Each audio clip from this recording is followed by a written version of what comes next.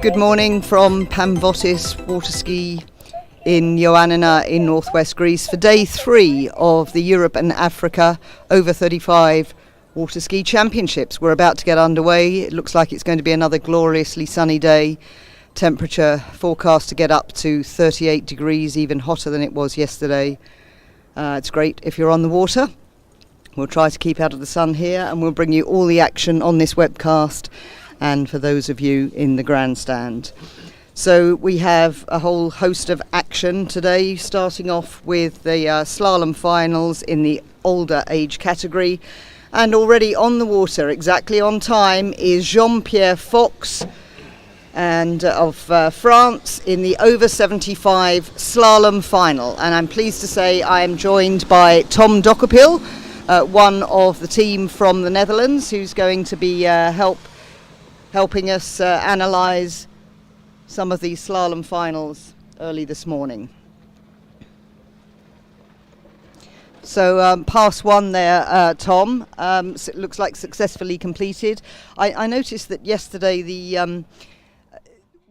we thought there would be a real problem with sun glare because we can't see buoy 4 from here, but many of the skiers who came in, the early skiers, said it actually was fine down on the water. I guess we're up a little higher. Yes, I heard also from many skiers that the sunlight is not that much of a problem, whereas others think it is a real problem. So it might be a little bit personal. Personally, I don't care too much about it. The boys are at the same spots, and if you have a good rhythm, then well, you have to go. So if the water's calm, that's the most important thing. I guess you know where the boys are generally. It's just a question of whether you can see them and whether you need to see them. It's better to see them, but usually when there's sun glare, you will see them at the very last moment. And if you have a good rhythm, you should be able to manage it. But I suppose if you're in a bit of difficulty by then, your recovery perhaps is a little too late. Yes, that's possible. That's quite possible. Sun glare doesn't make it easier.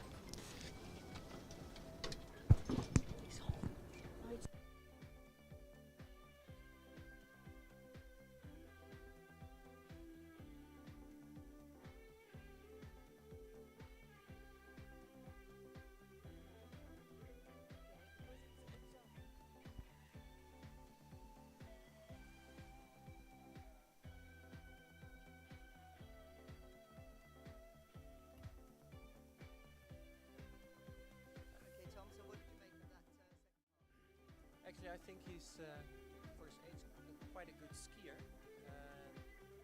With older skiers, like 70 plus, I look at the position of their hips, and he has his hips nicely up, and that means that his body is stacked, meaning if he has good position going into the wakes, he can hold it, he can have a nice outbound swing. And, well, we've already seen 2 successful passes, so I think he's doing fine.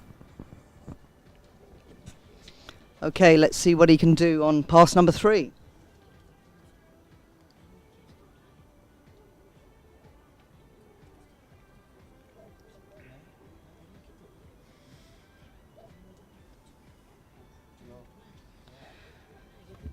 So he started out at 49 on an 18-meter rope. And the second pass was 16 meters. At this age, 49 kph is the maximum speed, Tom. Yes, that's correct. And they start shortening the line at 49. I've never myself skied at very low speeds in deep shortening, like 40 meters. Let's have a look at this pass. He's looking fine. He might even run it, yes. It's amazing, he runs it, 14 meters, yeah. I think if you go down with the speed, with slalom, then you encounter all kind of problems. You might not have enough speed to round the buoy, and you sink after it, and if you sink too much, then you have to wait, you get a strong pull of the boat, pulls you out of position. So going to a lower speed and skiing at deep short lines like 40 meter isn't easy. Because you need that speed to get you out to the boys, yeah? You need that speed to get you out to the buoys, but also to get you from the buoy a little bit back towards the wakes, such that you can take the pull of the boat a little bit later. And that's generally better at deep shortline skiing. And the lower the speed, the more difficult it is to ski back after the buoy, back to the wakes. Yeah, that's interesting. Well, I mean, it's good news for Jean-Pierre Fox is the only skier in this category, but he'll be very pleased because in the preliminary round he got 4 at 16, and he's now just run the 14-meter pass. It's really, really good. It's really good what he's doing. So let's see what he can do now.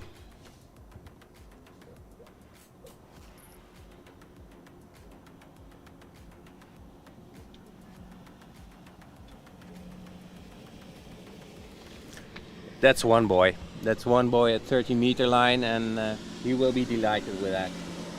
Absolutely. That's a very, very good score. Yes, he's waving his fist, so it's. I don't know whether it's a PB for him or not. I do not have those kind of figures, but. Well, his PB he's put down as 3 at 12, but that was 2014, so we're talking a long time ago. Yeah. I mean, certainly he looked very pleased with that. I mean, I think in a major competition, he's clearly happy. Yeah. I think we're also going to see him at the Worlds in Boresh in September. He's French, so for him it's a home competition, so to say. And hopefully, because he's the only one in his category here, hopefully there are more skiers of his age and level will be there to challenge him. Are there more skiers at that sort of in that age category in America, in North America, then presumably who would go to the World? Absolutely. So there's quite a lot of those. Absolutely, and some of them are really, really good. I've heard stories about some 70-plus skiers who ski into 10.75. So no way. I mean that's real good class. But they must make the trip across the Atlantic to Boresh, and like with any international competition, in the end, it's who is there will compete, and if there are people who didn't make it, then yeah. Yeah. Okay, so straight on to the next skier, who is Audun Lilleberg of Norway in the over 70 men's slalom final. This is his opening pass. Ooh, a little bit on the tail at boy 1, and he's out. Yeah. No, sorry about that. It's Christian Lanzani, my mistake. I was looking at the wrong list, so Christian Lanzani of France. He won't be happy about that, because in the first round I remember that he made a score something like 3 or 4 boys on his first pass, so he didn't finish a pass in this competition. Oh, that's a real shame. Yeah. So have a look at the replay here. What happens here then? At boy 1, after the boy, he was at the tail of the ski, but usually that's caused by something happened before. He's all fine, and now at the video it doesn't look too bad. I think what would have brought him to boy 2 is that if he brought his hips a little bit better after boy 1 to the handle and attained a little bit more angle, he would be fine. He was on the inside of boy 2, but yeah, he won't be happy. No, it's not something you want to do. Well, any time, I guess, but certainly in a final at a major competition. So very bad news for Audun Lilleberg. And I think yesterday, Christian. Oh, sorry, Chris. It's my fault. I keep saying that. Yes, it's my fault for saying that. And now the webcast have put the name up on there. But Audun Lilleberg will be the next skier. This is Christian Lanzani. It was a long day yesterday. I'm going to wake up soon.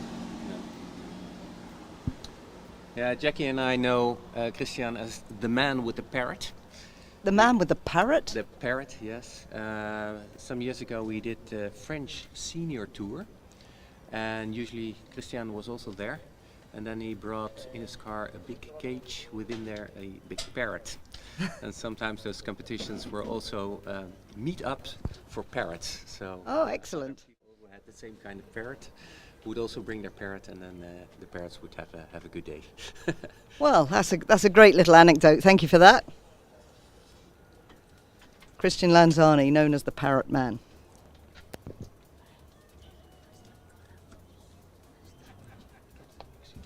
So we've got 2 more skiers in this category, over 70 men, and it will be Auden Lilleberg next, and then Bernd Girac of Austria.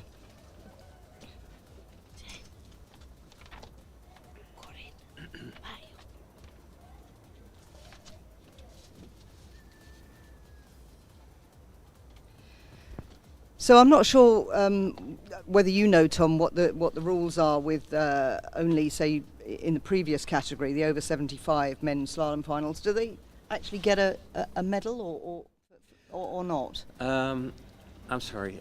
You don't know. You have to ask somebody. Yeah, else. no, I'm sure. not a I just specialist was in the thinking of that. rules, I'm not yeah. sure. Anyway, here comes Auden Lilleberg, apparently going in at 52. Turning in a little bit early, stiff hips. His butt is a little bit back. Still going fine, but increasingly late.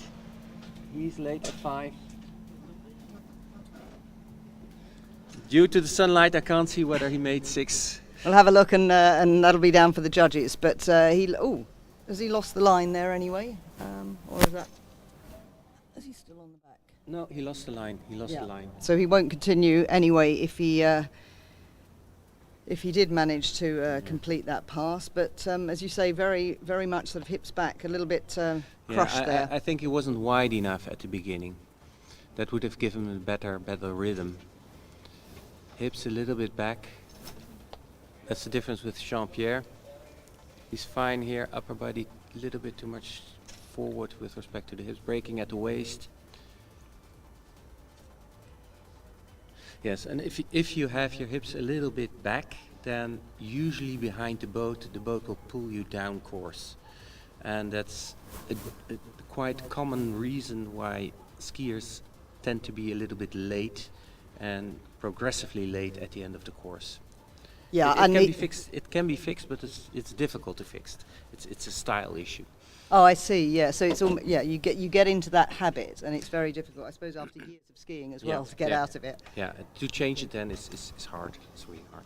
But yeah, that's confirmed 5 boys. He actually went out at 52, but he will get 5 at start speed. So a real shame, but he let go of the handle there. He clearly knew he hadn't gone through 6, I think. Gone round 6, rather.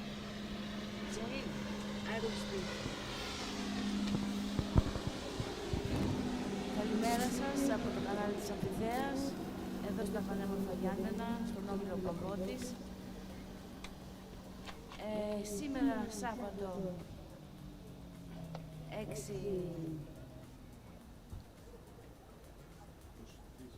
23 του Ιούλη είμαστε στην ημέρα των τελικών του σλάλομ στις κατηγορίες των ανδρών άνω των 75 ετών, άνω των 70, γυναικών άνω των 65, ανδρών άνω των 65 και συνεχίζουμε. Είδαμε τον αθλητή της Γαλλίας Jean-Pierre στην κατηγορία των άνω των 75.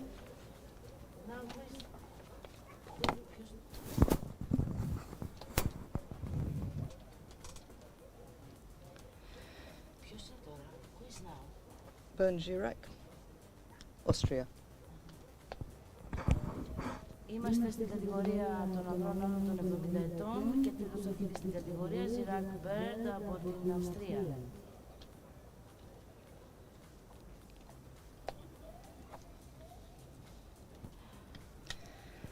So the final skier in this category, over 70 men, slalom finals, is Bernd Girac of Austria. Just having a look at the dock there. He's in the water, being pulled up. See if we can see what he's starting at. Looks like 16 meters. I don't have much information about Bernd. I don't know if you know him, Tom, but let's have a look and see what he can do. I also don't have much information, but maybe a little bit more than you. I've heard he's a board member of an Austrian ski club. He's skiing obviously already for many, many years, and he used to ski a little bit better into 12, but with age sometimes there's also a little bit decline in your performances. Lately he skis scores like 2 maybe 3 at 13, and he's poised to finish a complete pass at 13. That's I think his goal, apart from becoming first, of course. His first pass looked pretty solid. I would like to see him ski a little bit more outbound. He had a little bit of slack line at buoy 2. Was able to deal with it by pulling in his arms.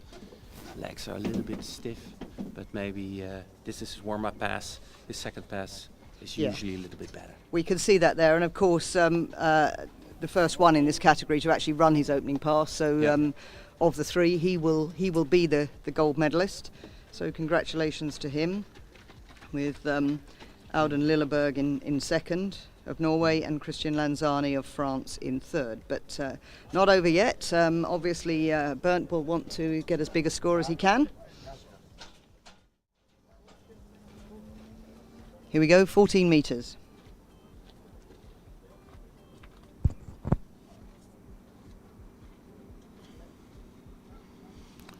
That looks like a nice wide setup. Good buoy 1. No, I like that he at buoy 2 rotated the ski a little bit more. So it will be a score of 3 buoys. He won't be too happy about that, but yet it's competition, so it's more like having a score better than others. Buoy 1 was okay. Buoy 2, let the ski turn a little bit more, get a little bit more angle out of the turn. He would be earlier at buoy 3 in a better position and could finish it then at 3 and go on to 4. Well, there you go, and that's at least the first champion of these Europe and Africa over 35 championships 2022. So we've got more finals to come, and of course more finals tomorrow. But congratulations to Bernd and to the other skiers, and we'll be moving on shortly to the over 65 women, and we have 3 skiers in that category too. Sibylle de Peck from Switzerland, Diane Kirby of Ireland, and Jan Johnson of South Africa.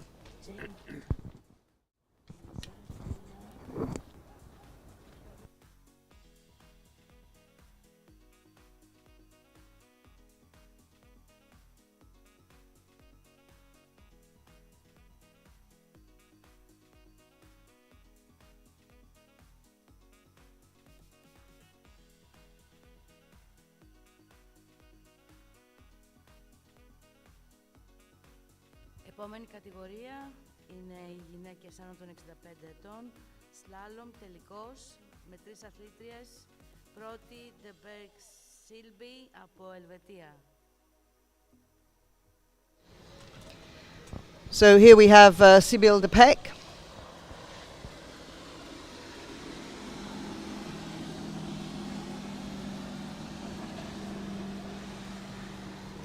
That looks like a nice warm-up pass, no problems at all. No jumping on the tail of the ski behind the buoy. Perfect. Lovely, lovely technique. Yeah. I look at that and think, I wish that was me. Very, very nice. So yeah, it's good to have in a competition a pass like this, because it gives a load of confidence. And you've done your first pass, so you've put on a real score. Yeah, I mean, you know, however cool, calm and collected you are, I'm sure that there are little wobbles. The stomach has got butterflies, the legs may be shaking a bit, and that can never be good if you've got to try and run a slalom pass. Yeah, that's true. That's true. Maybe there's always a little bit of fear with slalom skiers that they might miss the entry gate, because during training I know lots of skiers who do not pay any attention to the entry gate, and if they round 6 buoys, they say they've done the pass, and then I'm thinking, okay, you haven't done the entry gate, so in a competition you would be out immediately. I like that skiers also pay attention to the entry gate, because if you don't, then during competitions you go out with your setup fearing that you might miss it, and that's not a good feeling, and you have to be at the right spot when you turn in, such that you can go through it with angle. Sure, so have a look at this gate then. How is she doing here? Nice and wide, she's the widest. Yeah, I like it. So this, I believe, is 49.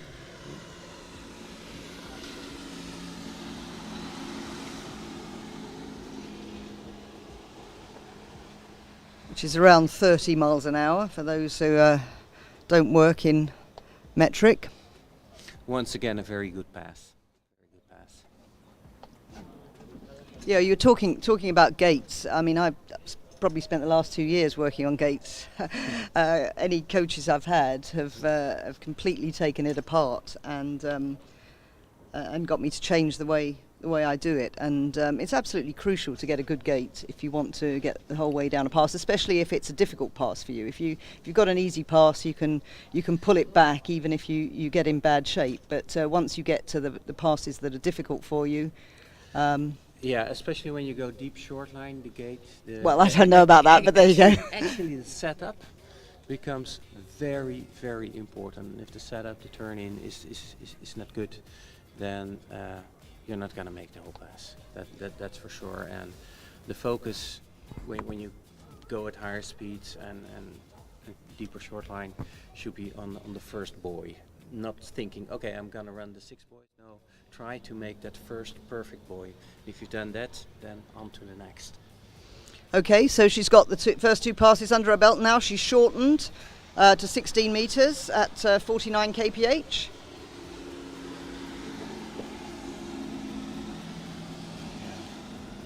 That's a shame. So going down on just after 2.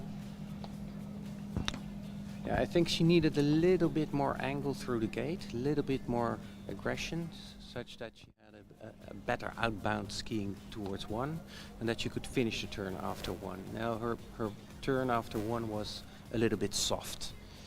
Not enough angle to buoy 2. She was skiing a little bit towards buoy 2, and then there it ended. Here you are, we can see that on the replay there. Pulling out for the gates, one-handed gate.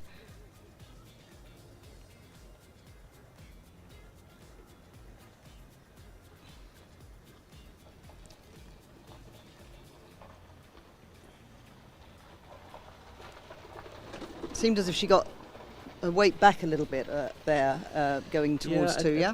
A tiny bit, a tiny bit. It's just very small things. Well, anyway, a score on the board for Sibyl de Peck of Switzerland. I think that's 1.5 at 16. And these the over 65 women, they actually shorten at 49. Yep.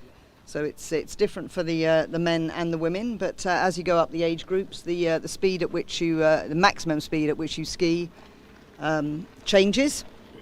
I guess that's a recognition of the effect on the body of the high speeds and I suppose the crashes that you might have. Yes, for sure, for sure. But the funny thing is that the first time that people enter such an age group where the speed is lowered, that initially they're not happy at all. No, I gather that. Yeah, that also applied to, for example, a top skier like Cécile from France. At some point in time, she had to go from 55 to 52, and she was really, really struggling with it. And after some time, she started getting used to it, and probably now she doesn't want to change anymore. And the same happens with the next skier, Jan Johnson. I will not express what she found about 49 the first time she had to go with it. Actually, I think it's Diane Kirby next, but Jan will be Jan will be after. Yeah, but sorry, yeah. sorry. Το αποτέλεσμα για την Ελβετίδα αθλήτρια Sibyl Pace είναι 1,5 μπάλα με 49 ταχύτητα και 16 μέτρα σκηνή. Η επόμενη αθλήτρια στο νερό είναι η Diane Kirby από την Ιρλανδία. Stuff like that. No, she laughed. Nice. It's I bet, fantastic. She wasn't done. Well, I'm looking forward to it. I can shorten at 49. Okay, so the next skier on the water is Diane Kirby of Ireland. She scored 3.5 at 14 in the preliminary round, so she'll be looking for another good score.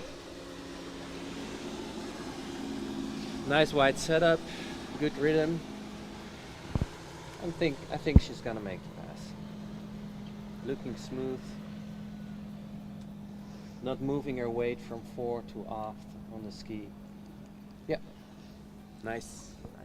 Lovely. Going back to the speed again and the change of speed at different ages. I know that the women used to shorten at the over 45 women used to shorten at 55 kilometers per hour, and then that was reduced to 52. So I think there was a lot of debate about whether that should happen, and I know some of the particularly the younger ones in that over 45 category were very unhappy. But I guess that, as you say, you get used to it. But how much of a difference is there between 52 and 55? There's quite some difference because you ride deeper into the water. At what? At the lower speeds? At the lower speed. That's one thing. And the second thing is that you will not have such a nice outbound swing. At higher speeds, typically you lean short and hard, and you wait a long time towards the buoy to get rid of the speed. At lower speeds, the period you're leaning is longer and the intensity is less. So there's a major difference with that respect. And also, when you go down with the speed, maybe you need an extra inch of ski. So you have to adapt your rhythm, really? Absolutely. Okay, so here comes Diane now on 16 metres.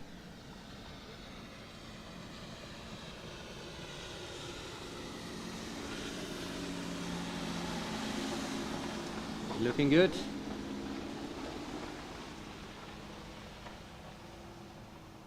Nice and easy. So that actually says 14 on the screen, but I believe that was a 16 metre pass, and she'll be coming in at 14 now. As I say, she got 3.5 in the preliminary. Let's see if she can better that now in the final.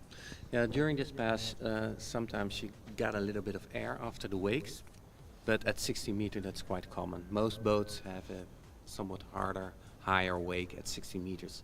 So 60 meters is not necessarily because of that the most easy pass. It quite resembles 18 meters, but the wake is a little bit harder to take. That's what we saw now. But at 40 meters, the wakes should be much more flatter, and it's actually, personally, I think it's more pleasant to ski at 14 than at 16 because of that.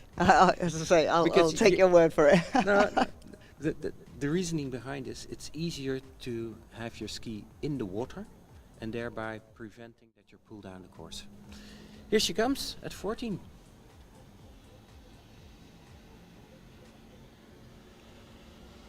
Very wide, very early pull out.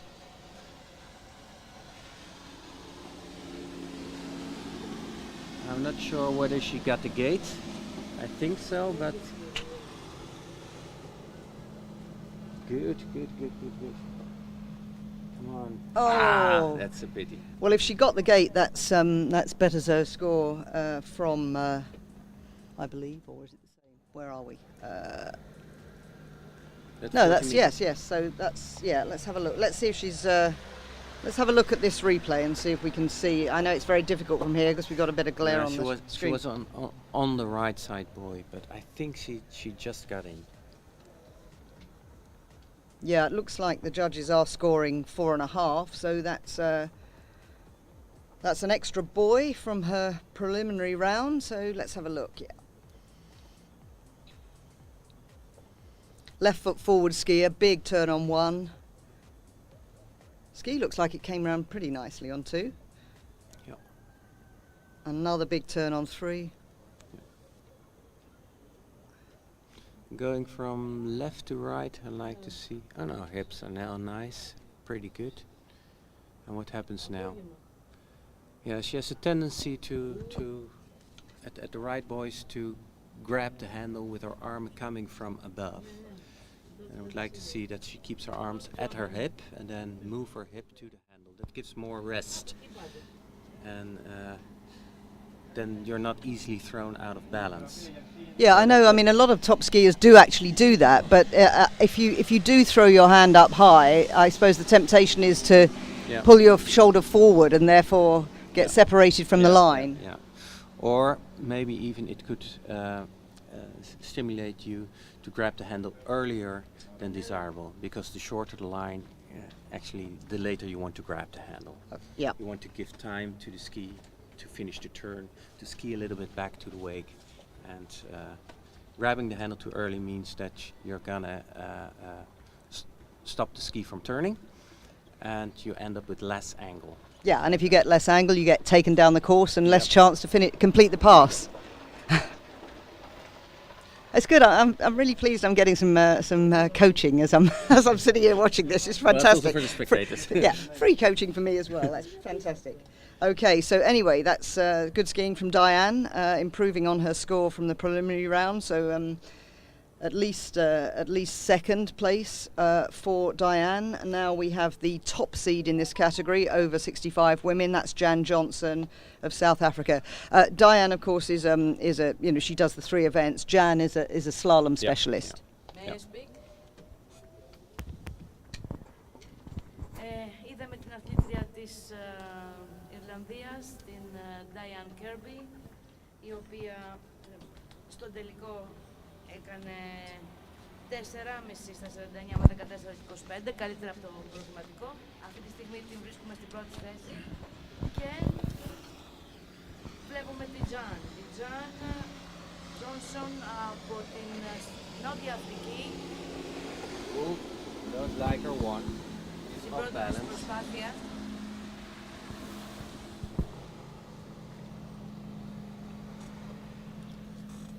She was able to correct.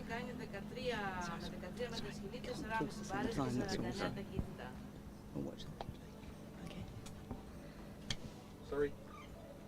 So, Tom, we'll have a look at that replay there, but very nervy start from Jan, unlike her. Yeah, her setup is okay. She's leaning a little bit on the tail of the ski at the setup. That should be a little bit better for a girl like C. Here she's turning a bit too hard. It's only 16 meters and she's turning hard. And that made her being pulled up at the second wake, going straight into buoy 2, causing buoy 2 turn to be big. But she's an experienced skier, she was able to correct it, to handle it. But I'm sure at the end of the pass she won't be happy with her buoy 1. No. She will be happy she made the first pass, but now she has to recompose herself and get ready for this pass, because she must go past buoy 5 to get the title, because that's what she wants anyway. Of course, and I mean she's a multiple champion, and she's expected to win this. She's the top seed, she's the last skier on the water, so inevitably there are going to be some nerves, but let's see how far down the 14-metre pass she can get and whether she can take the title once again. That's good. Good.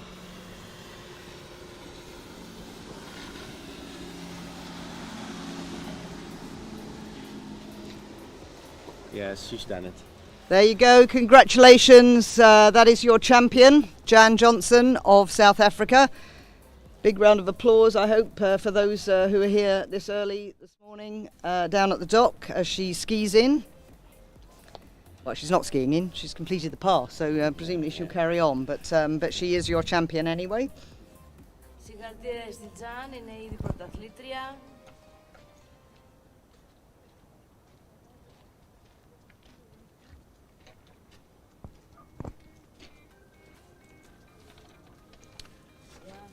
Yesterday I had dinner with her, and her goal is to get into 12. So let's have a look. What has she got? She's got, well, yeah, her best is 5 at 12 at KPH and 20 KPH at 52 from 2019. But her goal is to get into 12 here. Yeah. Good conditions are absolutely perfect, aren't they? I mean, there's not a breath of wind. It's the best conditions you can imagine. So no complaints about that. In prelim, she made 4 at 12. I remember. I thought it was 13, was it? Oh, 4 at 13? I think so. 4.5 at 13? Yeah, no, you're right. Anyway, let's see if she can run this pass. 13 metres. There she goes. No, a little bit wider too. She's running late by the looks of things. Is she going to make this? Ooh. I think so, yes. Oh, what a shame. I thought she was going to pull that back. Oh no, we can hear her screaming from the other end of the lake. I think she's furious with herself, isn't she, for not hanging on to that. But big applause from the grandstands. I think they know that's a great score, even if Jano is very hard on herself, doesn't believe so, because she wanted to get into that 12 meters. It was a good pass. I saw a few things where she can work on to make it even better, and that's the boy 2. So there's 2. She doesn't finish it really. Grabs the handle a little bit too early, but I mean that should be her good side turn, shouldn't it, with a right foot forward? Yes, but it's also that you have right foot forward skiers who have good offside turns. Yeah. Yeah. Actually, I'm one of them. Are you? Excellent. Yeah. Are you right foot? I'm right foot forward, but the thing is, to make a good turn at a buoy, you need to have the right angle of attack and waiting time before it, and maybe be a little bit wider than the buoy, so you can start the turn already a bit before the buoy and finish it. So it's not like default your turn is the best on the left because you're right foot forward. Okay. Well, Jan will be swimming into the bank. We'll try and grab a few words with her when she comes down. If she doesn't immediately get on her golf buggy, we'll wave at her on the way down and ask her to stop, because Jan was very kind to join us on the webcast yesterday and do a little bit of co-commentary. But congratulations to her once again. She is the champion in the over 65 women. I don't know how many titles she's got, but she certainly was the defending champion.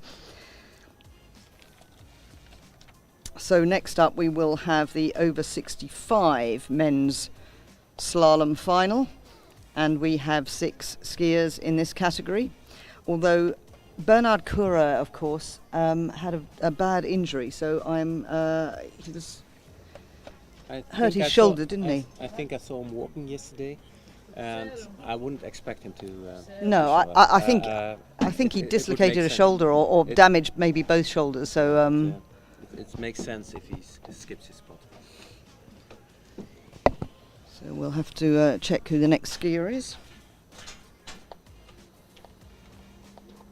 I see orange pants, so that might be Jérôme Gambou. I thought only the Dutch wore orange, but there you go. So this is Jérôme Gambou, is it? Yep. I think he's a former airline pilot, and he's active in the club, in the ski club of the south of France, Dommartin, and he's active in the board trying to get big competitions there. He's still a very good skier. His performance has gone down a little bit, but I think if he just can spend enough time on skiing, he can easily go back to that level. Has a good style, hips are nice up, and I remember times that we were competing together in the same age group in the same group in the senior water ski tour in France, where he was for me a target to beat, so to say. Okay, so just to confirm, that is actually Jérôme. Yeah, this is a super solid pass. There's no doubt about it. So what has he gone in on four? No, just trying to check, because the. Τελείωσε και η κατηγορία των γυναικών άνω των 65 ετών. Πρώτη η Τζαν Ιόνσον με 6 μπάλες στα 14 και 49. Και έχουμε μπει στην κατηγορία των ανδρών άνω των 65 ετών, τελικό σλάλομ. Πρώτος αθλητής από Ελβετία, ο Κούρερ Μπέρναρντ. No, he's not skiing. He's not skiing, okay. So just to confirm, despite the caption you're seeing on the screen, it is in fact Jérôme Gambou of France. Bernard Cura did qualify for the final, but unfortunately he had a very bad fall and was injured, so cannot take his place, which is very unfortunate. Hopefully he's okay.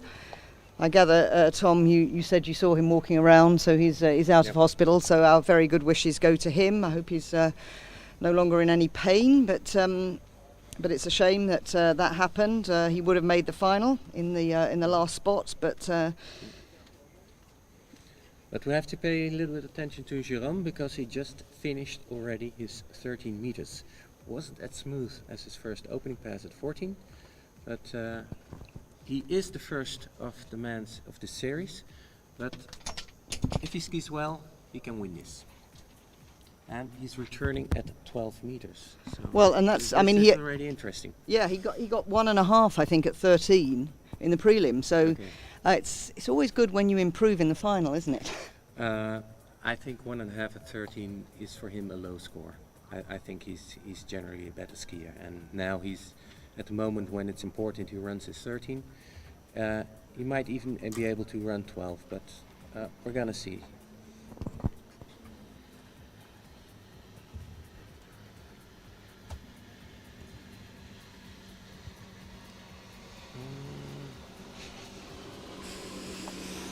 Didn't like his setup completely. He was, as they say, sucked back a little bit. He was too early and couldn't stay wide.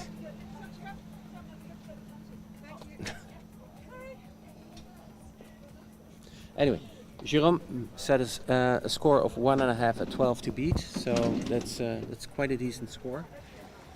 He could have done a little bit better if he was wider at the gate, so he will regret that, but it's much of an improvement with regard to the preliminaries. Okay, well, the next skier will be Hermann Kottel of Austria.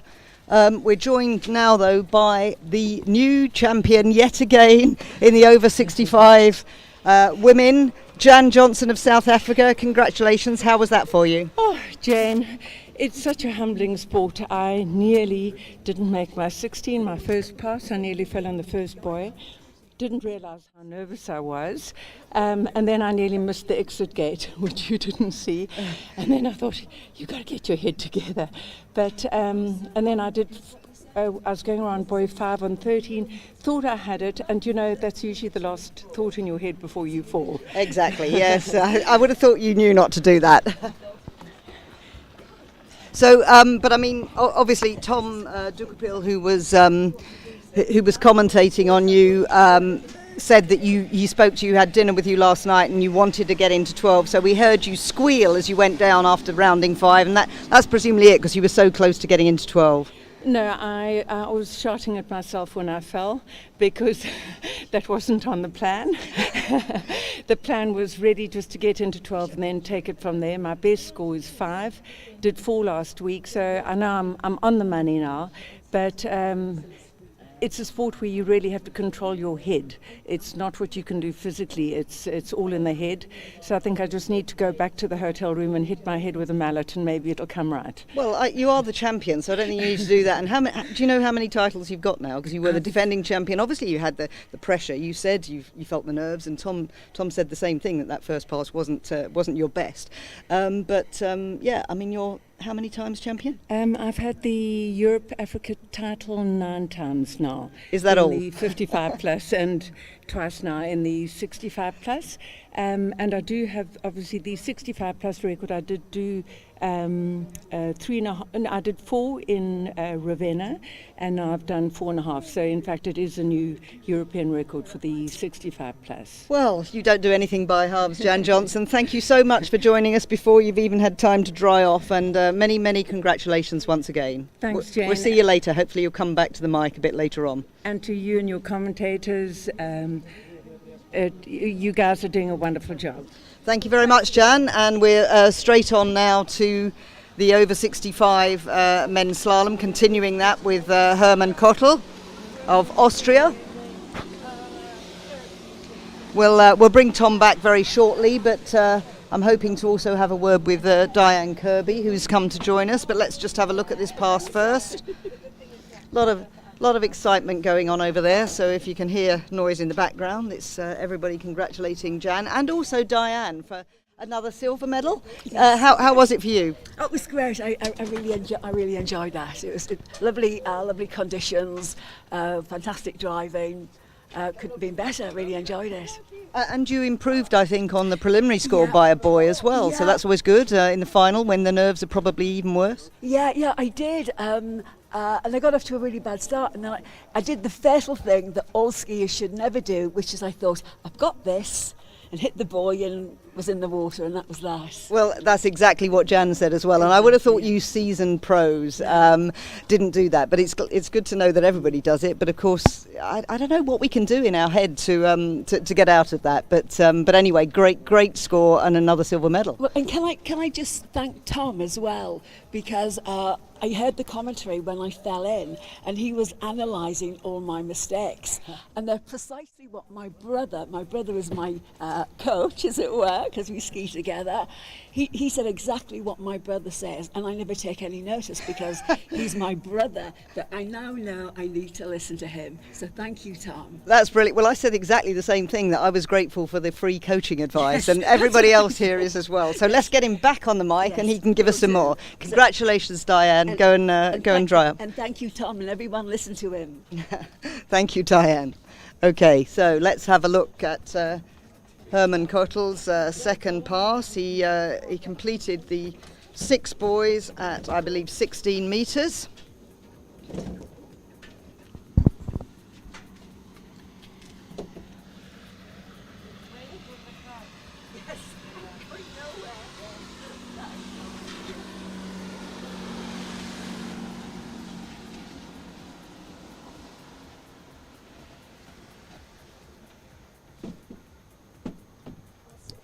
A good pass. A good pass.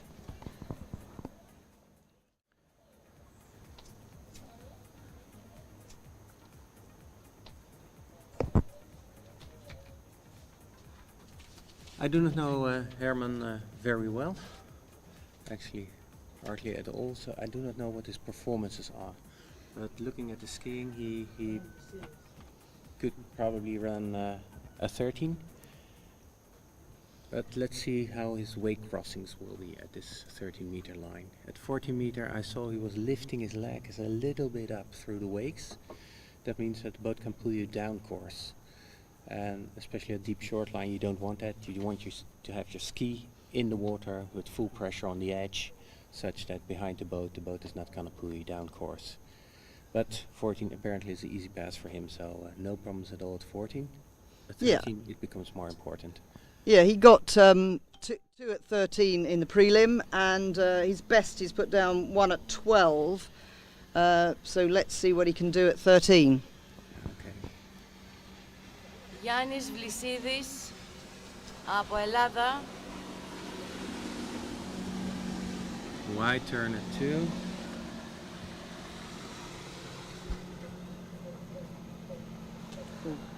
All kind of problems at 4. So inside 5 there, 4 boys. Yeah. In this pass, I think if we watch it again, we see that he's progressively a little bit later at every buoy, and sometimes you can then make a 13, sometimes you just don't. So let's see.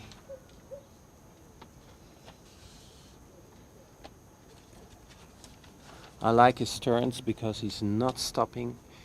He's turning the ski, generally not leaning again. Here he's losing his angle, pulled up. A bit stiff front leg. Maybe that's the cause why it was pulled up after buoy 4. Stiff legs. A stiff front leg, yeah. Yeah, I mean, looking at that back there was not really any chance he was going to get out to 5, or at least turn it. Yeah. Now, if your front leg is too stiff at the buoy, that doesn't stimulate the ski to finish the turn. It will stop turning. But there's still some pretty impressive scores in this over 65 men. I mean, we've got Jerome Gombu in the lead, but obviously there's only been two skiers, but that's 1.5 at 12, and Herman Kottel 4 at 13. And we have 3 more skiers to go, 2 Greeks and a Frenchman. I just spoke to Jerome when he crawled out of the water, and he was very happy with his score because he said that 5 days before the competition he wasn't sure he would come. I had not had time to speak more to him, so maybe he has some injuries, but he was also pointing with his hands at his back, so maybe he has some back problems. And also the injury of his colleague Bernard Courier is also a little bit in his head, so he's standing there and saying, okay, I'm happy, I'm not hurt, and it's a nice score. So yeah, it's never nice when you see a nasty injury, but so there was quite a relief with him. Yeah. Okay, well, next up we have Ioannis Vlasidis of Greece. Επόμενος αθλητής στο νερό, Γιάννης Βλυσίδης από Ελλάδα. Ο Γιάννης στον προκριματικό γύρο έφερε 3,5 μπάλες με 13 μέτρα σκηνή. Να δούμε αν θα ανεβάσει στους τελικούς. 14. What was his score in the prelim? So in the prelim,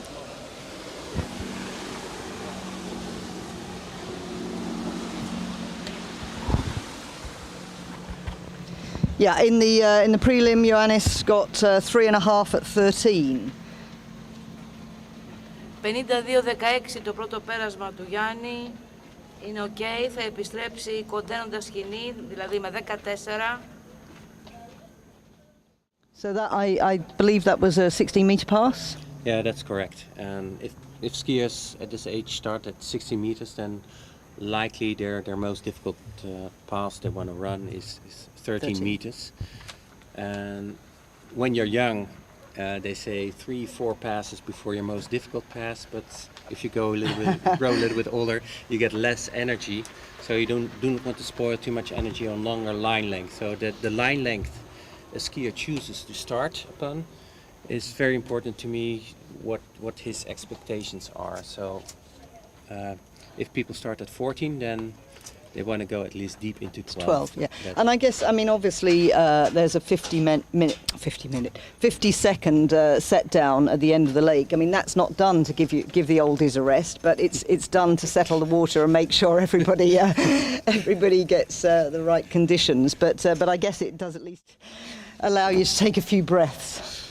Yeah, a longer break would be welcome, certainly. Γιάννης Βλυσίδης 14 και 25.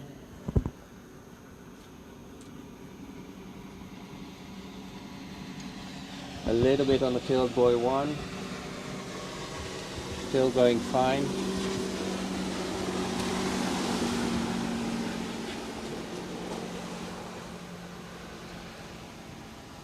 And that's a pass και with αυτό το πέρασμα του Γιάννη, 14 και 25, 6 μπάλες, θα επιστρέψει με 13. Okay, that was a good pass. At no point in time in real trouble. At boy 1 a little bit on the tail of the ski, but he managed quite well to get through the pass. He will have no bad feelings about this pass. So. And that's important because the next line length is 13, and there things need to be done a little bit more accurate. Okay, as we said, he got 3.5 on this next line length in the prelim. He'll want to go beyond that if he can, because at the moment the score to beat is 1.5 at 12, followed by 4 at 13. So we'll see if he can manage to go ahead of the 2 skiers before him. Yes, I'm especially going to watch his skiing from the gate to the first buoy and see whether he's there well balanced. If he is well balanced, then he can have a nice calm buoy 1. If he's too much on the tail of the ski, then a too sharp buoy 1 may set up all kind of problems for the rest of the course. A little bit of problems at buoy 1. His tip of his ski grabbed a little bit of water, but he's correcting that. Looking good, looking good. Breaking forward. Oh! I think he got round that 5 though, didn't he, for 4.5? Yes, definitely, definitely. So just enough to go ahead of Herman Kottel, who had 4 on that line length, but not enough to take the lead, which is still with Jérôme Gambou of France with 1.5 at 12. 4,5 μπάλες με 13 μέτρα σκηνή για το Γιάννη Βλυσίδη. Okay, I think when you're turning that way, if you just pick it up maybe. Okay, this last pass was a pass where his upper body was moving a little bit more than the previous pass, and it caused a little bit of unrest. Was a good chance he made it, but unfortunately for him not. 4.5 at 13, so he's now in the second spot.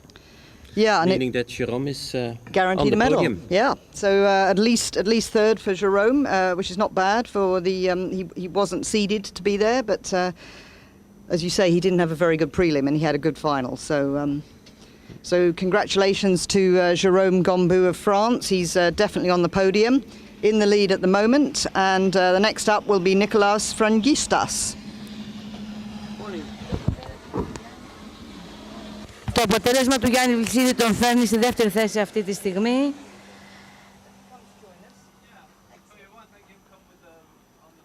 Επόμενος αθλητής είναι επίσης από Ελλάδα, Φραγκίστας Νίκος. Στον προκριματικό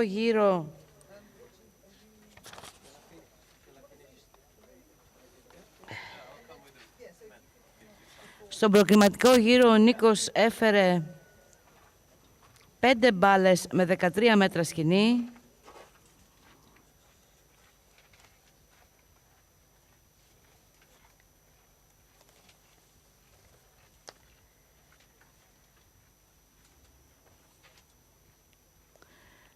Τελική σλάλομ στην κατηγορία των ανδρών άνω των 65 ετών. Περιμένουμε τον Νίκο Φραγκίστα από Ελλάδα και τελευταίο αθλητή τον Φιλίπ Ρεμπιέρ από Γαλλία.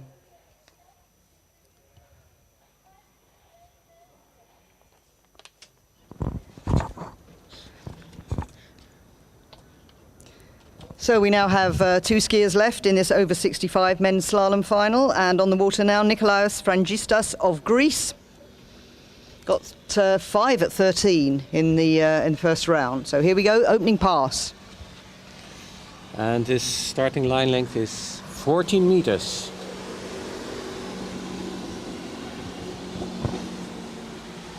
Good. Nice turns. No stopping after the boys. And that's a pass in the back. He will be pleased with that. And his mind is already set on the next pass. Με 14 μέτρα σκηνή ξεκίνησε ο Νίκος στην προσπάθειά του, με επιτυχία και 6 μπάλες. Θα επιστρέψει με 13. I don't know what his best scores are. 5.5 at 12. Yeah, that looks good. And that's this year as well. So yeah, surely, and it emphasises what you said before, that if you start on 14, you would expect them to want to get into 12 and perhaps a long way down 12. Yes, so this next pass, 30 meters, we expect him to run it. Conditions are perfect, so there's actually no reason why not. I was talking to one of your other co-commentators yesterday and asking whether there can be such a thing as too calm, because there isn't a breath of wind. And do sometimes skiers like just a tiny little bit of ripple on the water or a little bit of a head and tail or not? Or would you prefer these perfectly flat conditions? That's a matter of personal preferences, but sometimes I think skiers have always something to complain about. Exactly. I think this is perfect, and let's go on. Well, let's see if it's perfect for Nikolaos on this 30-meter line. Νίκος Φραγκίστας, 13 μέτρα σκηνή.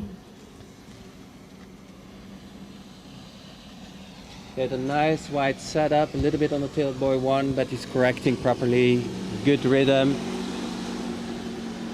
I'd like to see his handle and hips a little bit closer together. Και at 13 you can get away with it. He's happy with it. 13 μέτρα σκηνή, 6 μπάλες για τον Νίκο Φραγκίστα.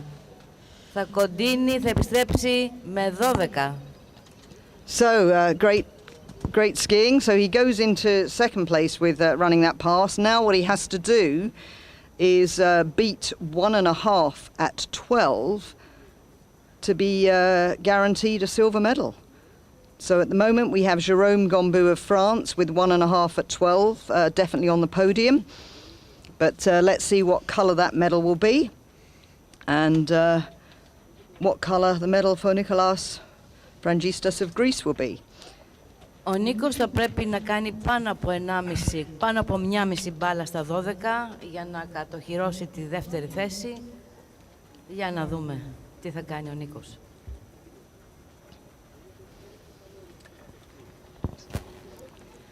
Okay, he's in the water and he's now thinking hard. What's he gonna do? Is he gonna go for the full pass, or is he and maybe put down a score for Philippe to beat, or is he going to go for a safe score like 2 full boys, which is a little bit easier, but then he'll get a silver medal and not more. So let's see.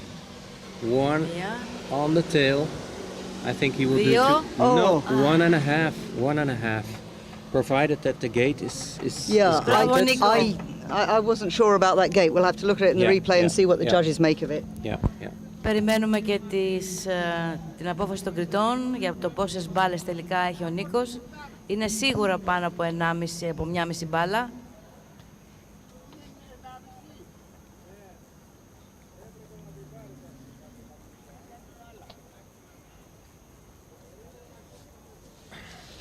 Yeah, it's difficult for us to see on the replay on the monitor here.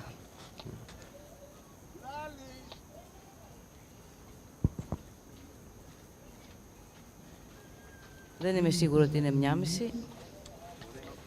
Looks like he's been given 1.5 at 12 meters, which would put him in a tie. 1,5 μπάλα δίνουν οι κριτές, 1,5 στα 12 για τον Νίκο Φραγκίστα, που σημαίνει θα υπάρξει tie break μεταξύ των δύο, του Τζερόμ Γκαμπού και του Νίκου Φραγκίστα.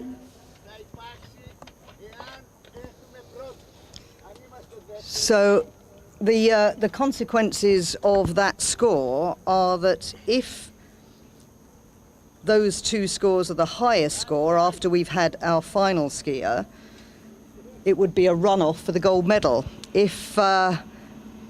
If it's a tie for second, third, then I believe it would go back on countback as to who got the highest preliminary round score, which I'm going to have to look back at again on my notes.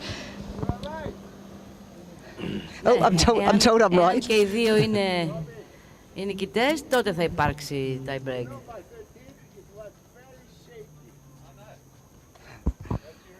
We're just hearing Nikos come in saying his 13 was very shaky.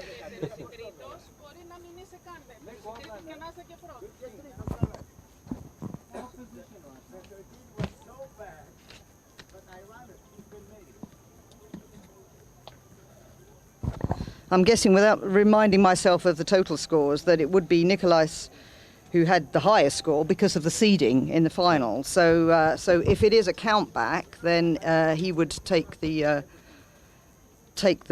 higher spot. But of course, we have one more skier to go. That is Philippe Rebier of France. So we'll have to see what score he can put down before we know the medals and the positions.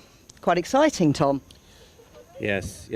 Philippe is a very, very good skier, consistent skier, and he has a body position which is solid, is stable through the course. So it's a joy to watch. Philippe Rebier από Γαλλία, πρώτο πέρασμα.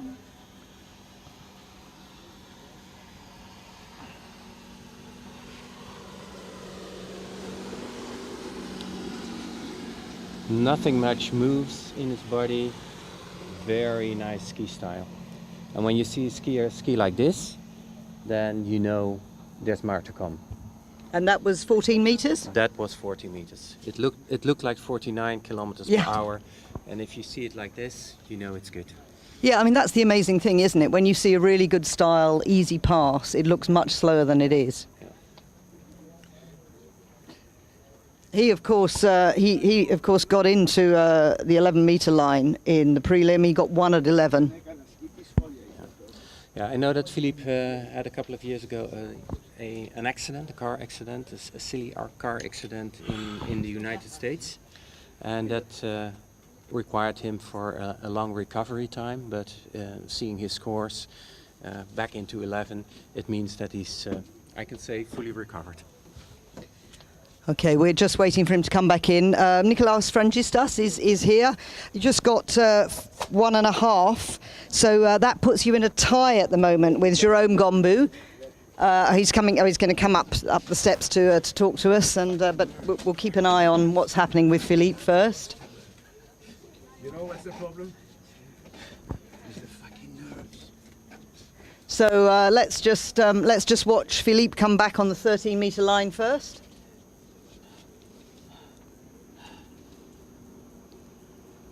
He's the best skier.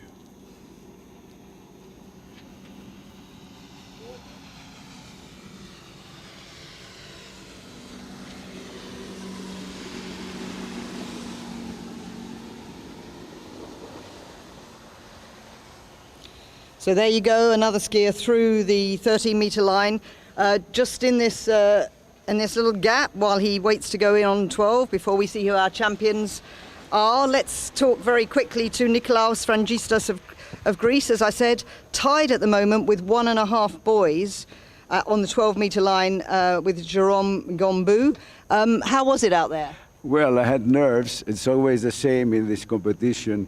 You know, we can all ski better, but you know, it's Europeans, it's finals, so you know, you can't really concentrate so well. But I'm very happy because you know, it must be my 25th competition, European competition. I'm 70, so you know, it's a privilege to be here. Well, amazing, and you're definitely on the podium. But would you like to just stay with us to see what colour that medal is? Because obviously we have Philippe Rebier coming back in on the 12-meter line, so we will then know exactly where you stand. In my opinion, he's the one class better than the rest of us. You know. So you're expecting gold for him? Yeah, of course.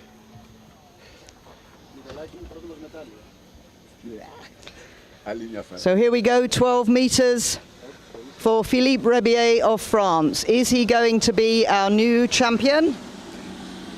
Yes, he is. Yes, he is. Congratulations to Philippe Rebier. Is he going to run the pass? Let's see if he can get into 11 meters again. Looking really good. Looking really good. Yes.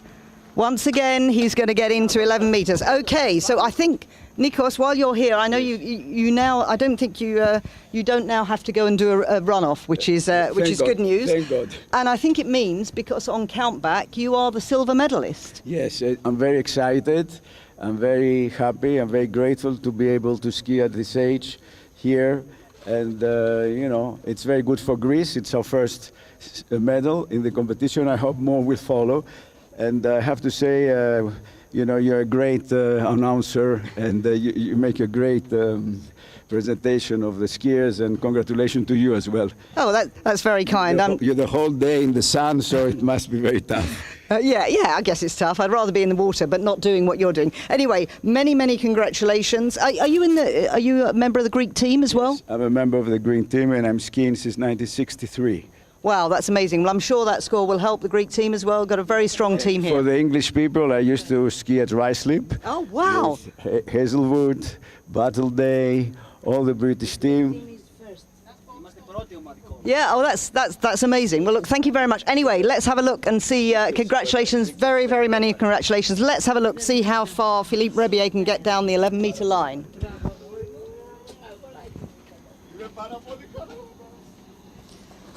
Oh, well, yeah, I think he's got round 2, 3. Wow. This is incredible skiing. Oh, so goes down around 5.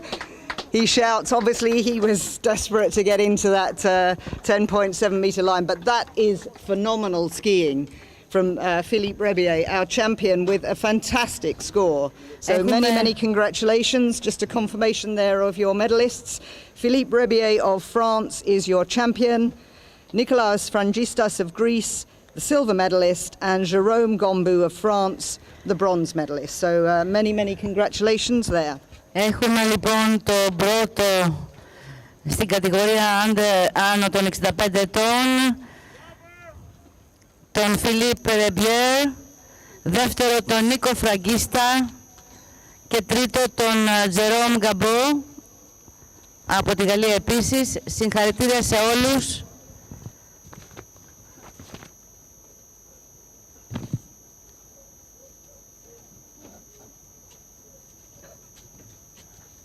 Αργυρό μετάλλιο για τον Νίκο Φραγκίστα, ο οποίος είναι στο νερό από το 1960 φεύγα, όπως λέμε εδώ.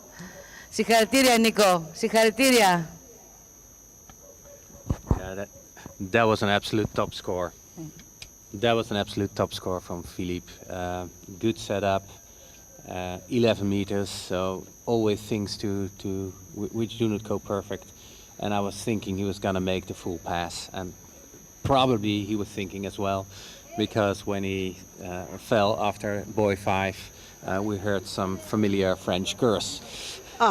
Okay, hopefully that wasn't picked up on the webcast, and if it was, I do apologise if anybody was offended. I mean, the advantage of him falling round 5 is he's now going to appear just below us, so I'm hoping that he can come and say a few words. He speaks English, does he? Yes, he also speaks English. I think he also has a house in Florida, so he spends quite some time there. So you mean he speaks American? American English, yeah. Okay, well, hopefully he'll... French accent. Yeah, we'll encourage him to come up here. We will be moving on to the over 55 women's slalom final shortly. There may be I'm just looking to see whether there is a change of crew or not, and how quickly we'll be moving on. But Philippe,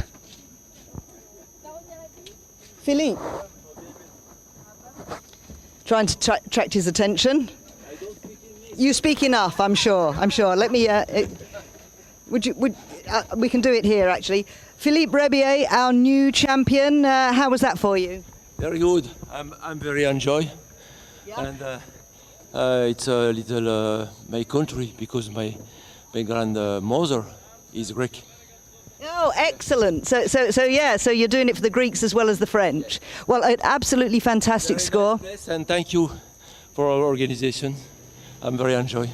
Well, you had great skiing. Tom, you wanted to say something to him? Yes, you were running 11, so we were thinking he's going to make the pass. Was that your thought as well? Vous avez pensé que vous avez dans une position de faire la passe complètement? Oh, yes. In training, I am in 11 with 11. Yeah, I run 11. Yes. So you were hoping to get into that 10.75 today? Yeah. Next time. It doesn't matter. You are the champion. Congratulations. Thank you very much. Thank you. Thanks very much to Philippe Rebier for coming to chat to us. He said he didn't speak English, but he speaks better English than I speak French. So there you go. That's better news. So it looks like we've just got a little pause now while the officials change over in the boat, and possibly the judges as well. So shortly we'll be bringing you the over 55 women's slalom finals. We have 5 ladies in this category. So that will be coming to you shortly. Yeah, one last remark about the level of skiing in this group. I think we can generally say it's very, very good skiing. If you go into 12, no doubt about it, you're a good skier. And if you put down a performance like this, not just one boy at 11, but you go almost doing the complete pass 4.5 at 11.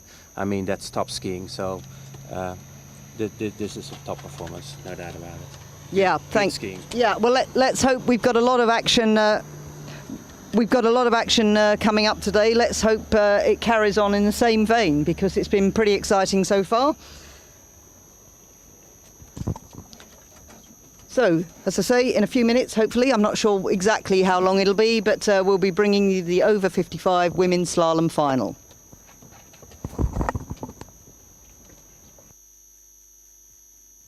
Επόμενη κατηγορία που θα συνεχίσει είναι η κατηγορία των γυναικών άνω των 55 ετών.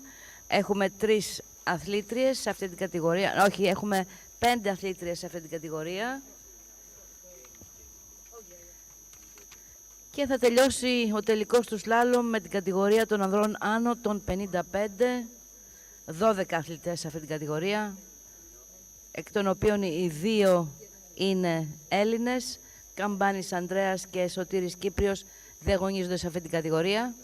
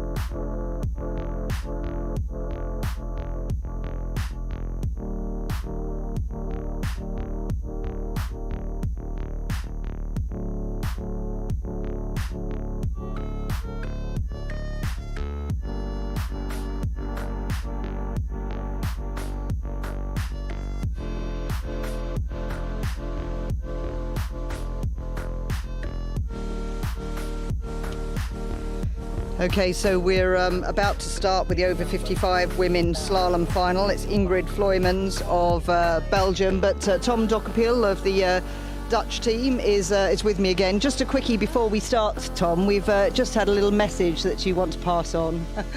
Yeah, there is an official photographer here. Her name is Jackie, and if you're interested in good razor sharp photos of your performance, simply contact her. And you can buy for a reasonable fee a photo. And she's around in the grandstand, or you could find her at the dock sometime as well. And you should really declare an interest, I guess. Yes, I'm biased. She's my wife.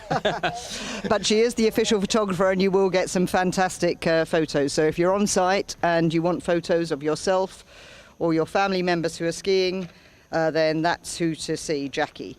And here we go. So we now have Phil Ingle in the boat of Great Britain, the driver, who is about to tow the first skier in this over 55 women's slalom final, Ingrid Vloeimans of Belgium. Let's have a look at her opening pass. Okay, she's the girlfriend of Yves Saint-Viteux, so she gets good coaching and she's improving over the years. With the skiing, her level goes up, especially her tricking. And she's doing 18 meters, she's gonna run this pass for sure.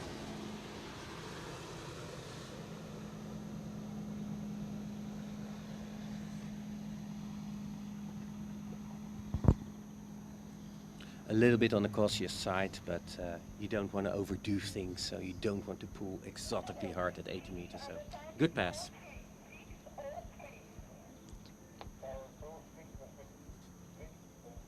I think so. I'm not sure.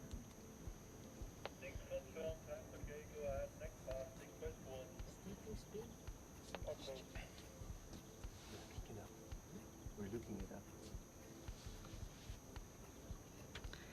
Yeah, so that was at 52 kph, so maximum speed for this category, but the full length line, so she'll now be shortening at 16. 4 at 16 in the prelim, so she'll be looking to improve on that then, Tom? Oh, absolutely, and she can run 60 meters easily, so maybe the nerves caught her in the preliminaries. I expect her to run 60 meters now. Conditions are perfect. She has had the prelims, so she has a feeling for the water. She knows what to expect. And I know her also a little bit. Her goal is to go deep into 14 meters in this competition. Yeah, I see her best in 2020 and 2021 was 4 on the 14-meter line. So let's hope she can get into that.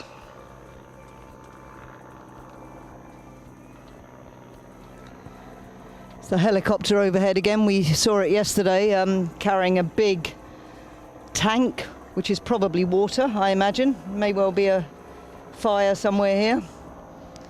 Or maybe it's preventative, I don't know, but it is super, super hot here. I think we're expected to get about 38 degrees. Oh, Sophia tells me there is a fire in the mountains. In the Zagori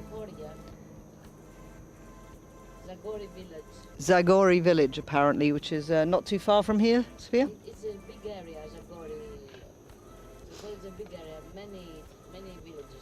Okay, so here we come. Here comes Ingrid on 16 meters. She was hesitating on a turn in. Maybe she was thinking she was going in too a little bit early. Maybe she was thinking she was afraid of missing the gate, but she managed well. She managed well. No real struggle. Perhaps she had a problem with the entry gate. If she's done that properly, then she'll get credit. I noticed she says that she started late in competition since 2017. Yeah, I think that at that moment in time she became friends with Yves, and then decided to join him on his ski trips. So that may be a motivation. I think she skis a lot longer. Okay, so she's been skiing but not actually competing, or at least not at this level for very long, really. So, but as you say, a good coach in Yves.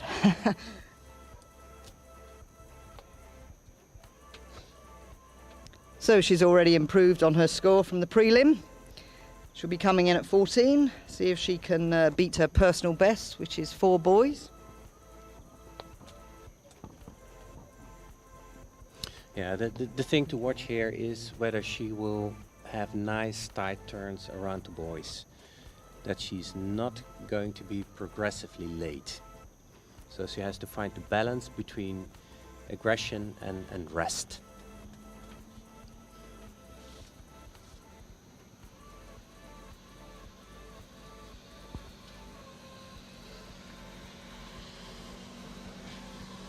A good gauge, good buoy number 1.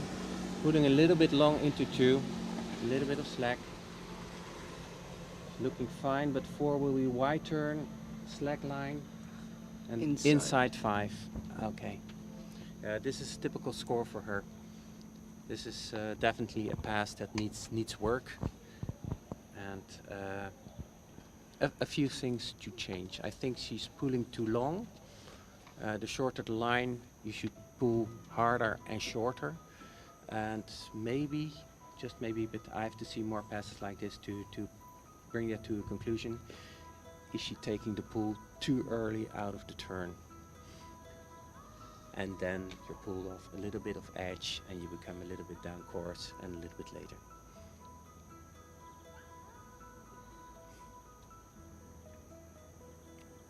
Yeah, there was a wide turn, hips trailing a little bit. Her hips are trailing a little bit here. She's out of position, no longer nicely stacked, and she will not get that nice swing which is required at 14. So. But she's put the first score on the board, so 4 at 14 for Ingrid Vloymans.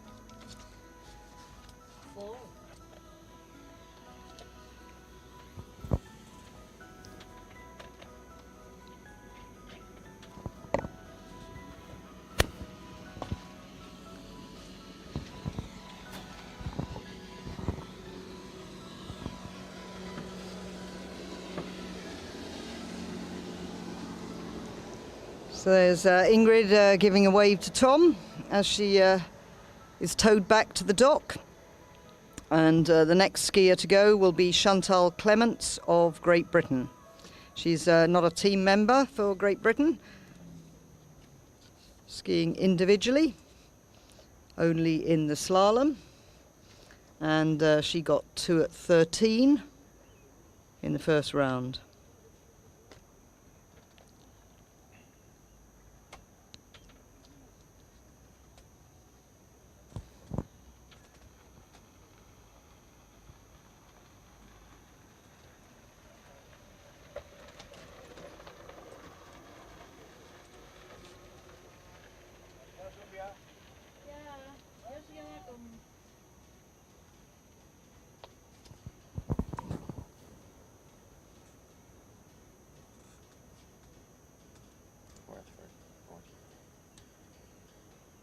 That's 16 meters. Okay. Okay, just there may be a correction on those scores for Ingrid. It looks like she may have gone out at 49 and then gone up to 52 and then shortened to 16. So it may be 4 at 16, not 4 at 14. We'll just make sure that that is the case. But now we're watching Chantal Clements on her opening pass.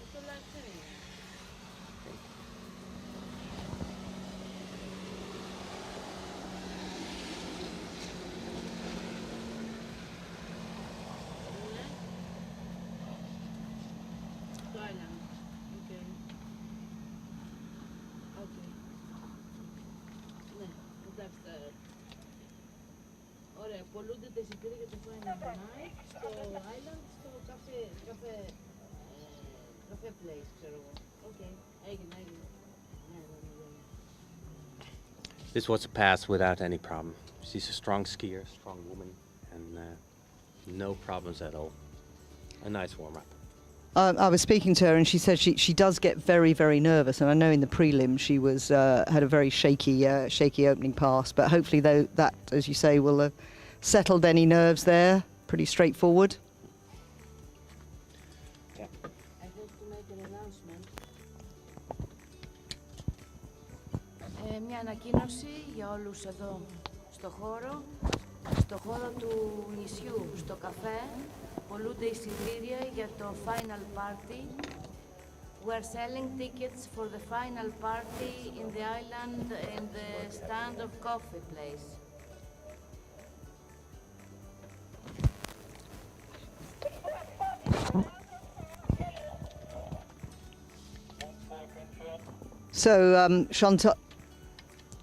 So Chantal coming back now, 14 metres.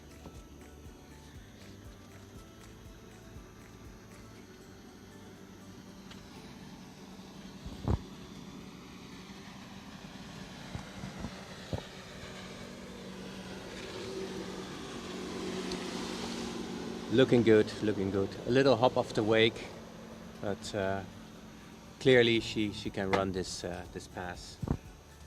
No problem at all.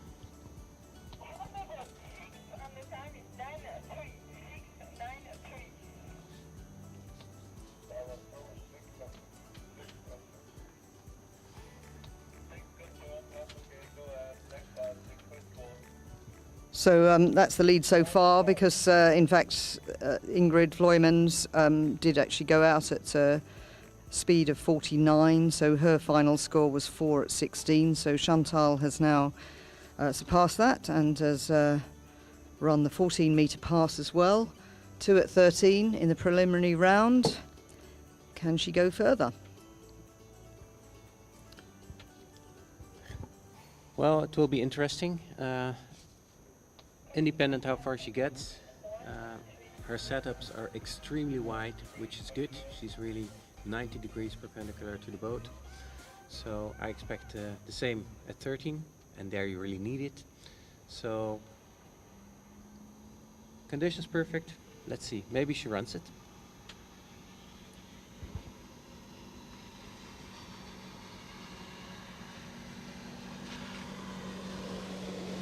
Good one, snapping a little bit to the front. Oh! Okay. Yeah, that's a pity. That's a pity.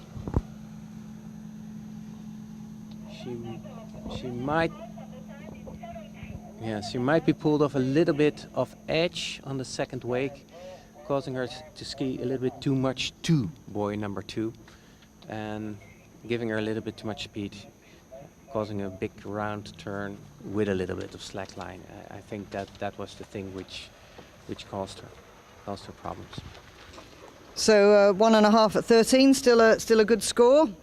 Just half a buoy off her score from the earlier round. So she takes the lead, but only 2 skiers have gone so far. So we have 3 more. So no podiums guaranteed just yet. The next skier will be Suzanne Varming of Norway. Yes, and Suzanne is a top skier. She's capable of skiing into 12 meters, I think. But above all, she's quite consistent. So I think she's a contender for the first place. And there are a few more skiers to come. I have to be careful. I see also a name like Hilary Winter in the same category. So maybe my bet should go to her. Suzanne is a good skier and likely to claim a place on the podium. We're gonna see. So yeah, Suzanne scored 3.5 at 13 in the opening round. So I mean, if she does that, she will make the podium. She will take the lead, but we'll have to see.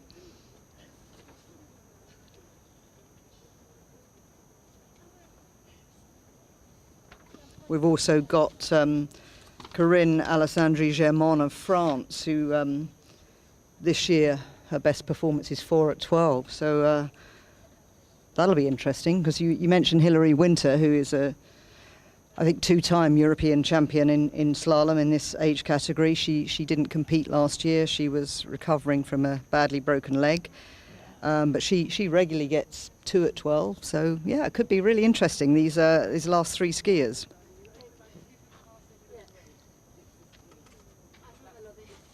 And of course, you can buy your tickets for the final party at the island in the place of coffee. μπορείτε να αγοράσετε τα εισιτήρια για το πάρτι, για το τελικό πάρτι των αγώνων στο νησί, στο μέρος όπου προσφέρεται ο καφές. So here comes Suzanne Varming, opening pass.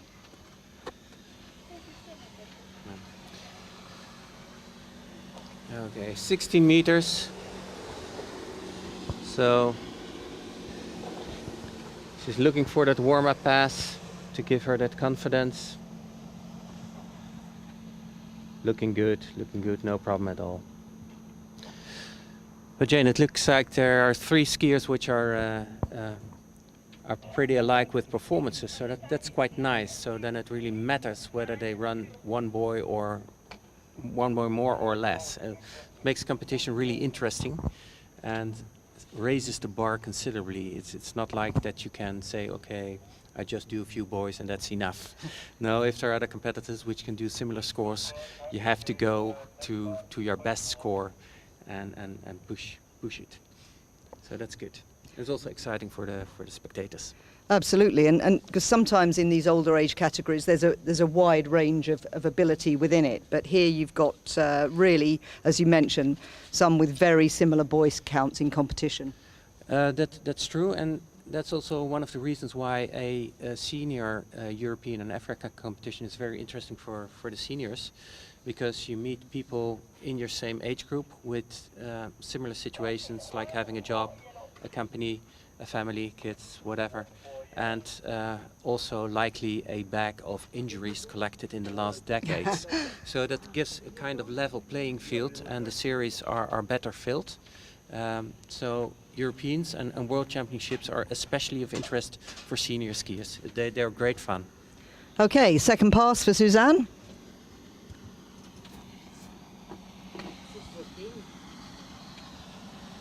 She got a nice angle into the gate. That's a lovely pass. Oh, dropping her hips.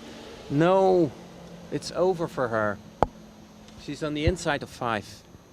So that's a score of 4 at 14. So let's have a look at that replay Yeah. again. I mean, what did you see there? Where was the mistake? Let's have a look at this. Yeah, it looked actually all fine up to 4. And then suddenly she dropped her hips out of the turn, out of 4. Something has happened. Let's have a closer look. Boy 1, nice, not stopping, crossing through the wakes, good angle, solid. 2, good turn. Same. This is a pass you should run any time of the day, easily. There she goes to boy number 4. She's turning, hiccup, she's turning too much, overturning. She dropped her hip a little bit in the turn. The ski was overturning and she had to let go, otherwise she was able to hold the force. And then she got out of angle and that was it. Overturning. So big surprise there for Suzanne, who you would have expected to get on the podium, but that does mean that Chantal Clements of Great Britain is guaranteed a bronze medal. Yeah, that's right, yeah. Well, congratulations to Chantal. We'll have to wait and see what colour that medal is. Next on the water will be Corinne Alessandri Germont of France. She's going in on the 16-metre line.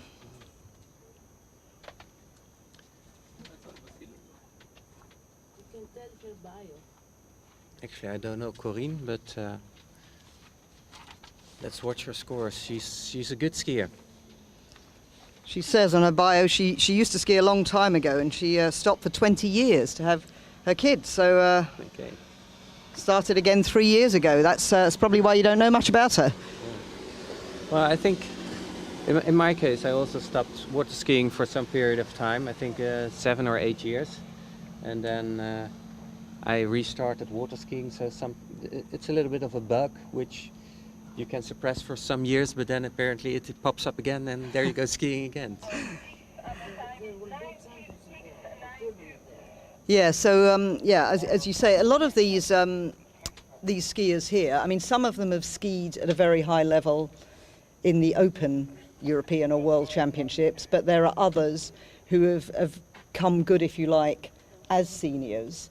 But you've also got this group of people like yourself and Corinne who used to ski seriously and then had a big break and came back. So it's really nice to see that. I mean, Corinne is a several-time national champion in French and in France and with the juniors as well. So yeah, really nice to see her back. She was the European champion in slalom last year, of course. So I mentioned that Hilary wasn't there. I'm sure Hilary would have given her a run for her money. It would have been very, very tight. But best performance this year, 4 at 12. So Corinne is a very strong candidate for the gold medal here. Okay, her next pass. And that will be at 14, if I'm correct. I believe so.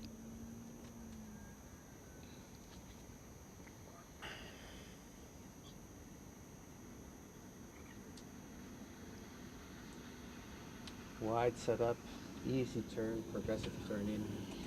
Yeah. Good. No problems at all. Solid, solid. Tiny bit of slack, but this is a very good pass. There's nothing much to say about it. In training, you would go on to the next pass because you think this is so good, let's continue on. Yeah, you wouldn't need to go back and rerun that one to improve it. No. Often it's good to run in training back to back because that's confidence building. But if a pass is very, very good, then that's also a signal to shorten the line or to go to a higher speed. And this was such a pass. So. And 13, it's getting shorter.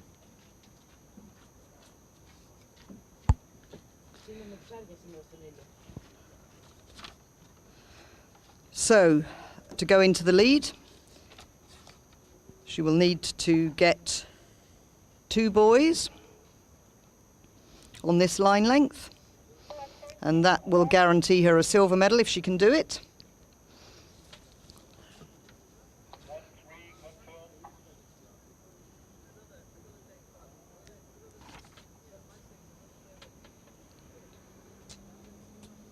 So 13 meters, let's see what she can do. She's setting up, nice and wide, not drifting in. Easy turn in, controlled. A little bit of slack, problems, problems. Yeah, looking back, I think going from 1 to boy 2, her legs were bent, that's okay, but when she hit the waves, she gave in. So she let the boat pull her down course.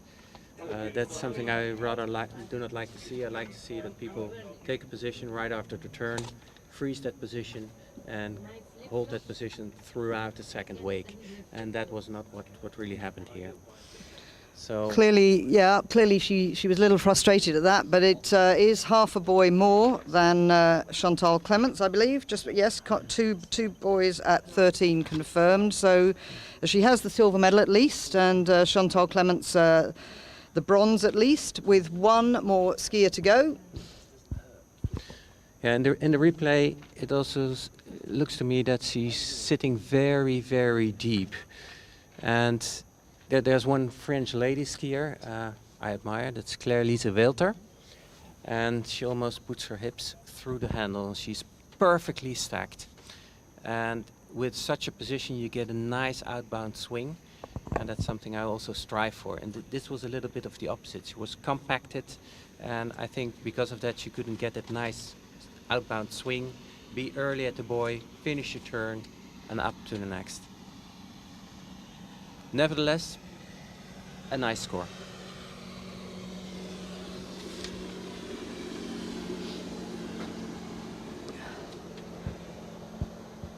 Well, it's all down to this final skier now in this over 55 women's slalom final. That is Hilary Winter of Great Britain. Hilary is sometimes known as Hilary 2 at 12 Winter. She'll be happy if she does that today because it'll get her the gold. She did, I think she got 2.5 to win the competition here last weekend, the Pamvotis Open. So She'll be looking for a good, solid score. I don't know Hillary very well, actually, not really, but we just had a little discussion about that it might not be sensible to coach your own children or to coach your spouse. I'm just wondering, is she taking coaching tips from her son? Well, I don't know if he's been. I know he's been watching this webcast, and I hope he'll be tuning in now. I saw him at the San Gervasio Pro-Am when he wasn't actually skiing. He was recovering from a back injury, but his mum and dad were skiing. And at one stage, I had to stop him talking to somebody to say, you know, your mum's on the water. Oh no! So yeah, I'm sure he's watching now. Okay. Here we go. Yeah. Opening pass. Okay, this is a skier to watch because she has a beautiful style. It looks effortless. And if things in sports look effortless, then quite likely it's pretty good. And that's what it is. It looks so easy. It's a joy to watch. And unlike many of the skiers here, Hillary often goes out on the full length line. So she likes to get several passes in. Apparently, but that will also take energy. She must have a good condition. She's a very strong lady. I mean, you look at her, she's tall, but she looks very slight, but she is clearly very strong. And as you say, the technique is wonderful. Yeah, I think all skiers must be strong. Even little kids, if they run the slalom course, they are strong. They also get, when they measure the line load, they also get huge loads on the line to deal with. So pretty much every skier must be strong. But the more passes you do, the better your physical condition must be. That's always the dilemma: at what line length to start. A line length too long will cost you energy. A line length too short raises the risk.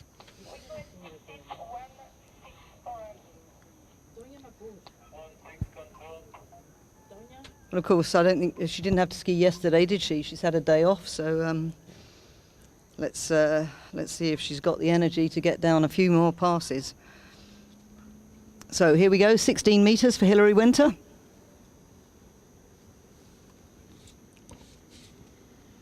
Nice wide setup. Controlled turn in. On to buoy 2. No stopping after the turns. No jumping through the wakes. Yeah, easy. She looks like she's just enjoying a weekend ski out there.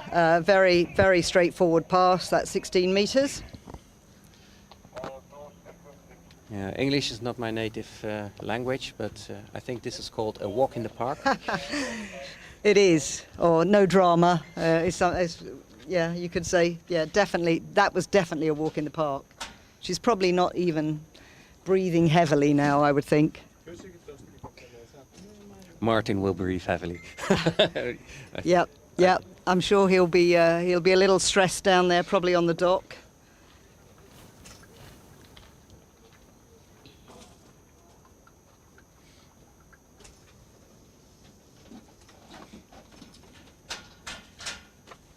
Yeah, these passes are so nice that you could put them in a kind of tutorial video for water skiing. It's hard to find any error. So it's 2 at 13, more than 2 at 13 to win? Here she comes.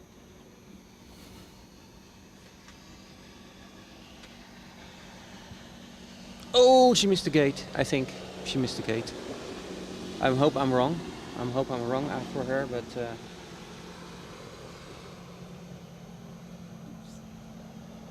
she's running the pass, no problem. But okay, I'm not the judge, so forgive me if I'm wrong. But I'm gonna let's watch the gate.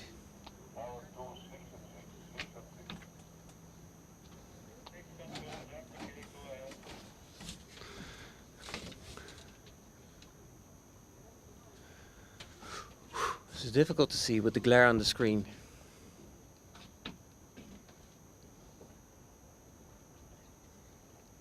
Okay, Luckily, I'm not a gate judge.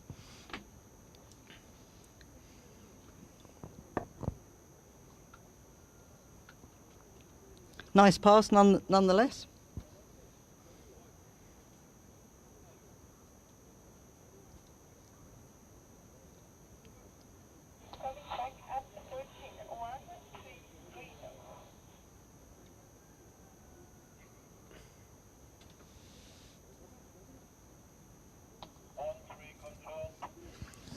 Okay. Luckily for her, the gate was okay. The judges granted it her. I think I've noticed before that sitting up at this angle, it sometimes looks as if to us as if somebody's missed a gate, but it's clearly not given. So I think we're at a strange angle. Anyway, here we go. A little bit on the tail of the ski. There she goes. Less smooth than a previous pass, but in control. And she made it. And she's happy. She raises her hand.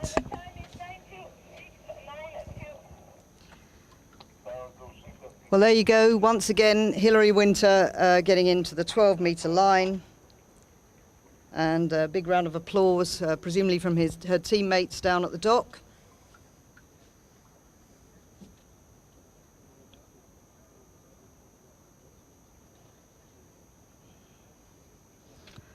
So we have our podium.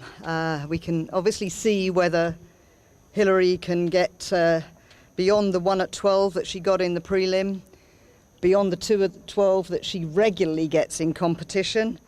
But regardless, she is our champion once again.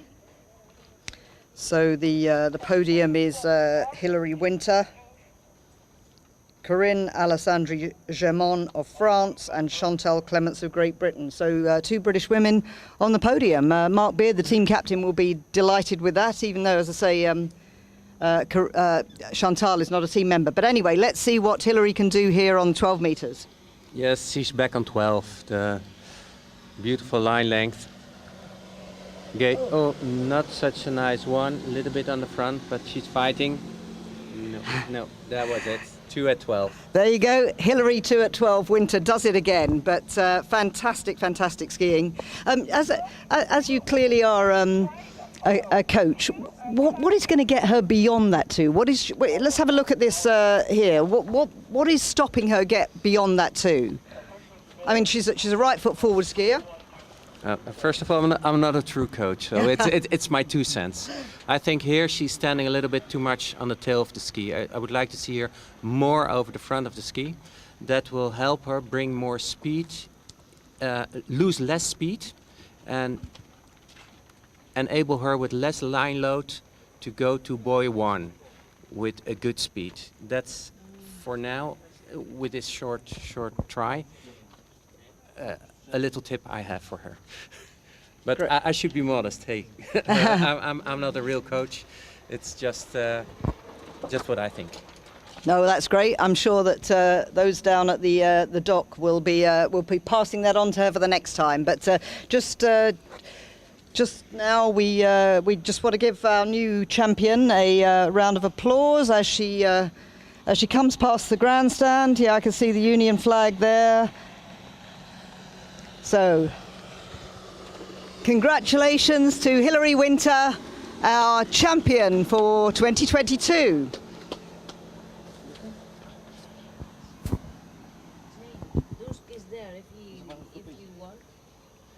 Okay, so I'd just like to thank Tom Dokkerpiel of the Dutch team for joining me this morning and talking us through all that. We're now going to move on to a member of the Swedish team captain, I believe, Magnus Jonsson, who is going to be joining me in the commentary spot, in the hot commentary spot. Thank you very much, Tom. Okay, thank you. I'm going to take a little shower. It's really hot here. Yeah, good for you.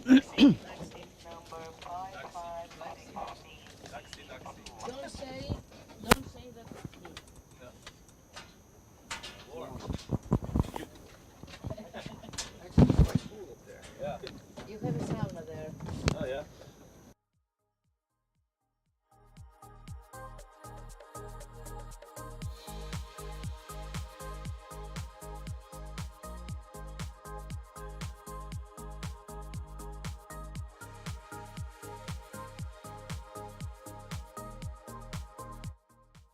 just in time to get this over 55 men's slalom final underway with Frédéric Vigneron of France.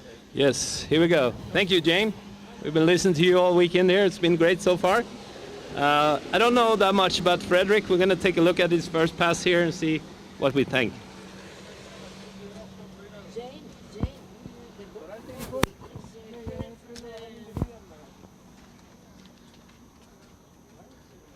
Did we get a starting speed there, Jane? Just having a look. So I think that was 16 meters at 55. All right. Look pretty stable. He's to comment on his style, his hips are a little bit back, which is not, you know, really what you prefer. You want to have the hips right over your feet to be strong through the wakes. So we'll see if he can correct that now on his second pass.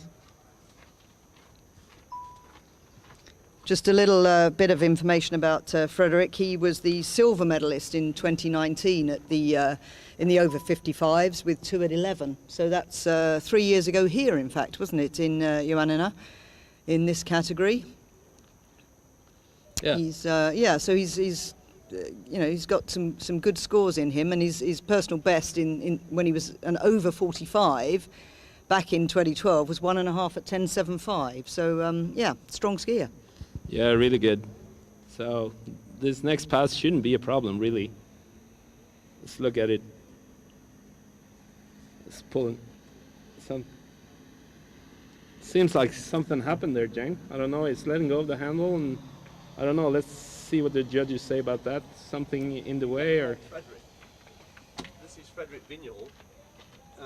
Yeah. Sorry. Okay. Yeah, apologies. Dush, our other co-commentators, my fault entirely that we're talking about Frédéric Vigneron, and rather, this is Frédéric Vigneron. Problem I've got is I haven't got a bio for Frédéric Vigneron, so I'm talking about Frédéric Duminil, who is the next skier. So apologies. Okay. And thank you very much to Dush, who has corrected us there. See, this is what happens when skiers don't fill in their bios or give them to me. I'm so sorry about that. Okay, anyway, let's see what happens here. Yeah, I don't know. It seems like he didn't go through the course. He was coming in, and I guess something happened. It could have been something in the course, or so we'll see if he gets a rewrite on that one. So if you throw the handle before you go into the course, that's what you have to do if you're asking for a rewrite, Magnus. Yes. If you keep skiing, and if you want to make a protest, the skier wants to make a protest, you have to let go before the course. Okay, let's see if we can find out what's happening. It looks like he's being taken back to the same end of the lake, so we'll be given a rewrite.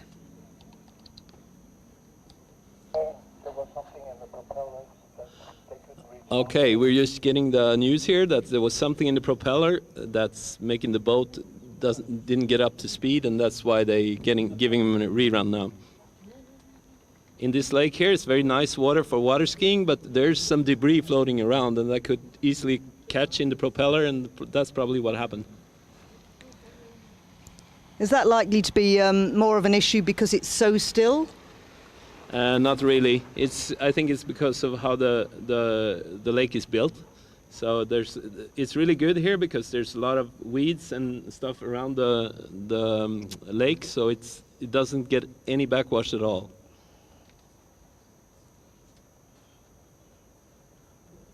Yeah, there's a few things that float around. Okay. So Frédéric Vigneron will be coming back in now on the 40-meter line. 14 confirmed. Yeah, we're trying to find out what he had in the prelims. I think it was some at 13, right? 2 at 13.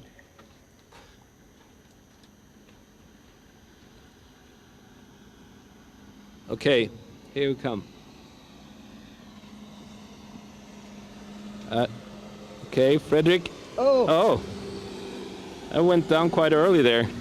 He didn't really get the space around the buoy that he needed before the buoy 3, so he kind of had to turn hard, and that was all she wrote.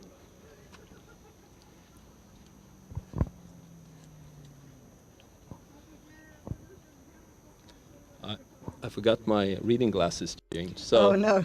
but, I can see on the screen here, so. Okay, let's see what happens again. Here's the replay. Coming in, jumping a little off the wake.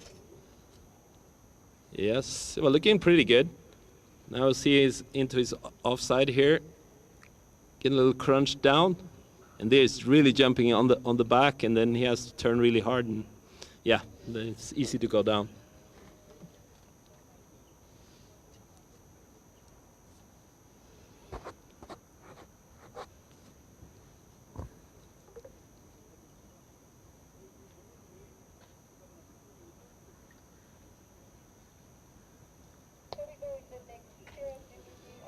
So yeah, unfortunate for Frederick Vigneron there, going down earlier than he would have anticipated.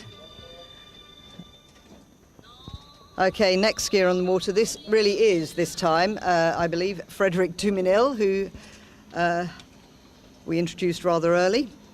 Okay. Frederick was, he had a personal best of 1 at 10.75. So he should be, this pass should be really easy for him.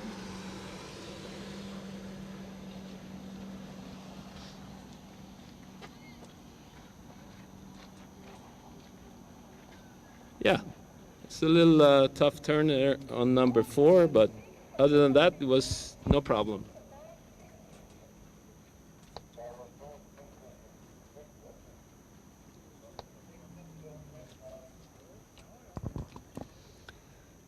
So he also he got 2.5 at 13 in the prelim. Yes, I think although in the prelims the goal is to get to the next round, so that's maybe why he ended up with that score. That's maybe not in his what do you say, his normal score. So because in these championships, what you need to do is to get to Saturday, in this case, to the finals, and now everything is back to 0. So let's see what he can do now.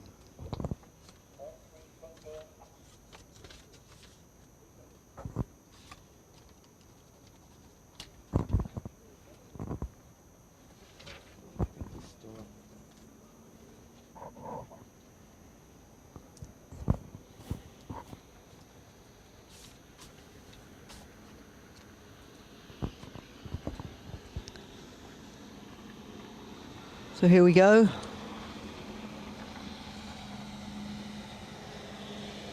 Oh. Okay, so seems to. I hope there's nothing weird around that buoy. We have 2 skiers now that fell on the same place. Seemed like he was getting back on the ski, and let's see if we can watch the replay and find out what happened.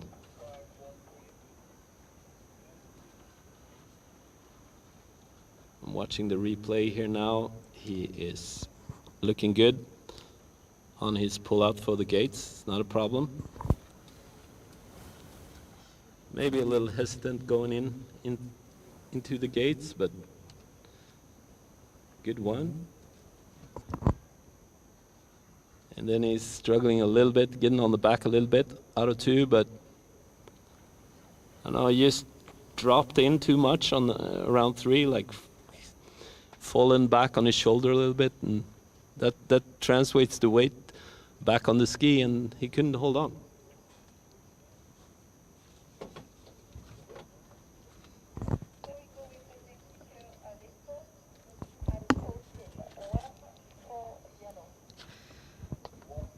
So just as we watch the end of that replay there, as he goes down, the next skier on the water is about to go, and that is Aleko Koscioglu of Monaco, going in on 14 meters.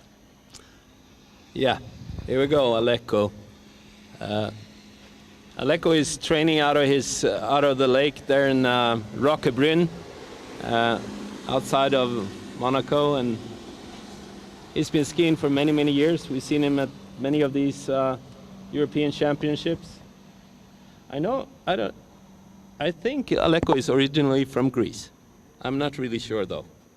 But I know he's spent a lot of time here, so it's kind of his home turf.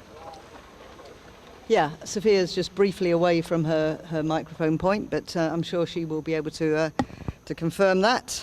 But skiing for Monaco, the only Monegasque skier here, I believe. Yes, I think we were supposed to have Paul Gerard Sir here, but he couldn't come, unfortunately. So then I think he's the only Monaco skier.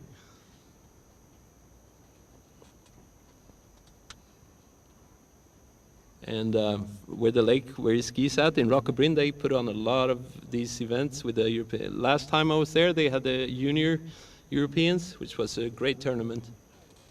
Ah, yeah, I remember that. I was there. It was very good. You were you captaining the Norwegian team, or yes, then? I was helping out with the Norwegian team at that time, and still do a little bit. So we had some girls that slalom there. It was a really nice time. Okay, so already in the lead. Let's see what Aleko can do on 13 meters. Yep, here we go. Let's see.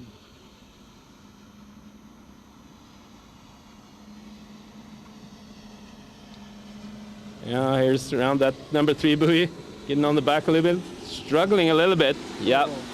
You see there, Jane, how he kind of comes a little straight to that 4 ball, and he has to turn really, really hard. And yeah, and then unfortunately the ski skips out a little bit. So I'll give him 3.5 on that. We'll wait for the judges to see what they say. Yeah, looks like 3.5, hands in the air, a little bit frustrated there. It's half a buoy more than he got in the prelim, but clearly he was hoping for more there.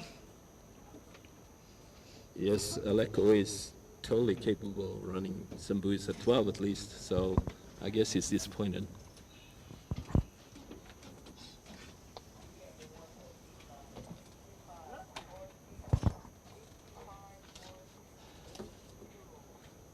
Aleko is also a little involved in the Monte Carlo skis. That's a lot of the skiers that are getting popular around the world, and together with Boris Laval, a skier from France that lives in Florida, that's do a lot of research and work with those slalom skis. Okay, so he's just swimming out of the water as we take in our next skier, who is Thierry Sportiche of France. Yeah, as you can see, Thierry is a big guy, big strong guy, tall. Same with Aleko, and I mean there's really an advantage to be that tall in the slalom event. To have a good reach as the rope gets shorter, it's very important to be able to sneak that ski around.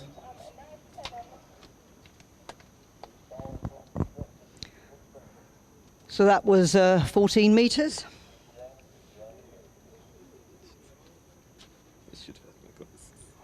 He got 4 at 13 in the prelim. If he does that, he will take the lead so far. There are 12 skiers in this very competitive over 55 men's slalom final.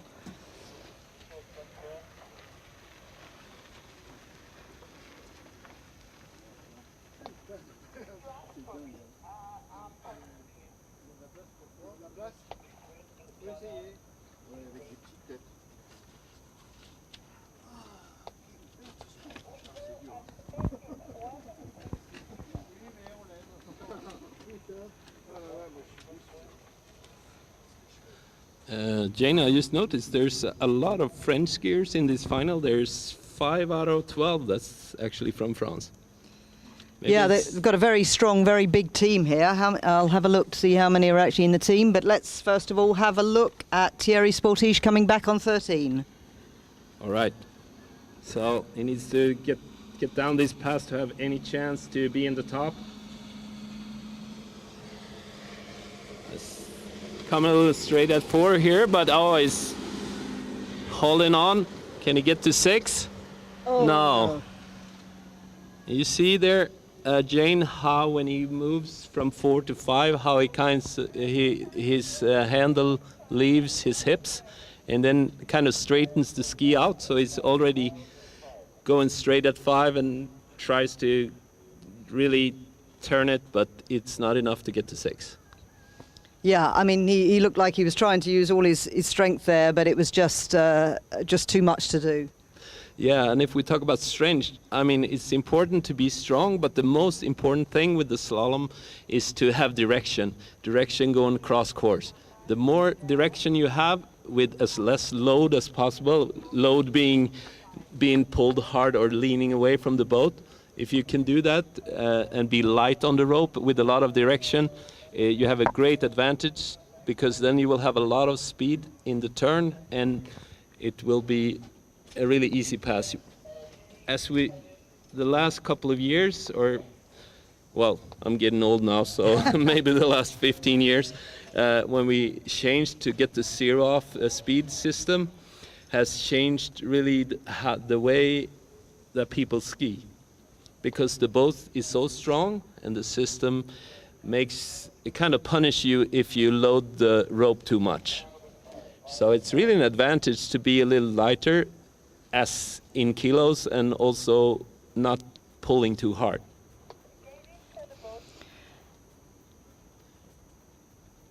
So 90 plus kilos for me is not really, really good.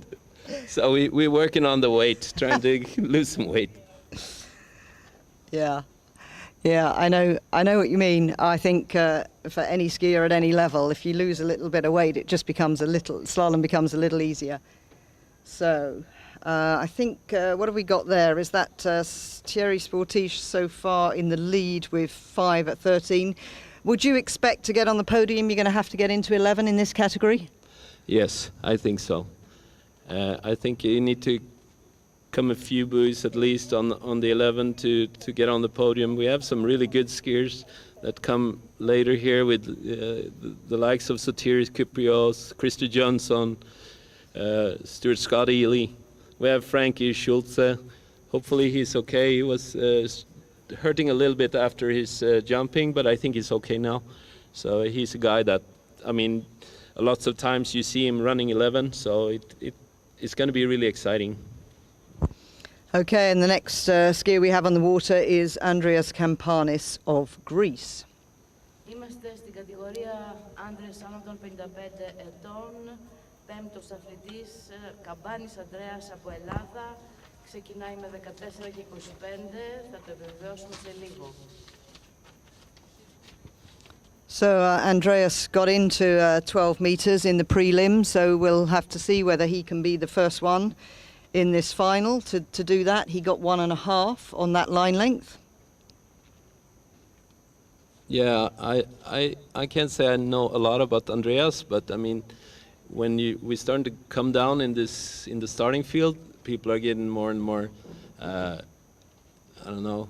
more the better skiers, and it's a lot about this in the championships. It's a lot about having kind of the killer instinct.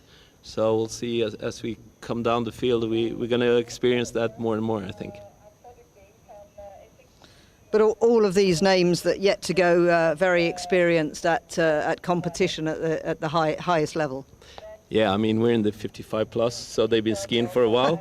And I mean, a lot of them has, as you spoke with the girls, and they have been skiing for a long time and at a high level. Some are late bloomers and some have been doing this since they were like in the juniors. So. May I have your attention, please? Tickets for the final party, there are in the island. You can buy in the place of coffee. Υπάρχουν εισιτήρια για το τελικό πάρτι των αγώνων, τα οποία πολλούνται στο νησί, στο καφέ, εκεί που προσφέρεται ο καφές. Magnus, seems to be a little delay down there. What are the rules here? If there's is it a set time? If there's too much time between skiers, you have to do another, as they call, simulation pass. But do you know what that is? Is it 3 minutes? I'm not really sure. What they're trying to do is to make the conditions the same for everyone. And if it's if we watch the lake now, it's totally flat. And of course, when you ski all the time, it moves a little bit. So I think they're going to make a phantom pass before they let the next skier go. Phantom pass is just driving the boat with no skier.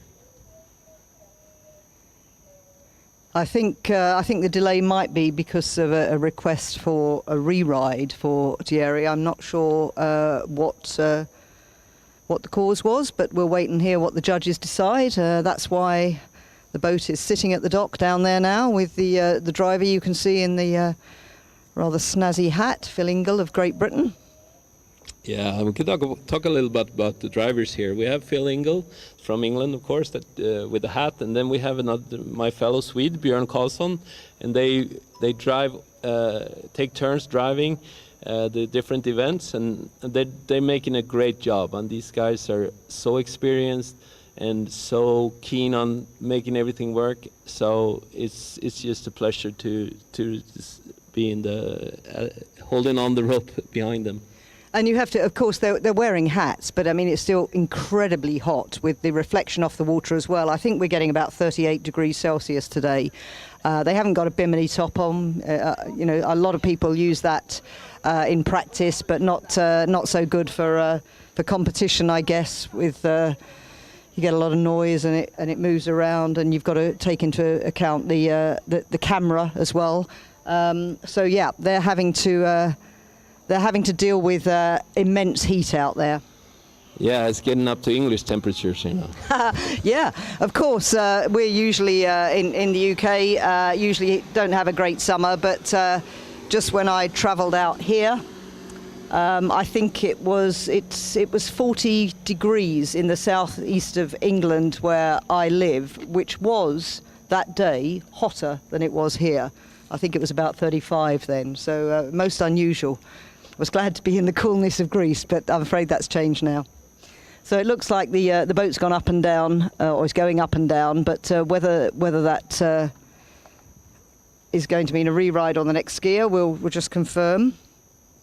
Looks like, is that the next skier going in the water? Yeah, that looks like Andreas Campanis, so... Okay, let's talk about Andreas Campanis. What did he do? He 1.5 at 12 in the prelim. Okay, then he has the ability to take the lead here, and let's hope for these skiers to opt up their game here now to really improve on their skiing from the prelims, and because now for some of the skiers the tension is kind of easier because maybe the goal was just to get to the final and they could be more relaxed and ski their very best and put some pressure on the skiers coming later. So it's going to be exciting to see what Andreas can do here. I would say normally at the championships people are not really skiing to their PBs because they you kind of ski a little more protective and I mean, so it's for the favorites it might be a little harder because then someone that's, you know, the goal is maybe not to take a medal for them so they can ski totally relaxed, and I think it's like that for many of the guys in the beginning here. I suppose if you're a team member as well, the key could be just trying to improve on your score to get a few more points for the team, or if you're an overall skier, the same sort of thing. Yeah, as for the overall, I think though for the team it's just the prelims that's counting. I'm not really sure, Jane. I'm not a judge, but yeah, I think, but definitely for the overall. Okay, if anybody can confirm that to us, then great. But yeah, you mentioned a number of French skiers in this final. There are 3, 4, 5 French skiers, but I think only one of them skiing for the team. Yeah, all the others have a star by them, which I think means they're not included in the team results. Now we have one skier that's coming a little later, Patrick Guillamé, that's always in the money for these medals in the Europeans. So it's going to be exciting to see if he even, can take the win or at least be on the podium, I would guess. Well, second seed after his result in the prelim, Regi Marillier. Okay, but now we have Andreas Kampanis of Greece. Okay. Andreas Kampanis με 14 μέτρα σκηνή. Here we go. Andreas coming into the course with the 14-meter line.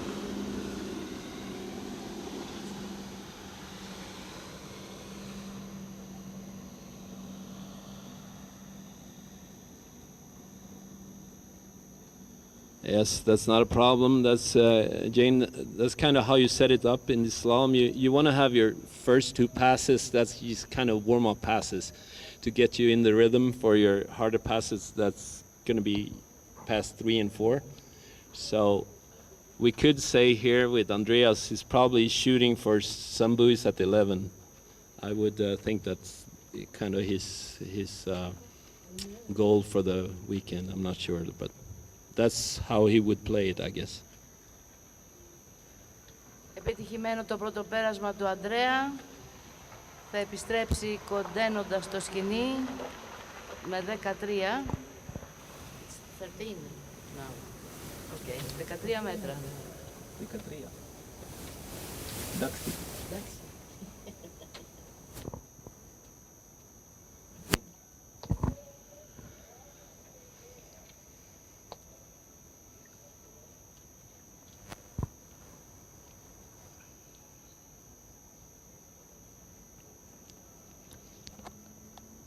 So now being brought in on 13 metres for his second pass.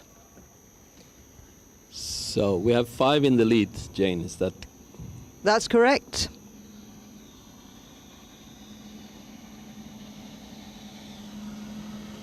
Yeah, looking good here for Andreas. It's coming around 5. Yeah, looking easy. So that will be a first shortening to 12 then. 6 μπάλες και 13 μέτρα σκηνή για τον Ανδρέα. It's really hard. Επιστρέφει σε λίγο με 12.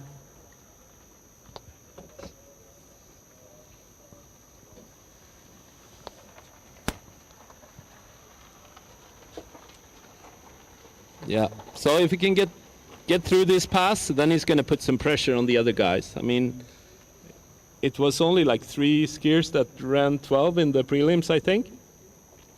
But I know I see some of the guys, my fellow Swede, coming up after Andreas. Christer, he's capable of running 11. So I think the scores were a little down in the prelims. Yeah, they were certainly down for some of the skiers that I know. So yeah, hopefully we'll see them step up and get many of these skiers remaining into the 11.25 metre line. But now we have Andreas coming back on 12 metres. Okay, here we go. Pulling up for the gate, looking good, trying to hit as close to that gate buoy, right-hand gate buoy. Still in it for. Yeah, I'm not sure if it was around number 3 though. I looked to me like he went just inside it, but let's wait for the judges. It's their score that counts, not what we think.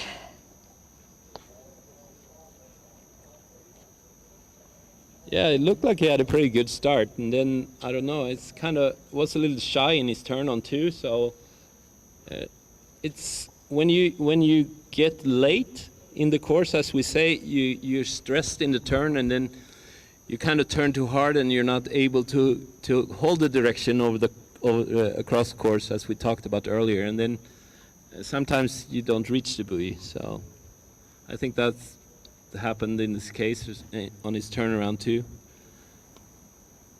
Let's see. No, I missed the replay there.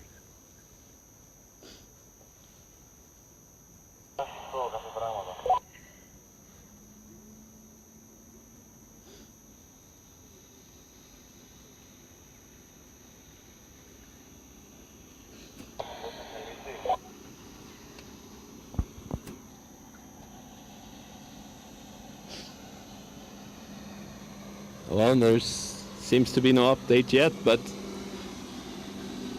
my guess is two at 12. We'll see. I don't think that's going to be enough to get on the podium. Next skier is going to be Christer Jönsson from Sweden. No relative? No, Christer is with the 2 dots. No, we don't have this special letter. So it's actually Jönsson. And yours is Jönsson. Jönsson. Okay. Yeah. So say it again, Christer Jönsson. Jönsson, but it's still sort of a Y rather than a J. Yeah. Yeah. Jönsson. I don't think the weekend is long enough, Jane. I try my best, but yeah. All right, and Christer is choosing the B1 setting on the boat, which means that the gas from the boat will kind of come in the middle of his pole, and B1 is a little softer. And from what I heard, he's starting at 14. It can be either 14 or 13. Looks like 14 coming in. Yes, it's 14. You see, Chris is a really strong and very tall skier. He's got tons of space on this pass. Looking really good. Yeah, just to confirm that boy score for Andreas was 2 boys, so skied inside 3. So still the leading score at the moment, 2 at 12. Me and Chris spent a lot of time in Florida in the 90s at the Shaylander Ski School with the great Mike Shaylander was running a ski school there, and we were driving the boat and skiing a lot. So, and Chris he skied a couple of worlds in the open division, and now he has slaloms, but he used to be a really good jumper also. Okay, I guess neither of you do the Shaylander slam dunk, though. Well, we really tried to learn it at the time, so maybe as we come down to the shorter ropes, you will see one from Chris here now. Yeah. Mike Shaylander, of course, famous for that style. So let's talk us through this 30-meter pass of Chris. Okay, here we go. He's pulling out for the gates and trying to start slow and increase the load as he comes through the course. You see a little dip there with the handle, but he's got lots of time, going around 5, and easy pass for Chris. It's important to get into the rhythm. You don't even though if you ski bad, you probably make this pass, but you wanted to make it soft and nice so that you get into a good rhythm now at the harder rope lengths. So this is the one he needs to make it first now to be on the podium, I think. Yeah, I mean the lead at the moment is 2 at 12, but he, as you say, he needs to make this pass really to have a chance of a podium. Do you know what he's been doing recently? Yeah, I mean he's been skiing really, really good. I'm not sure. I think in this year he's been at least at the end of 11, maybe even running some boosts at 10.75.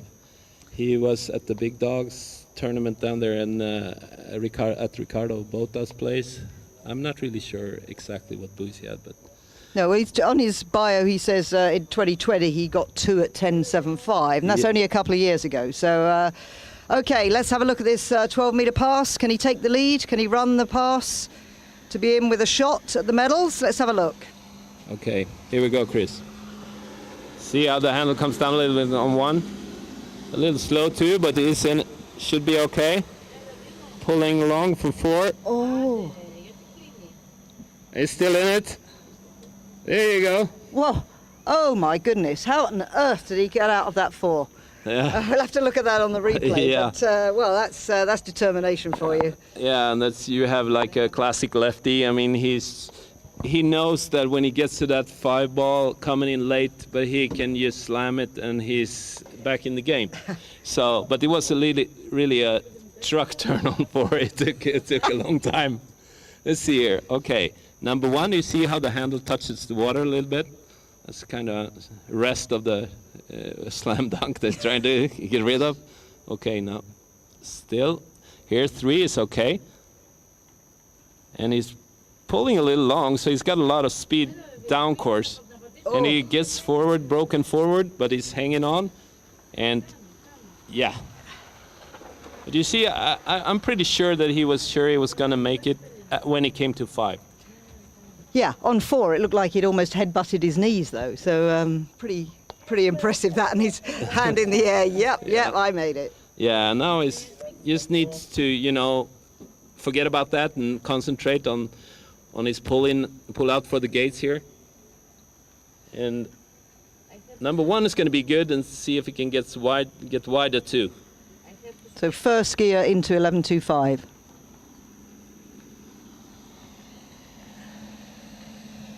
Oh, 2. Yeah, it stood up to get a full 2. So a nice little S-turn there to make sure he got back without any slack. So he is our new leader, Chris Johnson of Sweden. 2 at 11.25 is the score to beat. 6 down, 6 to go. May I have your attention, please?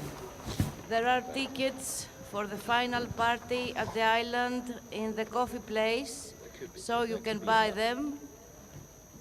Υπάρχουν εισιτήρια για το πάρτι το τελικό, για τη γιορτή τέλος πάντων της τελετής λήξης. Υπάρχουν εισιτήρια στο νησί, εκεί που παίρνετε τον καφέ σας.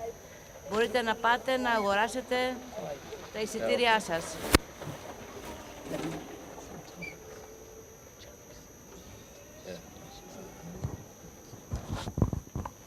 So, new leader, Krista Johnson, or what is it? Come Jönsson. on. Jönsson of Sweden. Now we have a legend in the water, that is Yves Saint-Viteur of Belgium, aka Coyote. Presumably you know a lot about him. Yeah, Coyote's been doing a lot of these tournaments, and he's a super tricker, as his fellow Belgium skier Olivier Fortamps, that's also here competing in 35 plus. But Yves he's a really good overall skier. So he's got that super balance that some of these trickers really have, that helps him on his slalom ski too. But starting at 16, which we haven't seen since the first two skiers in this final. Yeah, and that's the way I tried to explain before the way you set it up. I think maybe Coyote is shooting for like 12 is going to be his really hard pass, so it's going to go 16, 14, 13, and then I don't know what he had some buoys at 12 in the prelims, so maybe that's what he's shooting for. Yeah, 3 at 12 in the prelim, personal best from last year of 2 at 11, or a season's best last year. 2 at 11, so possible, but yeah, as you say, tricks is the one where he gets lots of medals. Yeah, but it's nice to watch these trickers come in slalom skiing, because they can do some really nice things on that ski, and they can get back into balance. So we'll see how it looks on this 40-meter rope.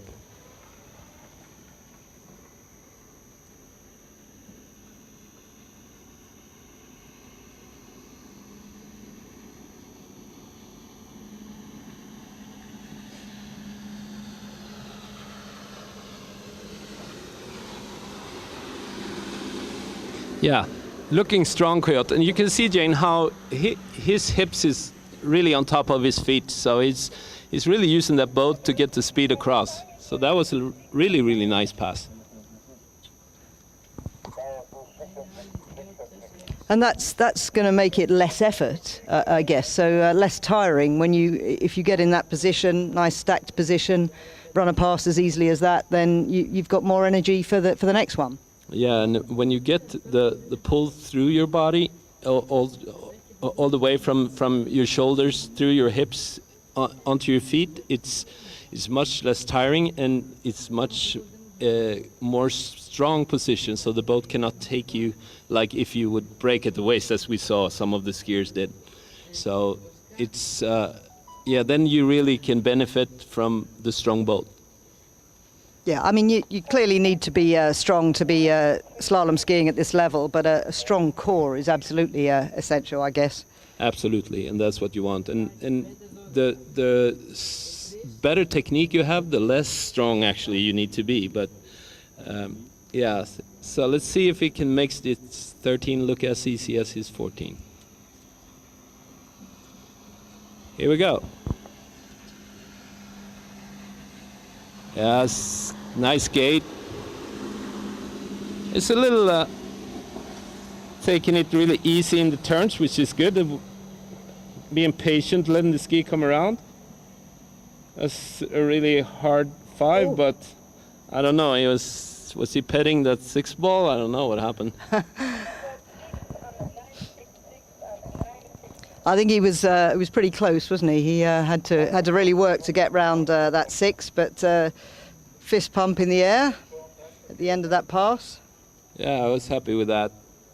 It seems like this a really nice slalom water here, but I see at some of the skiers are struggling to stay wide before the gate. It's kind of setting them off a little bit. I think the water is so soft, so it's kind of slows the ski down a little more than it would in the normal environment. What causes soft water? Is it the temperature? Is it the depth? I think it's the temperature here of the water, I would say.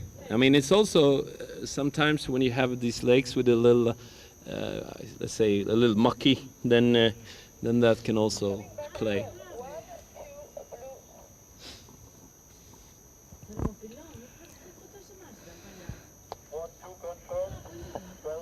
So Yves will have to go beyond 2 to get into second place, but he'll have to run it and get into the 11-metre line if he wants to take the lead.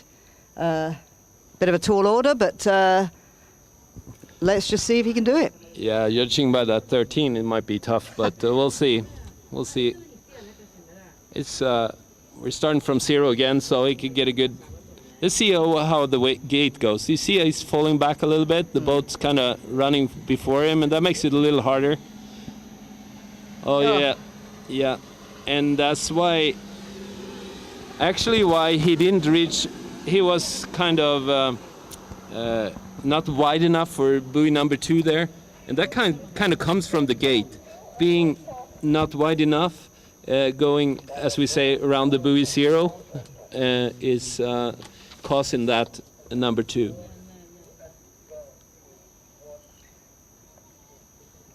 So that we think is a score of 2 at 12, which ties him with Andreas Campanis in second place for now. But we still have 5 more skiers to go, all of whom are well capable of getting well into 11. Yeah, this is going to be really exciting to see now. Now it's the heat is on, even on the water. Yeah.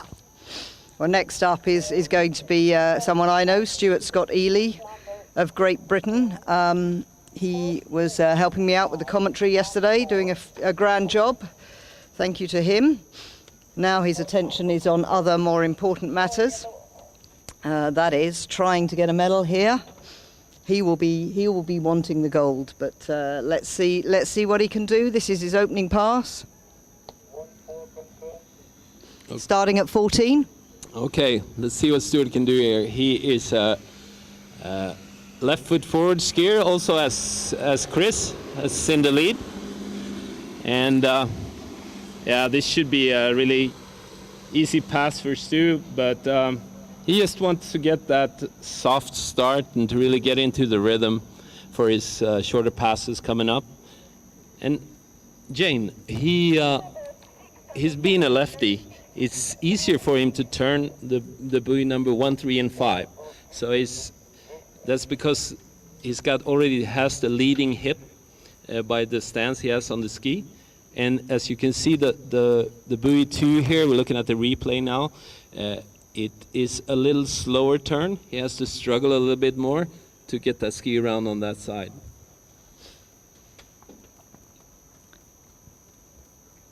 Yeah, I suppose for a lefty, it's a little more difficult to get a good gait. So you have to work on that as well, because that's what would be considered your bad side lean. So getting a good gait is crucial. Well, it's crucial for anyone, but particularly with a lefty like that. But his gait looked okay for you on that opening pass? Yeah, really good. I mean, it takes a little longer when you're lefty because you have to get that left hip around all the way to be able to lock in for you going through the gates. But he did that really nice on his first pass. Okay, now he's coming back at 13. And let's see if we can get that good one. Okay, you see it's in the glide now. Yes, nice. And now he kind of takes his hip up towards the handle to make a really nice turn. Oh, it's a little on the back there, but managed to save it. Yeah, it's playing it safe on 5 and just easy pass. Nice pass there, 13 metres for Stuart. Don't know if his coach, Steve Glanfield at Oxford Wakeboard and Ski Club, will be watching this. He'll probably be a bit busy in the boat himself, but knowing Steve Glanfield, he'll be watching on his phone while driving and coaching at the same time. He seems to be able to multitask. So that's good. Stuart is actually, he actually owns the site, Queenford Lakes, where Oxford Ski Club is, but Steve Glanfield is the main coach there. Stuart's got a personal best of 5 at 11. He only got 5 at 12 in the prelim, which I know he would have been disappointed with. He very nearly won the Pamvotis Open at the weekend, but got pipped at the last moment by Frank Schulze. I think he beat him by a buoy. He'll be looking for revenge. Yeah, he's got the chance to take revenge on Frankie here then this weekend. I think he would be. I think that would be more important than winning last weekend. But let's see. Okay. The most important thing is he's got to run this pass. Yes, to be able to challenge Chris, that's in the lead with 2 at 11. Okay, now this is important. Nice gate. Really good one. Oh no! Oh, unfortunately for Stuart, he kind of leans in with his shoulder a little bit too much on that 2 ball. Kind of like we talked about now with being a lefty and struggling a little bit with that side. I also ski with my left foot forward, so I kind of feel his pain there. Because let's have another look here at exactly what happened. Yeah, okay, here we go. He's good at the gates. Really nice one. Maybe a little, no, it's not, doesn't have too much load. He is, I don't know, just overturning. I mean, really doing it a little too hard. Not being really patient. Kind of wants to get away towards that number 3 too fast. Well, bad luck, Stuart. Hands in the air, not sure what happened there. Will be a disappointment for him. I know he has got so much talent at getting into 11 metres, and he really would have been wanting to challenge for the medals, if not take the win. So unfortunately, not going to happen here today. No. Sorry about that, but that's the way then the game works. Next skier is going to be Greek guy, Sotiris Kyprios, which is kind of one of the favorites here, I would say. Yeah, home country, very, very strong skier. I think he's over 60, and he still skis like he's a 40-year-old.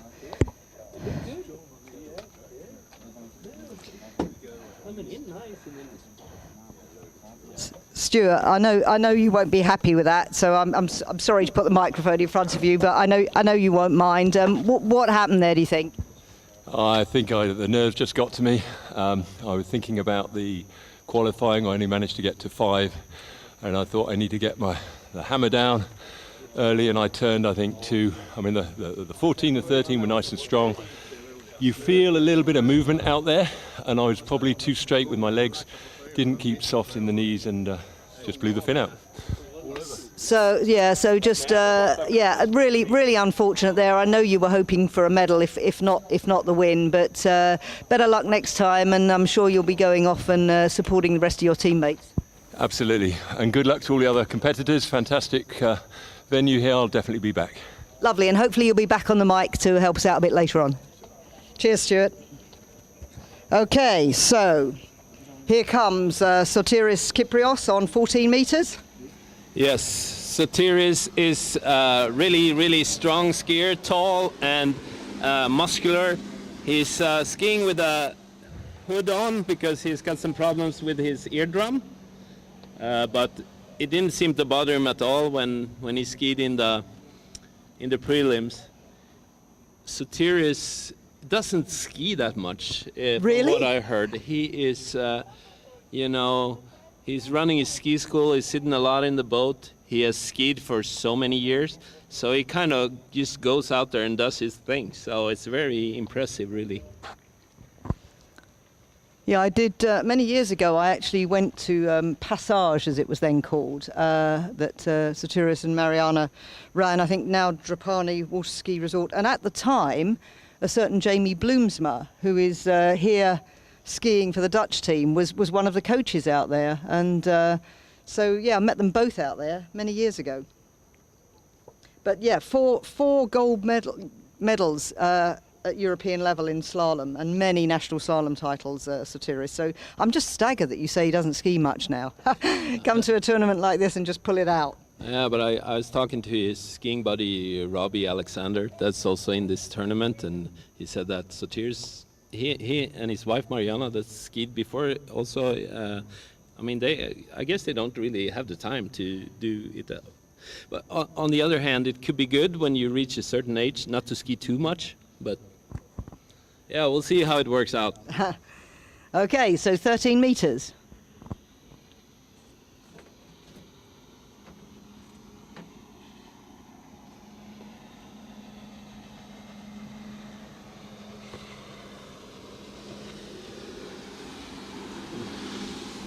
Yeah, he's really strong, as you can see. It's on some of the booths here, it's on his back foot a lot, but he is really strong position, makes it be able to hold on to the rope and not lose the direction. So that was an easy pass. Well, this next pass, he didn't manage to complete in the prelim. He got 5 at 12. He will, of course, be looking to run it. He's got to get more than 2 to go into second spot, but there are still 3 more skiers after him. So, of course, he'll need to really, as we said before, get into 11. Yeah, he needs to run this pass. I was talking to Chris earlier here. He passed by us, the leader, and he said that there's he was struggling a little bit with some with the water moving on the end of this pass. So we'll see. It could be, when it's this flat, you feel it a little bit more. Yeah, I was talking to Tom earlier about that. I mean, he didn't think it, would make any difference, or he said that skiers always have something to complain about, because I said that can it be too flat, too calm? We'll always complain about something. It's too flat, it's too calm, it's too rough, or it's too windy. But anyway, 12 metres for Sotiris. Okay, let's take a look at this. It's going to be exciting. Nice gate for Sotiris. Oh, something happened on 1, but he's in the game. He's pulling long for 3, and I don't know, something, looking at the number 1 buoy there's something in the water. You see that, Jane? I don't know, if it looks like he kind of stopped for a while there on 1. I'm not sure what the judges say, but... Yeah, I don't know what that is. Is that just a bit of weed, or? Yeah, or is it a bird or something? I don't know. We'll see if he, or if just his skis you see how he kind of hesitated on one? Yeah. It could also be that he wasn't wide enough and had to wait for the buoy a little bit. I don't, because so it's not really look like Sotiris on that pass. If that stays, it's just going to be 2.5 at 12, which will be very disappointing for him.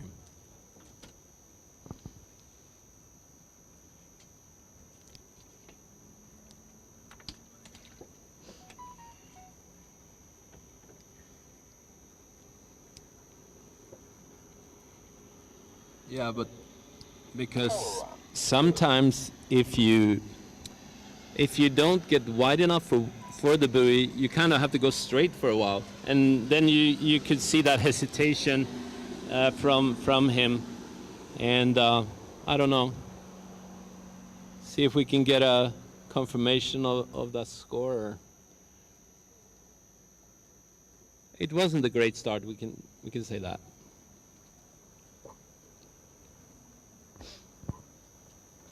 Not seeing an update yet beyond 13 metres. Maybe that my phone's on a go slow, but hopefully we'll get that shortly. In the meantime, we'll look at the next skier on the water, who is going to be Patrick Guillaumier of France. Yeah, Patrick's been skiing a long time. He is, let's see what. Yeah, 2.5 it looks like. Okay. Is that for Sotiris? So confirmed score then for Sotiris. Okay, then it's probably just that he was coming in a little short for one, and then that hesitation. Patrick's gonna start at 14 meters. I think he has several buoys at 10.75 as his personal best. So, and he's been to many of these European tournaments. He's skied a lot on they had the French senior tour for a while, and he's a very accomplished skier. He's tall, quite tall, and he's got a nice skiing style. Yeah, looking really good here. See how he's working with that direction on the ski, not too much load. So sometimes it looks like when the skier gets really back on the shoulders is when they really load that rope, and it gets harder to keep the direction. But for Patrick, this was easy. Yeah, very, very straightforward 14-metre pass. We're now at the real sharp end of this final. There are 2 more skiers after Patrick, so once he's finished, we'll know who the first medalist is. Yeah, I was telling Chris when he passed by, hey, be ready with your ski because it might be a runoff. You're not really, I mean, 2 at 11 might be a score that they can pile up on. But it will only be a runoff for the first place. Yeah, that's correct. The rules are if the score is tied for the gold medal, there's a runoff, but if it's tied for second or third, it goes back to who got the best score in the preliminary round, which is why, sometimes it's not just good enough to get enough boys to get in the final, if you're looking for a podium. Yes, thank you, Jane. Yeah, I mean, it's all relative, isn't it? I mean, the nerves mean you probably just do as well as you can. So, let's see what Patrick can do on 13. If we can see over the watch on the monitor there. Here we see him on our TV screen. Looking good, looking really light on that rope, using the boat in a very nice way.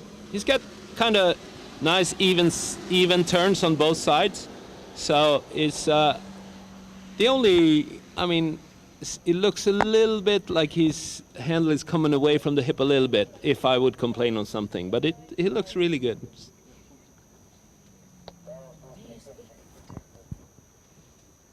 May I have your attention, please? There are tickets for the final party at the island in the coffee place. You can buy your tickets from there. Υπάρχουν εισιτήρια για το πάρτι αύριο βράδυ. Για όλους εσάς που θέλετε να είστε εκεί, υπάρχουν εισιτήρια τα οποία μπορείτε να αγοράσετε από το καφέ στο νησί. Ευχαριστώ. So Sophia announcing where you can get your tickets for the closing party. Magnus, you like a closing party, don't you? Oh, it's a nice venue.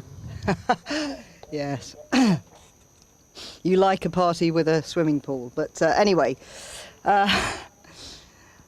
hopefully the number of people, all the number of people there, will also enjoy it. Okay, here comes Patrick. 12 meters. Okay, this is the one to run. Nice one. Oh, had a little wobble on too, but he's still in it. Oh. Oh no. You see how the ski kind of caught a little bit on 2, and then he got a little stressed for the same turn on 4, I think, and then just couldn't hold on. That's a little surprising, actually. So then we have a Swedish medal at the moment, right? We do. Yeah. I mean, that means that Chris Jonsson is at least a bronze medalist. So Yeah, that's congratulations to him. Yeah, great. So It is interesting that some of these these skiers who we felt would be obviously not dead certs, but really strong contenders for medals are just going down a little early in this final. yeah, seems like struggling a little bit to get the timing right. Seems like when I skied, it felt like it's really nice to ski here. You get a lot, you get there early at the buoy, but it's hard to keep the width in the course. Well, hopefully we'll get to ask one of these guys at some stage what it felt like out there. I mean, Stuart put his lower score than anticipated just down to him sort of, being nervous and really forcing it a bit. Maybe that's the case. Maybe they feel the water is not helping them. We'll find out. Yeah, we'll see if we can get a comment later on from some of these. Okay, so the skier that's up is Regis Marillier, also from France. I don't know too much about him, Jane, but you do. Well, he got into 11 meters in the prelim, so clearly he'll be wanting to do that because he has to do that if he wants to get a medal. His best is 4 at 11. Well, that could be exciting, though. I mean, having your PB at 4 at 11, and now you're forced to make 2. I mean, it's not just a given. So we'll see. It's going to be exciting. And I guess he's going to start at 14 too. Yep.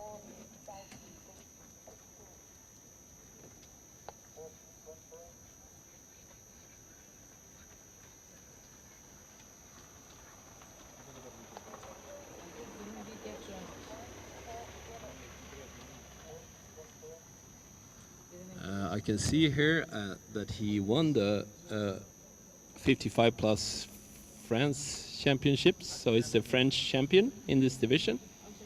Yeah, I think that was a few weeks ago. Was it at Beaureche, which I know they think is a great place to ski? Yeah, here we go. Let's take a look at him. He's also looks like not one of the biggest guys. I mean, he's a little lighter and he skis really nice. He's one of those guys maybe that benefits more from the zero off, not having to work that hard, just using the boat and getting the direction on that ski and just stay on top of it and really making a nice pass here.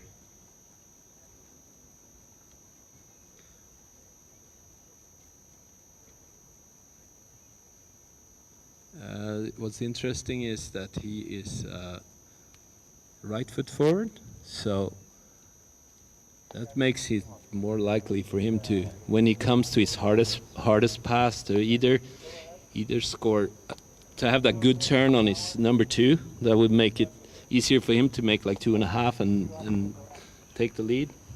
We'll see.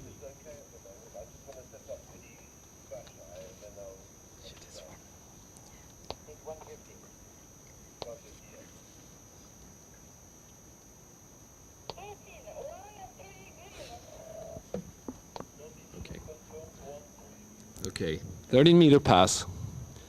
Let's see if we can run that as easy as the first one. You see how the gate's a little more easy for him. He can just kind of whip into the gate since that's his easier turn. Looking really good here. Really in control. Yeah. Nice 5 and just 6 and out the gates, no problem.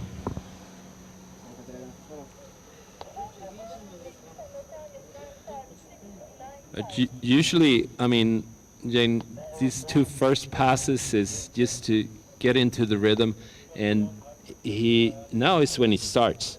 He needs to be on top of his game to be able to challenge Chris here for the lead. So, and as we saw earlier, some of these guys that skied good in the first round, not really been up to par now in the final. No, I mean, was that as good as a 13 as you've seen today, do you think? Yeah, it looks really good. I mean, he is really using that boat in a efficient, he's skiing efficient. I mean, he's on top of his skis. You don't see that really how he kind of needs to hold on with everything he has. He's just kind of using the direction to get over to the other side real fast and real easy. Okay, well, the next line length is 12, and I think he's got to get more than 3.5 to get on the podium.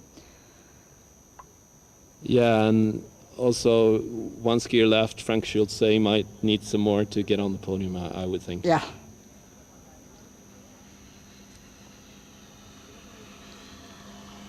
Okay, here we go. C12, nice gate. Oh, his hand up high on 1, and I think he's gone. Yes, only 2. I mean, I mean, he had a really good gate coming in. He was wide and early for 1, and then I think just it was a mental game because he was really holding the handle really high, and I mean, yeah, I think the moment got to him. Yeah, I mean, yeah, that's really another surprising score. It does mean that we've got. Your guy has got a silver at least now. Yeah, and if I can talk to him through the mic, I would say, Chris, be ready at the dock because this might be a runoff.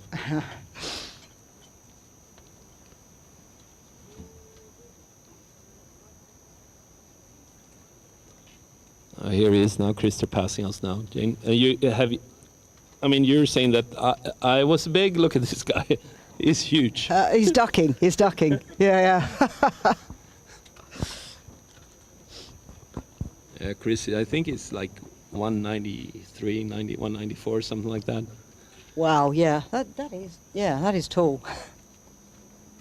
And he's got long arms, like we talk about the gorilla index, which is good when your palms reach all the way to your knees. It's good to reach for the slalom. Yeah, long arms. Long arms is good for a slalom skier. He looks very relaxed walking back to the dock there if he is going to have to do a runoff, but we'll see. We won't know that until we see the score of Frank Schultz. No, but Chris is from the southern part of Sweden. They're kind of relaxed down there. They're taking it real easy. I guess you're not relaxed if you come from the north, are you? Because it's just too hard up there, yeah, too cold, too dark. Harsh. Where's your place in Sweden? I live in Karlstad, which is on about the same level, northern level as Stockholm, but on the other side, so really close to Norway. Okay. So we ski there at a really nice natural lake, and fortunately also I have the chance to go to Siap, the Skarnes site that I know you know of in Norway, the man-made one. It's really nice also. So yeah, we have really good opportunities to ski, but it's a little, the weather. It's we have like if you're really hardcore, we can ski like 5-6 months out of the year. So when would you start then? We start usually. We get the boat in April, and but the nice months would be June, July, and August. Yeah, I mean we're used to having some bad weather skiing in the UK. But anyway, let's move on. We have our final skier in this final, Frank Schultz of Austria. I think he might be coming in on 13. Yeah, sometimes he starts at 13. I'm not really sure. Let's see if the green is on there, or yeah, it looks like it's 13 coming in.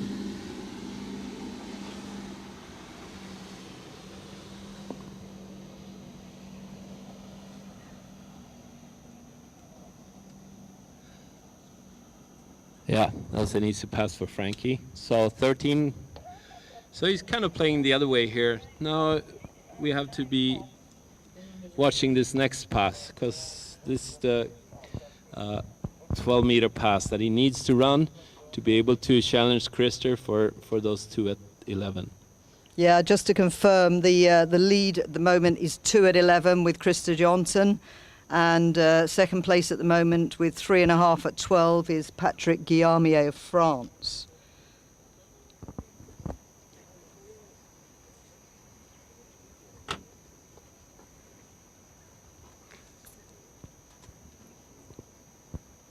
Just in some ways it's nice to go in as a top seed, but it also puts that pressure on. You've got to deliver. Yeah, and I mean, there's benefits, maybe a benefit that you know what to do, but sometimes it can be a curse also. So we'll see how Frankie handles this. I know he's skiing a lot over there in Austria, in Fischelham, which is a really nice site, with his Daniel Dobringer and Franz Oberleitner, a lot of the really good coaches over there. So Klaus Gruber, another Austrian guy, that's really nice. Okay, let's watch this 12.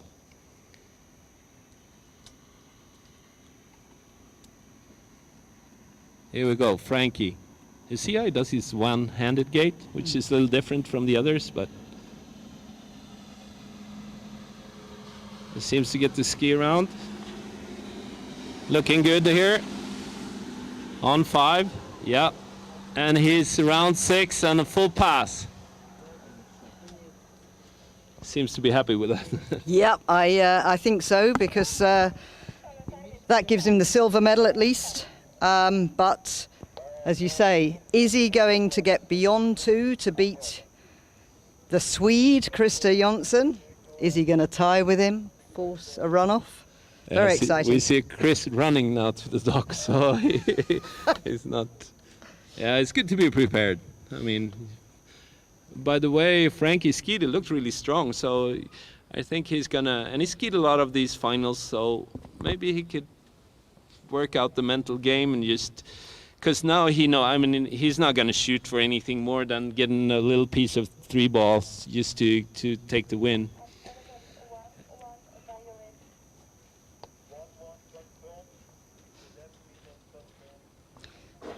So, surprise in a way that only the second skier in this 12-man final to get into the 11-meter line.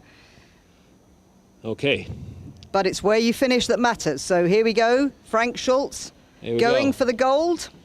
Let's see. Okay, he's pulling up for the gate. The one-handed gate. Coming through the gates. He's got a good one. Let's see how it turns to. Oh, it's getting a little pulled up. Can it get to outside 3? Oh, no!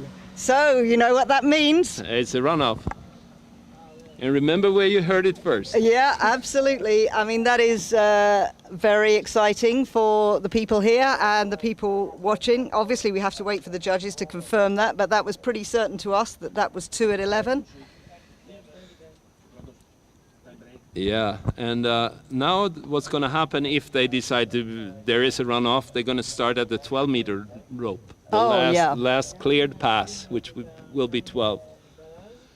Yeah, I mean, that's tough, isn't it? I mean, do you think Frank has the advantage because he's warmed up? And Chris, it's been quite a long time, well, a fair amount of time since he skied. Yeah, it's because it's, I don't know. It's Frankie also used skied, so he gave it everything he had, so he might be a little tired. So we'll see. And then they're going to draw about who's going to start. So, I mean, if Frankie needs to go first, then it might be a disadvantage to just have skied. But, I mean, we're in Greece, it's warm, the body is okay. I mean, you just need to be really aggressive on your 12-meter pass because none of these guys normally starts at 12. Do you think do they have a practice at 12 for that reason? I know some of the pros say they do that, or they practice going out at 11 or even 10.75 if they think they might have a runoff to get into 10.2. Yeah, I know that some of these skiers do that, just to be, be prepared for it, to have done it a couple of times. Getting up to in this 55 category, I know Chris has been skiing in a lot of runoffs. We used to do a lot of head-to-heads back in the day, so he's used to this situation. I'm not really sure about Frankie, but we had a lot of head-to-head tournaments in Sweden in the 90s when we skied in the open division. Yeah, and you talk about being a draw to decide who goes first. So is it a name out of the hat and then that individual gets to choose whether to go first or second, or is it actually a draw out of the hat decided by those officials? Yeah, I think the officials decide. I don't think you don't get to choose. Like, Okay. so that's more the way when you do in the head-to-head tournament. Then you get to choose, like if you're the top seed, but here just the draw. Okay, well, we're going into our second runoff of these championships. We had a runoff to get the final place into one of the ladies' slalom finals. Yeah, when Claudio Langrock did run the pass, and Well, I think neither of them actually ran their 14 meters, but I think she got something like 4, and the other skier, who was that, Mariana Conti? Yeah, you're right. She Yeah. had 2 buoys, and I think Claudia had 4. I talked to her yesterday, and she was so happy with that, making the finals. Yeah, I mean, that's the, I think, over 45 women we're talking about there. Hope I've got that right and not age them by Yeah. 10 years. Yeah. Yeah, well, we'll leave that. Yeah, I better check. Why do I sometimes talk before engaging brain? Yeah. Okay, it seems like we're getting a runoff because it's the pause, I guess. I haven't heard anything on the radio, but Yeah, I no. assume that's going to happen. That's the rules. So, Yeah, now it's a different situation. Now, I would say if you look at these skiers, they're both very accomplished. They both have a good technique. They are, experienced. But now it's like who has the real killer instinct. The killer instinct is going to get this one. I guess there'll be nerves down there. They know what's at stake. Yeah, and I mean it's. I think they're both pretty pleased though. They're in the second or first spot, but so that one's clear. But now you really want the gold. I mean that's why we're here.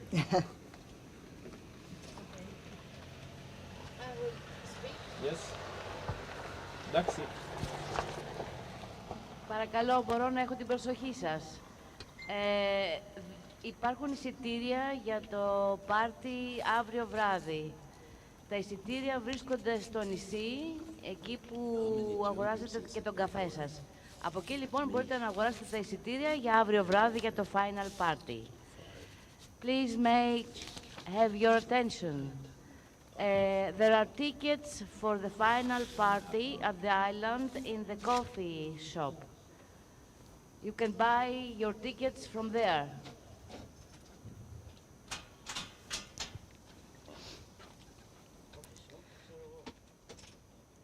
So while we're just waiting for the runoff in the over 55 men's slalom final, we'll look at what's coming up later today.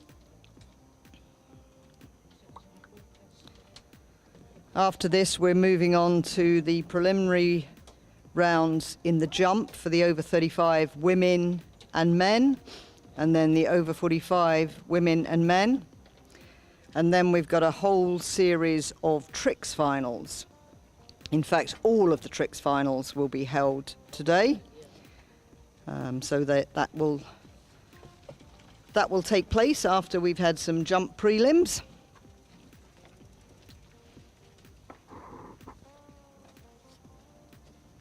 Magnus, you're going in the jump later. Feeling confident? Well, I have been struggling a little bit because I have bad ankles, so I haven't jumped. I've been on the skis. I haven't been over the ramp yet this year, so it's going to be the first time.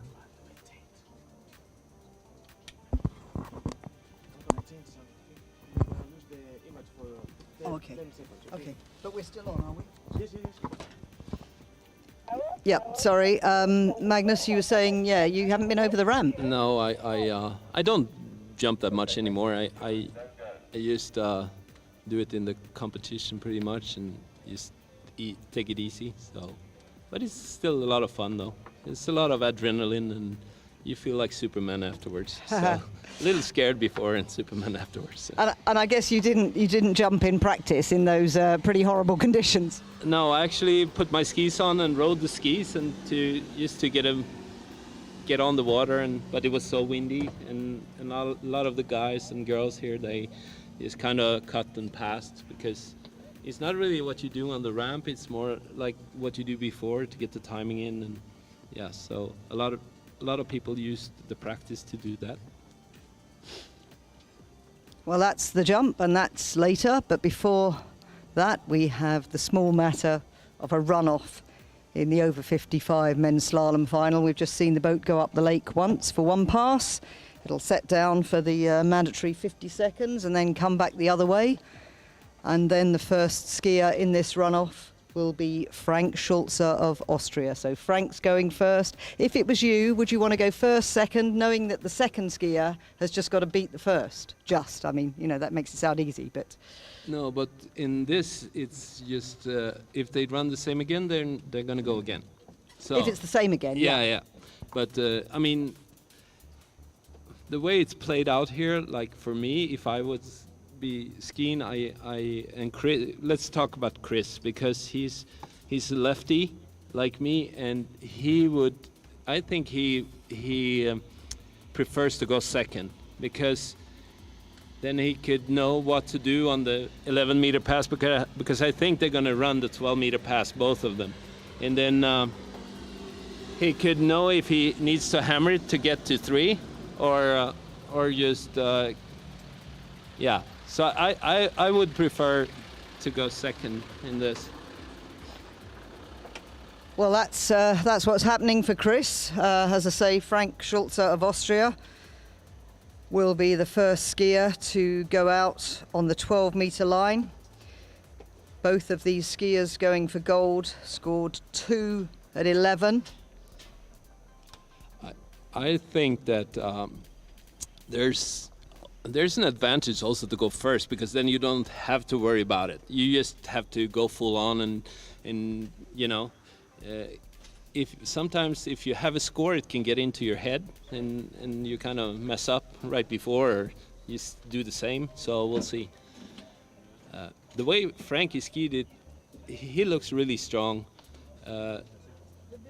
I think maybe going out on 13 on his in his finals, maybe that's benefit. He benefit from that. We'll see. Now here we go.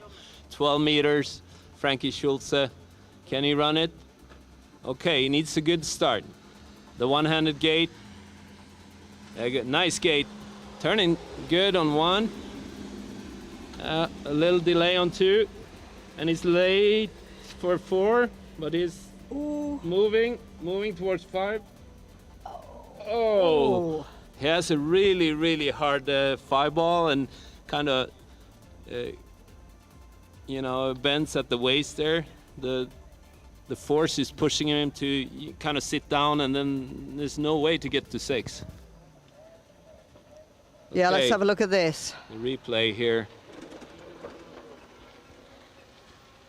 Yeah, it was kind of a little slow on 2 here. It's coming up now, from what I could see. See how he gets on the back a little bit, and then he has to pull long for 3, and here's where the problem starts. So he's going straight at 4, turning, not really getting the ski around, and now he's really late, coming straight at 5, and has to do something really weird, and he couldn't do it. So, but 5. Well, he pulls back to get the 5, so we now know that Krista has got to get round 6. Yeah, so let's see if we can make it, and at least we already have the first Swedish medal, so yep, we're happy with that. But I have to be a little biased here and say I having fingers crossed for Chris now. Oh, of course, we'll allow you that. We'll allow you that.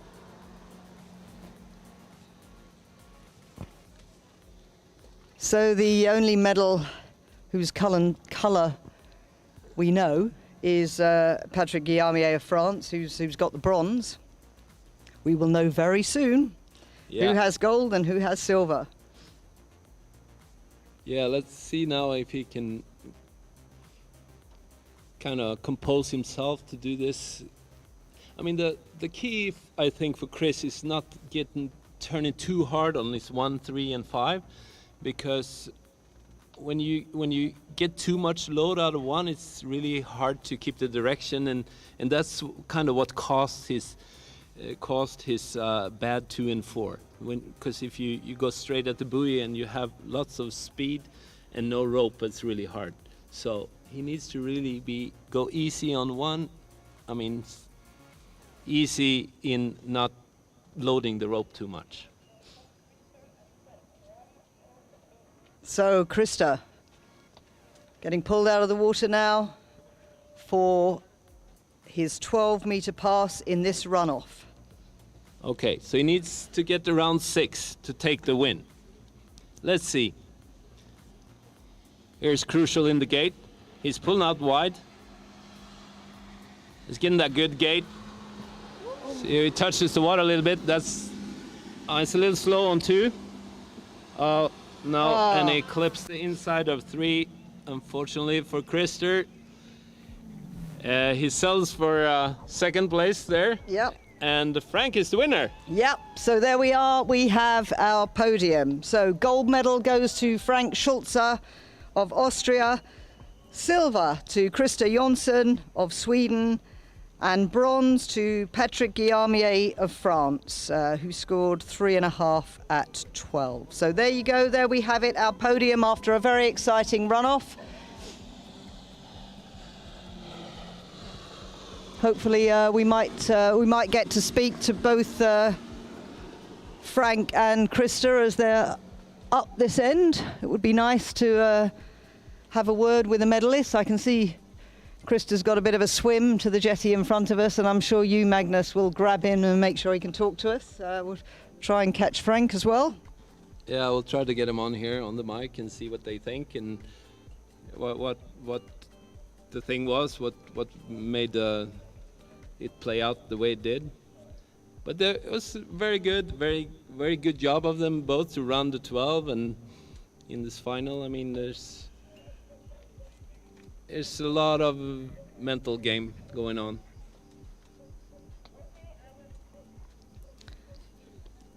So we'll hopefully get to talk to these guys before, I think there'll be a little break before we move on to the jump prelims that are coming up next.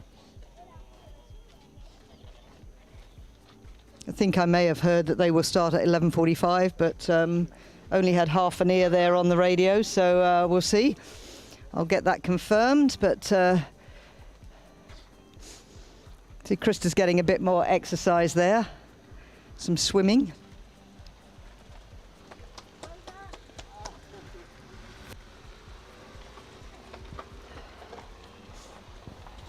Yeah, I know that Chris wasn't. He didn't feel too confident after his prelims because he wasn't really up to par there with the 2 at 12. So he was scared there for a while. He wouldn't really make the finals, and going from that start to taking the silver is very good. Okay, well, I can see both Krista and Frank approaching. I'm hoping that they're both going to agree to stop and have a quick word. Frank, would you like to come over? Could you come over, both of you? Okay. Okay, we have the gold and silver medalist here. Very exciting runoff. First of all, congratulations to the champion, Frank Schulze of Austria. How do you feel about that? Yes, thank you very much. It's the first time to win gold in slalom. I'm working 11 years for this title, and now is the payday. It's absolutely perfect. I'm really happy, and I can ski with so many good skiers, and the pressure was on, and I was strong, and I'm happy. Thank you very much. We made you work for it then, with that going out for that runoff. One word for the runoff. It's not easy. I'm always very strong when the pressure is on. This is the technique is not so good, but maybe the head. Yeah. The head is right. Well, many congratulations to our over 55 men's slalom champion, Frank Schulze of Austria. Go and celebrate. Thank you very much. And congrats to all podiums. Yeah, and also, so over here, Krista Jonsson of Sweden. We saw you running down there because you realised you might be in a runoff. A lot of pressure on that. Did you want to go second, or would you rather have gone first? Yeah, it's better for me to go second, so I get some more time. So are you happy with that? I mean, silver medal. It's a strong result. Yeah, I'm happy. Well, many congratulations, and you've given us a lot of excitement here in that final. Thank you so much. Thank you. Say some words. Yes. I'm Jérôme Gambu, a French skier, and I just would like to congratulate both of you for the quality of your comments. Thank you so much for your cooperation. Thank you, Jérôme. I'm too modest. I wouldn't have given you the microphone if I'd known you were going to say that. But thank you very much. I really appreciate it, and congratulations on your skiing too. So that was Jérôme Gambu, and before that we heard from Krista Jonsson, the silver medalist in the over 55 slalom, and Frank Schulze, our champion. So thank you to Magnus for now. I think we've got a little break before the jump, so we'll be coming back to you shortly. Thanks, Jane. Thank you so much. Yeah, it's exciting.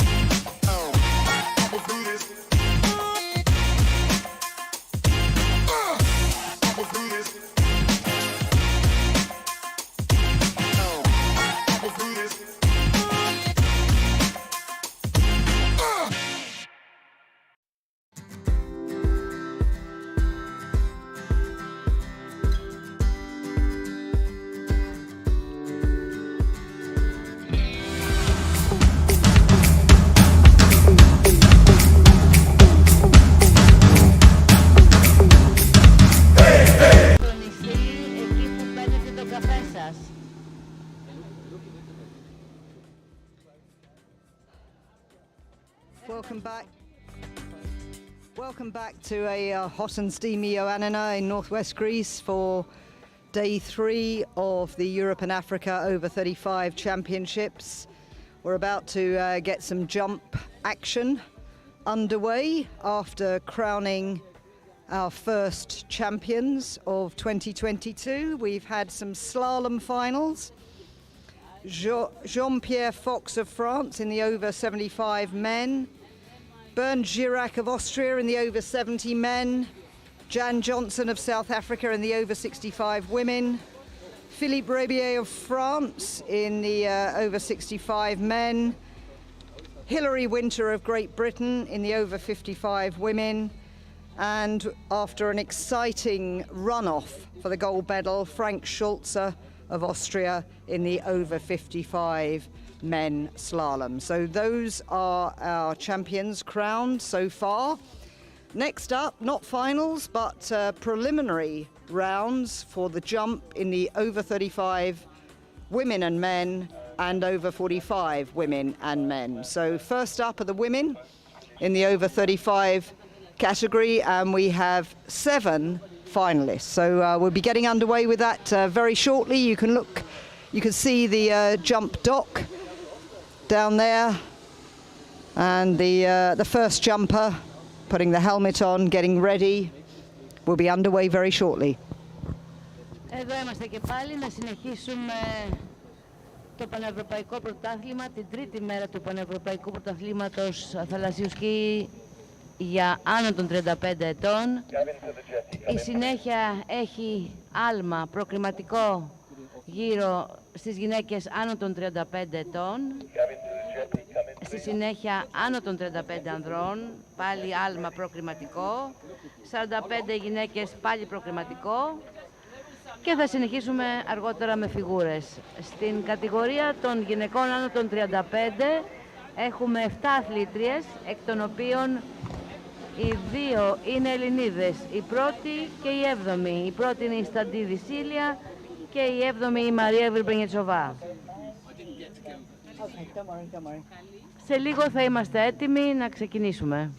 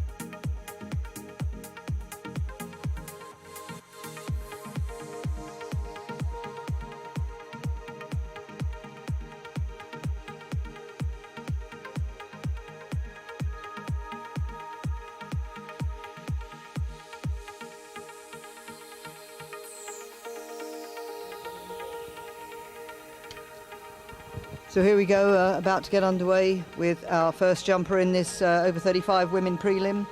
That is Aspasia Standiti, otherwise known as Celia Standiti of Greece. Μόλις ξεκίνησε η πρώτη αθλήτρια στην κατηγορία των γυναικών άνω των 35 ετών, Σίλια Σταντίδη από Ελλάδα για την πρώτη της προσπάθεια.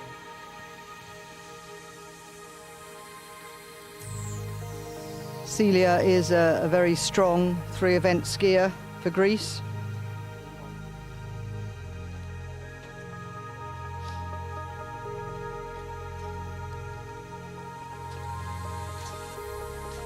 So as she's brought in, each of these skiers get 3 attempts over the ramp, and it's the longest distance that scores, as long as you land the jump and ski away. So here we go, let's see what she can do.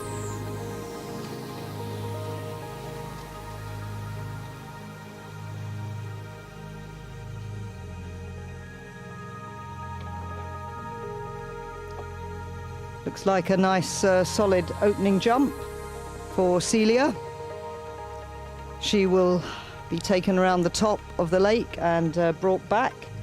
And as she passes the jury tower, which you'll see shortly, the wooden structure on the other side of the lake, she should be able to see her opening distance. So she'll know how good that is according to what she was expecting. 27.7 meters. So she'll see that shortly. Have a look, know what she's got to do to improve.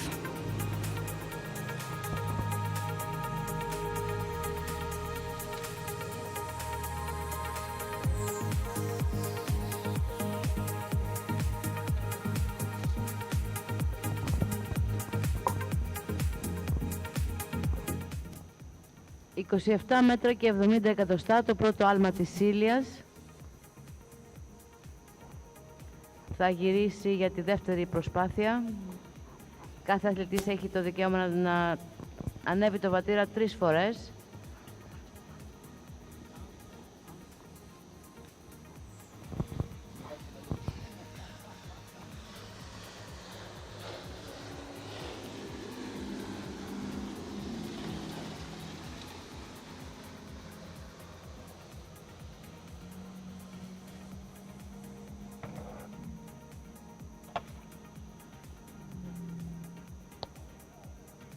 So it's jump number 2 landed. Let's see what that is.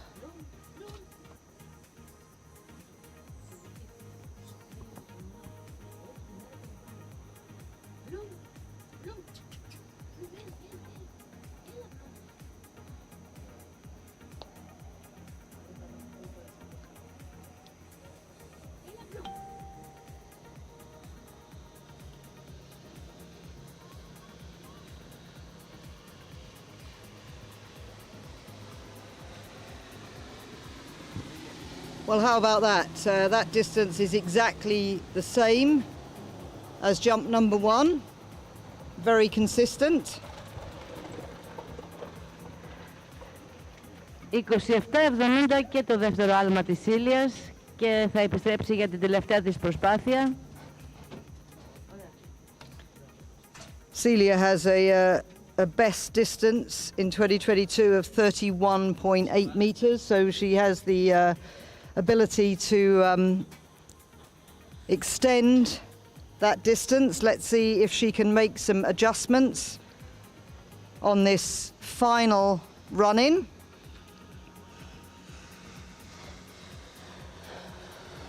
Pulling out again with a 3/4 cut out to the right-hand side of the boat, coming up right alongside the boat, turning in.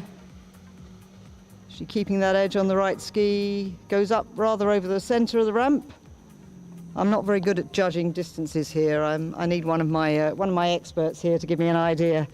Of course, we'll get the distance up on the jury tower and on the official scoring very soon, but I find that I'm really not a very good judge. I can't see the distance buoys very clearly from our position here in the commentary, but 3 successfully landed jumps by Celia Standiti of Greece, and yes, that was indeed an improvement 29.1 meters, so that will be the score to beat.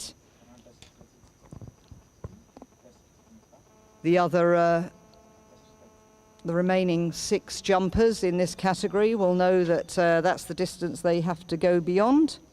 A long way to go, obviously, in this final.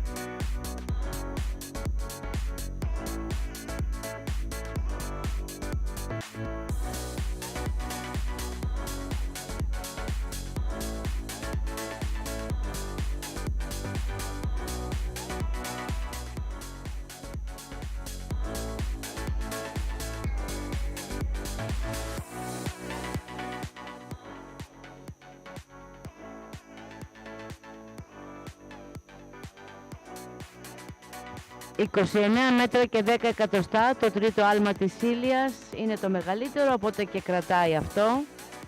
Η επόμενη αθλήτρια στο νερό από την Σουηδία, η Λίνεα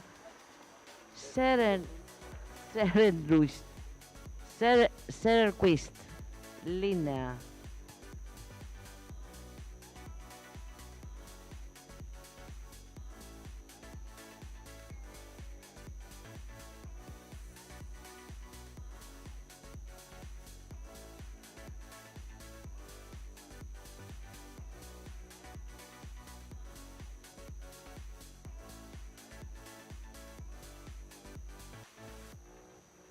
So here we have Linnea Cederqvist of Sweden.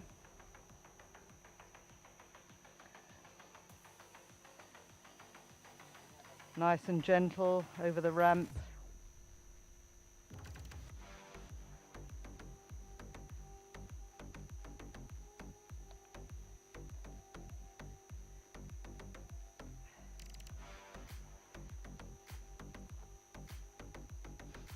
Linnea is a member of the Swedish team, so I think she is competing in all 3 events to get some good points. Jump is, I believe, probably her least strong event. Personal best from 2018 of 11.5 meters. 10 μέτρα και 50 εκατοστά για την Λίνεα από τη Σουηδία. So that one was 10.5.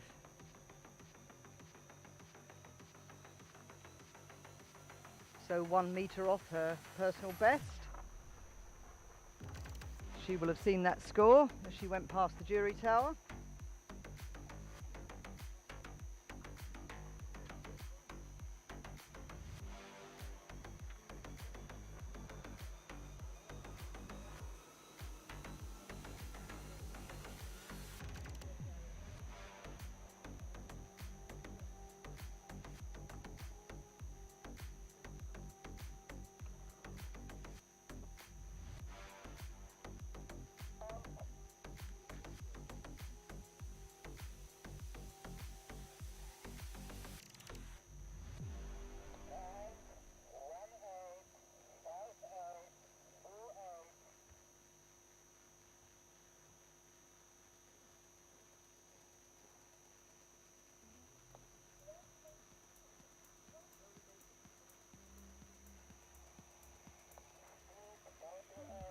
«12 μέτρα και 20 εκατοστά, το δεύτερο άλμα για τη Λίνεα από Σουηδία.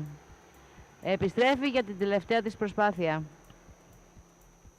So I expect she'll be pleased with that. 12.2, quite an improvement, and an increase on the personal best, if the information I have in front of me is correct. So Good jumping there from Linnea, and she has another attempt over the ramp to improve on that distance.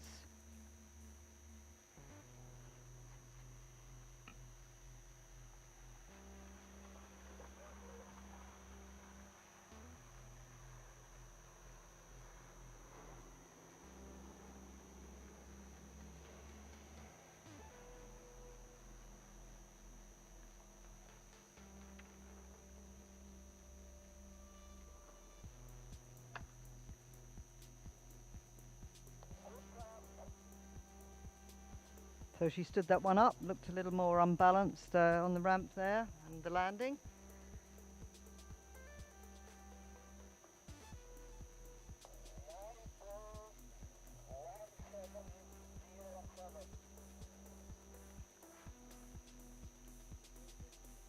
So there you go. In fact, that was longer, so it just shows what I know. 12.9 meters, the best jump for Linnea Cederqvist of Sweden. 12 μέτρα και 90 εκατοστά, το τρίτο και τελευταίο άλμα της Λίνεα είναι το μεγαλύτερο, οπότε κρατάει αυτό.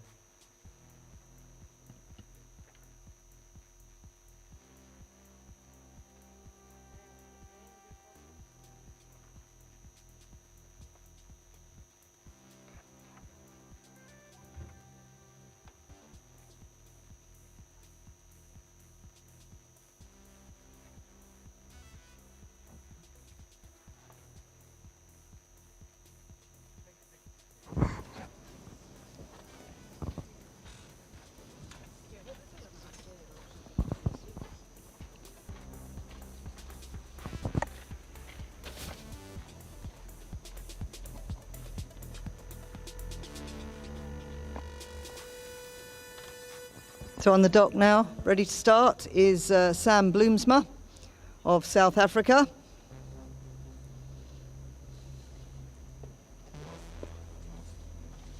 Επόμενη αθλήτρια η Σαμάνθα Μπλόισμα από Νότια Αφρική ξεκίνησε για την πρώτη της προσπάθεια.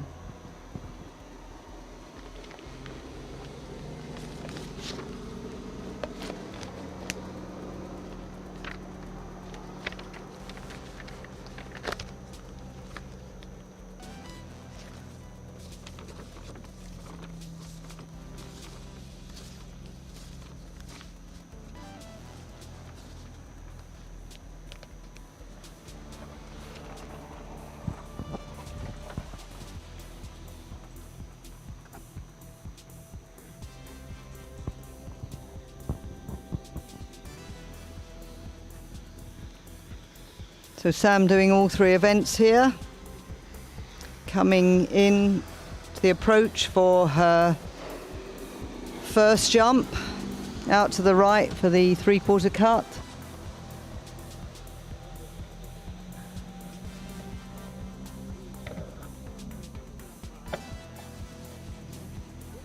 Oh, unable to hold on to that one, unfortunately.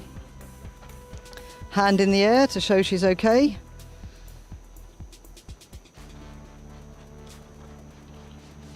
So that would have been a distance of 28 meters, which would have been a good start, but unfortunately unable to ski away from that. So the rules, of course, is you have to ski away from the landing in order to score the jump. So that will class as a fall, and she'll have 2 more attempts over the ramp.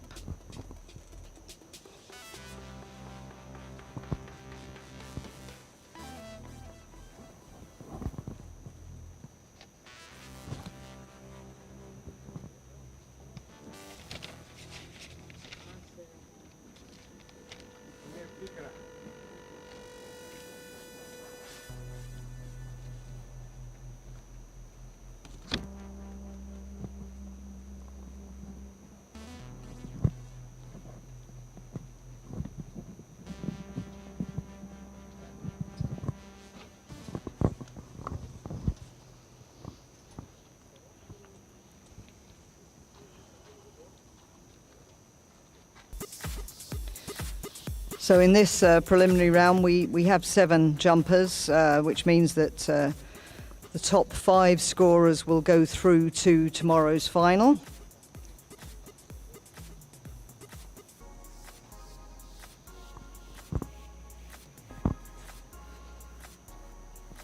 Sam just readjusting there, having put her skis back on, readjusting the gloves before she drops in, and she'll be taken down to the end of the lake for her second attempt. Her husband Jamie, who's in the Dutch team, in the grandstand watching, no doubt, and along with her 2 sons, Daniel and Logan, who are here.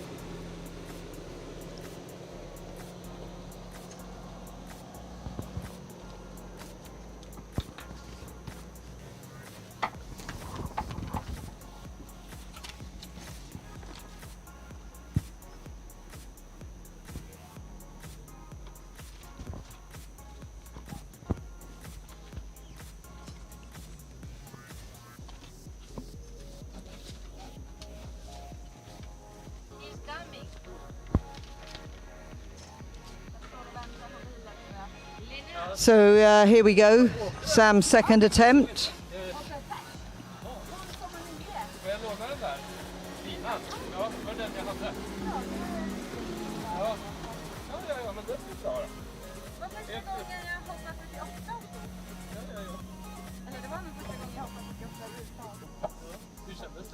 Much nicer. Really nice jump there.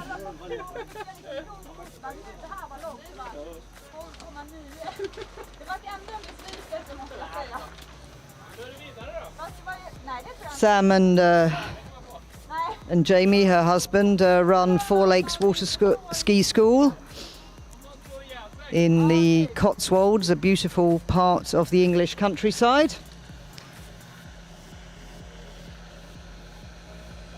Very busy there, running the school, doing the coaching, looking after Daniel and Logan.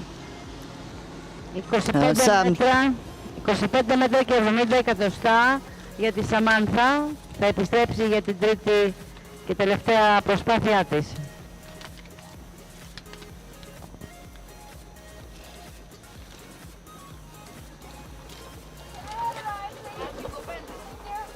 Sam's father is over here as well, helping to look after the family, as both husband and wife are on the water competing here and doing very well so far in their respective competitions for their respective countries. So let's see. That was 25.7, jump number 2 for Sam. Can she improve on that?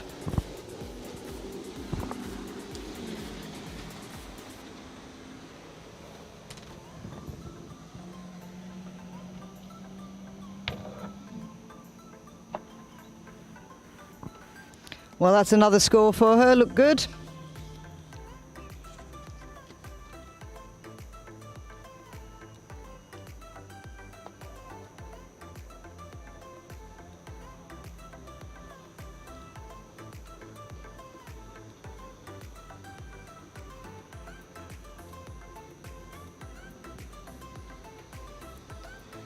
Yeah, 29.8. 29.8. So that was Sam's longest jump and puts her into the lead provisionally by 0.7 of a meter.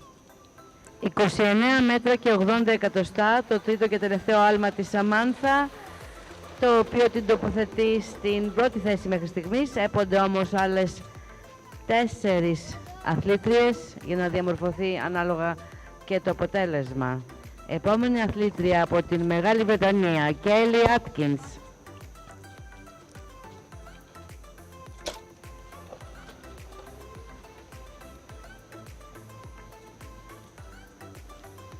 So Και the να current. θυμίσω ότι στο νησί, στο coffee shop, υπάρχουν εισιτήρια για το final party όπου μπορείτε να τα προμηθευτείτε. May I have your attention, please? There are tickets for the final party at the island in the coffee shop. You can buy them from there. Thank you. Thank you, Sophia. Next skier on the water is Kelly Atkins of Great Britain.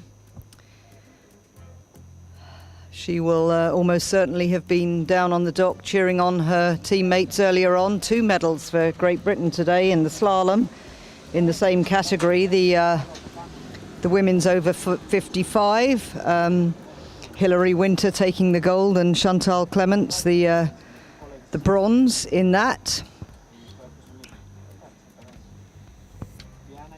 Kelly is a member of the British team and is looking for strong results in each of these events.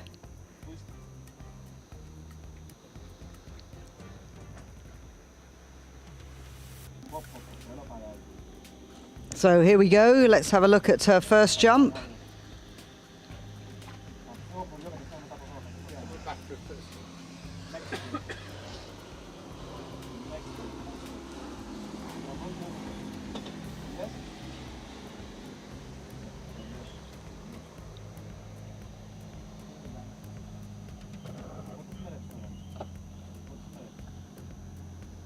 There you go, always nice to get that first jump landed and skiing away.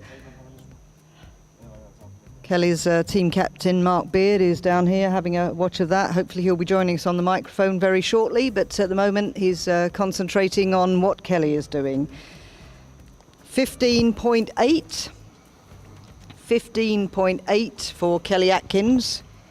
15 μέτρα και 80 εκατοστά για την αθλήτρια της Μεγάλης Βρετανίας, Kelly Atkins, επιστρέφει για τη δεύτερη προσπάθεια.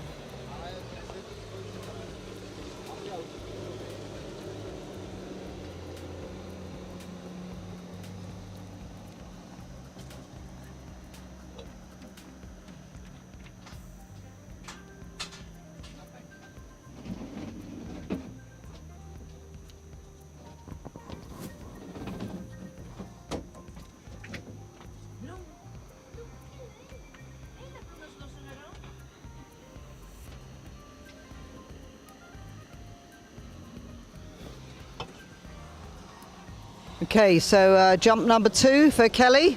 See if she can improve on that distance. Mark Beard, team captain, watching on, sitting beside me. Safe first jump, nice and steady.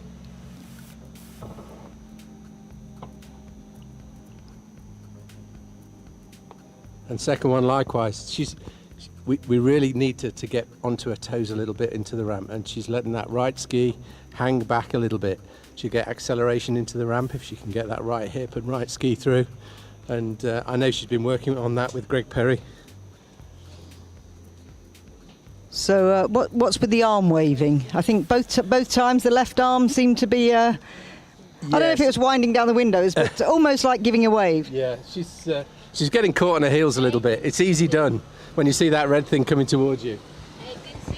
That's a big improvement though, 18.6. 18.6, which actually equals her personal best according to her bio, so you can't ask for much more than that. It's probably her weakest event, but she's been working really hard on it, and I know her coach Greg's been working with her. She's just moved on to the longer jump skis, which also make a massive difference because you can pick up speed quite easily with the longer skis. 18 μέτρα και 60 εκατοστά, το δεύτερο άλμα της Kelly έρχεται για την τρίτη της προσπάθεια. So final attempt to improve on that personal best. We just need to see if she can get that right hip and right knee forward and get a bit more acceleration on this one.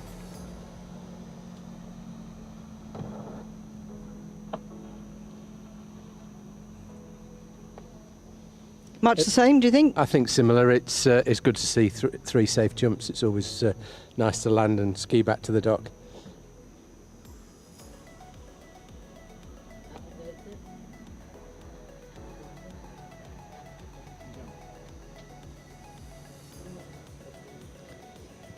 I suppose, as I have you here as the British team captain, I need to congratulate you on 2 medals already for the British team. We've started the day well. It's good to see, and it's always nerve-wracking when you get into a final, and especially when you're the top seed.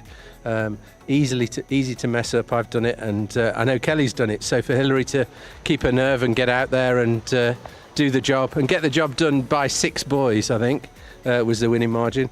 It was superb. And Chantal must be delighted with her bronze as well. She's been struggling with a broken rib that she told me earlier on had been moving. She can feel it moving, and she's taped up and she's on painkillers. I hope they're approved by the drugs people. So to go out and perform the way she has, and Chantal can suffer from nerves and emotion in these kind of events. For her to go out and perform the way she has the last few days is quite exceptional. She's done great. I think a medal is a pretty good painkiller too. Absolutely. Okay, that final jump for Kelly Atkins was 17.7, so not quite as long as the second jump. So her distance is 18.6, but as you say, her weakest event, she's been working hard on it, but she's the top seed going into the slalom final in her age category. So, and I think, is she in the tricks final as well? Oh no, the tricks final. We haven't had the tricks, have we? Just trying to think. Sorry. No, we have. Yes. The tricks finals are. Yeah, the tricks finals this afternoon. No, right. I think she did. I'll let you know in a minute. You check. I thought the team captain might know if a skier was in the final. You think the team captain should know? Anyway, the next skier on the water is Camille Toron of Switzerland. And there are only 2 more skiers after her, 2 more jumpers. So we'll soon start to know which seeding we're going to get going into the final in this over 35 women's jump. Let's have a look at Camille's first jump.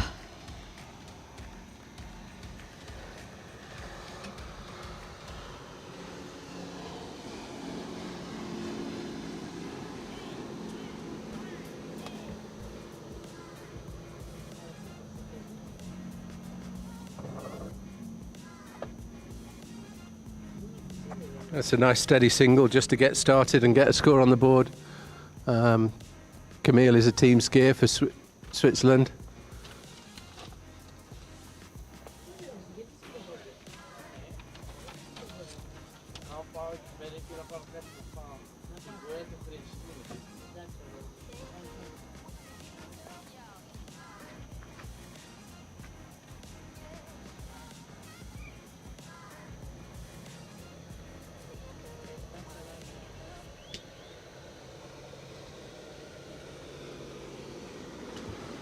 ...17 μέτρα και 40 εκατοστά το πρώτο άλμα της αθλήτριας Καμίλ Τορένς από Ελβετία.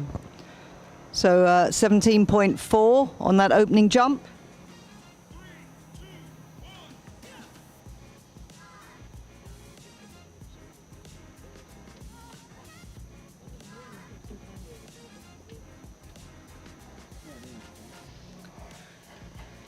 Just to confirm, Mark, Kelly is in the tricks final as well. So good. Top seed in the slalom final, she got the final place in the tricks final. So here we go. Let's have a look at Camille's second jump.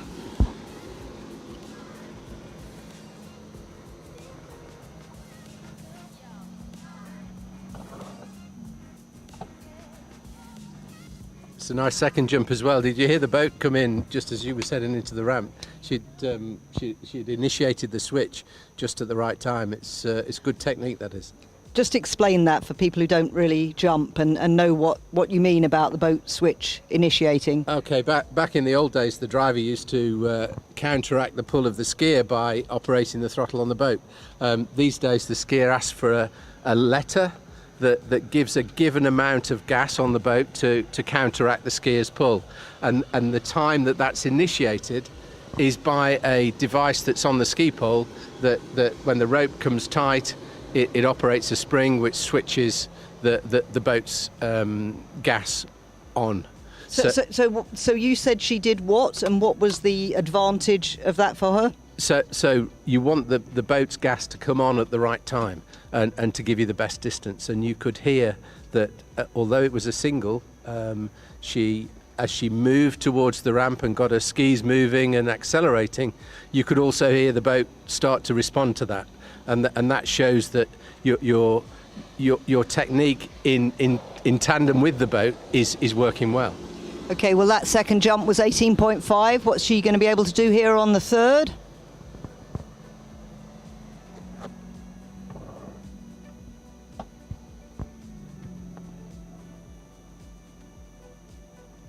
Another nice jump. Yeah, we'll wait for the distance on that, but just also to explain, you said a single. So we have the single cut, which is where the skier, the jumper, goes from behind the boat and cuts out to the left over the ramp. Yep.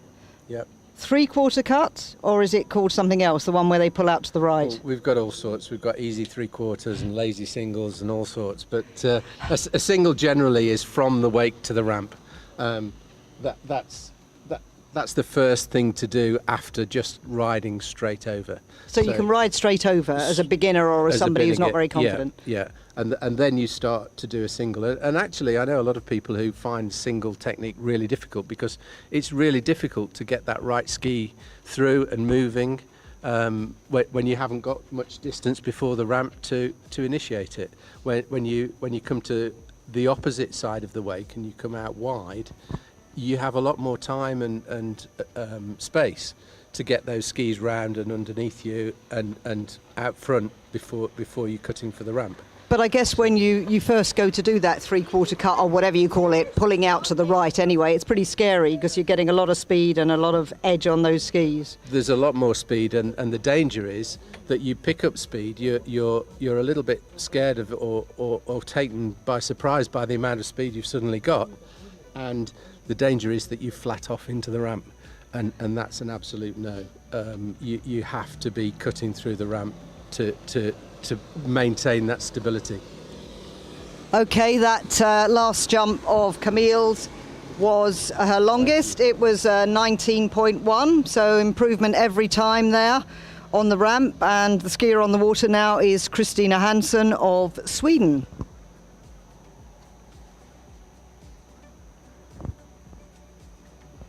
Christina's given her personal best as 30 metres, but from 1998, so I don't know what she does now.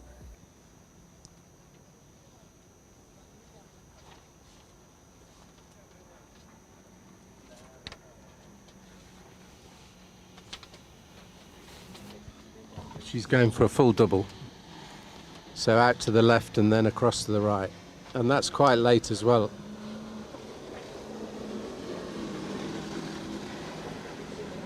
Well, that's good technique. Nice turn. Wow. Ooh. Well, that was a big jump. That was impressive. That was impressive. I think the boat was starting to beat her a little bit into the ramp, and she got pulled forward a bit. Otherwise, she got a bit more out of the ramp. Otherwise, it was superb. I'm beginning to think this must be a mistake on her bio because that jump was 43.2 metres. Is that right, Mark? Could that be right? It could be. It could be. I mean, it looked big. Let's have a look at the. Oh no, this is coming back. I thought we were going to see the replay. Maybe it was a late cut for sure. It was a big setup, full double setup. She turned on the 600 meter buoy, and I would say she was close to getting pulled through at the base of the ramp. The boat was starting to beat her at that point, but she was nicely over the skis in the air. Great jumping. Yeah, I mean, you see, when you're looking at top-class jumping, that's the sort of position they get into, isn't it? A bit like ski jumping, really, where the top half of your body is over your skis and your skis are out at an angle slightly. Very nice. I'm sure the physicists can tell us what the wind dynamics are and the lift you can get. It's probably the float and the lift, isn't it? But yeah, really, really amazing. And you mentioned the double cut. So this is here's a full double going around off to the left. 600. She's gone later on this one. She's out wide. She's ahead of the boat. She's going to stay tall in the turn. Nice turn. Great setup. And I think that's bigger. But I think she was on the limit again into the ramp. I think there's probably more if she eased up a little bit. Eased up at what point? Cut into the ramp, she was starting to get stretched, I thought. Oh yeah, and that is amazing. That is an improvement, 47.5 meters for Christina Hansen. And I must say I feel a bit of a fraud commentating on this when I'm watching a girl go 47 meters, and the only time I've ever been 47 meters is on foot. And you don't like to do that very often, no, I hear. No, I don't. What's your lifetime best? Is 43 or something like that? 43.7, yeah. Gonna have to up your game, Mark. Yeah. Well, they say jump like a girl. I think maybe some of us should take that on board. Absolutely, and of course this is the over 35 women category, and you're a little bit older than that too, Mark. Thank you, Jane. Just a little. Okay, that's absolutely amazing. Let's see now if she can. Maybe she could approach the 50-meter mark. That would be incredible on this final attempt. Yeah. Here we go. Double again. Let's see if she turns at the same spot. She's later. So we're out wide, in the glide, staying tall, looking for that turn. Fabulous. Oh, and that's better still. She was in great shape into the ramp there. She looked like she had more control of that. She was certainly not stretched. The boat wasn't beating her into the ramp. That was good technique. 46.8, so the distance not quite. So we're now. Okay, so. Right, yeah. Oh, that's that really explains things. I'm really sorry. I've just been told that was in fact Marie Vimpranyetsova. You've now seen the name come up on the screen, which does explain things a lot more. So I know that Christina was suffering from an ankle injury. She failed her first pass, I think, in the slalom prelim, but I believe she did go out in tricks.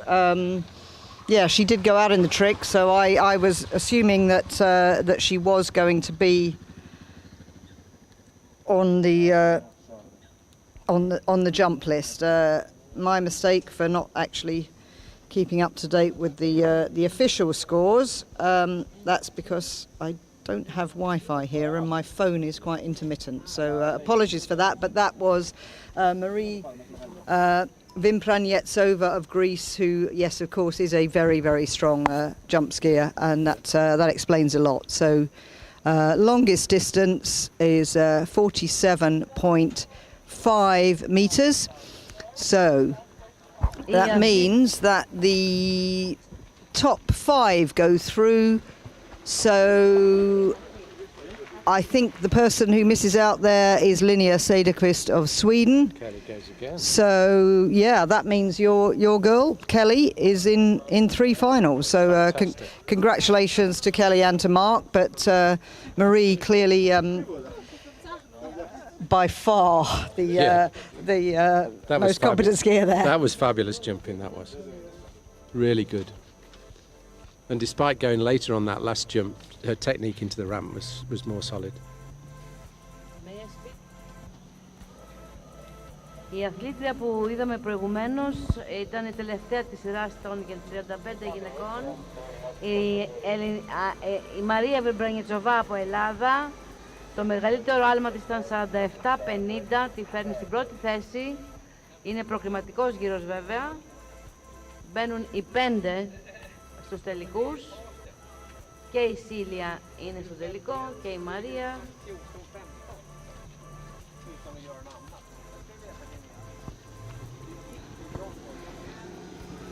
Right, so I'm hoping my 4G can keep up with things here, so I can keep across the, in case there are any further withdrawals from this competition.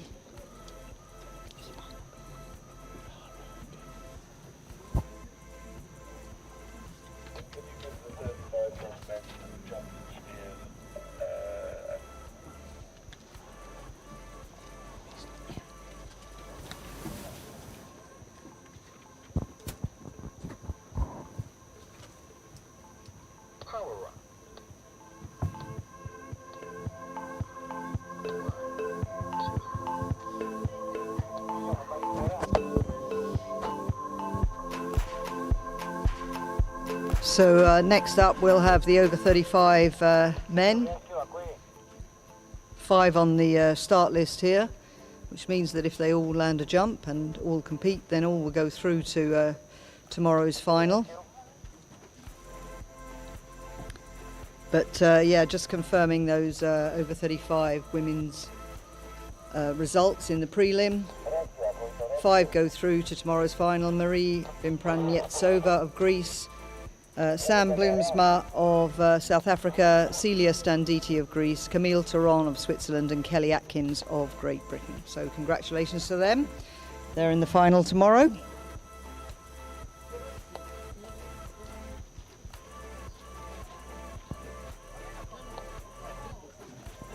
Good.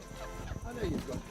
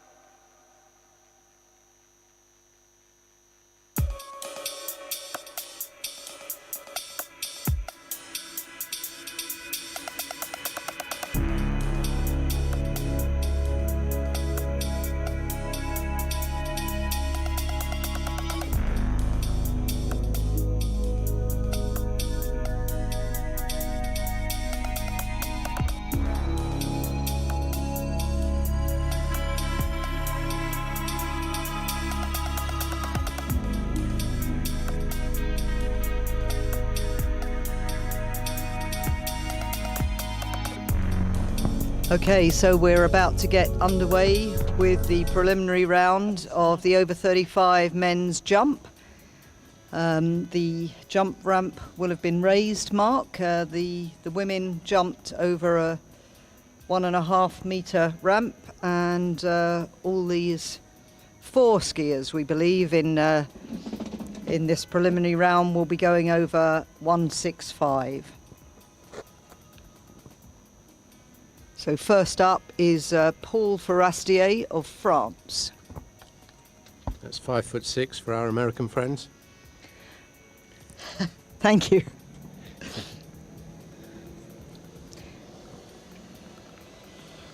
And I'm not sure, I know that there are certain speeds that you're allowed to go at according to your age category. I'm just going to try and find out what they are, but on maximum speeds you can... I knew you were going to ask me that. No, I don't have it. It's either 55k or 54k or 57k, but I think the young men go at 57.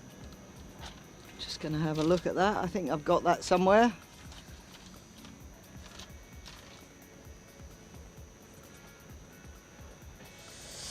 Yeah, the maximum speed 57, but you must have jumped 38 metres over a 1.5 metre ramp in order to do that. So let's have a look at Paul Forastier's first jump. This is a 3/4 cut, so pull out, but it's quite late.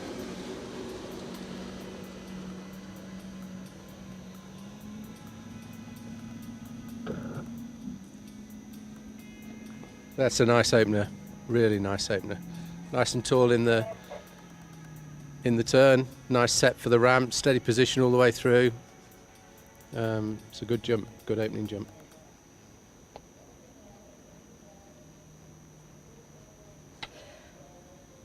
.44 metres. Yeah, so just to repeat there, in the over 35 men, you can have a boat speed of up to 57 kilometres per hour as long as you've jumped over 38 metres in a properly homologated competition. Otherwise, it has to be, I think, a maximum of 51. I'm not sure what he was going at. I don't know if you could tell from the sound of the boat. It's a bit difficult, I guess. I would think at 44 metres, I would think he's got maximum boat speed. So a good opening jump, 44 metres. And I think, as I mentioned before, as long as you land a jump, because of the numbers in this category, they'll all go through to tomorrow's final. So he will be going through, Paul Forastier. I think Paul will know that as well. He won't be needing to push it too hard. He'll probably just be working on technique and trying to make sure he's got everything right. This is another 3/4. He's not late at all. Nice and tall. Strong into the ramp. That's another steady jump. I don't think he's pushing it. I think he's got a lot in the tank there. Do you think in jump it's even more about just landing a jump and getting in the final rather than getting a set distance, or will people be looking for a distance to get a top seeding? Is it, I don't know, is it less of an advantage in jump, do you think, than perhaps some of the other, or slalom in particular? I think it's individual preference. I've spoken to a couple of skiers this week who say they don't want to go last. They don't want the pressure of knowing what they've got to do, and they prefer to put the pressure on by going early. And we see that with the pro skiers. We see it with Nate sometimes when he's seeded 4th or 5th or something like that, and he puts down a score that then the others start chasing, and it's counterproductive. So I don't think. I think when you see these experienced skiers, they are probably better at managing the game than the youngsters. They're managing what needs to be done to get them to where they need to be. Paul knows that he's got a lander jump to get in the final. He's done that with his first jump. He's got 2 more goes to have a good look at the setup, think about the wind, think about what he's doing. He's coming in here with a double this time, and he's midway between the 600 and 700, so it's a full double cut. He's good in the glide. He's not particularly late, so he's tall in the turn. That's a nice jump. I'm surprised he took that because he was quite early, and he'll want to be leaving it a bit later tomorrow. But he's having a good look at it on the last two jumps. And also, you just talked about turning in between the 600 and 700 metres. So there's a set of boys out there to guide the jumper as to when to pull out, when to turn in, and that's you're giving the metres distance. I think I can't be 100% certain, but I think they're 500, 600, and 700 metres from the ramp. From the ramp, so yeah. And so there's a yellow, a red, and a green. And really, the red and the green are the two markers for the skiers at anything over 30 miles an hour, anything over 51k, and the skiers will be judging their turn from between those boys, and that will depend on headwind, tailwind, or how late they want to go, or how hard they're planning to pull out. And talking of wind, there is absolutely nothing here, really. Well, actually, I've just seen, I think, is that the German flag? It's hard to see, but there is a flag over there that's just got a little bit of movement in it, but really it's very still. The unique feature of this lake is that we do have a microclimate, and with our juniors who are coming out in a couple of weeks, I've been talking to their team captain about it, and you have to expect the unexpected because there's no flicker on those flags now. By the time this skier gets down to the end and turns for the ramp, there could be a bit of tailwind, a bit of headwind, or whatever. Conditions look superb at the moment, but it can change that quickly. So the motto is be prepared. Absolutely, and that's why familiarisation is really important.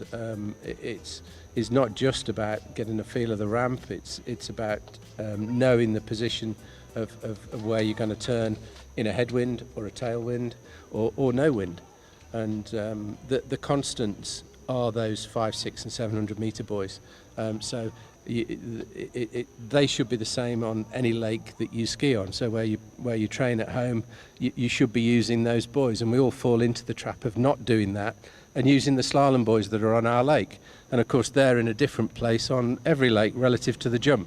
So it makes things a little bit more interesting. Yeah, okay, so just confirmation of Paul Forastier's last jump was 44.7. So his longest jump is 46.5, so that is the marker to beat.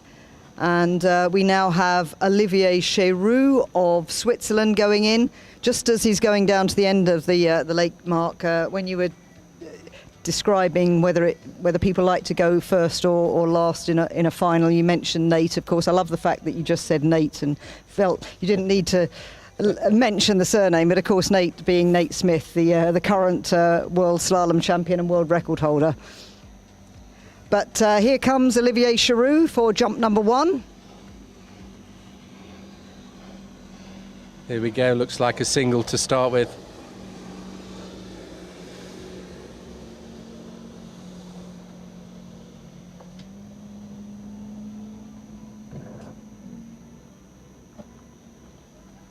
That's almost a perfect single, isn't it? Nice and steady, all compact. Heard the boat switch operate before the ramp, so he's got a bit of edge going into the ramp. He won't want to push it. Like we said, he's in the final if he lands a jump. So manage the game, put yourself in the final and have a go at it. These guys are good at that. They're experienced skiers. They're good at managing that kind of thing. Don't need to go all out to jump as far. Having said that, and I was just going to mention it, of course, we get blown out tomorrow completely, and the medals are presented on today's scores. Now I didn't know that. That is interesting because, as you say, we are in a microclimate, so anything could happen. Hopefully, the forecast is we're going to have just as wonderful conditions as we've had for all of the competition, rather than the practice. But yeah, 29.1 metres for Olivier Chéroux.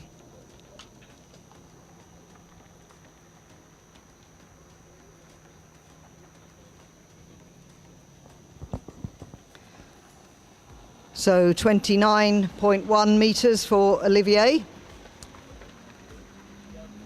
So there's an advantage in being top seed if you think there's a danger of that, but I think it's unlikely any of these guys will be skiing for that or with that in the back of their mind. But that is how the rules work. Another single.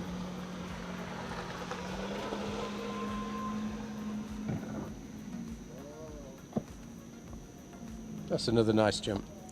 Looks like quite a decent distance for a single cut to me. Yeah, 30 metres off a single is good with a boat speed of 55, 54 or 57. With good technique, you can expect to be doing that. And he's extended it by, 80 centimetres, so 29.9, so that's a slight improvement.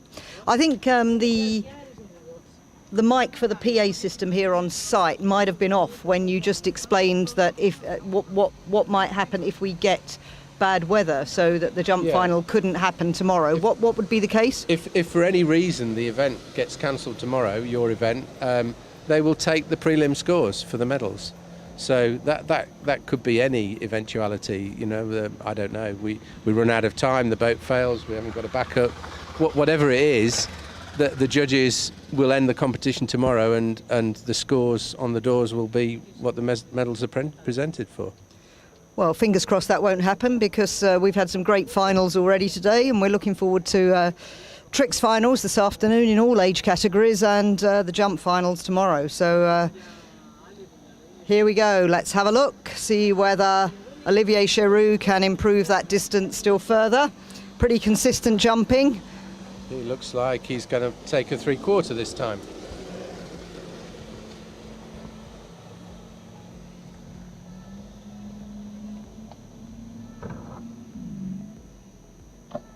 That's another tidy jump, really tidy. I'd almost describe that as a lazy 3/4. He's pulled out to this side of the lake. He's not particularly wide of the boat, and he's not really working until he's crossed the second wake. So we can have a look at that in the replay here. See if I can see what you mean. But clearly that's given him quite a lot more distance, though. 38.5. That's a big improvement. So worth doing that lazy 3/4 cut. Yeah, there you go. Absolutely.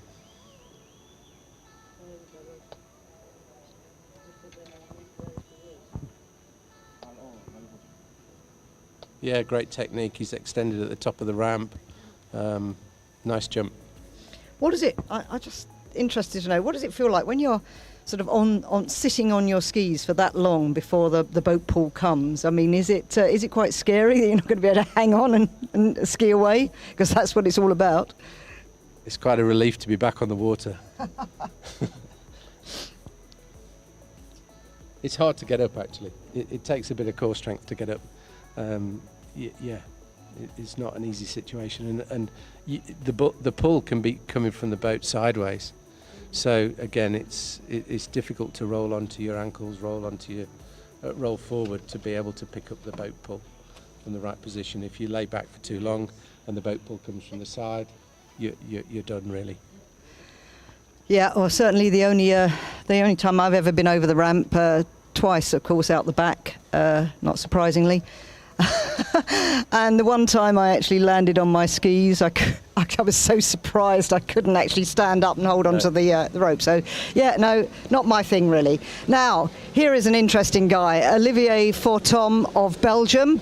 Saw him earlier today and I said, "Oh, you're jumping. That's good." He said, "I haven't been on jump skis for a year." I'm not surprised. He's a tremendous athlete. And he's a tremendous guy, actually. He's... we probably all know him as an equipment supplier. I don't mind giving him a plug, to be honest. He always seems to have the right kit, and he's always able to do you a favour and send it somewhere when you badly need it. So he's a good guy all round, but a tremendous skier. Well, let's see what he can do on the jump, because I always think of, I mean, he's an all-rounder, but I always think of him as a trick specialist, because he's just amazing tricker. But here we go. He's a great jump skier. What type of 3/4 cut is that then? That's a pretty big 3/4. He's very early, and he's hanging out there. So it's ended up really a lazy 3/4. He's early into the ramp. He's gone up the far right-hand side, really. It's just a steady opener. You have no right to jump like that if you haven't been over a ramp in a year. Wow. So. There we go, 35. 35.7 for Ollie Fortom's first jump. And he's just looking to get a score on the board. He'd get him in the final. he might be looking to get a seeding position now, but really he won't be worried about that.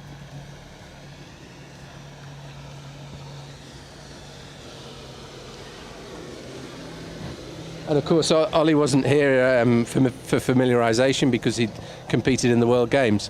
So that's probably why he wasn't really sure of where he was on his three-quarter, why he was so early. I'd expect this jump to be a little bit different. So that was his familiarisation? Yeah, absolutely. Absolutely. And these guys Ollie's been a pro skier really for a long, long time, and he's up there with all the best. And still at the age of 44, competing with the pros in tricks. I mean, he got on the podium, I think, at Botoski in the Pro-Am a few weeks back. He did. He's amazing. He's amazing, and he travels around coaching as well. We've had him in the UK coaching a few times, doing trick clinics. He's great. So this is later, much, much later. You stay tall in the turn. Good technique. That'll be further. Longer. Yep. That'll be further, but he's by no means pushing it. I think he's just having a feel of the ramp and a feel of the conditions out there. And the skis after 12 months. Yeah, exactly. Well, of course, he's in the well, that was 38.4. So yeah, a little bit further that distance. So maybe he'll push it a bit further on the third. Who knows? Of course, he's already, as expected, in the tricks final as top seed with 9,000 points. Fed up he is, though, that he hasn't got 10,000 yet this year. That doesn't surprise me at all. He's that kind of athlete. Yeah, I've said before his personal best in tricks is 11,610. And he only just failed to get in the slalom final as well. I think he was one space off the slalom final. So, yeah, absolutely amazing. He was second in this event last year. Do we know who won? Was that Gennady? I think I'm just going to have a look. I'll tell you in a minute while you're looking at him set up for his third and final jump. It was Gennady. We go another three-quarter. Bit later, this one.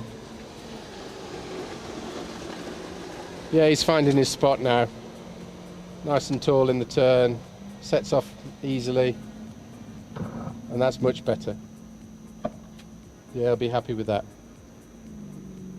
Good stuff. Now, in fact, the jump winner last year was Arnaud Delacour, who is our final skier on the water now. Maybe like this year, Gennady Goralia, the amazing three-event Georgian skier, not here this year. Looks like he was there last year because he won the overall. He won the overall, but obviously I wonder if he was out of the jump places or for some reason didn't jump. Those of you who were there maybe remember. No, obviously you don't, but I wasn't there. No, if he won the overall, he was in the jump for sure. No, but I mean on the podium. Oh yeah. Sorry, yeah. Sorry. Am I doing a James? No, it's me. I think it's me again. Okay, so let's have a look. 40.2. So, yep, he has improved every time. So that is the second longest distance in this preliminary so far, with one final skier to go. So all the three jumpers who've gone so far have landed all three jumps and are through to the final. Top seed goes next, Arnaud Delacour, and as we've just established, defending champion. So we'll see what he can do.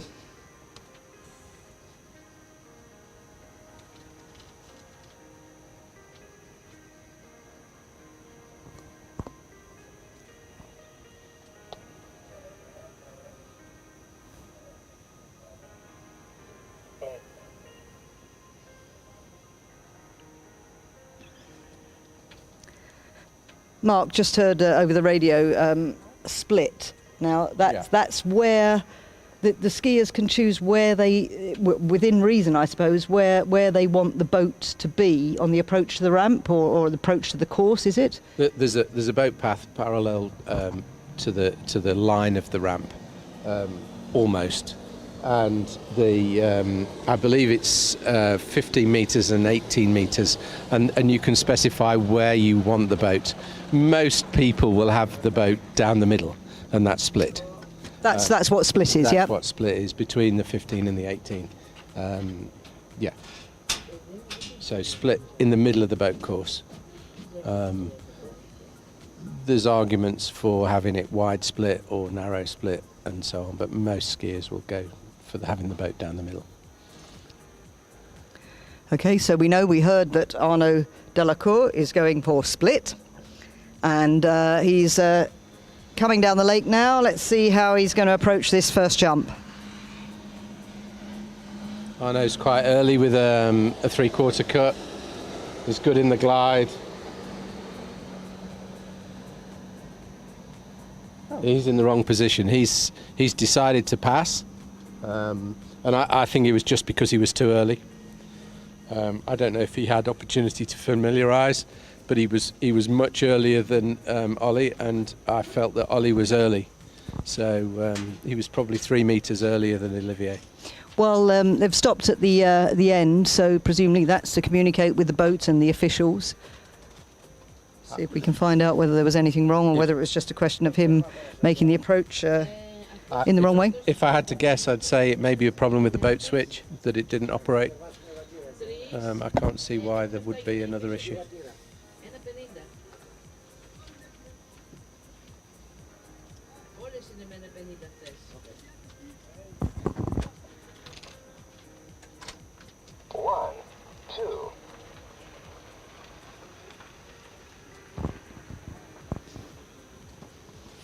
Yeah, we just saw the replay, and he's sort of looking round to the left, but obviously something was. It should be okay now. It was switched, not advancing, and it was because the cable is a bit short, and maybe the connector probably was a bit out, and it didn't have contact.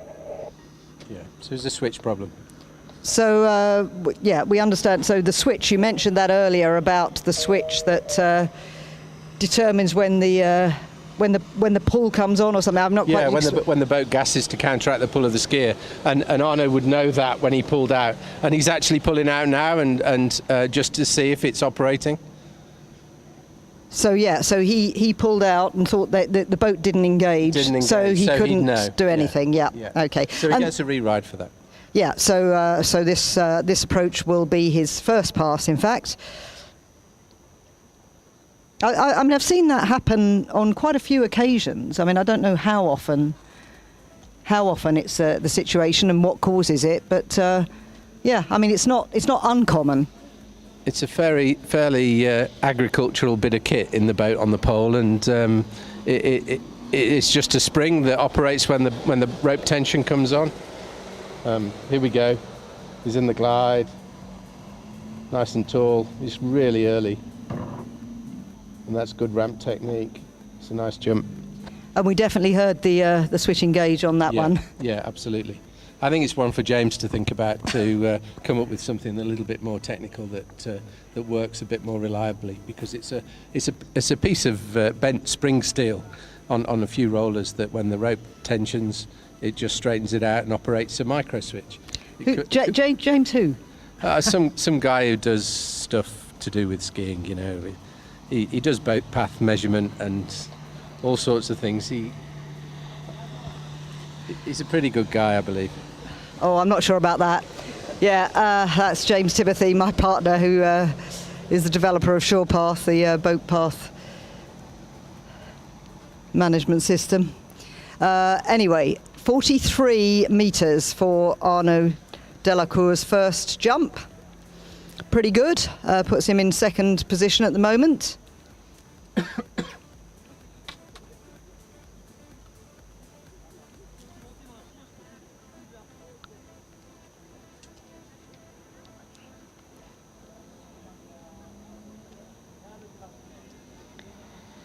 So here we go for his second jump. It's a 3/4 again, and he'll be out wide. It's a bit later. He'll be out wide. Now he's in the glide, and the idea is he wants to con the switch into not operating until he's turned. So he's turned and hooked up, and then the switch comes on, and then he gets the pull from the boat. But if you can stay tall in the turn and not operate that switch, you get the maximum power when you're ready to take it. So is that when ideally you want to be at your sort of hardest edge approaching the ramp? I think, and it's only my theory, but I think you need maximum acceleration at the base of the ramp. I think that dictates that you'll go furthest. If you're decelerating into the ramp, then things start to go wrong and you're not going as far. But if you're still accelerating when you hit the ramp, so your rate of increase of speed is increasing, then that's best. But he's still nice and early. You can see on the replay, he's really early. He's hit the ramp mid ramp. Good jumping. Yeah, and that's given him a distance of 46.5, which is exactly the same as Paul Forastier, his French teammate's distance. So.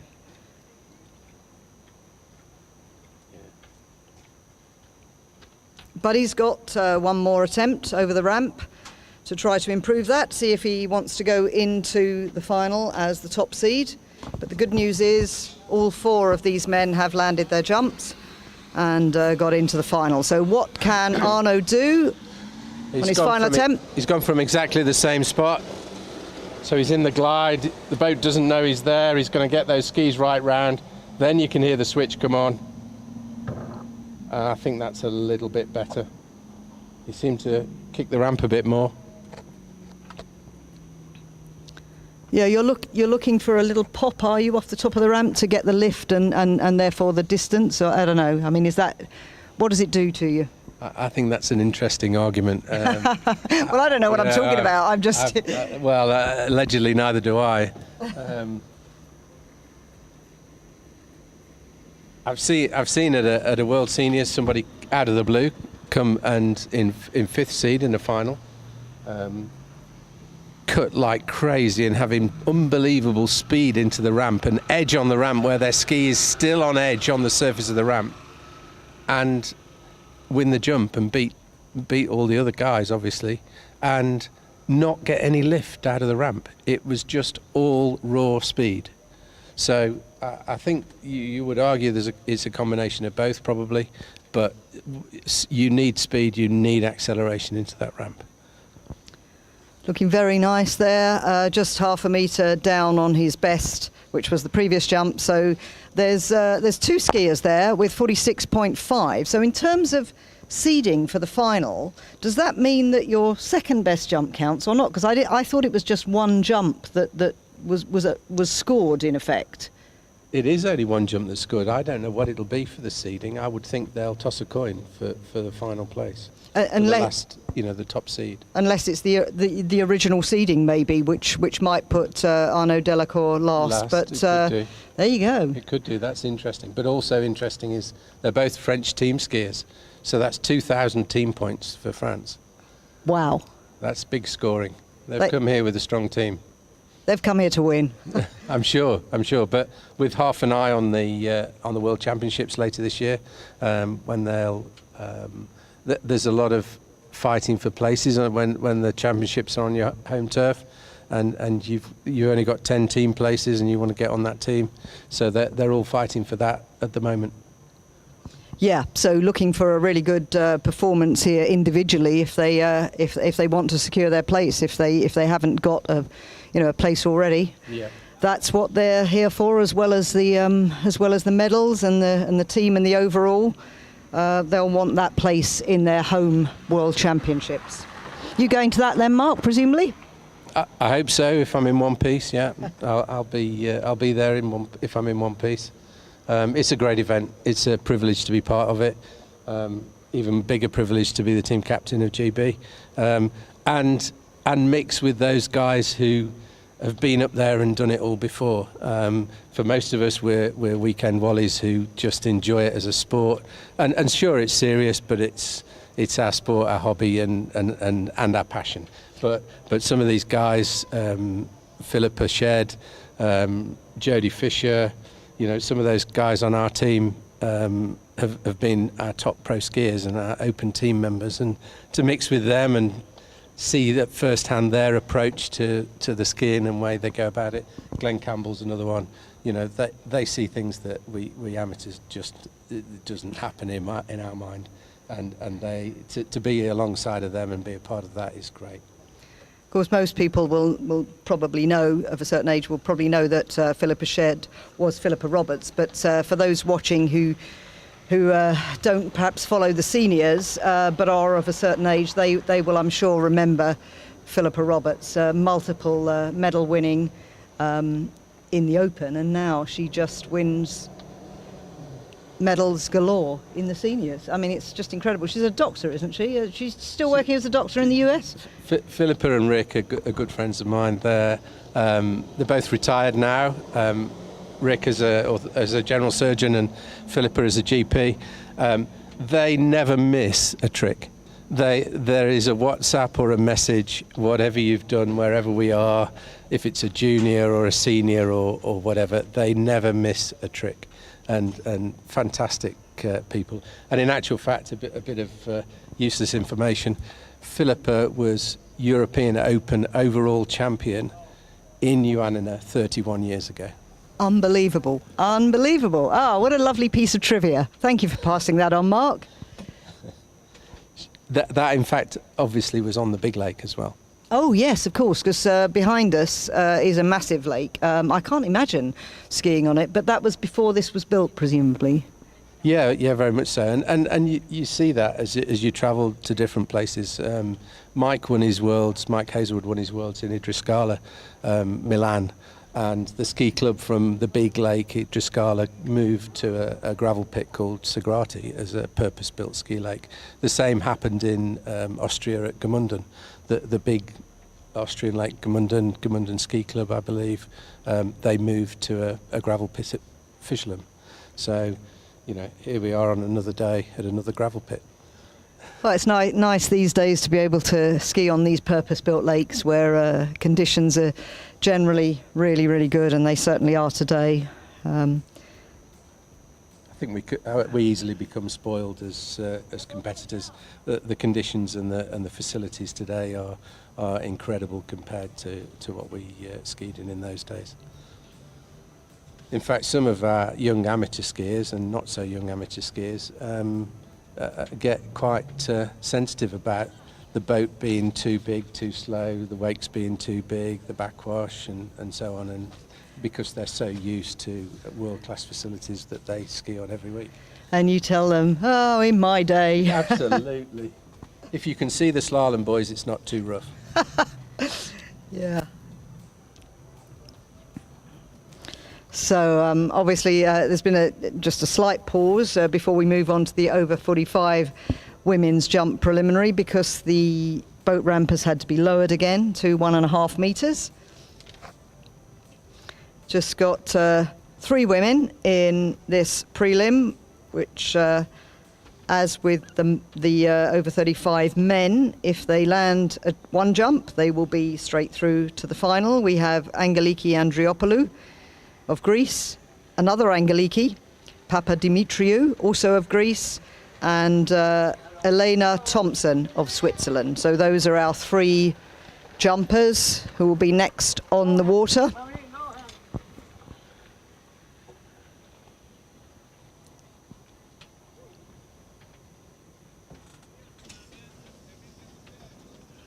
A lot of debris out here.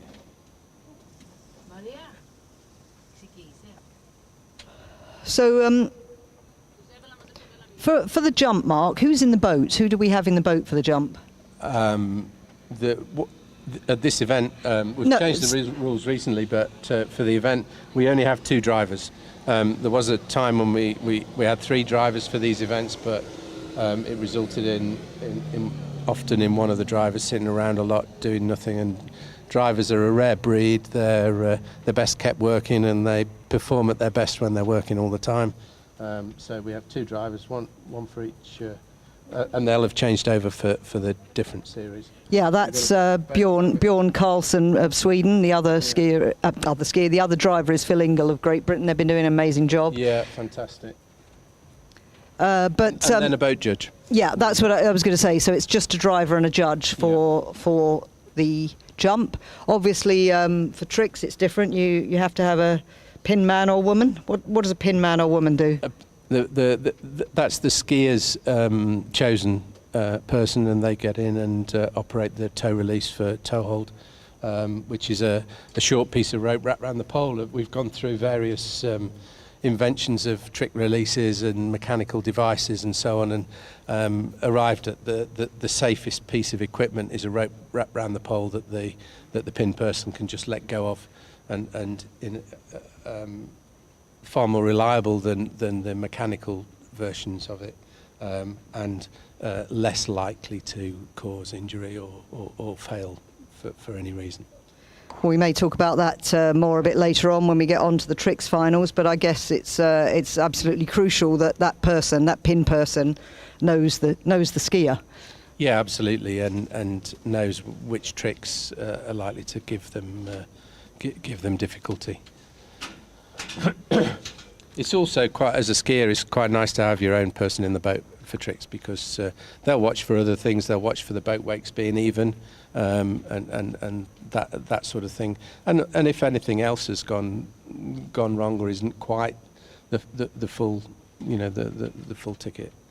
And again, for jump, having your person on the start dock is really important. So what are they doing there? Watching that the boat judges put the line on correctly and putting the switch on in a place on the line where you would normally have it. Sometimes there's a thick part of the jump line and sometimes a thinner part, and certain skiers have different requirements in terms of where they want that placed. Well, it certainly looks like Angeliki is giving her instructions there before she goes off, and I think Sophia's disappeared. I think that's Angeliki's dog down there, the nice golden lab, looking a little concerned. Maybe that's Angeliki's person on the dock, or rather dog on the dock. I'm quite sure the golden retriever is. From watching it over the course of the week, the dog's never more than 2 meters behind Angeliki, so she's around all the time. Looking a little nervous, the doggy. I'm not surprised.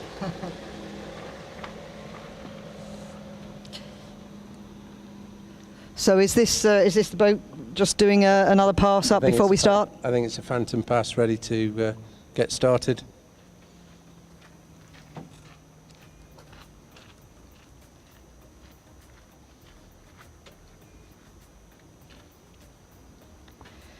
So as I say, the skier you can see there, helmeted up, ready to go, is Angeliki Andriopoulou of Greece. It's a bit difficult to try and run through all her achievements. Absolutely remarkable overall skier with many medals. World champion in the Open, and she's won the Europeans many times in these older age categories as well. I think best jump was 54.9, but she says a long time ago, but that would have been in her Open years. She's 45 years old now. She has a couple of children, but she is still clearly as competitive a skier now and as determined as she was then, I think. I think she's one of the toughest mentally and toughest physically that I know. She took a horrendous slap in the tricks yesterday, and just put her hand up and climbed out of the water. She's a tough cookie. Yeah, that's right. I remember she did a flip and didn't get a huge amount of height, and then she did a second one, and it was the same issue, not that much height, but this time it was a massive slap. And she said I think it was her shoulder was a bit sore. I'm not surprised. I think she was understating that by a lot. Yeah, I've seen her. I think at these championships in 2019 or somewhere where I watched her, and she'd had a really bad fall, and she might even have cracked a rib, but she certainly was in an awful lot of pain. Oh, that's right, she hurt her stomach muscles, I believe, and then she just went out and carried on. I mean, she's amazing. Yeah, she's amazing. And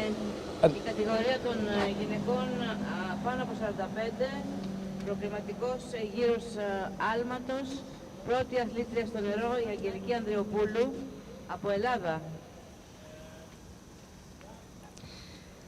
So Angeliki going down to the end of the lake by the slalom and trick jetty. Will turn in. Bjorn Karlsson, the driver from Sweden, turns in to bring her in for her first jump. See what she does here, whether she takes a safe early one, just to get a distance. It looks like a single, I think. She just wants to get to the final.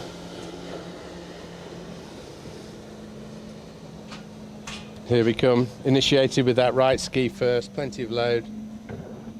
Nice and steady. Look at that, fabulous. As you say, yeah, that gets her in the final. She's landed a jump. See if she wants to push herself a little bit more. Also give a shout out to Angeliki's mum, Christiana, who's one of the judges here. She, I think she's the president of the Greek Water Ski Federation, does a lot of work for water skiing in Greece. And she is the assistant chief judge here. So 28.3 for Angeliki's opening jump.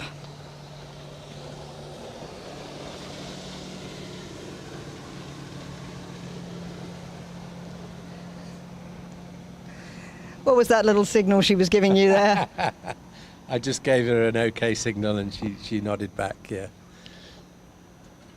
These guys are a class apart, these former pros. I mean, you talk about how tough Angeliki is. She mentally, physically, unbelievable, and just a class apart from us weekend wallies. They are amazing. And she also gives back to the sport as well as going out there trying to win things. I mean, she's a judge too, obviously not here today, but here you go, jump number 2. Here we go, full double, down on the 600, that's quite late. We're having a go now. In the glide, should be staying tall, she's quite late. Nice, easy turn, stays tall, and now the boat's coming on. Fabulous. That was a steady full double.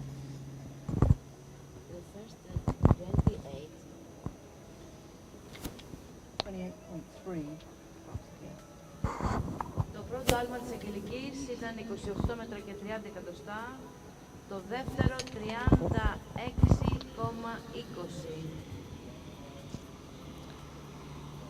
So that was a bit different, 36.2.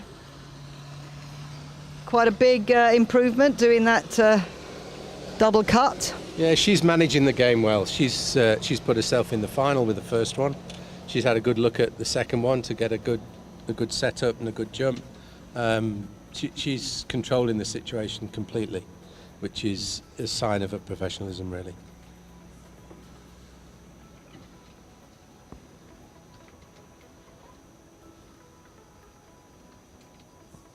Don't win medals for jumping a PB in the prelims. You don't, no? Absolutely. But it can all go pear-shaped.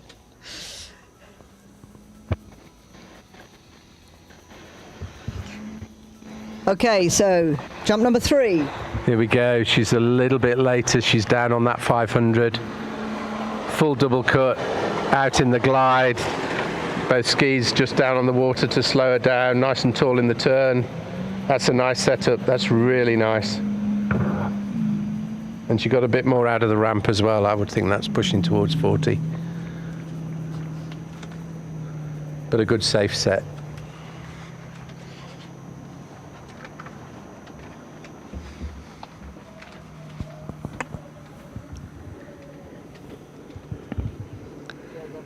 Yep, 38.3, so that's her longest distance.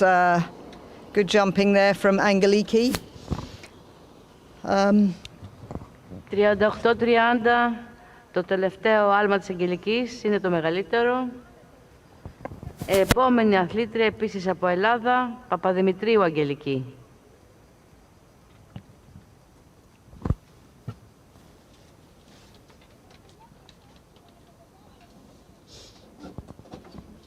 So we have 2 more jumpers in this category to go. Angeliki Papadimitriou is next, and then Elena Thompson. And then we're going to move on to the over 45 men. And I think we have 6 skiers who will be starting there. We've got 7 on the start list, but I believe there will be 6. But that's still 6 attempts over the ramp away.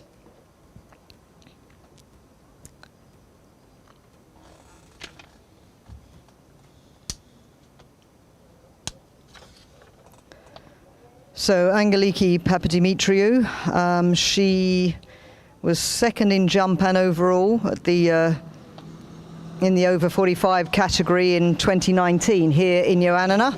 So a home championships for her. She's got a PB of 27.1, or at least a current best of 27.1.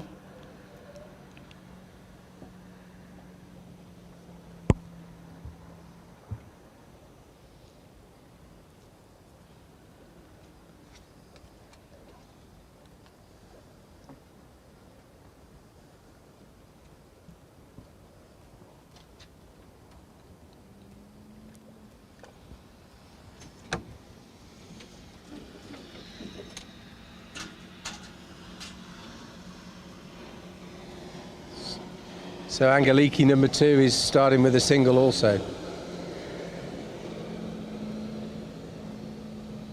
There we go. Boat comes in. That's nice and steady. Nice jump. Score on the board, most important. Into the final. Score for the team. That's important too.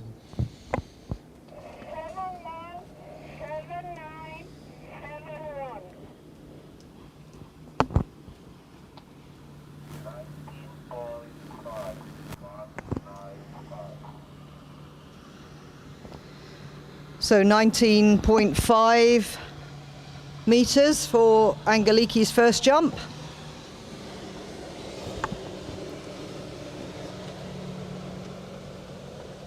«19 μέτρα και 50 εκατοστά το πρώτο άλμα της Αγγελικής. Έχει άλλες 2 προσπάθειες.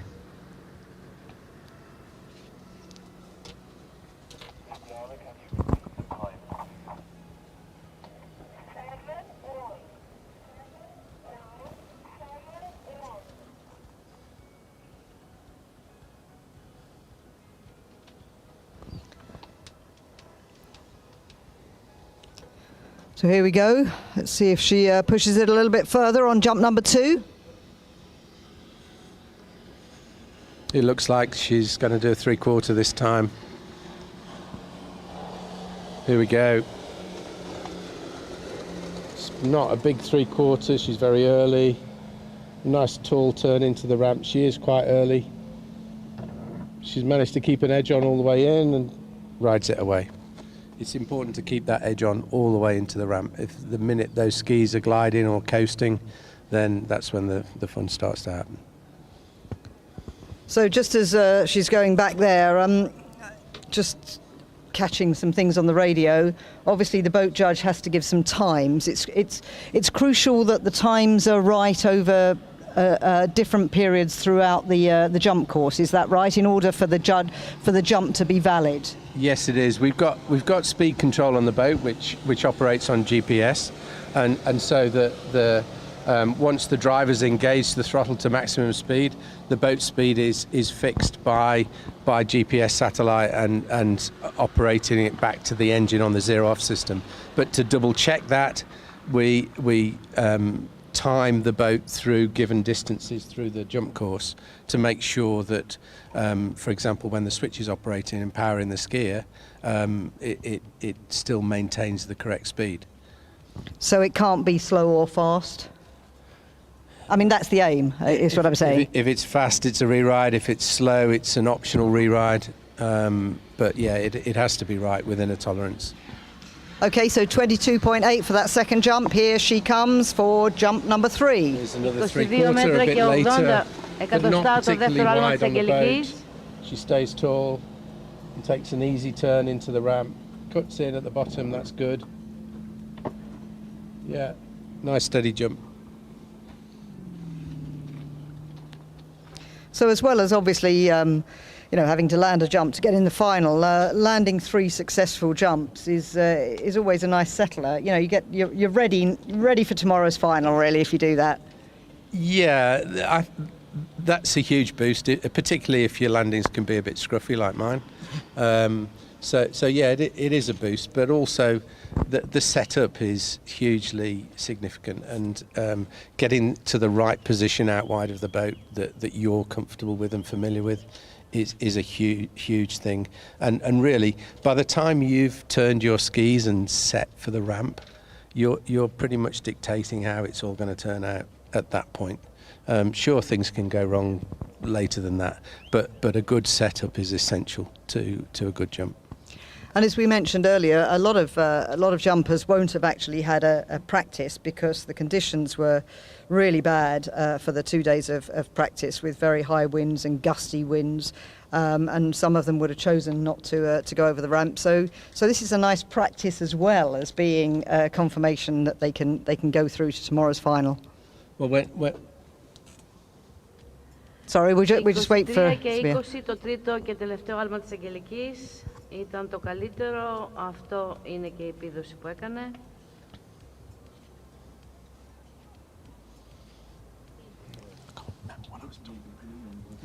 So I was just saying that having not had a practice, quite a lot of the jumpers, this is almost like a practice. Although it's more important than that because they've got to land one to get in the final. But especially where you're guaranteed to get in the final because there's so few skiers, just landing it is like a practice. That's true, and that is the whole point, isn't it? Is that if you're guaranteed a place in the final with a landing, then it is a practice set. But having said that, I familiarised on Wednesday. There was a very strong headwind, and I didn't go over the ramp in three passes, but I did find out my position, where I needed to be and where the boys were, and that, regardless of the conditions, I then have got a benchmark, a baseline to adjust from. So although there's a big headwind, I can then, in zero wind, adjust accordingly and know that I'm going to be roughly in the right place. And not only you, Mark, but the top jumpers. Sorry, I know you are really a top jumper, but the top jumpers do that. I remember seeing Freddie Krueger, the Nightmare, do exactly the same at Ski Fluid, Polk City, Florida, in a practice before a big competition, and he went out and he went like crazy but didn't actually go over the ramp. He wanted to see where it was, and he passed every time.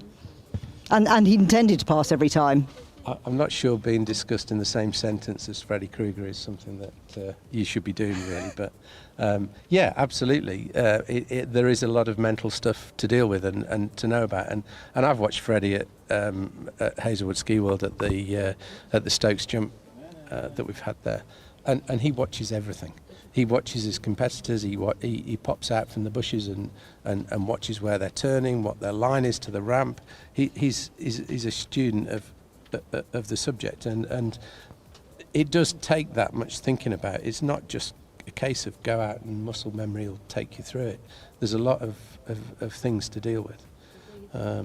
So yeah, he's the master at it, and no question about that. And I know there are other guys, Ryan Dodd and others, who jump further or nearly as far, but none figure it out like he does.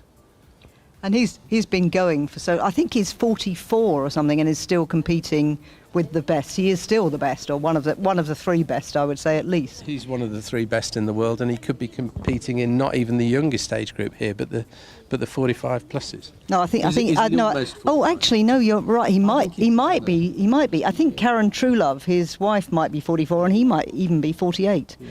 Apologies if I've got that wrong, but yeah. He definitely could be competing here anyway. And I believe Freddie, and I think I saw in an interview that his wife Karen was giving. She said that she knew him at college in America. He was at college doing skiing while he was there, and he wasn't exceptional. He wasn't a cut above any of the other guys. He was coming out of college, having finished his studies. He was a normal skier like the other guys around him, and he's been at the top of the game and the top of the sport for so long now that he's obviously figured it out over his post-college years.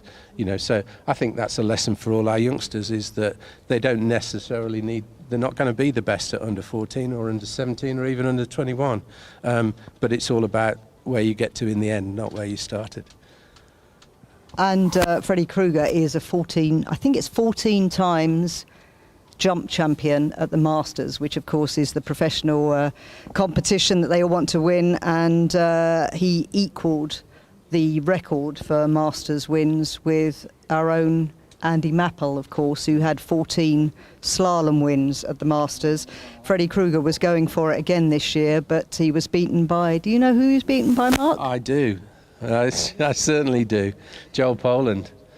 Joel is an outstanding talent. To quote Matt Reaney, he's a freak. And he is. He tricks right foot forward tricks, left foot forward slalom, is he? I think that's the right way round, but certainly it's, I can never remember which. I think is left foot forward slalom, right foot forward trick. One of the few people I think who can do that. But yeah, remarkable talent. Great Britain's Joel Poland, not only winning the Masters jump ahead of Freddie Krueger and Ryan Dodd, who's the current, is he the current, world champion and world record holder. Yeah. And and of course Joel is the overall world champion and overall world record holder in the open category as well. Just not quite sure what the delay is here. We are waiting for our final jumper in this over 45 women, who is Ioannina Thompson. Well, okay. I am just hearing that there might be an optional re-ride. We were talking about speeds and re-rides and optional or mandatory re-ride. She's going to take the 2 optional re-rides. Sounds like there might be 2 optional re-rides, presumably for Angeliki Papadimitriou, as she was the last skier on the water. So not sure what the issue was there, but she has something with 2 of those jumps, I guess, was not quite right, if she's being allowed to take 2 more. Mark, what sort of, for an optional re-ride, what sort of reasons could that be? I think it's failure of the equipment, probably. Not the skiers' equipment, failure of the site equipment. So I think it's unlikely that it would be the measurement of it. I think it's more likely to be a problem with the boat. And I've seen this before, where only the very top pro skiers spot when something is wrong. It happened to Jacinta in Paris when she got onto in the prelims. She said there's something wrong with the boat, and she figured it out. But none of the other competitors had figured out what was going wrong with the boat, and that might be the case here. She's not realised that there's a problem, and it's only when they've actually checked the times and so on that they've realised that there could be a problem. You've done the first name thing again, Jacinta Carroll, but I'm sure most people who are interested in jump will know Jacinta Carroll of Australia. Absolutely phenomenal. Anyway, let's have a look at Angeliki's first jump of 2 more to go. Yeah. So it's an easy 3/4. She's quite steady. Nice tall turn. Early into the ramp. Oh, lost her ski on the landing. She was quite back. She wasn't forward in the air. It's one of my failings, but when you're a little bit back in the air, the landings are heavy, and that's what happened that time. I think she lost her left ski. So if it's an optional re-ride, presumably the distances she's put down already, are they protected? No. They're not? No. So that's a full, but I don't know which one that will be instead of. Yes, they will have told her that is either her first jumper or second jump. She's effectively re-riding either I think it's a second or third jump. So now it counts as a fall, not at the distance she had previously. But knowing that she's only got 2 optional re-rides, that means she's already got a score, because she's got one, whichever distance it is. We'll just confirm which one that is if that were to happen again, if she were to fall again, which hopefully she won't. it's interesting because she's a team skier, so her score is going to count towards the team score. She's going to get a chance to improve in the final, but I think she wouldn't have had the option of keeping the scores on the other of the previous jumps.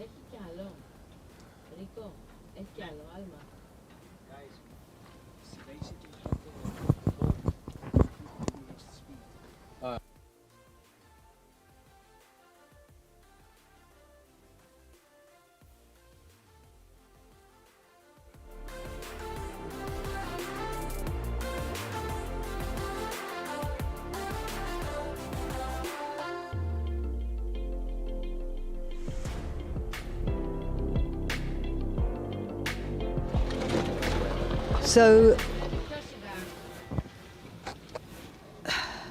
somebody's just come over to tell us that they believe the speed was wrong on the second and third jump for Engelsen, and that his understanding is that the jumps that she's already recorded are protected. But we'll bring you, hopefully we'll get a longer landed jump, and then it'll be irrelevant anyway.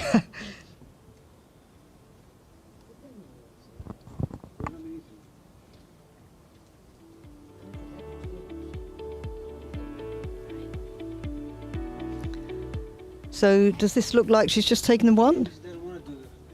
It looks like yeah, it looks like she's just decided not to bother. You know, she's through to the final anyway. Is it? You know, I mean, she's fallen. I don't know. Hopefully she hasn't hurt herself at all. But maybe she feels. Looks like she's got some water in the ear, maybe. But yeah, maybe just saying, look, I don't need to do this really. She'd have gone again perhaps if she'd landed a good one. I'm surprised she took either of them, to be honest. Looking at the scores, they're pretty much in line with what she's capable of. There doesn't seem any advantage to me in going again when those scores are protected. And it's what I said earlier, really. It's managing the game. You want to keep yourself in the game. She's in the final. She's put up a good score for the team. Is she going to learn much by staying out there and having a couple of goes? I'm not sure. So the longest distance then for Angeliki Papadimitriou, 23.2. Behind her teammate Angeliki Andriopoulou, 38.3. And one final jumper to go, Ioannina Thompson of Switzerland. You see there on the dock, pulling in the line, about to go out for her first jump.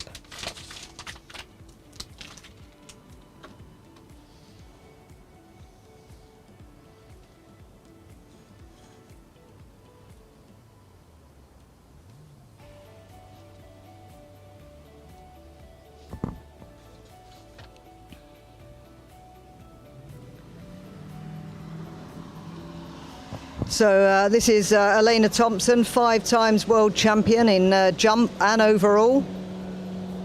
She was second in tricks at the Worlds in 2001, had the world jump and overall record 2000 to 2009. I mentioned this yesterday, that ski flying world record. Do you know what that distance is, Mark? Ioannina?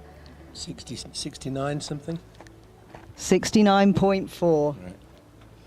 You ever done ski flying? No thanks. Thought that might be the answer. Okay, jump number 1 for Ioannina Thompson. Not intentionally, anyway. Elena's got a huge jump in her. She's just amazing. So it's a big 3/4. She's quite late. She's up on the boat. She's nice and tall. Turns in.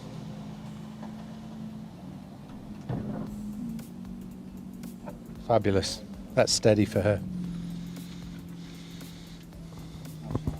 And this is significant for the team scoring because we've got 2 Greeks, the 2 Angelikis who've already got jump scores in this prelim. But if Ioannina puts in a big jump score to score the 1,000 team points, it pushes the 2 Greek scores further back.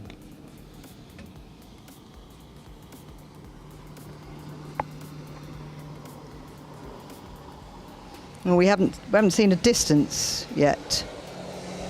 I think that's from the. Well, that distance doesn't seem to have changed from the previous one, which was the fall by Angeliki. So let's have a look. Hang on, it might be a problem with the speed again. Let me just have a look. No distance. So that may be that there was just a fault with the, what's it called, splash eye? Yeah, I hope it's not a fault with the person operating the splash eye.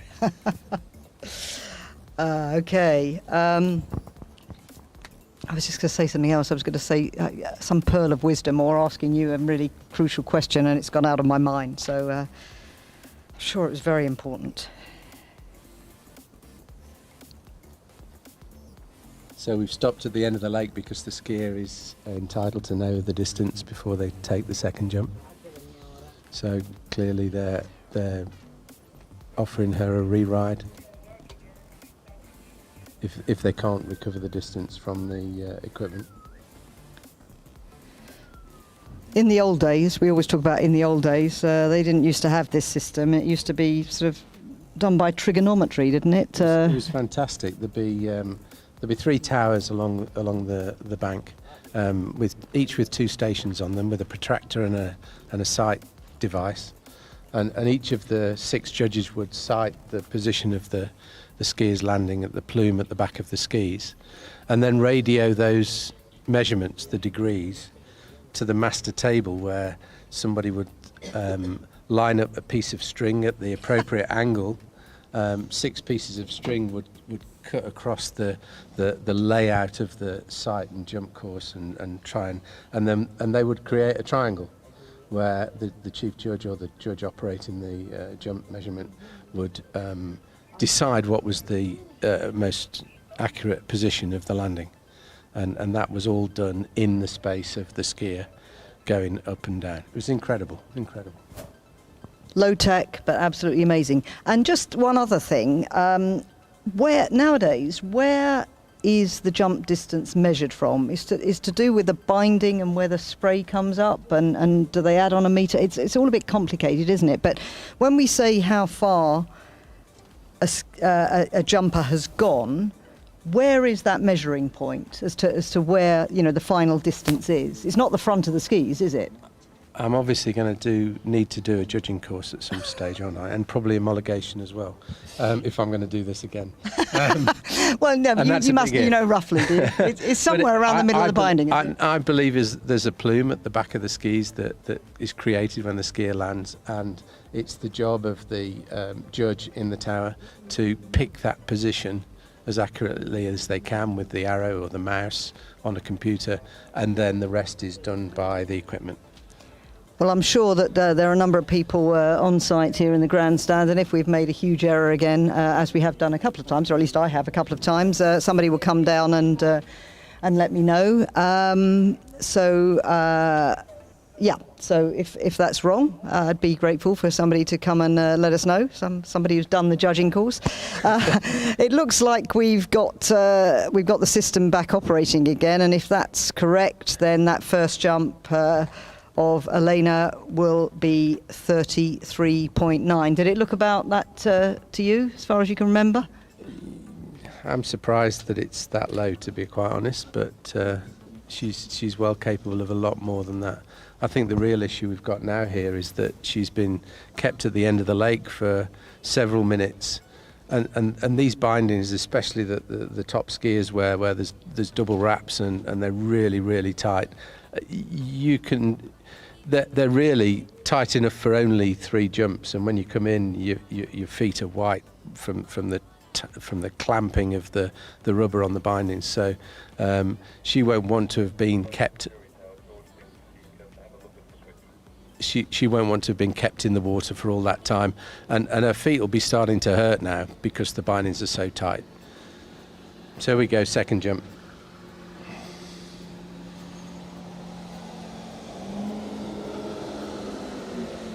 And it's a really late 3/4.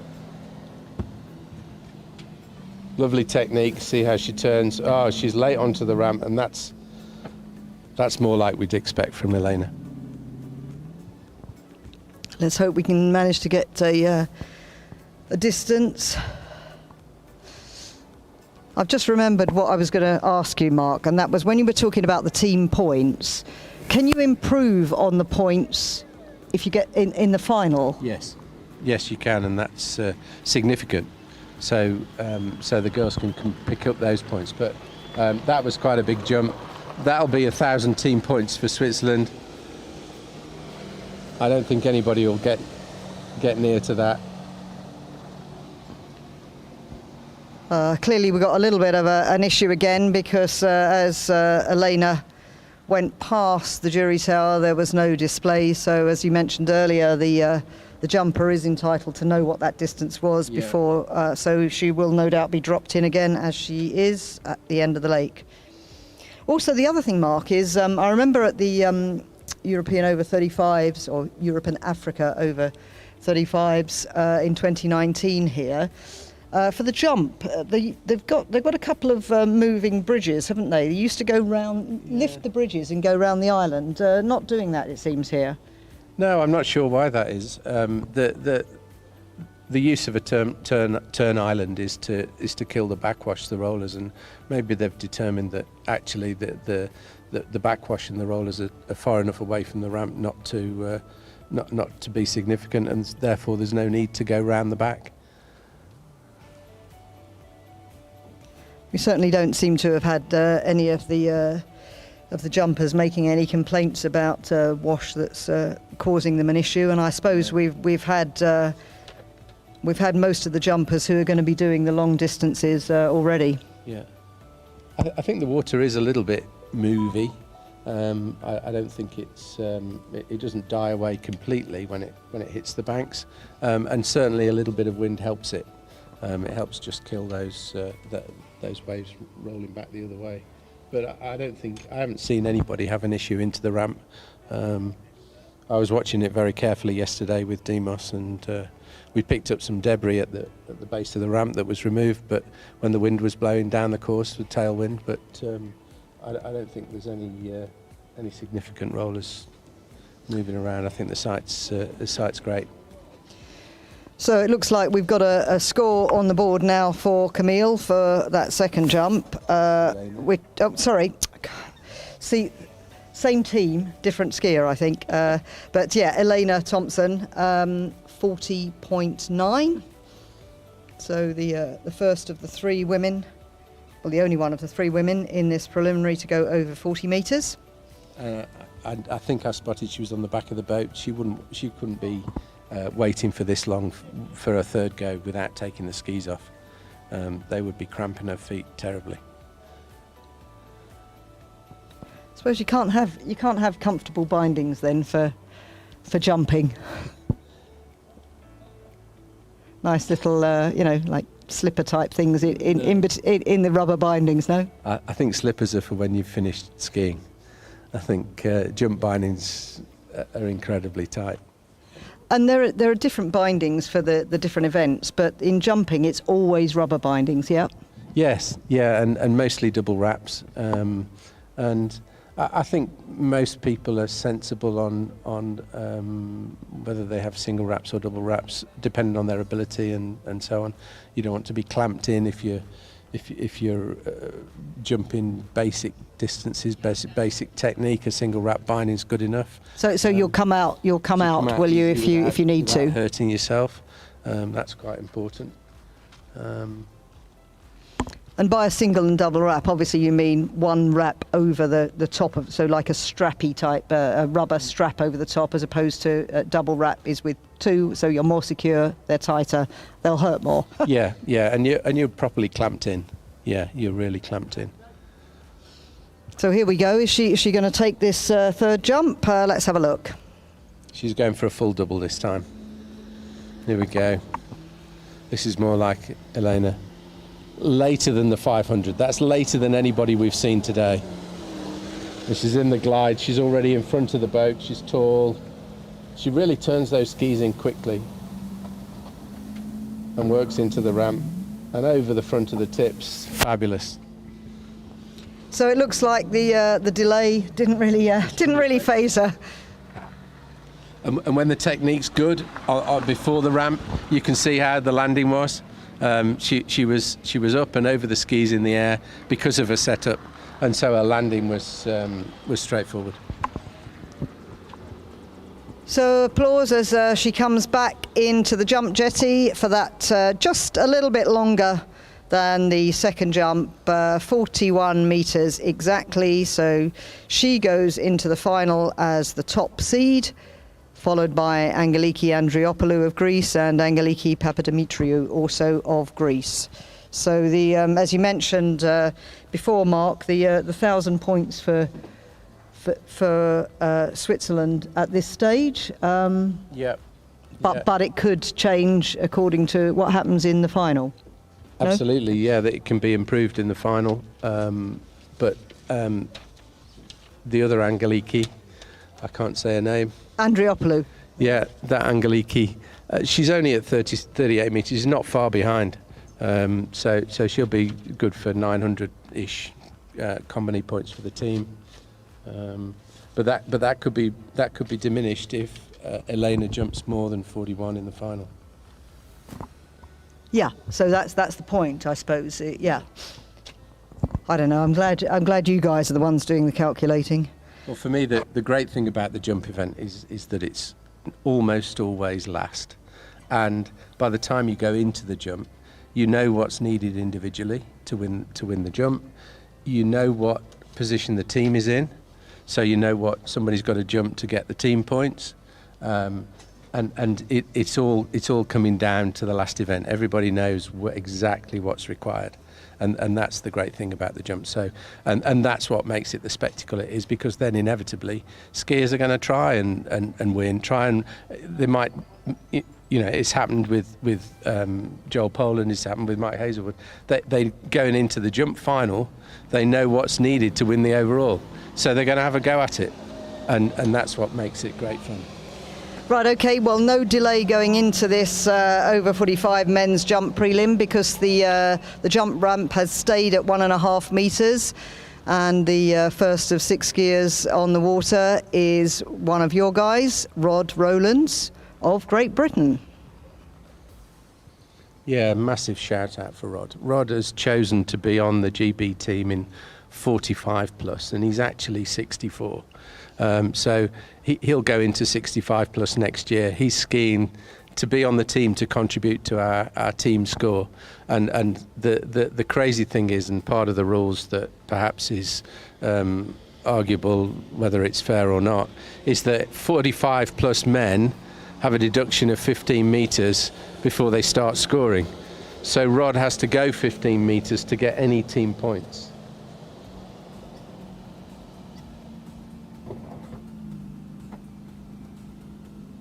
That is amazing. Rod didn't land a jump in prelims. What you mean in practice? Pardon, in familiarisation. Yeah. Rod didn't land a jump. He'll be cock-a-hoot with that.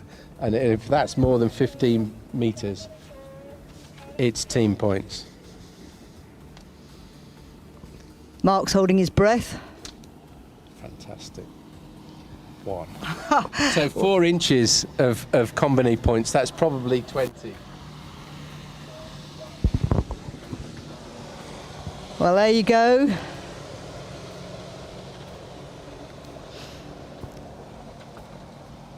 Looks like the team tactics have paid off. 64-year-old Rod in the over 45 men, and he has scored 15.1. You said he had to score 15. He's done it. Let's see if he can go a bit further. He'll be happy. And at the end of the event, when all the team positions are calculated and put on a chart, there'll be a little asterisk by each skier whose score contributed to their team score. And Rod can say that he was on the GB team for this event and his jump score contributed. Here we go. Second attempt, and I think Rod will have upped the boat speed, because he wouldn't have been at maximum, so he'll have upped the boat speed to just try and do the same and get a little bit more distance. Landing is the difficulty for Rod. Oh, and he's got 2. Wow, that is incredible. Rod didn't land a jump in familiarisation. Yeah, that must knock your confidence a bit if that happens, but clearly he's pulled it out today. Oh, look at that. Fantastic. 16.3, so I guess the way the points work, that's a bit more, is it? Yeah, absolutely. Absolutely, yeah.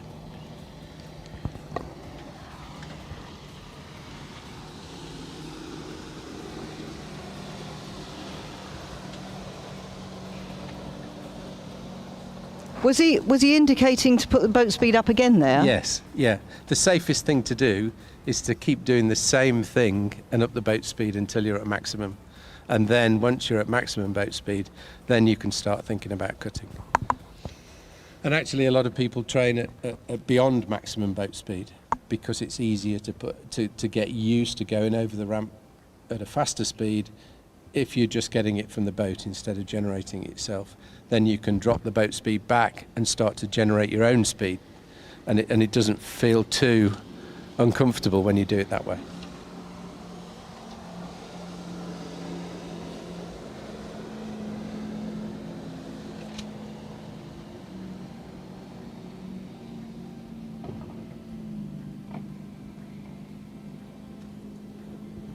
Wow, that's unlucky. That's unlucky because there wasn't much wrong with that.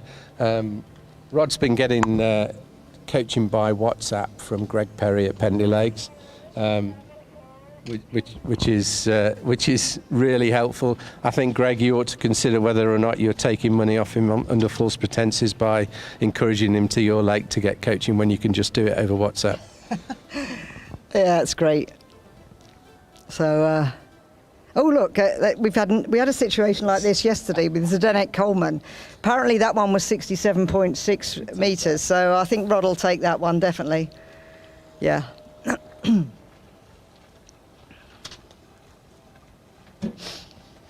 Let's just say that's definitely not 67.6, but yeah, well done to Rod. And next up will be Sébastien Marois of France.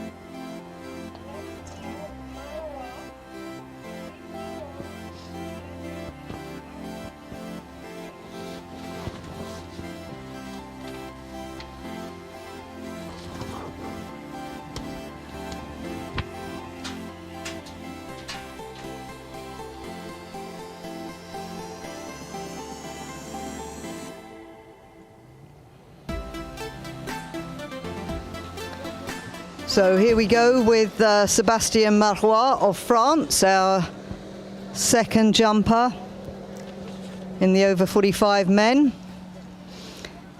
This is the preliminary round, and 5 skiers will go through to the final.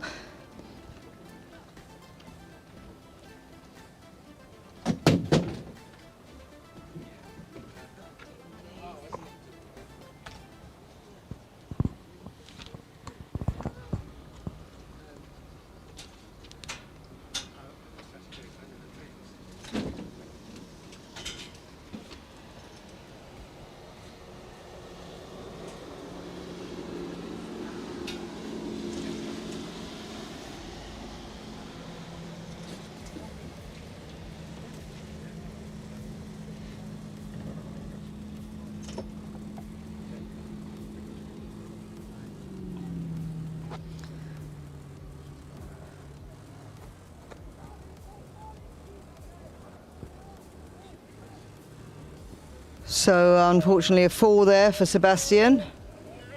Getting some coaching shouted from the from the dock.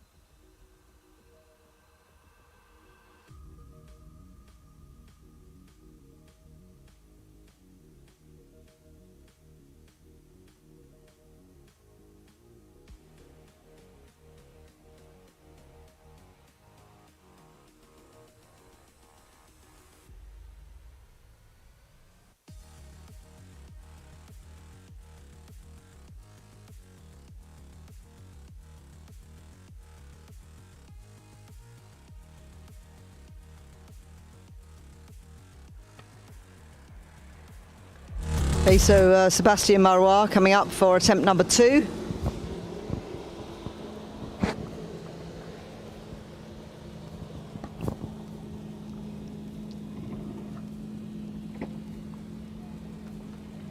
He's happy with that. Fist pump. A landing. Yeah, I mean, in this category there are, I believe, 6 skiers going and only 5 will go through. So it's more than just getting a landing, but unfortunately 1 will drop out. But he's got a score on the board, and that is 13.5. I'm going to contradict. Oh, sorry. There's 7 on the list, only 6 are going, but if there's 7 on the list, is that 5? Yes. Oh, good. Okay. I just double checked that. Yeah. So even if it was 6, Yeah. even if 7 were on the start list, but regardless of whether 7 started or 6, it would be 5 through to the final. Yeah.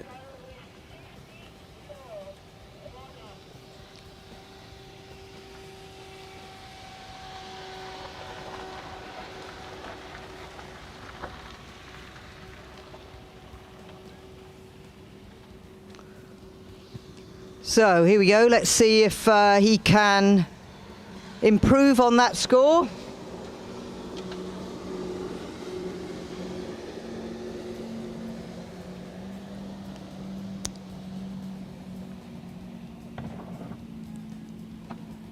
Oh, hope he's all right there.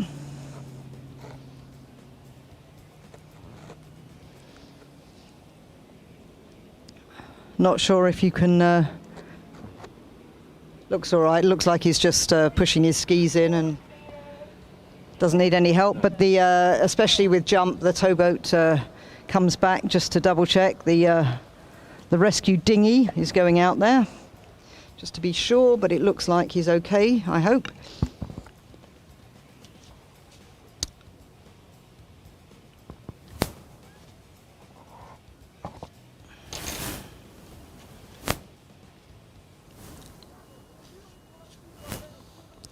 I do believe, Mark, that means that your man is in the final. Fantastic. He'll be delighted with that. He's a great competitor, Rodney, and a passionate water skier at all levels. Family water ski. They have fun on the river as well as competitively. Yeah, I'm delighted he's in the final. And his furry mascot, Foxy, who goes everywhere with him, is going to be pleased too, I'm sure. Yelling on the grandstand there. I'd be surprised if Foxy hasn't been over that ramp too. Okay, so next on the water, Jan Buchs of Germany.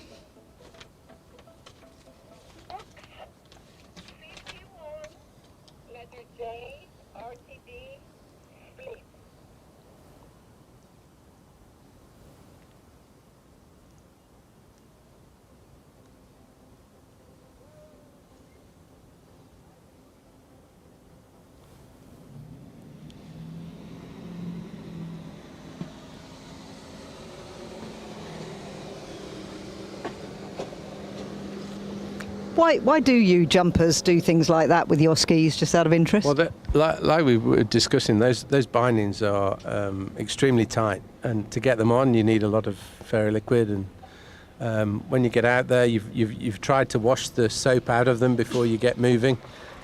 But when you get moving, your feet have got to settle, and you want that rubber to settle into a neutral position around your ankles and around your feet. You don't want it moving around or tight in one spot. So the jumping up and down and just it's psyching yourself up, sure, getting the muscles going, but also getting those feet settled into the bindings. Other brands of washing up liquid are available. Okay, here we go. Here we go. We're looking at a single. He's set, ready for a single. Nice pull to the ramp. Good. Nice and steady. See how his arms were long? He kept his arms straight out front. And you could hear the boat come in as he was easing his way towards the ramp. The switch operate and the gas on the boat start to give him a little bit of power. And that pull's helpful on landing.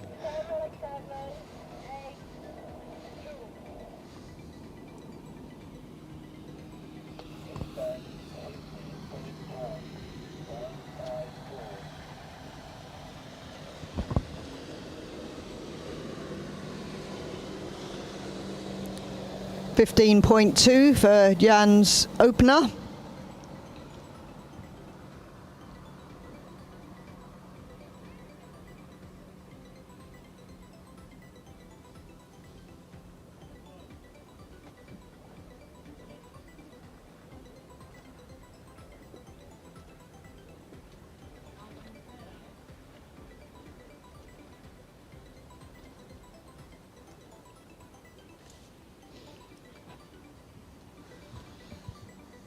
So let's have a look on this one to see if you can have a look at his arms and explain what you mean. I think there's another single coming up. See how his arms are already stretched, nice and long, nice and relaxed in front of him. He set his position, set his knees, put that right foot out to get a bit of acceleration to the ramp, and there, feet to feet. That's great.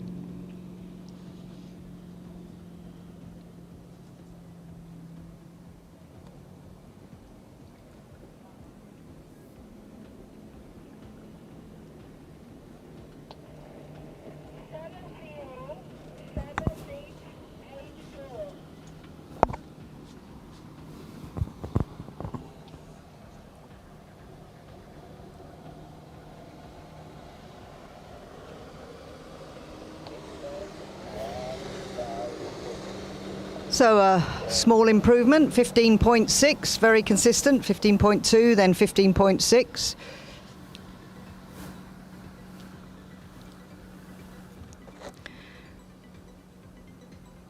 One more attempt over the ramp to see if he can get a better seeding for the final, but he's in the final anyway with his well, he was in the final with the first jump, but he's improved on that in the second one.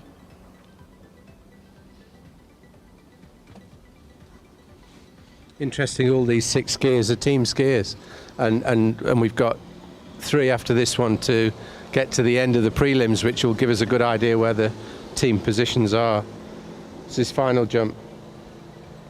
Nice straight arms, cut to the ramp, feet to feet. That's great. They all look very similar to me. Yeah, similar jumps. I think it's interesting also, I've been doing this event for too many years, and in the last year or two, Greece and Switzerland have started to bring in skiers to make up a full team. So you can have a team of 10 skiers, and you need 5 scores in each event, 5 in tricks, 5 in jump, 5 in slalom. And really, to do well as a team, you have to have those 5 scores. It's almost impossible to catch up a team that has skiers in all those events if you don't. So it's interesting that Greece and France and Sweden have all got skiers who are starting out on their jump careers because they've not had scores in jump previously, and they're starting to pack out their team with people in those age categories. It's really good to see. Yeah, it's great that these guys are stepping up to do it for the team. I don't know if have you looked at the overall team classifications after day 2? I know that after day 1, Great Britain were in second, and was it Greece were leading? But obviously we had a lot of competition yesterday. Are you aware of the positioning at the moment? You can't really compare until all of the prelims are finished, because only then do you know if everybody's got a score in each, or 5 scores in each event. So the only time really that it makes any sense is after the end of the prelims, which is in 3 skiers' time. Yeah. Okay. Well, it'll be interesting. I don't know how quickly the scores, the team scores, are updated after that, but we'll have a look and let you know if we have an update. So this is Lefteris Kousathanas of Greece.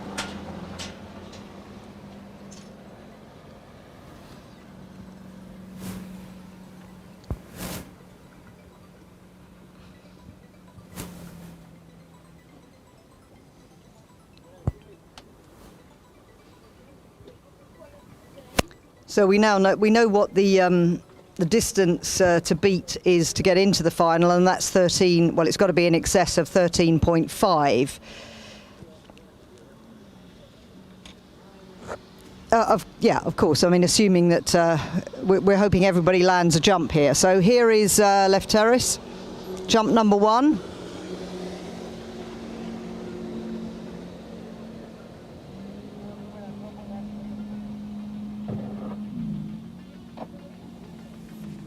A nice steady single. Roll back a bit on landing, that's easy to do. I think seemingly it's only those with Hazelwood jeans that manage to land on their feet somehow.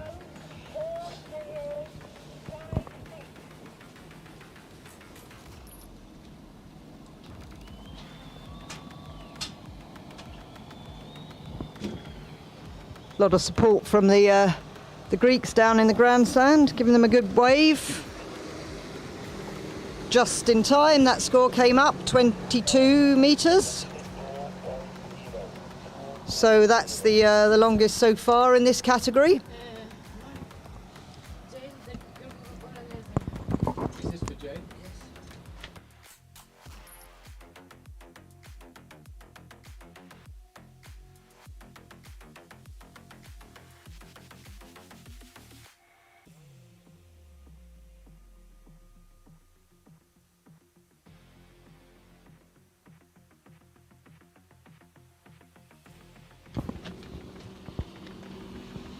So jump number 2 for Lefteris. He's already got the longest jump so far, 22. We're going for the 3/4 this time, and it's quite early. Nice turn for the ramp, nice and tall. Now he's working on the way in. Oh, he's passed. I think he passed because he was too early. He looked a little bit too early on that one.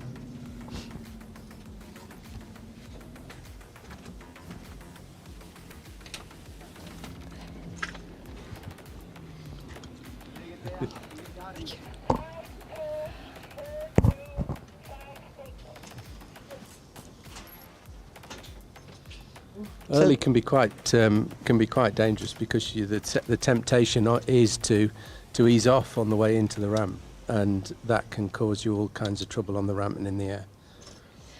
So he took the right decision there to pass.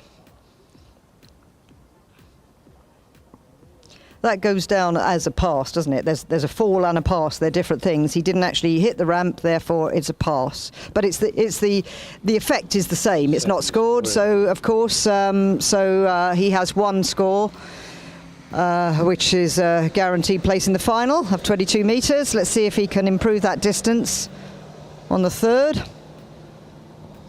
So what would you do to correct that then on this 3rd one if he takes the same sort of approach?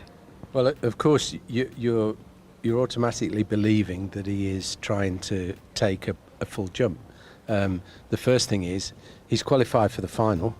He might just be lining up his sight and having a look at where he needs to be for the final, and with no intention of taking the jump at all. If assuming he is, he'll be bringing it down the lake a little bit on his pull out here, I'd say that's, I would have thought that was a jump that's takeable. He's still quite early. And he's set off quite easily, but he's early into the ramp.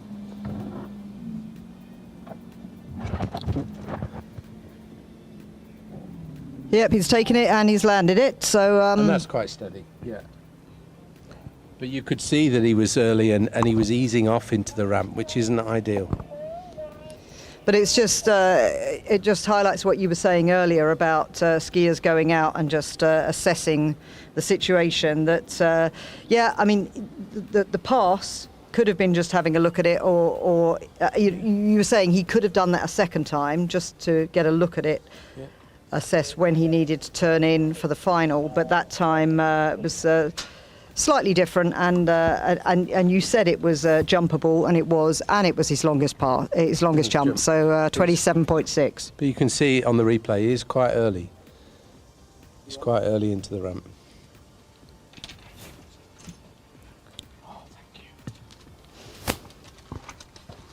Yeah. So ideally, what would you do? You'd turn in a bit later, or just stay on an edge longer? No, you set out from the start a bit later. So probably adjust by 1.5 meters to 2 meters before you set out to this side. And of course, you're assuming that your pull out has the same intensity, that your glide is at the same speed. You're assuming everything else is the same, and all you've adjusted is the distance or the point at which you've set off. Hopefully they are, but they might not be, and you've got to have a good eye for it for when you're lining up that jump and that turn in. You've got to have a reasonably good eye that you set off at the right point. I am learning an awful lot about jump here, but it's not doing anything to encourage me to go over the ramp again. This is Mathieu Gourdet of France, again another French team member.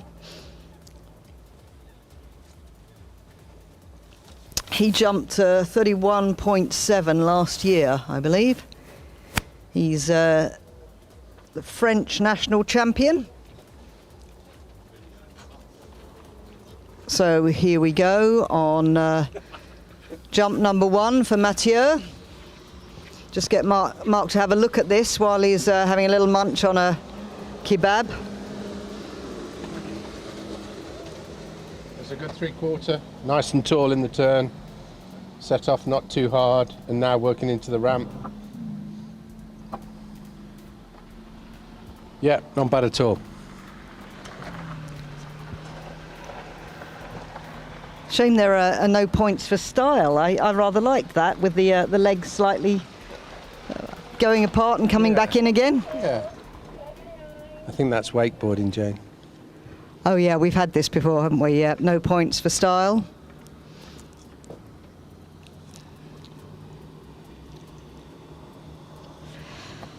No points for height off the ramp either. It's just the distance, and that immediately takes the lead. 28.2 meters for Mathieu Gourdet's first jump. Of course, assuming these skiers are all in their correct age group, and Rod isn't. Rod's in an older age group, skiing plus 45. But assuming these other guys are in the correct age group, they're between 45 and 55 years old. We haven't mentioned injuries or wear and tear on the body and the like, and that's a consideration. It's a major consideration, and so they might be choosing not to take a jump for that reason, to just take it easy and not hammer themselves hard in the prelim. This is a 3/4 cut, another one. He's reasonably well up on the boat. That's not bad at all. Nice and easy start. Work into the ramp. Single hand in the air and skis away. That's good. Yeah, Mathieu is 52 years old, so he's sort of right in the middle, I suppose, or the middle to top end of his age category. So how does it's to do with when you turn, say, 45 or 55? Is it the end of the year? So it's if you're that age by the 31st of December, you can still within that age category, you can still. So if you're, say you're turned 45 on the 1st of January. Yes. What happens? You celebrate your birthday. Yeah. No. But I mean, I need to get my brain around. Yeah. Because Okay. it's different for the youngsters, because they've got to be under a certain age on the 1st of January or 31st of December, and the seniors have got to be over a certain age. So it's difficult to work out. But in your first year of the next age category, that's your best opportunity to win or to medal. I'm going to try and get my head around that in a minute, but let's just look at Mathieu's second jump here. So we're going for another 3/4. It's a little bit later set off. He's pulled hard, but he's not in front of the boat, so he's quite well back. Nice easy turn, and that's good. That's not bad technique at all. You can see that he's doing all the work from the second wake to the ramp, rather than from wide of the boat out here near to us. So that's the aim of the game, is it? Maximum acceleration at the base of the ramp, really. So just as he goes back, I think I'm just thinking, if your birthday is the 31st of December and you are 40, let me just think, hang on, 45. Yes, if you're, listen, let's just forget that. I'll come back to that. I know exactly what you mean. If you're, some of the older ones it's the opposite of what you want if you're a junior. Anyway, 27.9 metres for Mathieu Gourdet's second jump, a little bit less than his first, but pretty similar. So his longest jump so far is 28.2. I think he's done. Oh, did we miss one there, or has he just decided to come in after 2? Quite possible. I hope I didn't miss one just by trying to concentrate on age categories, but let's just have a look.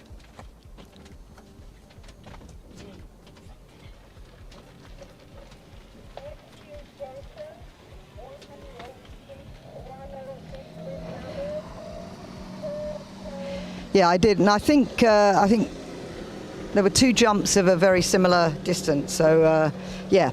Anyway, this is, I believe, Magnus Engelsen of Sweden, who was helping me do the commentary earlier today.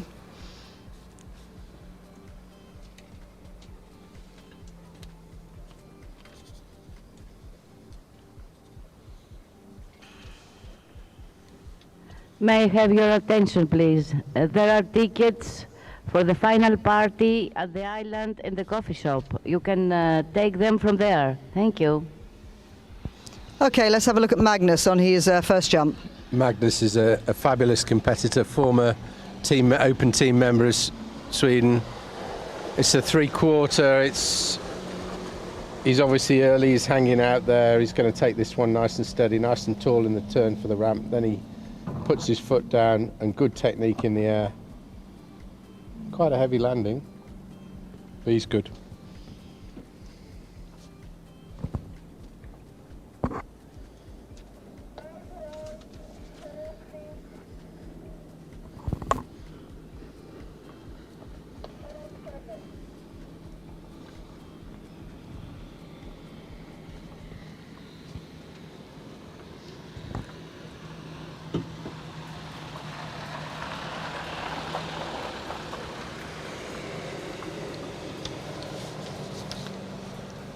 I think we're going to have to drop Magnus in at the end because he just passed the jury tower when that score came in. But it's a big score. It's 35.4, so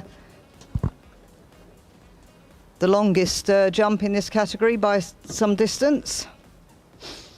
Say he just did well to hang on to that. Oh no, he must have seen it. Yeah, I think they got. Or they've told him. They've told somehow. him from the boat, probably.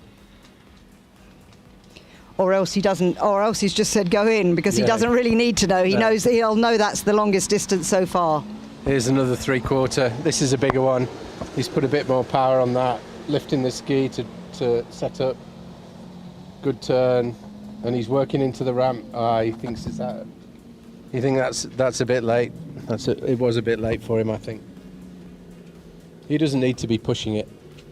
He's qualified top seed.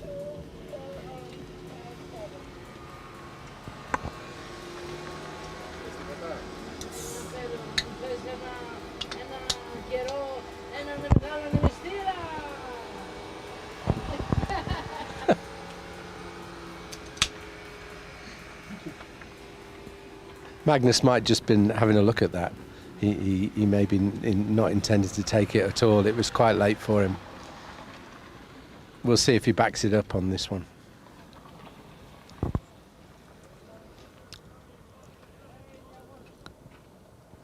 So I think this last attempt will be the last action of the jump prelims today.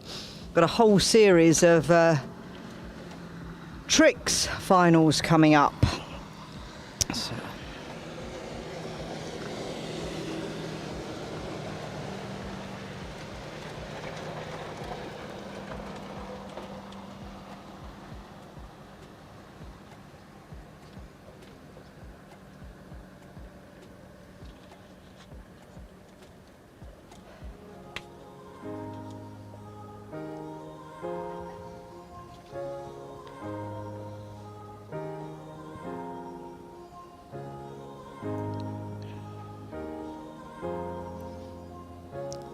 Okay, so let's watch Magnus come in, see if he can improve on that 35.4. Doesn't need to, but... 3/4, he's backed it up a little bit.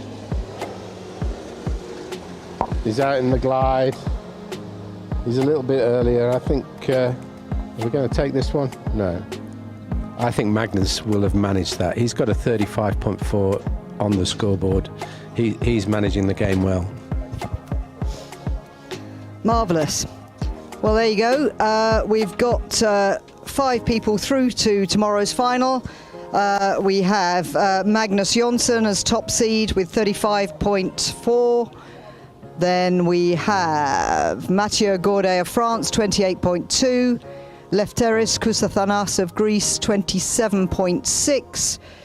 Jan Buksch of Germany, 16.8, and Rod Rowlands of Great Britain, 16.3. So unfortunately, the one skier who doesn't make it through is Sébastien Marois of France with 13.5. But well done to all the jumpers, and it's nice to see so many lovely landings. And thanks very much to the British team captain, Mark Beard, who's disappearing now with his water and to prepare for his own tricks later on, and that of his team members, so I really appreciate that, and we'll be back with some tricks very shortly. Τελείωσε και ο αγώνας των ανδρών άνω των 45, προκριματικός γύρος του άλματος. Ο Λευτέρης Κωνσταντινάς μπαίνει στον τελικό με 27-60. Και στη συνέχεια έχουμε φιγούρες. Ένα μικρό break.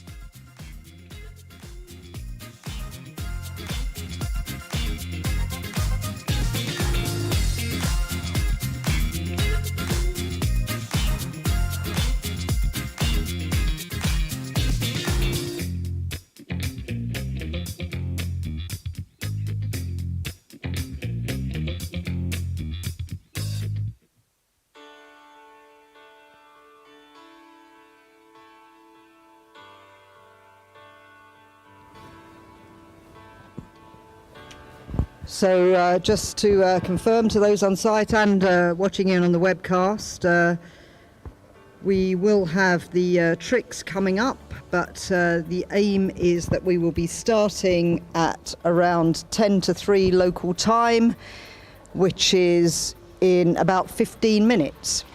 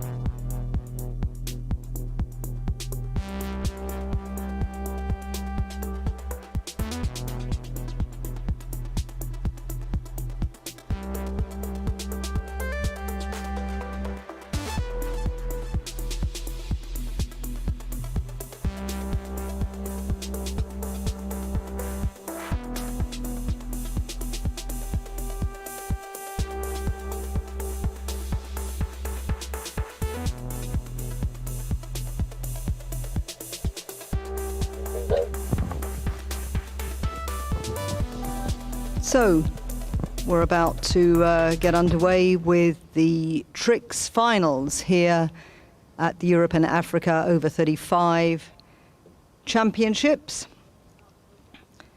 In the beautiful Pamvotis water ski in Ioannina in northwest Greece. Look at that lovely lake, completely still, no wind. It's very, very warm, about 38 degrees. We've had some great action already today with some of the slalom finals and some jump preliminaries. We've crowned our first champions, so now it's time to crown quite a few more. All the tricks finals will be held this afternoon, and the remaining slalom and jump finals will be on day 4, tomorrow, Sunday, the concluding day of these championships. So we're about to get underway with the over 75 men's tricks final. Just one skier in this category, Jean-Pierre Fox of France.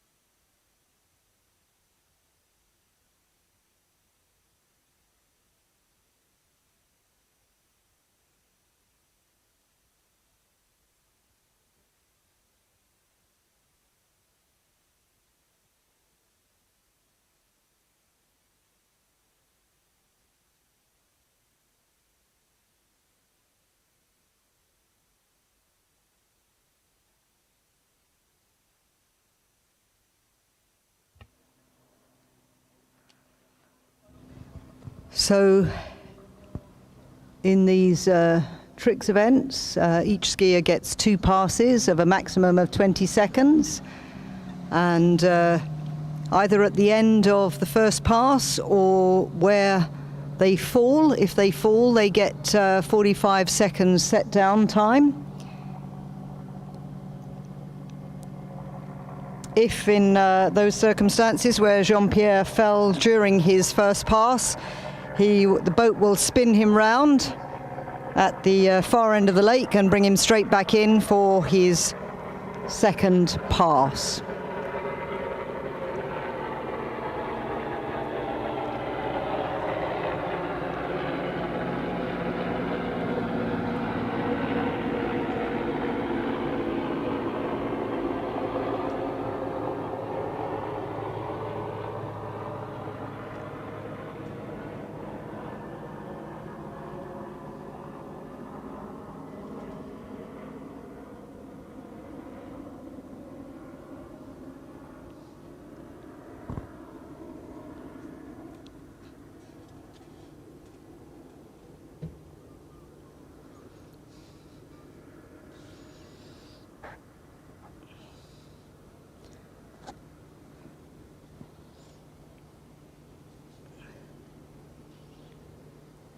So here he comes for his second pass, bib number 43, Jean-Pierre Fox of France. Scored 230 points in the preliminary round.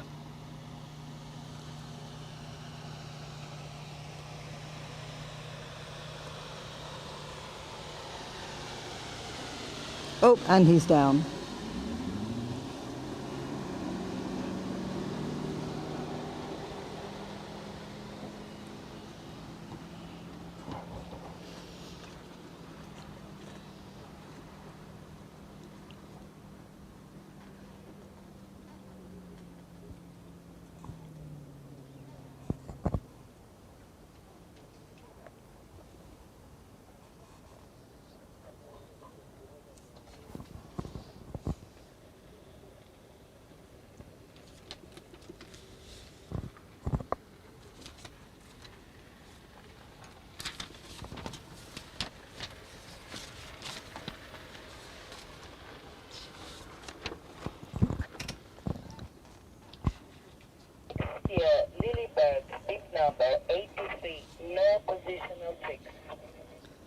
So just seeing that replay there of Jean-Pierre, he's 76 years old. He's got a European silver medal.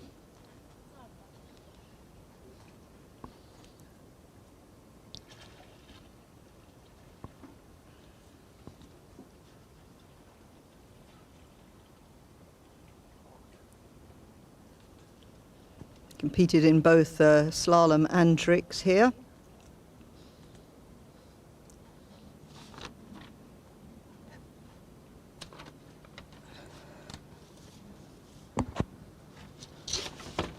So now we're moving straight on to the over 70 men, and this is the only skier in this category as well. This is Auden Lilleberg of Norway.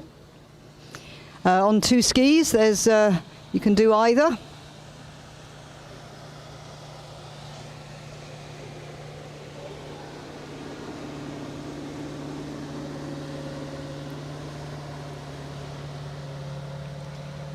Couple of 180s and a couple of 360s.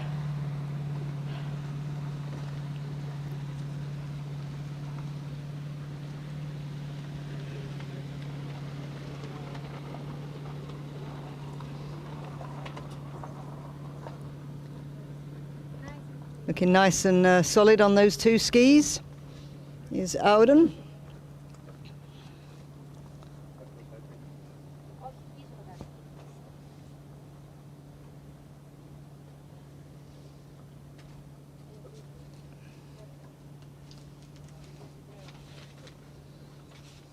Okay, it's okay. Thank you.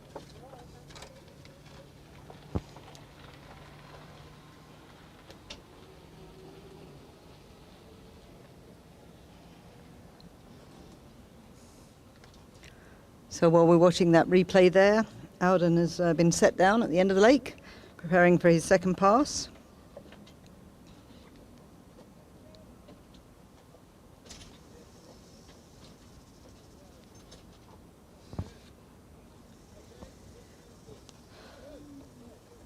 trick scoring takes a little longer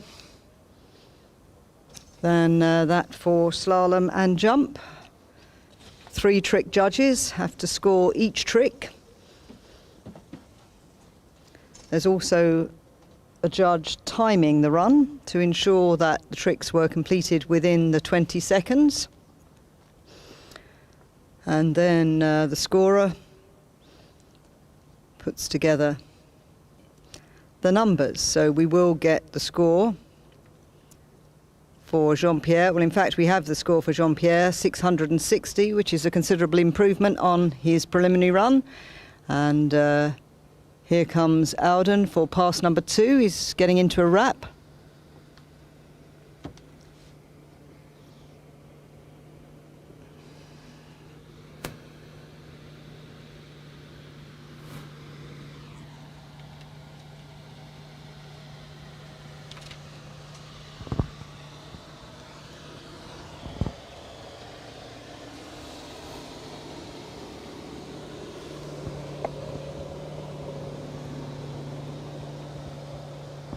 Oh, and stepping over the line and back again.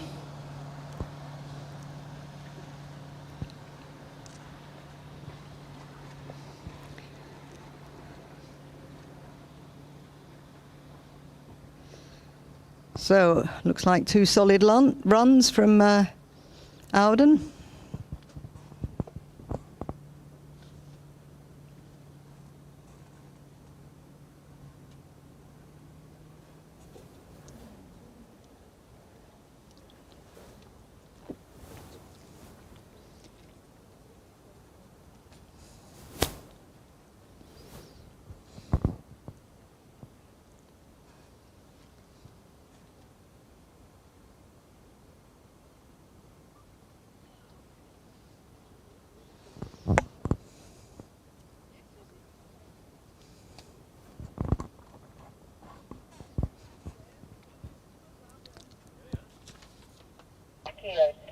Diane, bit number 71, no positional tricks.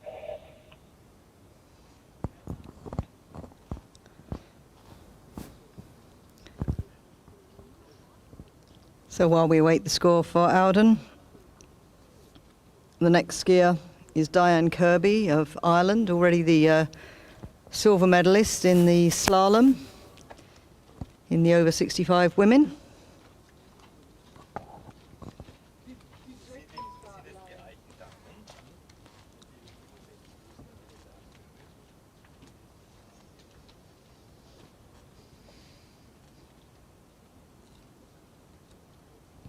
Score for Auden Lilleberg, 310 points, which is exactly what he scored in the preliminary round.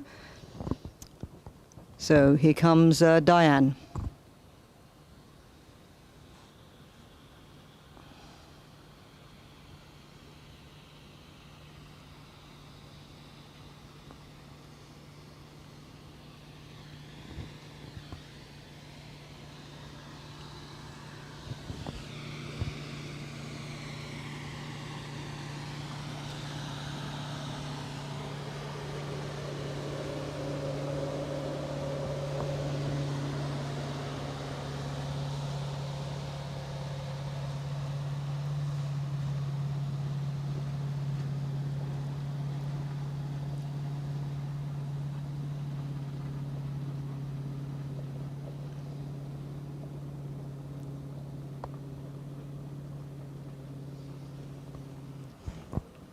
So down right at the end there. It's looking like a nice run up until that point.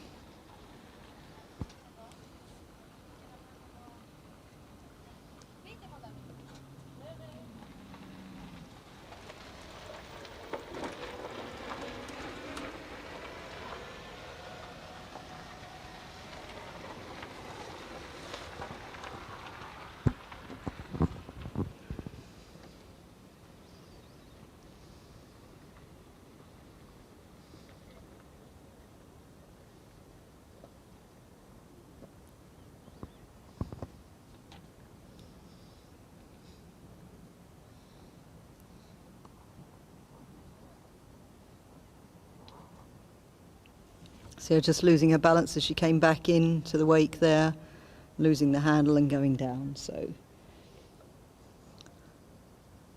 come in and see what she can score on pass number 2. She scored 1,070 in the preliminary round.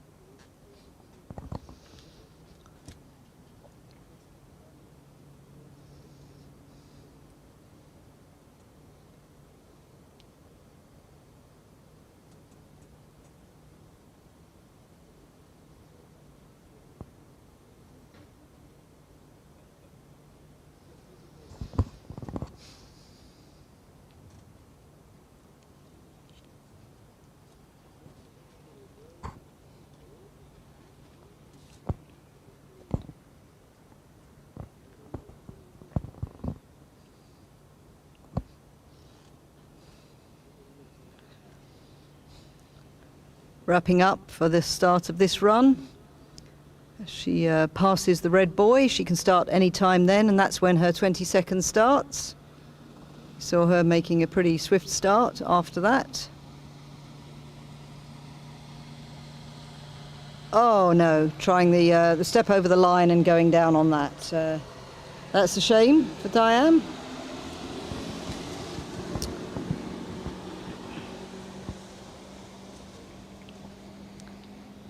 But Diane competing in all 3 events here. She's been around on the competitive scene a long time, very popular skier with all nationalities here, one of 17 countries represented. She is the only one from Ireland. She lives in Belfast in the north of Ireland.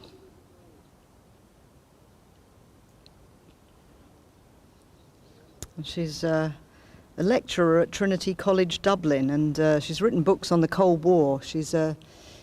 I said, so you're an expert on the Cold War, and apparently she said she's an expert on a very small aspect of the Cold War, and it's the religious aspect of the Cold War. She also skis in the north of England at Lound Water Ski Club in South Yorkshire, which is up in the northeast of England.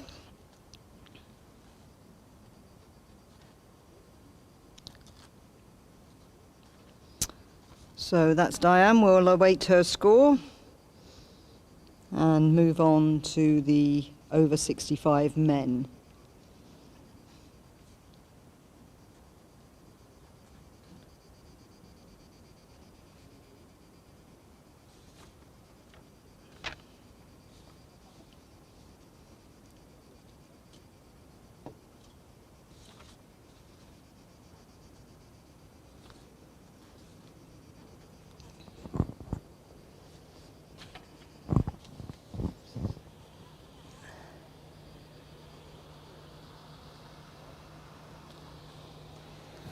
So this is Lasse Engelsen of Norway.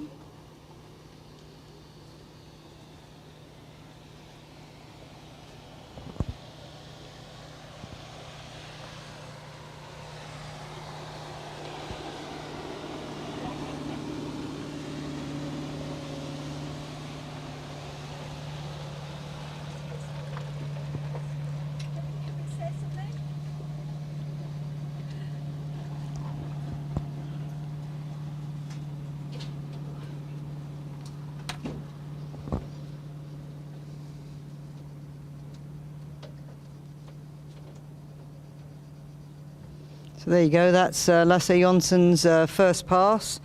He is the only skier in this over 65 men's tricks final. Should have been 2.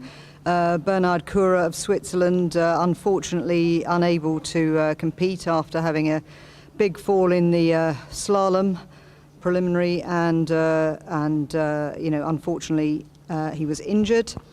Gather he's doing okay, which is good news. So as we just watch that, the repeat of that run from Lasse, I'm joined by Diane Kirby of Ireland. Just been talking about you. Yes, thank you for saying I was very popular. You are indeed very popular. Congratulations again on your silver medal in the slalom. Went down once at the end of the first pass and a little bit sooner on the second. How did you feel it went? Well, look, to be quite honest, I'm delighted that I got any tricks done at all. Last week, the week I was meant to come here, my ski of 40 years, a kidder, second-hand from Sean Bronson when he was a junior, disintegrated. So I bought a new ski, and I didn't realise in 40 years how much trick skis had changed. And believe me, doing the deep water and making it to the start, that itself was a triumph. Well, it looked pretty good to me. I mean, you managed to get quite a few tricks in there. I don't know if we've got your score in yet, but clearly happy with that. I mean, I suppose it was a warm-up in the prelim, yeah? Yeah, yes. No. I enjoyed it. I'm getting used to the ski. I think the ski can do flips, but not with me on it. I think you should try, Diane. Let's just look at, before you disappear, Lasse Jonsen's second pass. He's in a toe hold here, pretty impressive.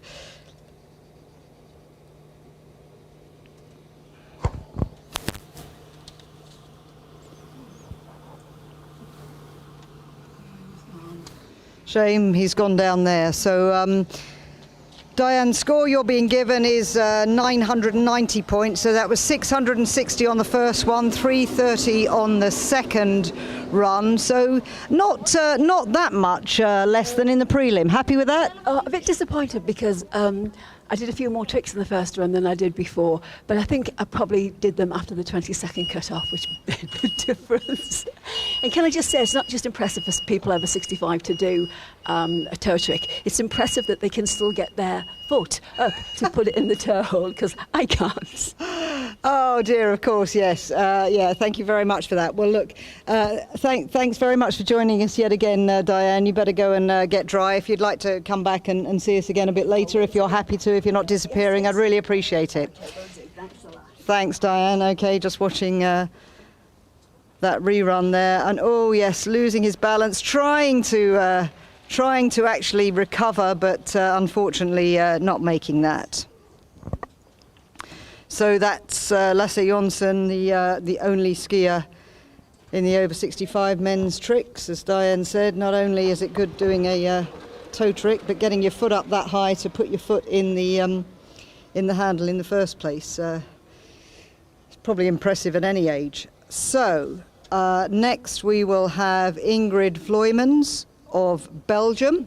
This is the over 55 women, and once again she is the only competitor in this category.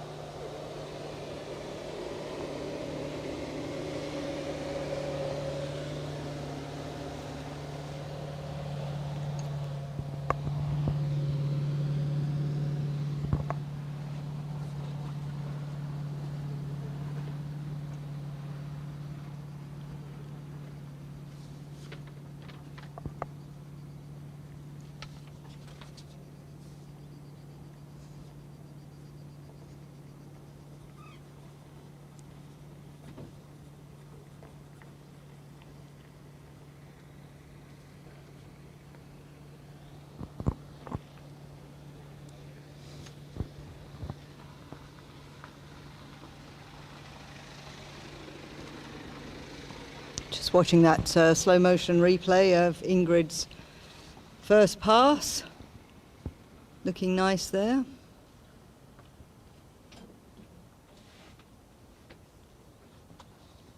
Ingrid enjoys teaching beginners water skiing or wakeboarding. She said she wanted to wish all skiers in this competition luck.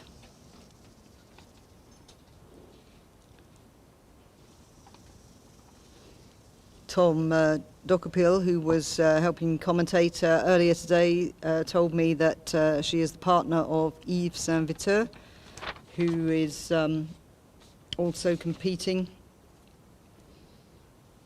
in the men's category in this age group. He'll be coming up shortly.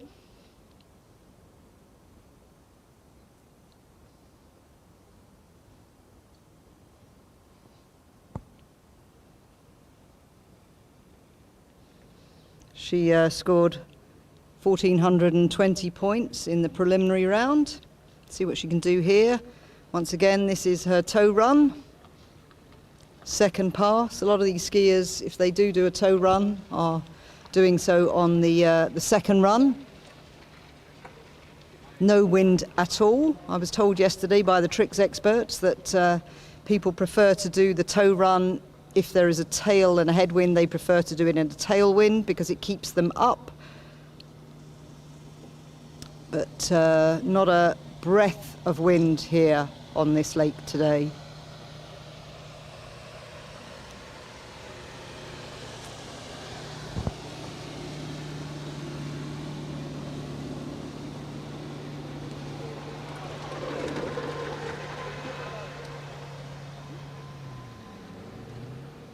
So going down there towards the end of her second run. The points for Lasse Johnsen of Norway, 900.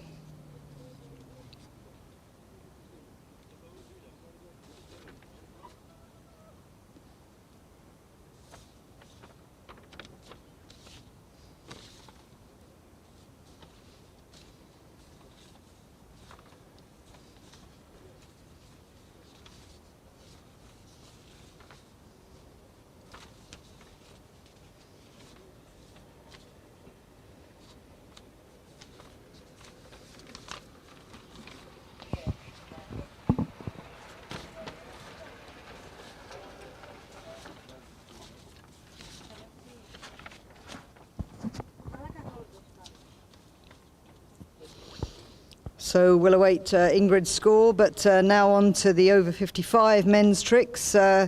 We do have a number of skiers in this category, 8 skiers.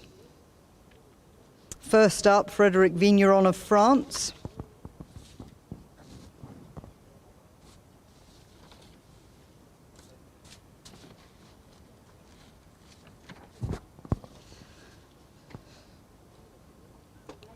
Earlier today, I mixed up the 2 Frédérics from France, Vigneron and Duminil. But this is Frédéric Vigneron with bib number 56.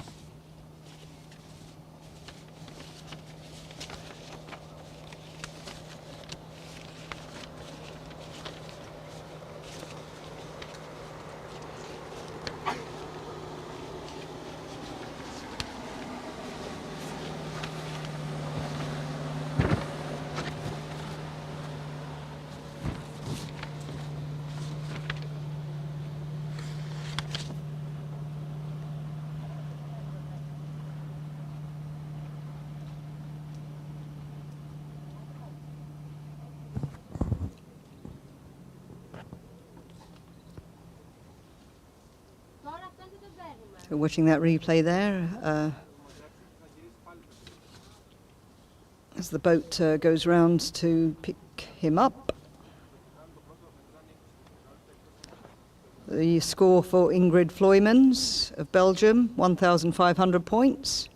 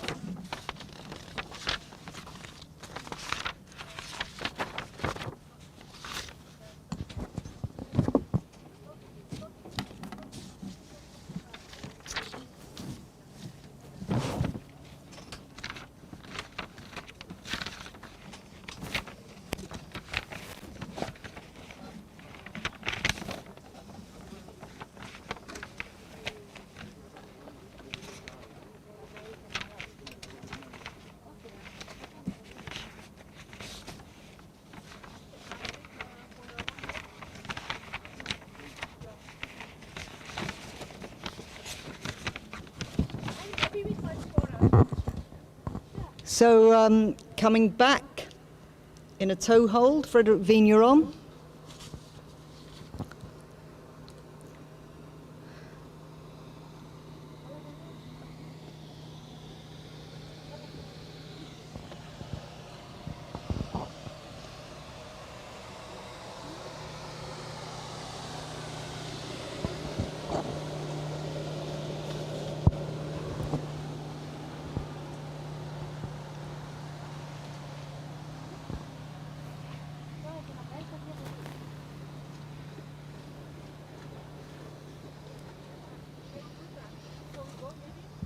So there you go. Let's see if just Ingrid, can I have a quick word just before you go back? Yeah. Ingrid Floymans of Belgium.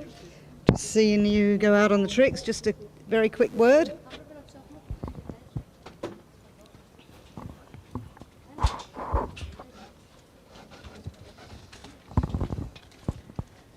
Thanks for stopping by, Ingrid. Hi. 1,500 points, an improvement on the preliminary round. Are you happy with that? Yes, I'm very happy with that because my best score was last year, 1,510. So I'm close to my best scorer. And I started tricking only in 2019. No way, yes. That's amazing. I think you started competitive skiing quite late anyway. Also lately, yes. My big competition was in 2017. And then 2019 I had injuries, and then in 2019 I started much competitions and give confidence. Well, that's absolutely amazing. And Tom Dokopil, who was co-commentating earlier, says your partner is Yves Saint-Viteur. Yes. So you're getting a little bit of coaching from him? Yes, sometimes the coach needs also a little bit coaching. Oh, really? So you're going to be coaching him from the side, are you, when he goes out a bit later? I cannot coach him technically, but a little bit mentally. A bit mentally, okay. Yes. Well, congratulations on your score. Only one in that category, so you are the champion, so well done. Yes, thank you very much. It was a pleasure. Okay, I'll let you go and get dry. Thank you. Okay, so here comes another one of my co-commentators.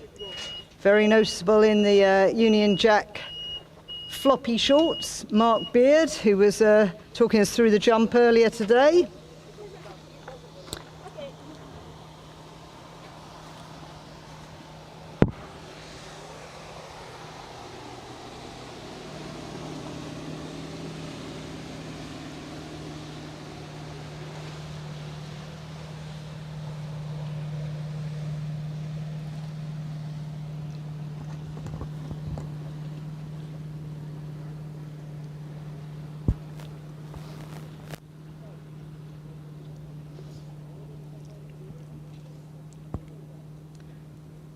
There you go. If you were watching earlier trick preliminaries, you'll know that my knowledge of tricks is pretty limited, and I was relying on people like Mark to actually explain some of these tricks to me, but that looks like a nice stand-up run for Mark's first pass.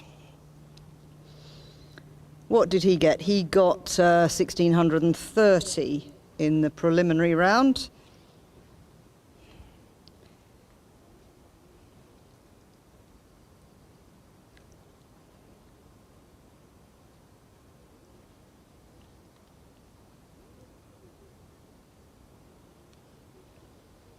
Waiting for the first score to come in from this category for Frederick Vigneron of France. I'll give you that as soon as I can see it.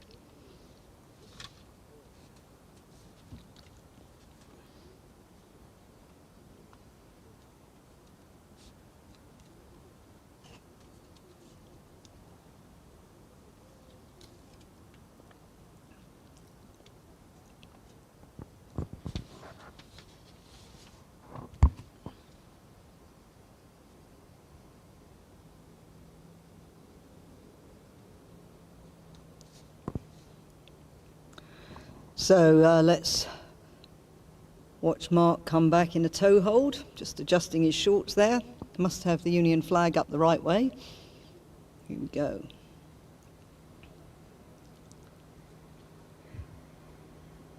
Getting himself settled.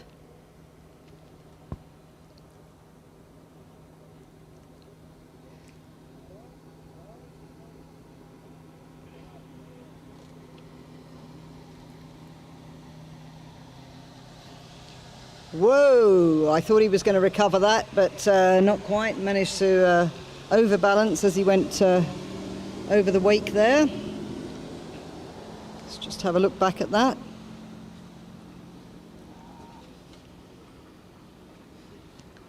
Heard a little squeal from the water there.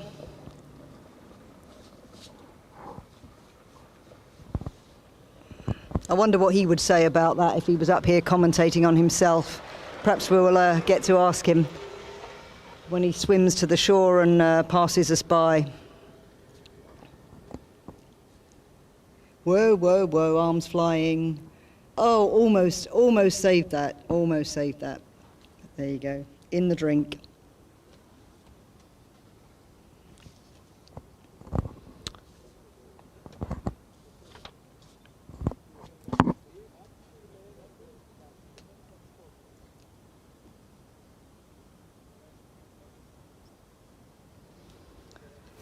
So Frederick Vigneron's score, 2,060 points for Frederick Vigneron.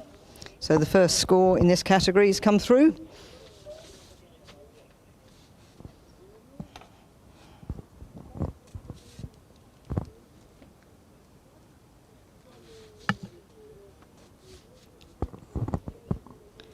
Next up, Bo Sjöström of Sweden.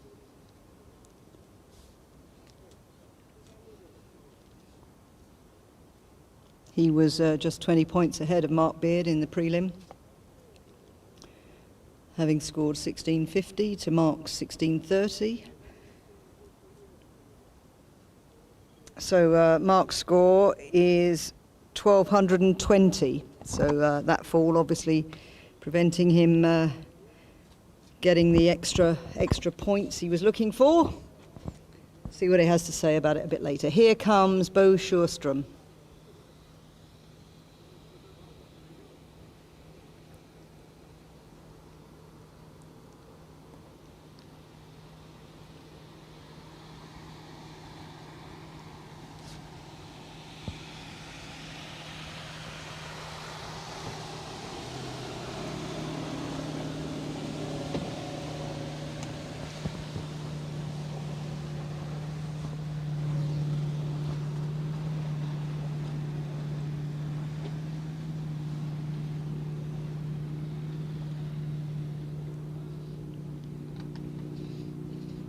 Get a great close-up view of these tricks from the boat camera.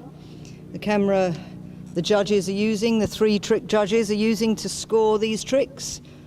They'll look at it very carefully. If anything goes wrong, if the transmission's cut or they're unsure of whether a trick should be scored, they'll ask for a video review. Haven't had any of that yet today.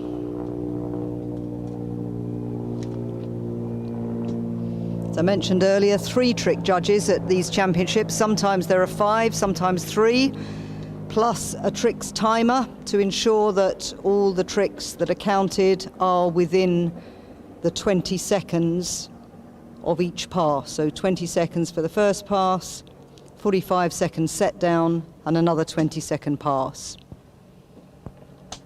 The skiers have to wait until they pass a red guide buoy before they start their pass, and then that is when the timer starts, when the first trick is completed or started after that 20-second clock. Rather, the 20-second clock starts once the first trick is begun after the red buoy. So sometimes you do get skiers who are out of time on their final trick. They've just missed the 20 seconds, and I suppose it can be a bit difficult to judge, but we'll find that out from a man here who just had a little exclamation when you went in the drink. Thank you very much, Mark, for joining me, sopping wet in your Union Jack flags. Let's just watch this second pass by Bo Sjöström, and then I'll come back to you.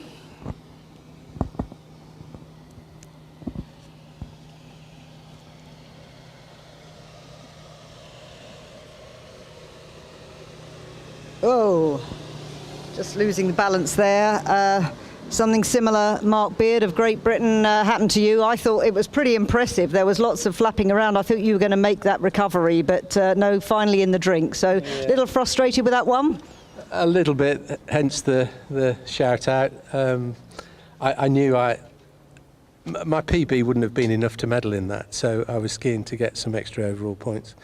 And I had to speed up my tricks. I've not done my full trick run for 4 years, so I had to speed up some of those tricks so that they were going to be in time. So the product of doing that is that you get a bit out of control and in you go. It was very impressive to watch, but as I say, it would have been even more impressive if you managed to recover. Points scored for you, 1,220, so obviously down on your prelim, but overall, I mean, what were you sort of aiming for points-wise? If I could have got towards 2,000, that would have helped my overall a bit. But in actual fact, in the overall standings, I needed something like 700 extra trick points to get there, and that's more than the run that I've got. So. Okay, well, yeah, that's fair enough. But well, thanks very much for that. What's it feel like out there actually on the tricks? As I say, no wind at all today. It's hot. It's actually, the conditions are really hot, and people on the dock, start dock, are swimming in the lake and showering and so on, just to try and cool down before they go out. Yeah, okay. Well, thanks for that. Hopefully, I don't know if you want to dry off and maybe come back to talk to me. No, he doesn't want to come back and talk to me. Oh, come on, Mark. Nothing personal. No, nothing personal. Well, let's see. Maybe he will, or maybe he'll send one of his other trick experts along. Okay, thanks very much, Mark Beard. So while we await the score for Bo Sjöström of Sweden, here comes Francois Mathieu of France.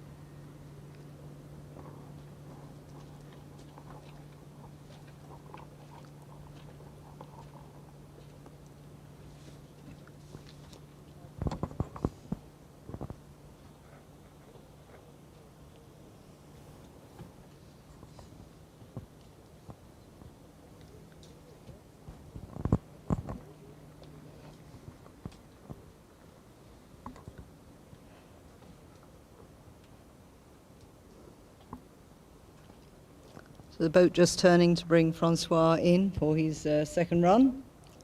See if he can manage to stand this one up all the way to the end.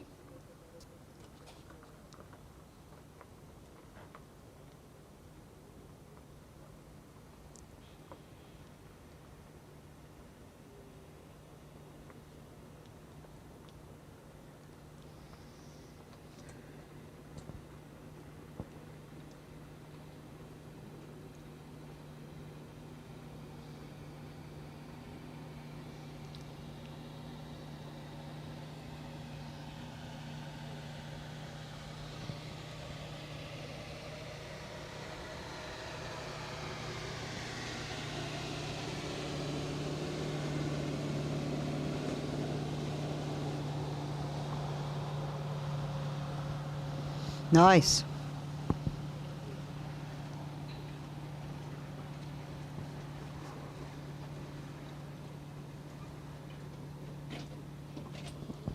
So the score for Bo Sjöström of Sweden's come in, and that's 1,580 points.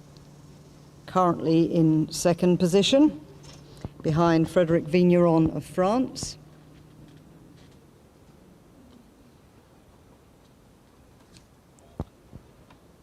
Four more skiers after Francois. Just watching the replay of this second run by Francois before we bring out the next skier, who is Tom Dokopil of the Netherlands.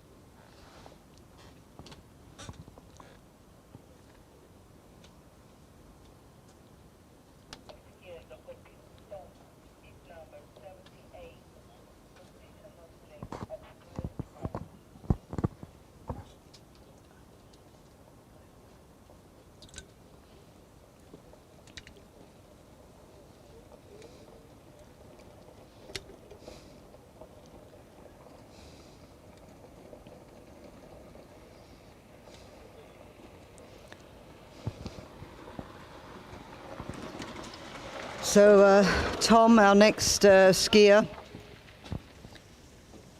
he's been on the podium at senior championships in both the European and World Championships.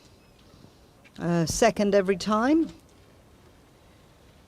Last year he was second in the 55 plus tricks at the Europe and Africa Championships in Italy.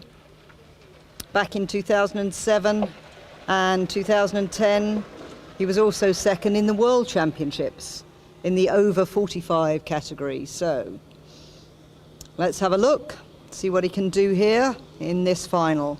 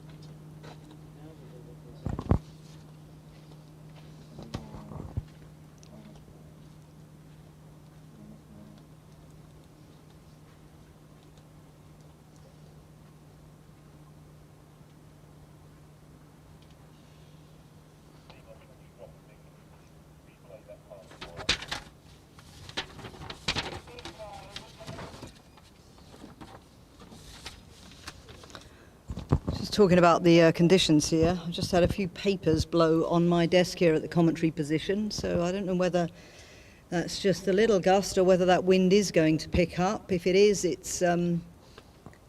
it'll be a headwind for the second pass of Tom Dokopil, but just a few little gusts, just a few flutters of the winds of the flags opposite. Not all of them are blowing. So it may just be something to cool us all down.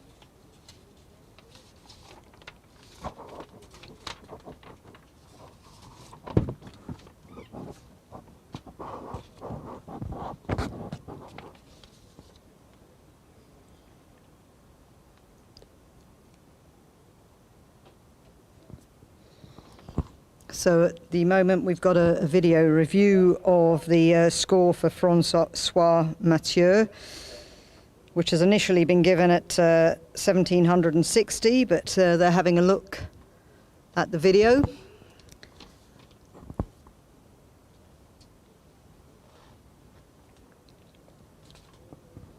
In the meantime, we'll be bringing Tom Dokopil back in for his second pass.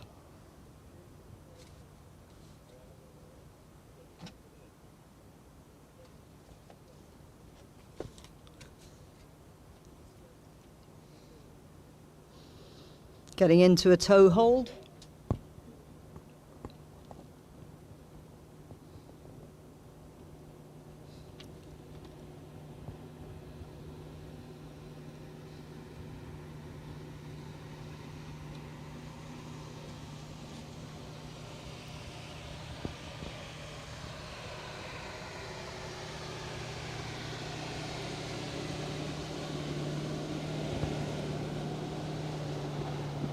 Oh, and he's down. Managed to get what looked like quite a few tricks in by then. I can see his wife Jackie down on the jump dock, who is waving at me now, taking photographs. She is the official photographer at this event. So any of you on site who would like lovely action shots of yourselves skiing or your family skiing, then she's the person to see. As I say, she's at the moment taking pictures on the jump dock. She can be found near the grandstand or sometimes down at the skiers' jetty at the other end of the lake. So, Jackie, wave at me if you think Tom will be if Tom will be happy with that. Do you think? Yep. She's waving. She's seeing me. Good. Lovely.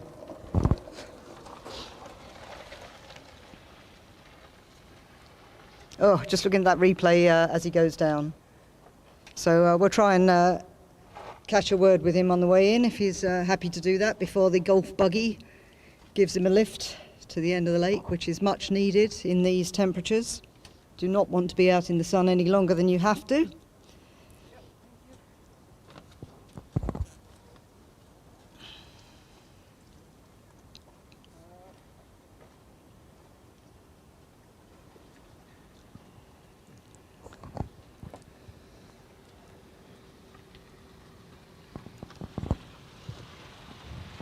So, Tom, quick word.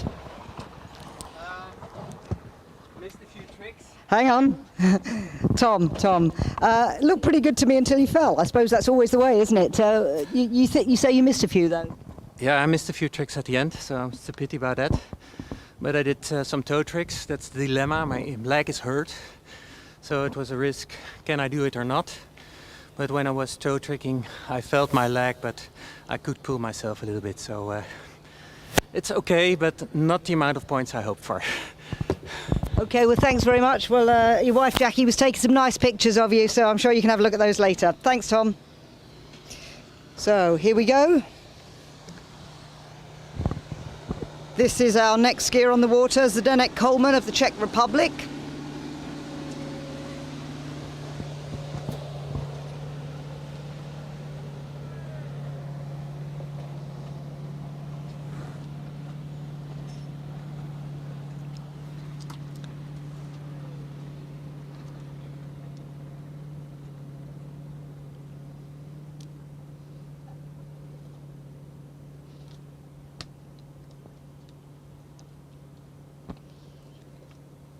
There you go. We're just seeing a repeat replay of Zdeněk as Tom Dokopil, who we've just interviewed. His score has come in 2,000. No, hang on a minute. I'm writing this down in the wrong place. Yes, 2,200. Yes, 2200. So that's enough to take the lead for now. We're still waiting, I believe, for video review before determining Francois Mathieu's score.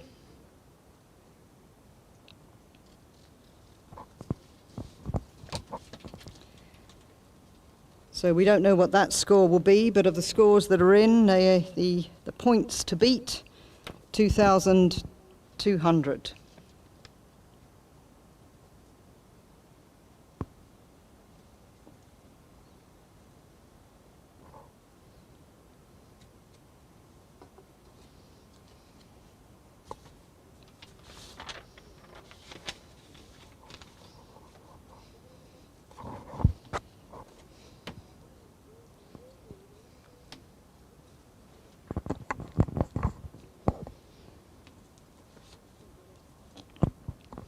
So Zdeněk's score in the first round, if he matched that or exceeded that, he would go into the lead.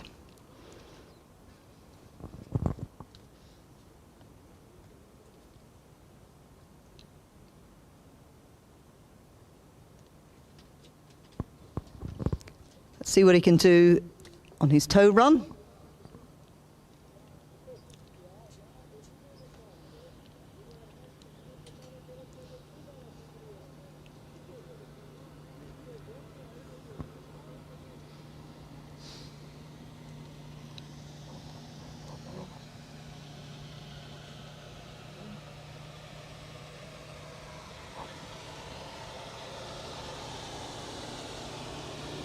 Oh, and he's down there, slaps the water in frustration.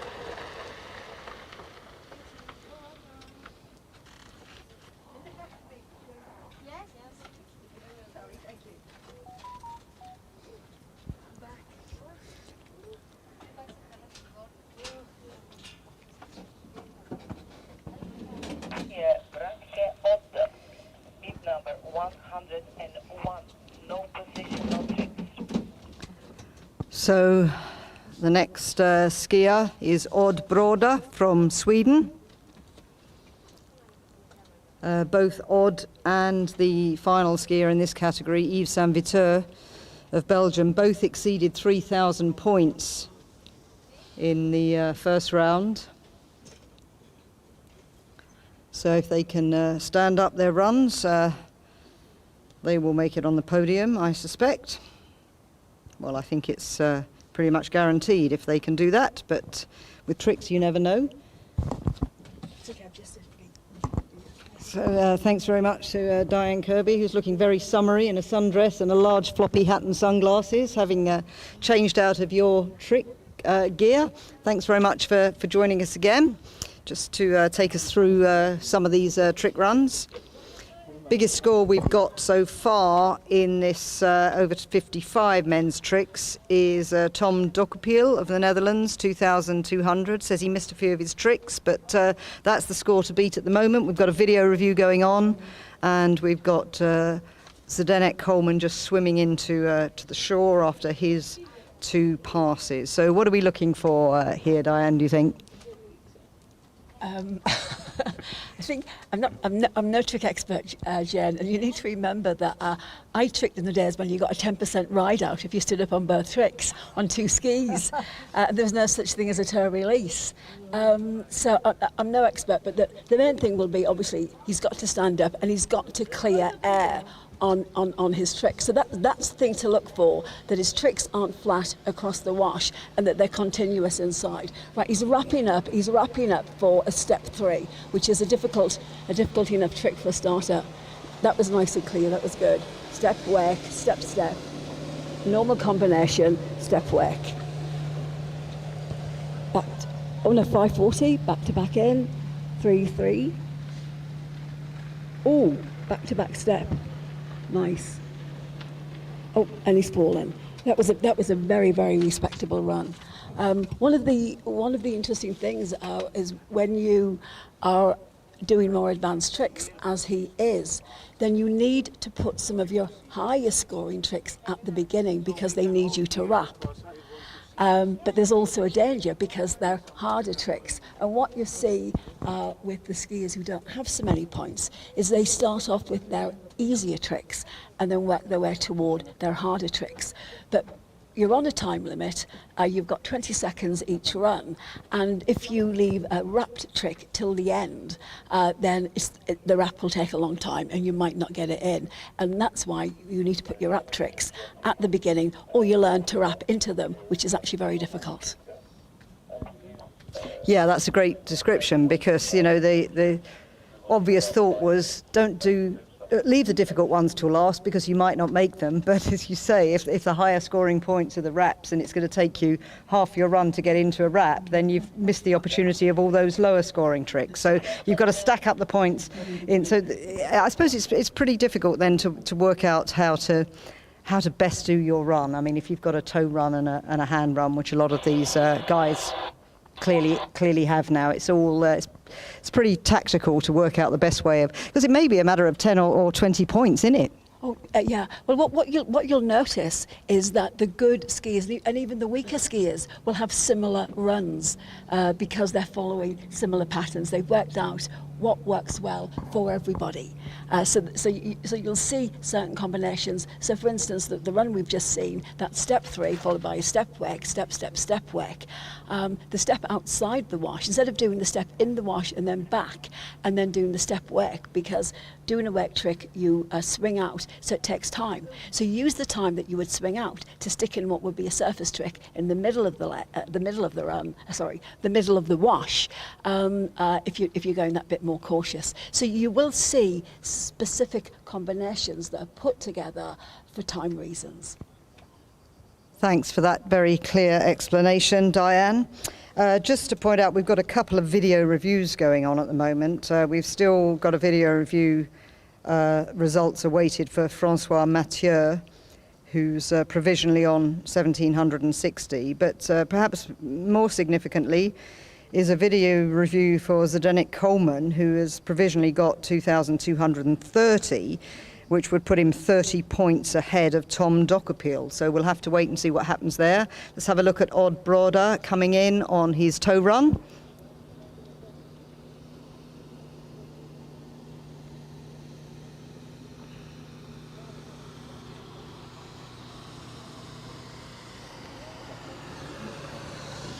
Actually, that was a very good example of precisely what we were talking about earlier. He started in a wrap, which is difficult, but he made it, and he did a very, very good run coming down, all nice and clean and steady. But then he goes to a hard trick, which requires him to wrap in, and that's where he fell. And these are the calculations that you have to make.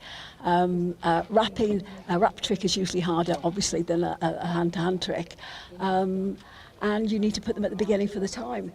And then wrapping into a trick is actually very, very difficult. So they're usually going to come toward the end, because you know you may fall on them. So we're looking here at this this replay.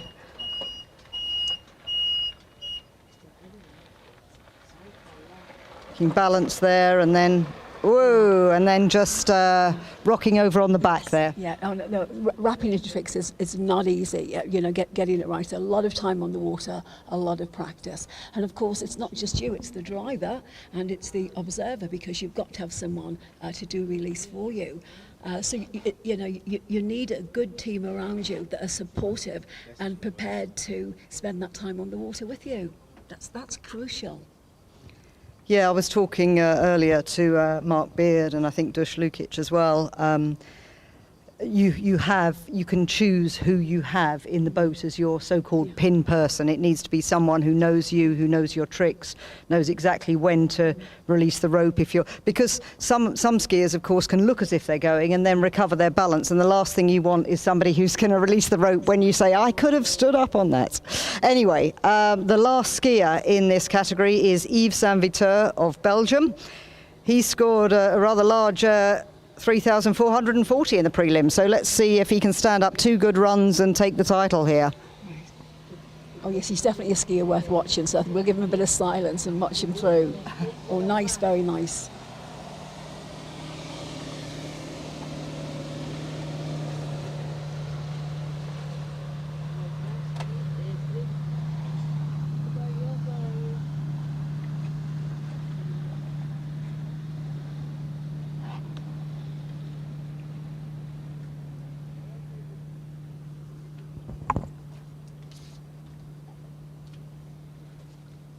And another very, very good run, very steady run. And you'll have noticed the number of tricks that he started in a difficult wrap, and then he went into more wraps as he went further. And that's a sign of a skier that's well advanced and has definitely spent a lot of hours on that water with a very supportive crew.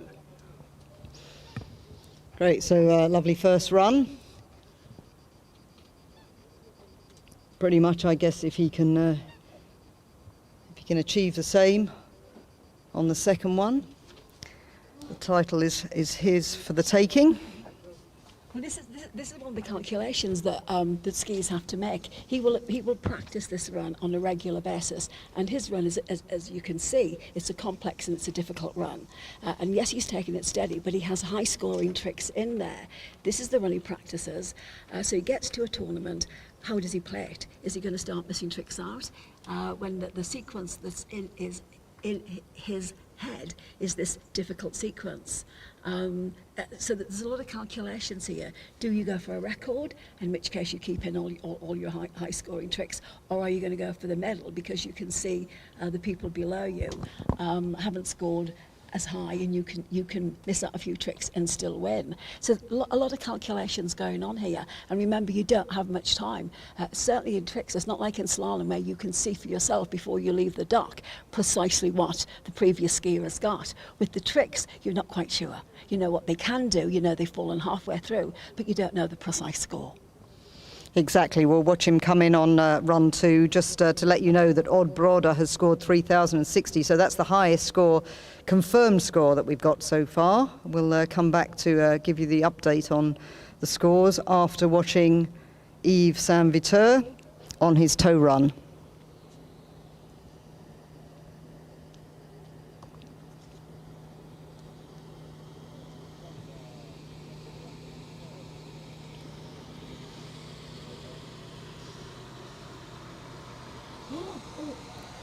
Oh. I'm quite surprised to see him going down there, because that was for Yves, that was actually quite a safe and steady run. And you'll notice that he didn't come in on a tow 3 or a tow 5 or some of the more difficult tricks that he can do. He actually comes in on a straightforward tow. Now, a tow wake is a tough trick, and he gets beautiful height, as you can see, very, very controlled. And he's certainly tricking very slow, very steady compared to that first run, which was a very complex, difficult run. So toe reverse into side slides. Yeah, toe side slide. Oh, they can't see this, can they? On the webcast, yes. Oh, right. Oh, people. Oh, can people hear me on the webcast? Yes, Diane. I'm sorry you didn't know that. Right. Yes, we are doing a webcast here, Diane, and it's also being broadcast to the people on site too. Oh, right. I was quite confident before, because the grandstands are not quite as full as they were for the slalom and for the... Oh yes, we have millions of people watching. No, honestly, Diane, you're doing a great job. Please don't go away. Oh, no, definitely not. I mean, I love the tricks. I think it's one of the most interesting things to watch. But unfortunately, as people everywhere know, tricks is the one that's most in decline. And part of it is because slalom is so popular. I mean, certainly at my club, Lounge Water Ski Club in the north of England, you walk down to the jetty with your trick ski in one hand and your trick line in the other hand, and the first thing the driver will say to you is, "Are you slaloming?" And you point to the trick ski and you point to the trick line and you say, "I was going to trick," and they go, "Do you not want to slalom then?" And then you say, "No, I had thought I might have a trick." And then it's, "You sure you don't want to slalom?" And what they're really saying is, "Because I don't want to trick you, because it's so boring, because you fall off every 5 seconds." Oh, that's so unfair. But yeah, I mean, it's great to see so many people of the older generation mucking in and doing 3 events here. But yeah, you're absolutely right. I mean, there are 17 countries here. I think 108 skiers, but most of them, the large majority of them, are slalom. Far fewer are doing 2 or 3 events. So yeah, slalom is the thing. But trick skiing is absolutely great to watch. I mean, as it's quite clear, I don't really profess to understand it at all. And I suppose the problem from a viewer's point of view is it's slow, because you've got the 2 20-second passes, you've got a while before you get the results, and you know, we've had all the skiers, we don't know yet who's won. But you know, that could change. There's a new development called iTrick, which is being trialled, which gives judges trick scores as they come in, so the judges' scores will be on the screen. It's a very clever piece of technology, I understand. I haven't seen it in operation, but I know they've trialled it already at one competition. So I guess the judges will need to get used to it. The skiers will need to get used to the fact that their scores are going up as they're being given. but I think that'll make it quite exciting for the viewer. Well, you know, I think sometimes people underestimate viewers, because I think on the whole, if you look at people watching the Olympics, and millions and zillions and trillions of people watch the Olympics the world over, you don't get immediate scores when you're watching the gymnastics or the ice skating, or, you know, you have to wait for the judges to make up their minds to confer a whole variety of things. And yet these are very popular viewing sports. So I think what you probably need is more exposure of trick skiers, so people can understand what trick skiing is all about and understand the complexity. I personally, and I certainly never tricked at the level that we see nowadays, with flips and zips and up in the air and down and body overs and all these sorts of things. I find the tricks at that high level incredibly exciting, and for me more exciting than slalom, because the top slalom skiers now look much of the same. And I actually think that from a spectator point of view, they have no idea when, you know, you've got slalom skiers going out on 13 metres. I'm like, oh my God, that is so hard, because I know what it's like to be on 13 metres, and for that to be your starting point for me is amazing. But the viewers have no idea how good they are to be starting at that level. Yeah, that's a very good point, and that's why we need to get this sport and how great it is out there, and it's very difficult to do. And you mentioned the Olympics. The problem is, of course, we're not an Olympic sport, and a minority sport like this, when if it were in the Olympics, then everybody would be watching it and realising how exciting it can be, because you've only got to look at curling in the Winter Olympics and some of the other sports that really, I guess, maybe I shouldn't be saying this, but nobody watches except when it's in the Olympics, unless maybe you're in Scotland or something. But yeah, you know, it can be exciting. So yeah, we're putting the worlds to right here, Diane, while we wait the scores. Yeah. Well, you know, I think a lot of it is marketing. For instance, and seems that this has been webcast, I think we should plug Britain and the fact that Britain has the current world champion, Joel Poland. And I only found out, and I'm a water skier, but there's nothing in the press. There isn't sufficient coverage, and I only found out from my brother, of course, and other skiers at the club, who he was and what he was doing. And you know, you go back to Mike Hazelwood, you go back to Brett Hodgkins, you go back to John Battle there. Certainly there weren't household names, but certainly Mike Hazelwood was phenomenally well known because he got on Superstars, and we need to promote this young man in the way they were promoted.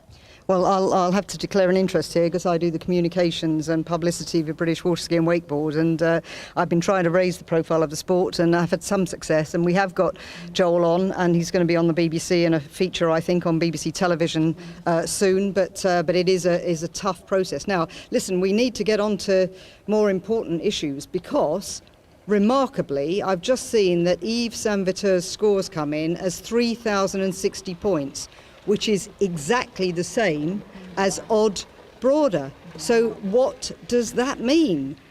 That's remarkable. So that, I mean, we've still got, it must be said, we still have 2 video reviews underway, but I don't know whether that could affect the top spots. We've got Zdenek Coleman 2,230 video review, and Francois Mathieu 1,760 video review. I guess it depends what they're reviewing and what the tricks are, but to have 2 skiers at the top with exactly the same points, I think that means a runoff if those points stand. I'm not entirely sure. I mean, this is so unusual. So we're just saying tricks is not exciting. Well, folks, right now it is. It's very exciting. And obviously puts a lot of pressure on these 2 skiers. But I think one of the things they can do is revert to the preliminary score and look at who had the highest preliminary score. I think perhaps the fairest way would be a runoff, but I really don't know the rule book on this one. Well, as I understand it, if it's for the top spot, i.e. the gold medal, there has to be a runoff. And I did ask, because I was asking one of the judges the other day, I was saying, but what happens in tricks? You never get a tie, do you? Because I've never seen one before. And it looks like you have. And I'm pretty sure they said it is a runoff and it's one pass, but I may be mistaken. We'll try to clarify that. As I say, unfortunately, we haven't got the confirmed scores in all for all of those skiers, but let's see if we can find out what's going on. Oh, right. Right, well, my first tournament, let's talk about me. Because, I mean, this is one of the interesting things about this tournament is I can remember being in the over 35 division, and of course now I'm in the over 65 division, and I want to know where have all those years gone. And you were saying about one of the aspects here is that continuity of skiers who see each other year in, year out. At this tournament, if nowhere else. Obviously, a few years might lapse when there's injuries or family commitments or whatever. My first tournament, national tournament, was 1968, and I was 14. And in those days, you slalom skied on a 75-foot line. In other words, the same length of line as you now would use for jumping. Oh, right, as you now would use for jumping. And women, now fortunately this is before my time, women used to slalom at 36 miles an hour, the same speed as the men today, and the men skied at 38. But somebody very wisely decided it was a little bit dangerous and the injuries were a little bit above and beyond even for an extreme sport, so they reduced them. Unfortunately for us seniors, they reduced them even further once you turn 35. Yeah, so I think this is the thing. Water skiing back in my day, which is in the 1960s, was a very, very different sport to the sport that we see today. Many of us were on homemade skis that we shared, me and my brother and my dad, all of us different sizes and weights, all skied on a frary. People won't have even heard of a frary nowadays, I wouldn't imagine, which was fine for my dad and my brother because they were about the same height, but didn't quite work so well for me. But never mind, we skied, we had a lot of fun. We had homemade trick skis, we had homemade wetsuits. The thing I remember most about the wetsuits was you had to be careful not to put your fingers through. They're very hard to get on. And it took about 3 tons of talcum powder just to get it anywhere near. They had tails that you used to fasten at the front, but the front holdings invariably broke. And so you'd see people skiing along with tails flapping because the technology of the day simply wasn't good enough. So yes, it's a completely different sport that we see today, and the technology is amazing. I was talking to Phil Ingle actually about this just yesterday about how certainly when he first started tournament driving, you didn't have all the technology on the boat that you have nowadays, and it was down to the driver, completely down to the driver, to control the speed and the gas, and everything was all done by hand. You weren't putting in anything into any computer at all. There was no such thing. And the timing was somebody hanging over the edge of the boat and clicking a stopwatch as you went through the first set of gates, the middle gates, and then the end gates. So it was technology free almost. You could argue. The ramps are very different as well. I remember the first tournament, as I said, that I ever went to in 1968. On my approach to the ramp, I let go. I'd never actually seen a ramp with water coming out, and to me it looked from the front as if there was barbed wire across. So I let go, and when they came back, I was only 14, and they said, "What's wrong?" And I said, "There's barbed wire across the ramp," because I'd never seen the water sprinklers before. We used to just squeeze fairy liquid up at the ramp where I skied on Ullswater, which was a wooden affair, made lots of funny noises when you went over it. That was modern technology to me, a ramp that actually had water coming down it. Diane, you are absolutely amazing. You know, should you maybe do stand-up or something? I mean, well, actually just go and it's just fascinating what you're saying, or write a book or something. I know you write books, but on the Cold War. But yeah, about the history of water skiing and what it was like for your time. But do you have enabled me to try to find out what's going on, but also to confirm that there is going to be a runoff between Odd Broder and Yves Saint Viteur, something the likes of which I have never seen in a tricks final, but that is for the gold medal. I was sort of having a little listen to the officials, and I think the skiers would be entitled to have a look at their trick sheets to see how they were scored if they wanted to, but I'm not sure they're going to do that. I'm not sure which order we're going in, but definitely looks like we're going to have both Odd Broder and Yves Saint Viteur have to take to the water again to determine the winner and the silver medalist in this over 55 men's final. So yeah, as you say, Diane, we were just talking about, sometimes they're not being interested in water skiing, and yeah, we've got a big gap here, but you've filled it very nicely with your stories, and this is going to be exciting.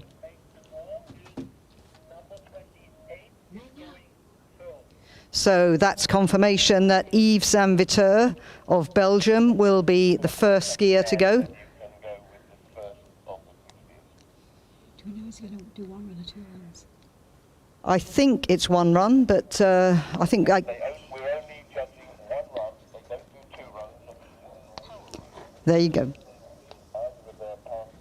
So yeah, confirmation there from Gavin Kelly, the chief judge, that they will judge one run. So I guess these two have got to decide which run to do, which one scored the highest, or which one is the most likely to get the biggest score. So I'm guessing that we're going to get a phantom pass first by the boat. Looks like it. This is going to be very, very interesting. This is going to be very interesting because Yves quite clearly knew he had done a very good first run. That was packed with high-scoring tricks.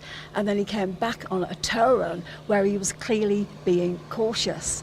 But caution, when you're not used to exercising caution and practice, is not necessarily always going to be the solution. And as we saw, he fell on what for him should be a relatively simple trick. So it'll be very interesting to see which run he opts for. And certainly that first run was an impressive run, very impressive run. But as I say, a lot of hard tricks in there from the word go, a lot of hard tricks in there. Whereas we saw with his second run, yes, he came in toe-hold, but not wrapped at all, not wrapped at all. And normally he would be starting, I would imagine, given the high-scoring tricks he's able to do, at least with a tour 3, if not a tour 5. Okay, I'm just looking at the points here. First of all, for Odd Broder, who will be the second skier out in this runoff, he scored 1,600 points on his first pass, fell towards the end, and 1,460 on the second pass with a fall at the end.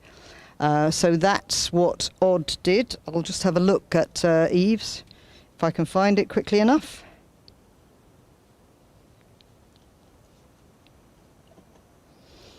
So Yves' scores were 2,100 for his first pass and 960 for his second. So he got a couple, he got one there not credited and a fall at the end. So does that give any indication to you as to what they'll do? Well, you know, you really don't know what's going through their heads, because Yves might well think, because toe tricks are high scoring, that I can do my toe run. Do my normal toe run. You just don't know what they're going to do. I've never seen this before. I've got to admit, this is new to me as well. So I'll be very interested in seeing what they're doing. But the other aspect here is both of them had their highest score from their first runs. So logically, you would expect both of them to do their first runs again. And of course, the other thing, what I'm not really sure of either, is as we mentioned before, the score doesn't usually come out immediately, so the second skier won't necessarily know what the first skier has scored. So there you go. This is all new. I'm glad it's new to Diane Kirby as well. It's certainly new to me. Very exciting. We will have some more finals after this as well. So after this, a bit of excitement. Please don't go away. Plenty more to come. But the driver's now gone back to the start dock. And the next time we see the boat coming down the lake will be with Yves Saint-Viteur of Belgium on the back of it. Well, the interesting thing is here, but if you're the first skier on the water, you don't know what your opponent has done. And different skiers have different preferences. Many skiers don't want to see what the opposition has done. They want to just go out there and do what they can do, and that's it. Others of a more competitive mindset, shall we say, like to see. So they want to know, has their opposition fallen halfway through, and do I then go easier? But a lot, and I certainly would be in the latter group, prefer just to try and do my best. Okay, so here we go. A first for me, a first for Diane, a runoff for the gold medal in this tricks final. Yves Saint-Viteur. He's doing his hand run, and he's in that difficult wrap that he started with before. Whoa, let's see how this goes. Nice, yes. I would say he's doing these hard tricks, but he looks like he's going that bit steadier than the first time.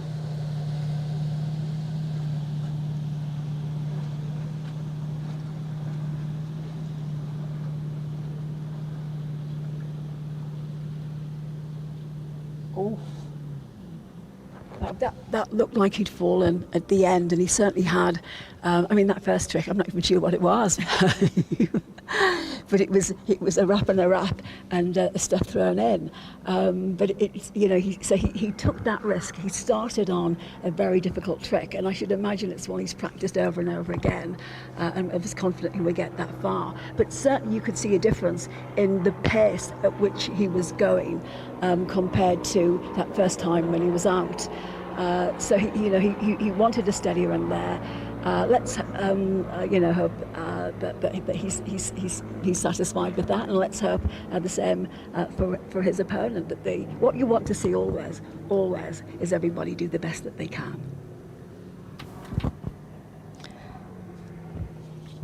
So just while we wait for the first pass from Odd Broder, it looks like the video reviews of the other skiers have come in. So subject to any change, I believe that means that the bronze medal will go to Zdeněk Coleman of the Czech Republic. His score is 2,410.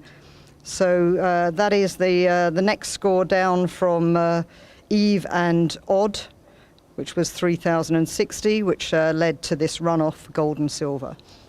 So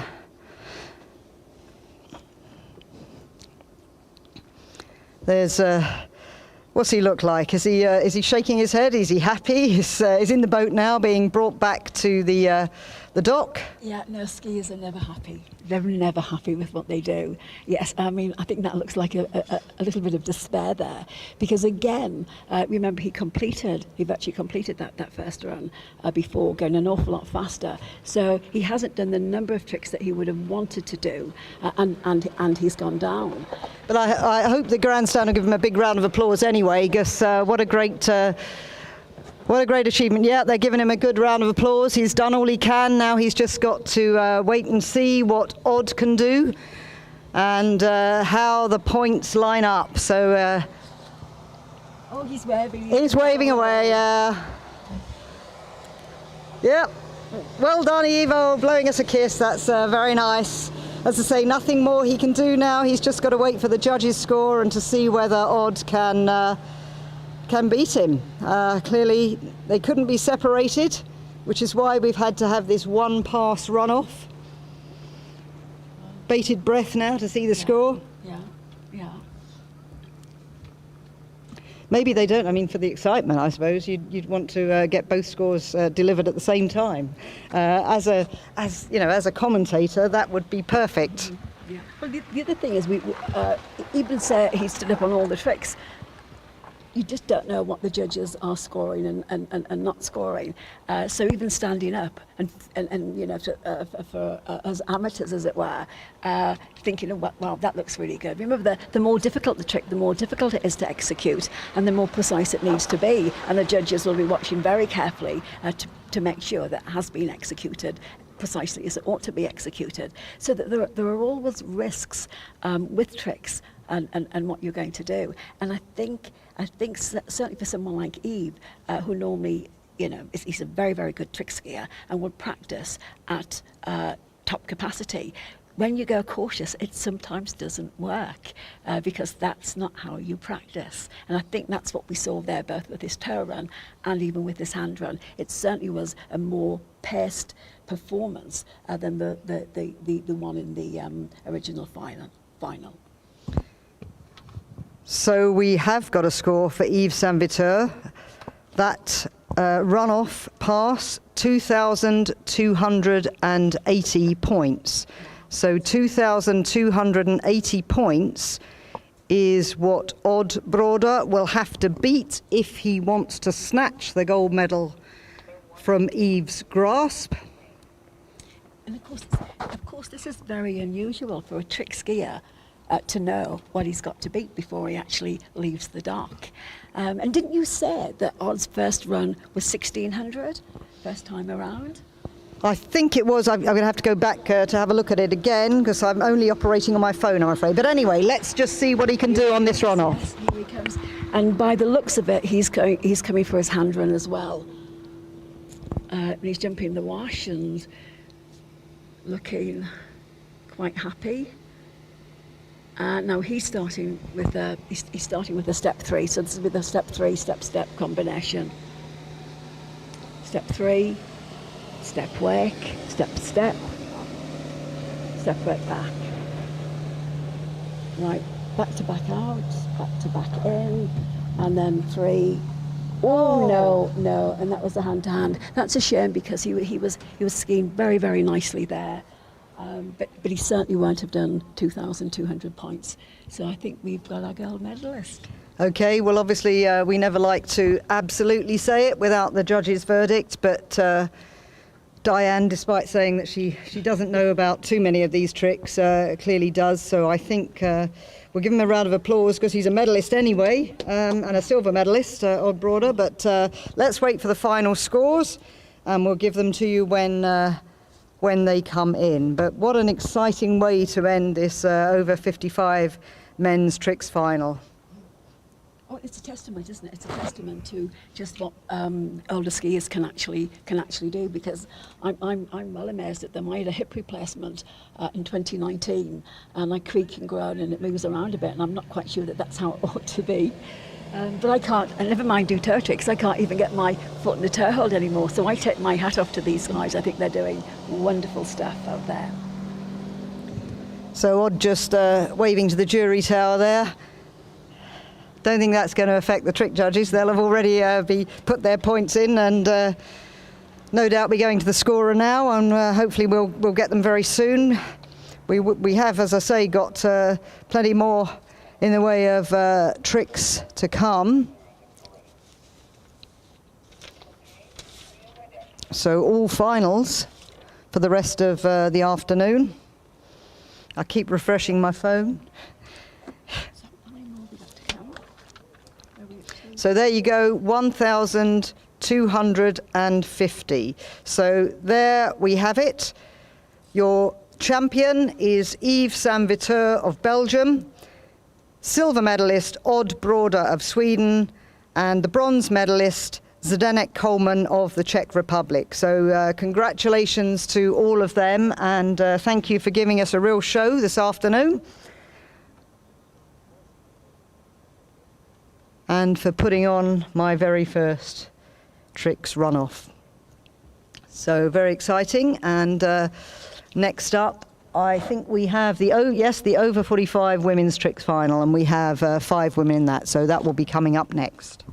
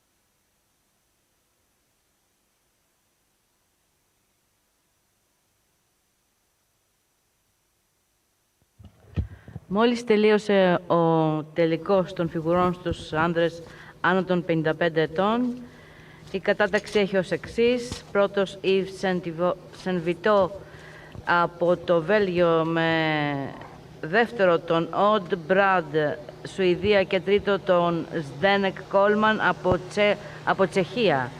Θα συνεχίσουμε με την κατηγορία των γυναικών άνω των 45 ετών. Αυτή τη στιγμή βλέπουμε την πρώτη αθλήτρια. So no time to catch our breath after that very exciting final and the runoff. Straight into the over 45 women with Natasha Anderberg of Sweden. She scored 1,180 in the preliminary round, getting through her first pass there.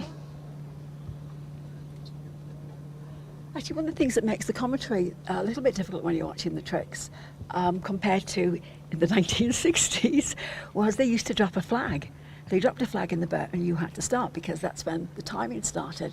And then they had a great loud horn so that when your 20 seconds was over, you damn well knew it was over. And here, they don't know when it's over. I guess if you're more of a pro and you're practicing and you're doing runs, you have a good idea what you can do in 20 seconds. But for the likes of me that's lucky to get out on the water to do any tricks, that flag going down to say start and that horn at the end to say that's it, no more.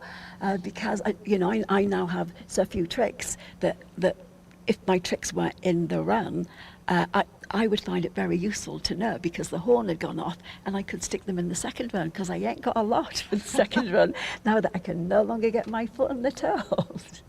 Well, thanks for another story from the olden days. Η πρώτη αθλήτρια στο νερό που είδαμε ήταν η Νατάσα Άντερμπεργκ από την Σουηδία.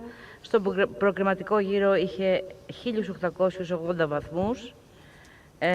Δεύτερη κατά σειρά, Παπαδημητρίου Αγγελική από Ελλάδα. Στον προκριματικό γύρο είχε 2.110 βαθμούς.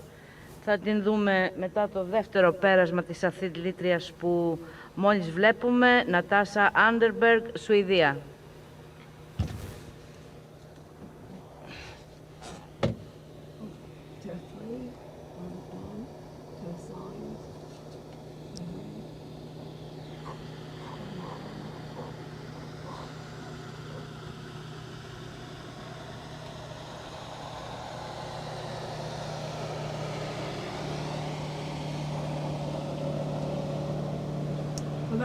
That was a lovely second run. I mean, her first run was very straightforward and quite basic, but that second run, starting off with a toe 3, which is a difficult enough trick to start with, and then going into a combination of toe tricks, done very steadily, very nicely. I wasn't expecting that given, the basic tricks in her first run, but this second run, very, very nice indeed.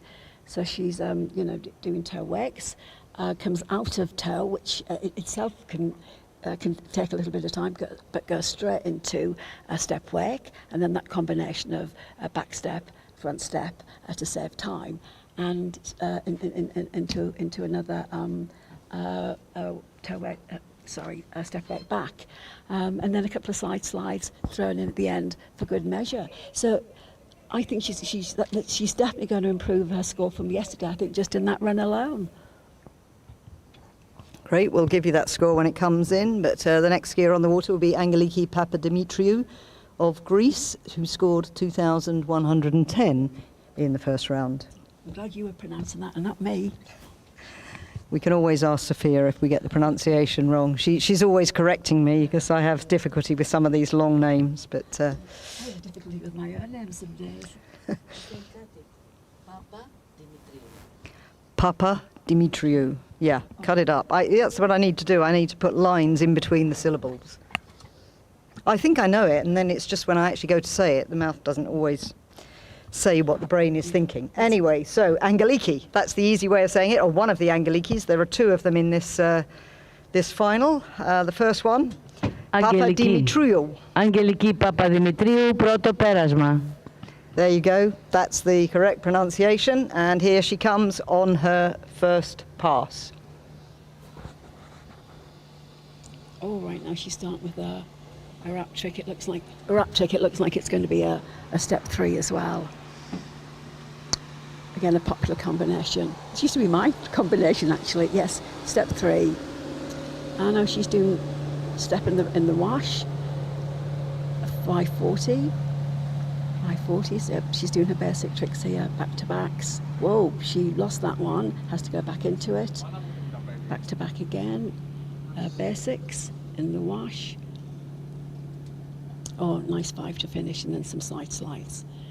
That was an interesting combination. I'm surprised when she did the step 3 and then the step in the wash that she didn't do her step wake, which would be the normal combination. And it could well be something as simple as that would be her normal practice, but perhaps hasn't been getting counted in tournaments recently. And she thought, let's miss it out and let's do some more basic tricks, but do them more quickly and get their scores up rather than risk a trick that I haven't been getting scored on and that I could well fall on.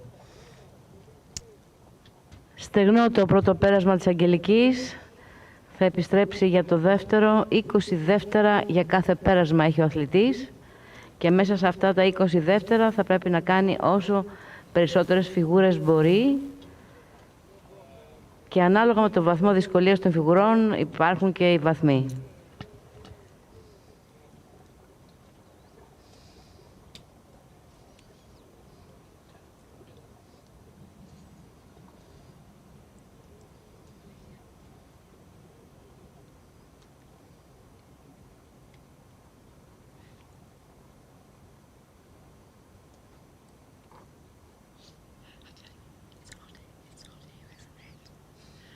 Is this her coming back? Yeah, so Angeliki coming back now for pass number 2. Right, let's wait and see what she's going to do. I was expecting that she'd be coming in her toe holes. Yes, she is. Yeah, she's wrapping. It looks like she's wrapping either for a toe 3 or possibly a toe 5. We'll see. Very often you'll go for the toe 5, but settle for a toe 3. No, toe 3, and then 2 toe side slides, toe wake. Oh, and we've frozen, so I'll have a look at, yeah. So toe reverse, toe back, to the front, toe wake again, which I thought she had done earlier. Oh, ow, that looked quite a nasty fall. She was wrapping into a toe 3 then. Yeah, very, very good. Looked like a tiny little bit of a let pull because the ski's no longer on. But she seems absolutely fine. That's always a worry if you're the pin person in the boat, because you don't want to pull too early. But sometimes just giving them that little bit of chance because you think they can recover means they get a little bit of a pull. And a little bit of a pull most of us can stand. Well, in the lower age categories, that is. Me and my hip definitely couldn't take that. But nice, very nice, neat tricking there.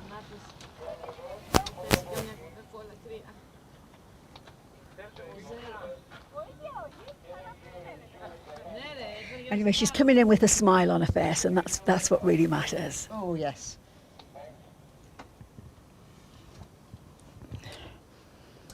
Sophia, would she come and talk? Would she come up and talk, do a commentary? Just...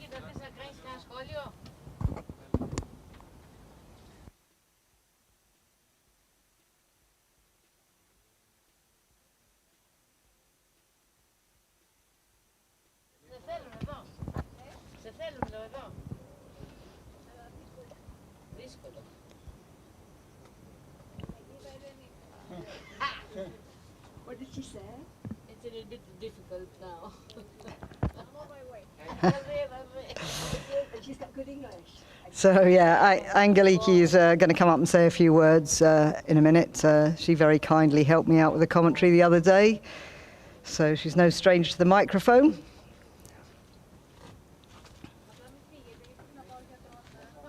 We'll be bringing the next skier in, Claudia Langrock of Germany. Just waiting for the first scores to come in. Haven't got any of them just yet, but while we're waiting and as Claudia gets ready, we'll just have a quick few words with Angeliki. little bit of a big fall at the end there. Are you okay? Yeah, I'm fine. I just tried to do my wake tow again because I didn't think it was credited the first time. Hopefully they would give it to me the second time. I'm just happy the trick event is over, actually. Really? It's been a really long day, I think, for all of us, and with the heat. And so yes, I think we get drained waiting around all day for our turn. Yeah, Mark Beard earlier was saying to me that it was really, everybody was really suffering with the heat and jumping in the water to try to cool off, because it must be difficult if you've overheated before you actually go there and have to give your best. I think we Greeks are quite used to the heat, but I've seen some of our British friends that are all nice and red and sunburned. Yeah, I think we're wilting. I'm in the shade here, but it's a bit like a steam room under this this awning, this metal awning. But yeah, it's we're coping, and I must say, I said to one of your colleagues, skiing colleagues earlier on when they came up here, I'd love to be wet, dripping like you, but I wouldn't like to be out there competing. So good on you. I mean, are you sort of vaguely happy? I mean, obviously we haven't got your score yet, but were you hoping to pick up more points there? Oh, I think we always hope to pick up more points, but I'm quite happy. I'm happy I did two runs, and I hope for the best, and I wish the best for all the next skiers as well. Okay, thank you very much for joining us. We're still, we've just got your score. It looks like 2,570, so that was 1,210 for the first run, 1,360 for the second. So, I mean, without seeing the breakdown, what do you make of that? I think that for me it's better than yesterday's score, so I'm pretty happy, and good luck to the next ones. Okay, well, your scores come in. I haven't seen, yes, and Natasha Anderberg, who went out before you, has got a provisional score, but there's a video review, but that's provisional score is 1730. So let's see what happens. Seems to be, yeah. Okay, congratulations on that, and thanks for coming up and talking to us.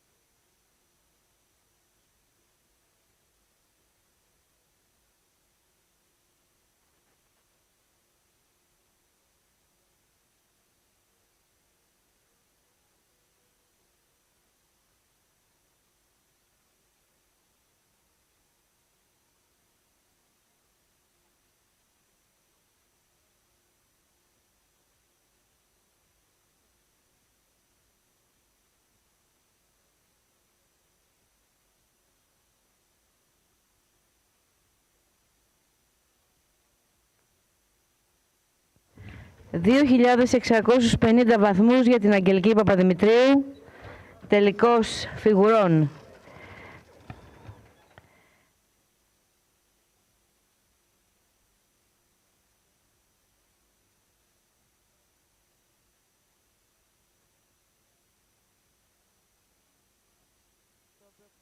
Στο προκριματικό η Αγγελική έκανε 2.110, οπότε όπως καταλαβαίνετε η τελική της ήταν αρκετά περισσότεροι βαθμοί. Αυτή τη στιγμή είναι στην πρώτη θέση, βέβαια έχουμε άλλες 3 αθλήτριες, οπότε σίγουρα θα διαμορφωθεί το αποτέλεσμα, αλλά είναι πάρα πολύ καλό αποτέλεσμα. So a little slight delay here. You're looking at Claudia Langrock there. bib number 68, on the dock, waiting her turn.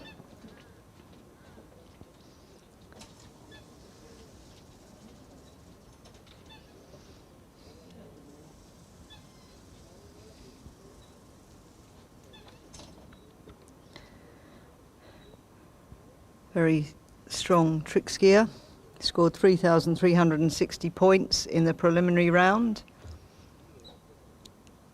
She's got a PB of 4,000.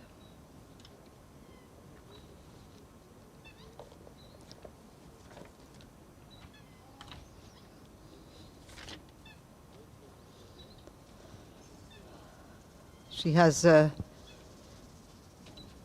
been at the top of the podium in the European seniors, but was out last year with a ruptured Achilles, so has come back strongly from that. She made it through a tie break to take the final spot in the women's slalom.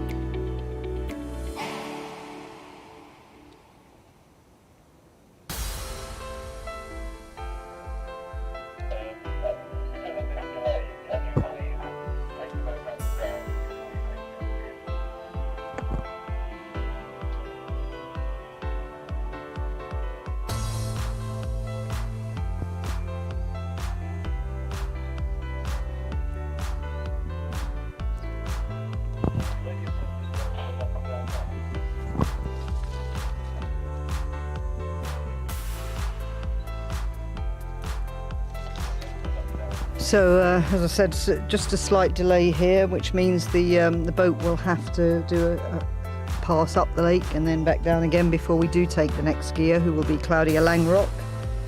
Claudia will be hoping to post a good score and get on the podium in this tricks final.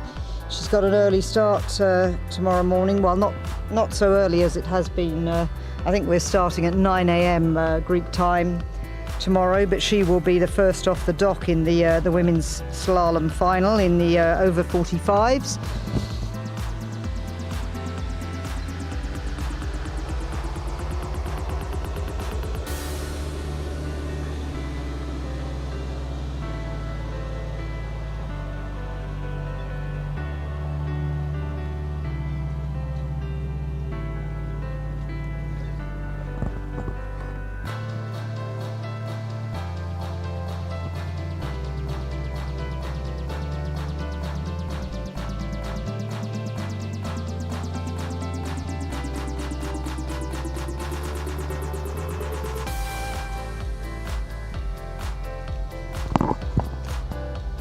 So looks like that score's been upgraded a little for Angeliki Papadimitriou, 2,650. She was pretty happy with 2,570, but it's been reassessed 2,650. With Natasha Anderberg of Sweden, 2,090. So those are the two scores and the two skiers we've had in this final so far. We don't know yet where the medals are going because we have 3 more skiers.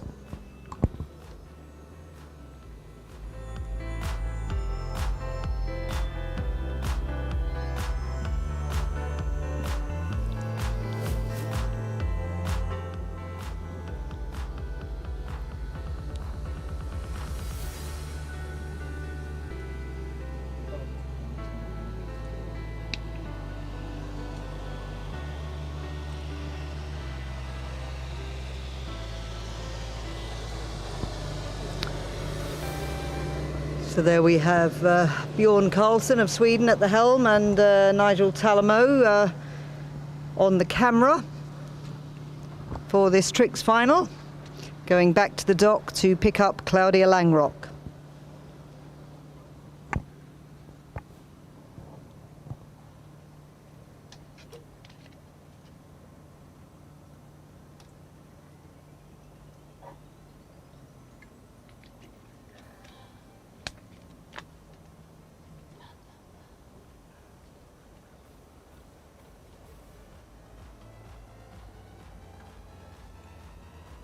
An hour more.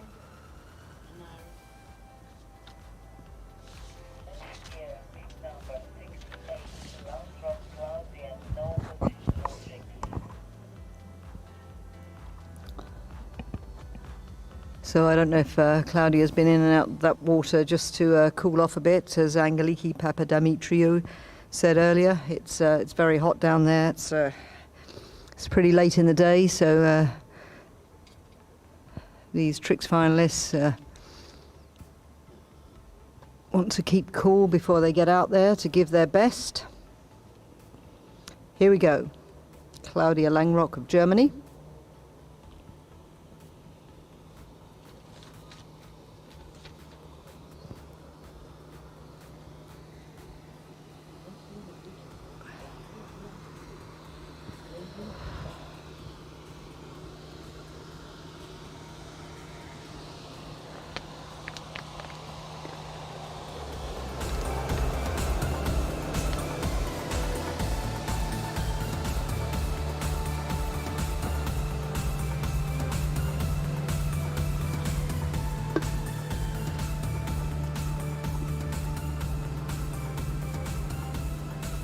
Oh, that was looking so nice.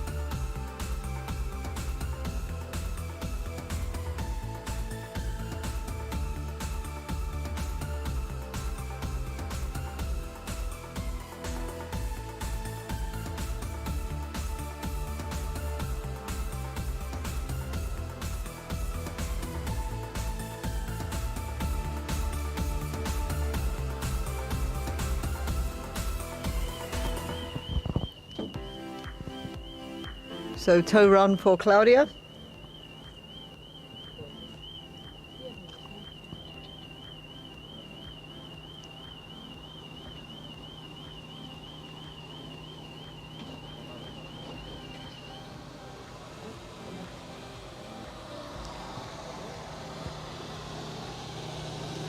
Oh.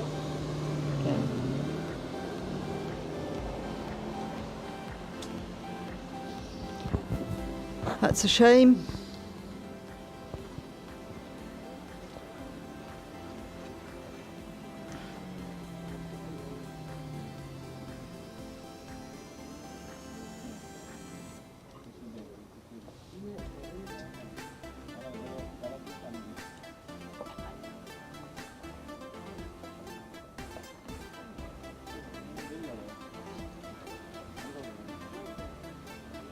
Yes, Andreopoulou Angeliki is number 5. Position object at second center.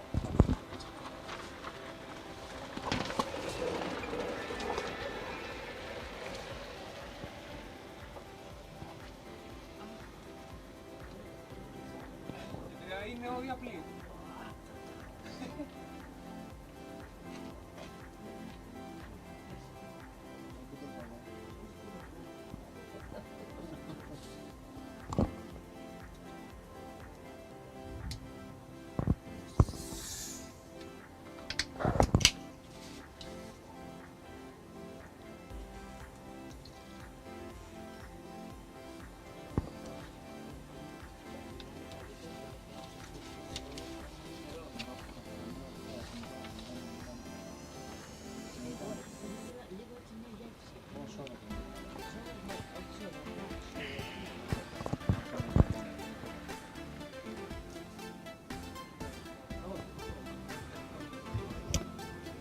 So being brought in now is Angeliki Andreopoulou of Greece, getting wrapped up.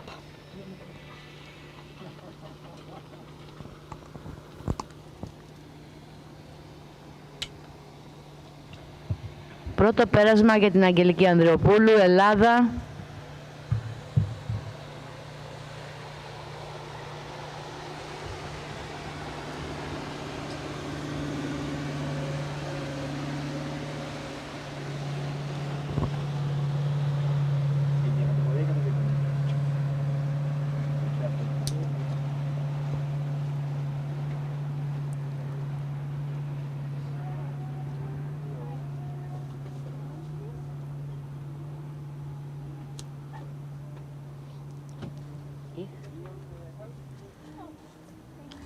Πρώτο πέρασμα για την Αγγελική.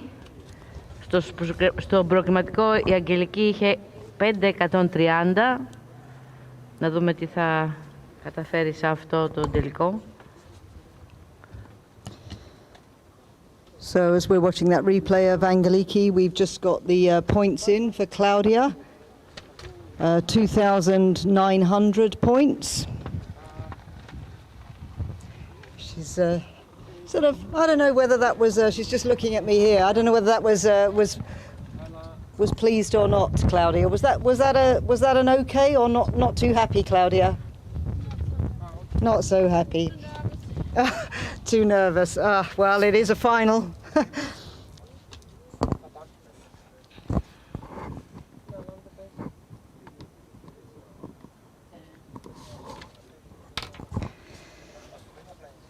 Having said that, I mean, that's a guaranteed bronze medal in any event for Claudia. Again, subject to any changes to the points.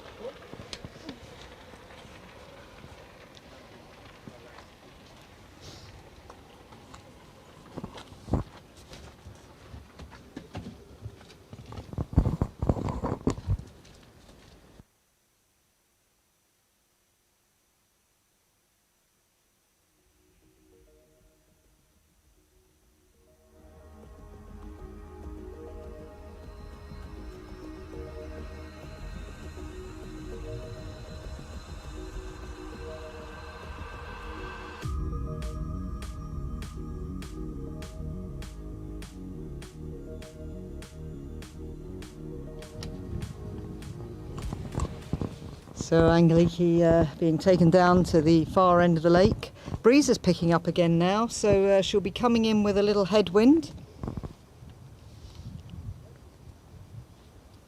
Breeze did also pick up yesterday afternoon and at times was pretty strong, but nothing like it was during practice.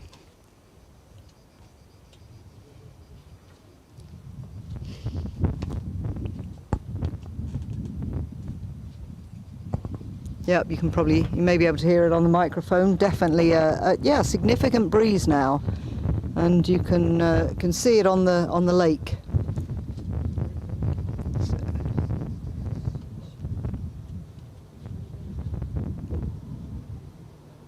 But this is Angeliki's hand pass.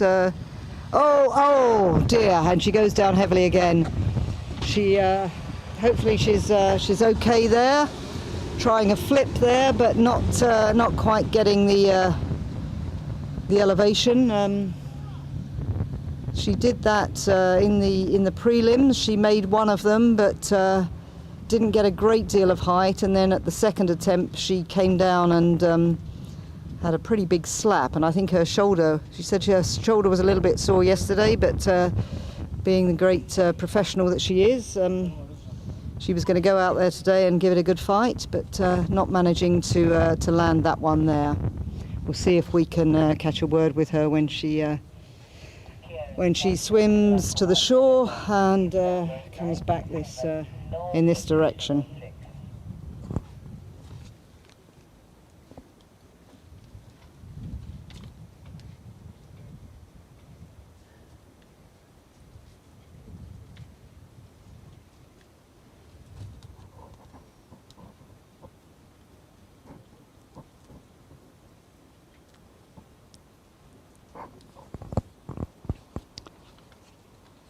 So at the moment, the top scorer in this over 45 women tricks final is with Claudia Langrock and 2,900 points.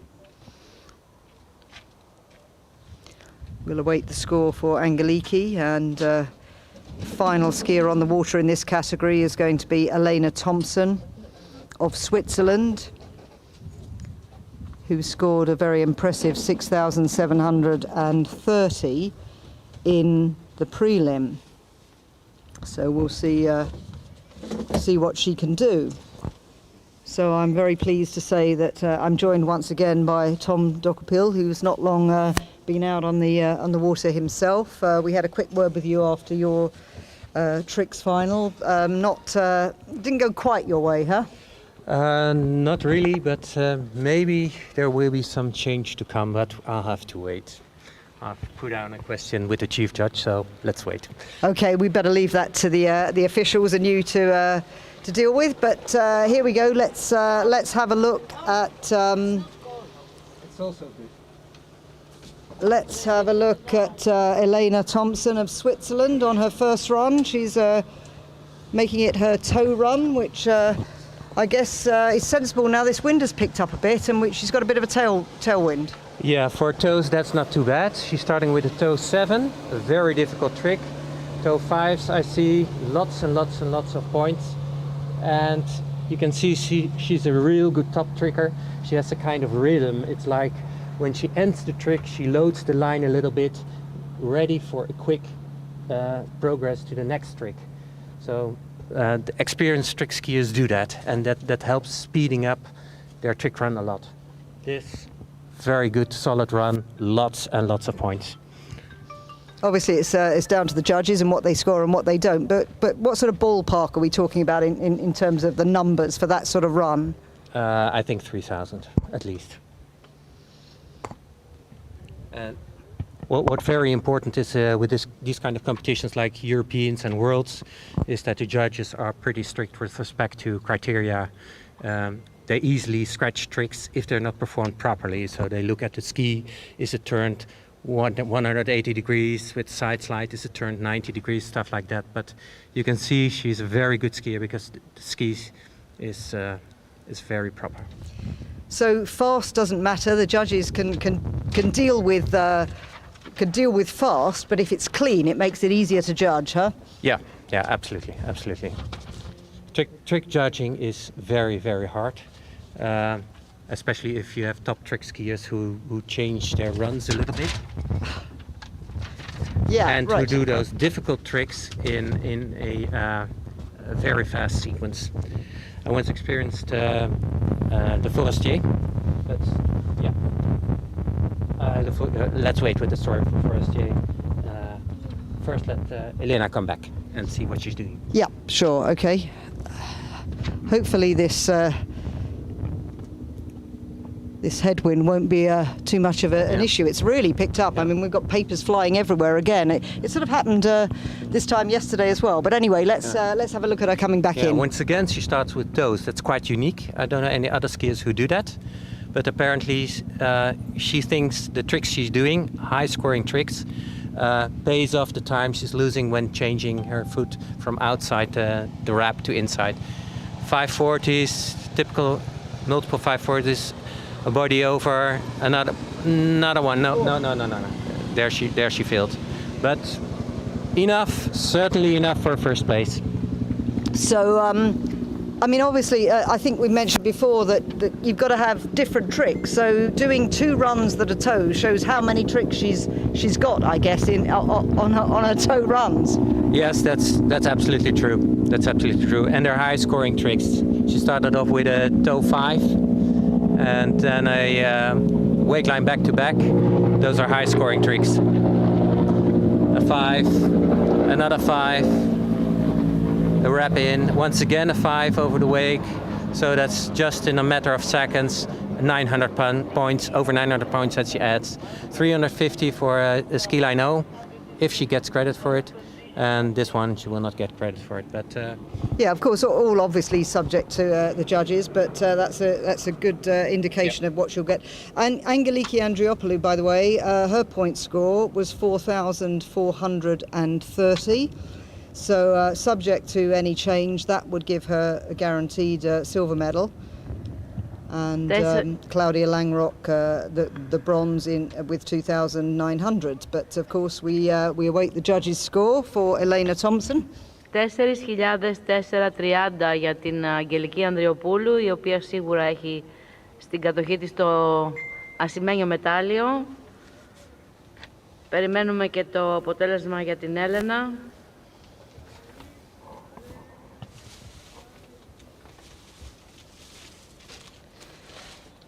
So yeah, the wind picking up nicely for the men who go next. The over 45 men. We've got 5 in this category in the final.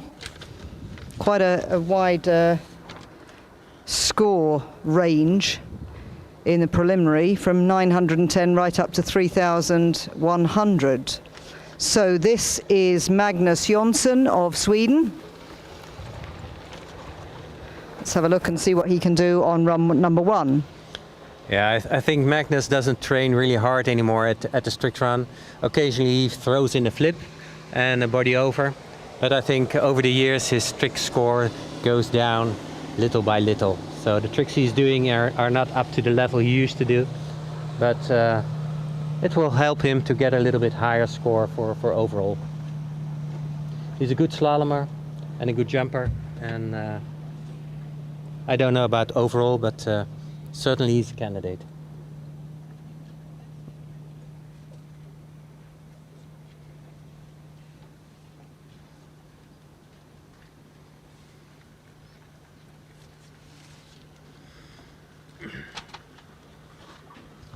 Yeah, it's about that little story about Le Forestier. Once was at E&A in La Canal, and there was also Le Forestier. And Le Forestier is, well, absolute top world class, just like Olivier. Yeah, and he's 3-time world champion, is he at least, I think? I don't know. Open, I'm pretty sure, yeah. I don't know, but he's a kind of skier, when he's going to perform, it's well to go and have a watch. But he puts in very special tricks and flips where like a flip over the line. And some of those tricks are really, really complex and somewhat rare. So I've heard once a story of a judge who says that, well, if we have to score those kind of top trickers, we try to look at old competitions to have a look for their run, and they study again on those very rare but highly scoring and difficult tricks, just to make sure they do their job properly.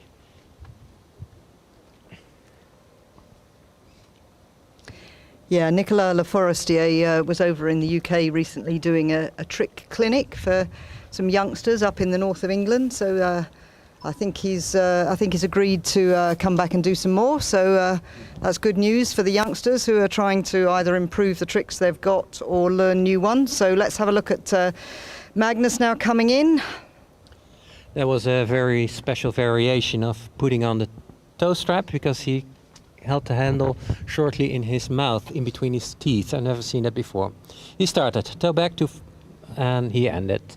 That's 100 points he scored on this run.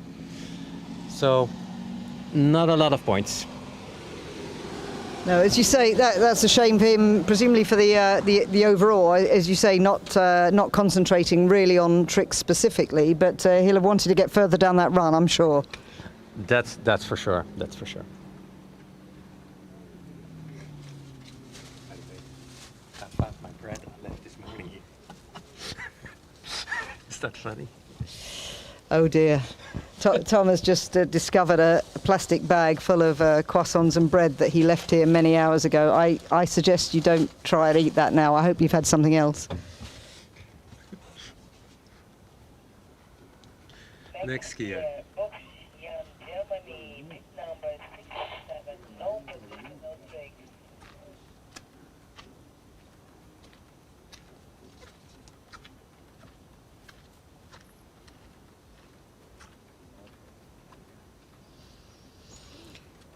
Incidentally, it looks like I can't yet see a score for Ioannina Thompson. I'll bring you that as soon as we have it in the over 45 women.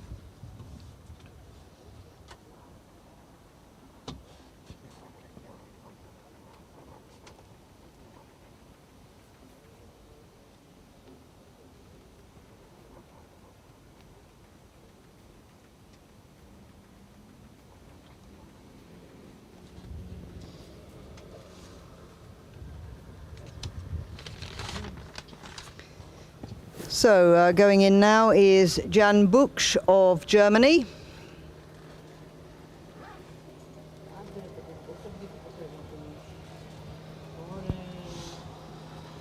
Let's see what he can do. I don't know the guy very well. I don't know anything about his trick run, but let's see. A back, front. It's 240 points. Oh, 90 points, 90 points, 180 extra. Then we get a 540 degree, wake back, wake front, reverse wake back, reverse wake front likely. And then I can't see it properly anymore. A step, but I don't know whether that's in time. Up to the judges to decide upon that.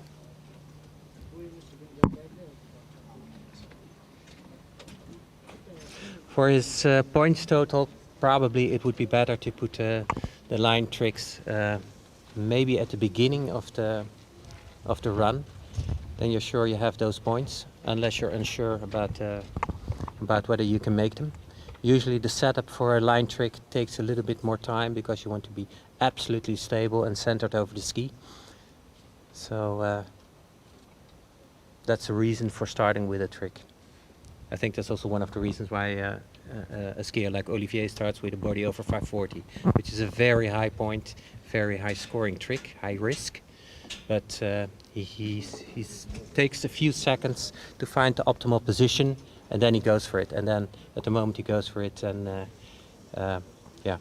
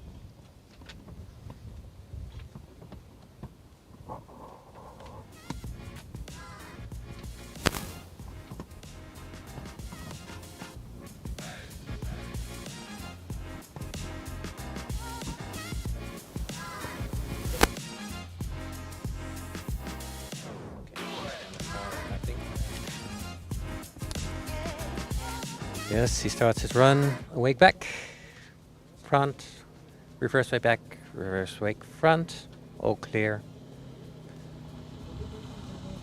Oh, I don't know. That should have been 2 540 turns, but I think one no credit. And wake 5 where he failed.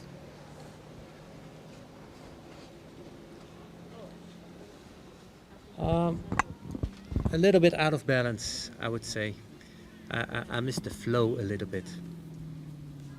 Maybe he was hindered by the wind. The wind is picking up a little bit, but we'll see.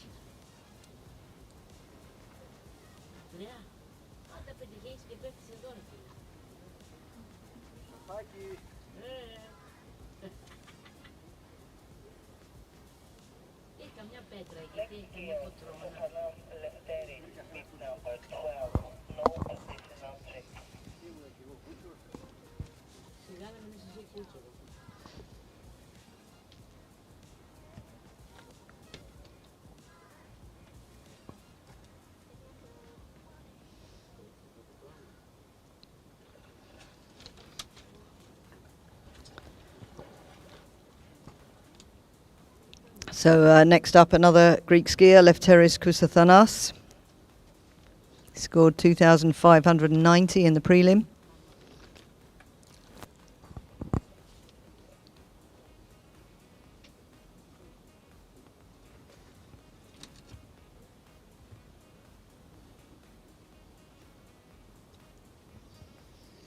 Still the only score in this final we have in yet, confirmed, is Magnus Jonsson, 990.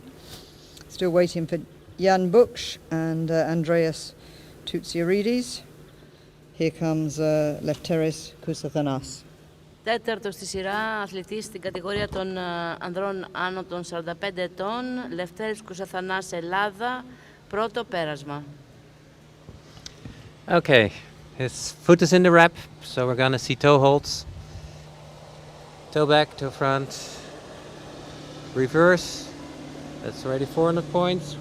Wake line back, wake line front, an additional 300. Toe back to back, that's nice. And the reverse, also nicely executed in one movement. Some side slides and the reverse toe O. That was good. Reverse toe O is a particularly difficult trick because you have to advance to the boat, and if your pin person is not really adequate, not really alert, then you might get into troubles. So a good run.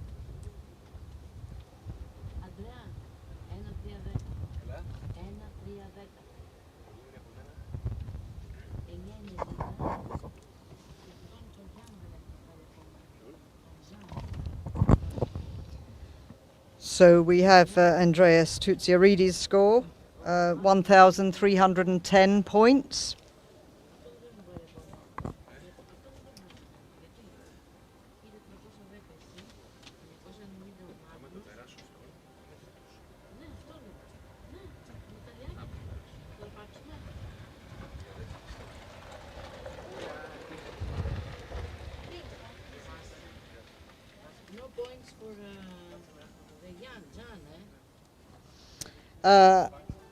Points just come in for, no, that's the first note, apologies for that, I was just looking.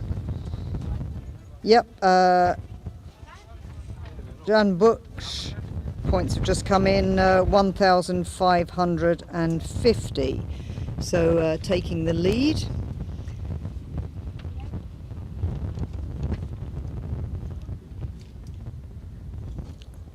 So if that stays like that, then Jan Buksh of Germany is on the podium.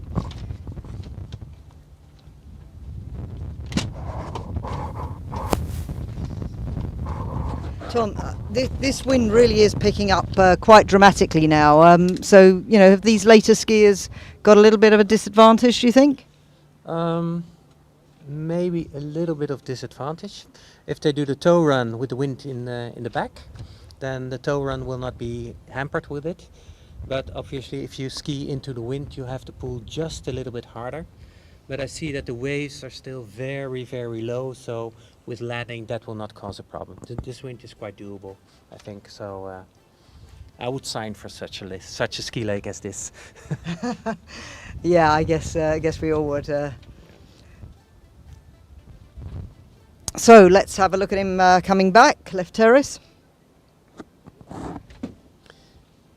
Λευτέρης Κουσαθανάς, δεύτερο πέρασμα. Yeah, he's a good skier. Wake line back, line front, line back, wake line front, very quickly. Wake back to backs. He's moving from one trick to another. Wake go, and a wake line, a ski line back. I think this last 540 was on the water. 540 in. Yeah, that's good points. My guess is more than 2,590 points as in the prelim. So that means that if I'm right, that Sebastian, the next skier, will have to put in some more and higher complex tricks in. Στεγνώ το δεύτερο πέρασμα του Λευτέρη. Λογικά θα έχει καλή βαθμολογία. Θα δούμε σε λίγο το αποτέλεσμα των κριτών.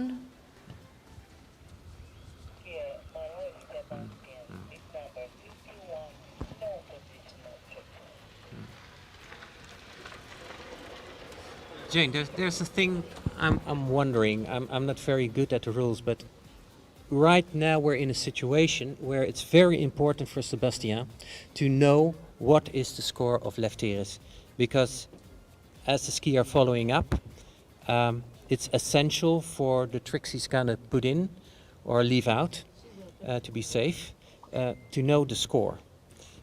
Is there something that the skier, the trick skier, can demand from the judge? Okay, I would like to know the trick score of my previous skier because it influences my trick run I'm gonna do next.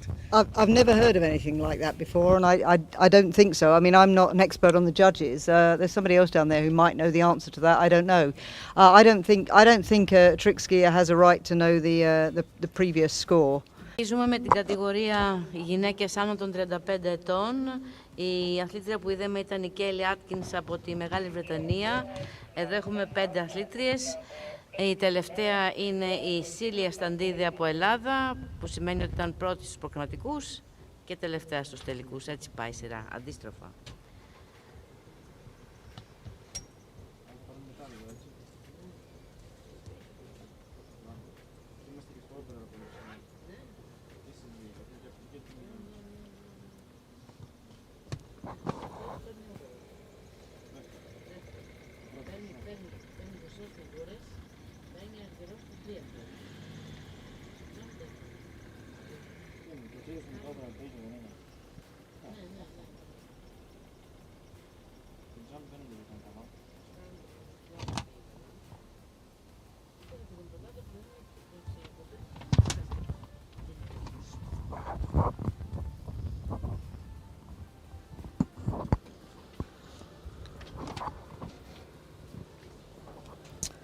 So here comes Sam Bloomsma of South Africa. Just over 2,000 in the prelim. And clearly starting her hand run with a rep in a rep position. So I expect to see a Waco.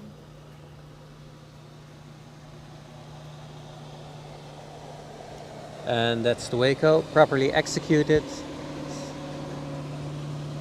Some half turns. Wake back to back. Wake back to back reverse. 300 points there.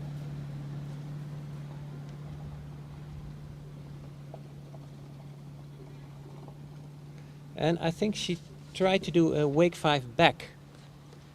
It was a little bit far from our tower, so I couldn't see it properly, but if it's in time, that will certainly boost her score. And just to confirm, for those who don't know, a Waco is a wake 360? Yes, that's correct. That's correct. So a full 360-degree turn is what we're talking about here over the wake.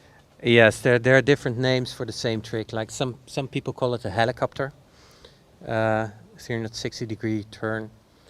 But then a 360-degree turn is also not really a proper denotion, I think, because you can do a 360-degree turn starting from the back position, but also from the front position. So generally the codes that IWWF prescribes are uniquely identifying the tricks.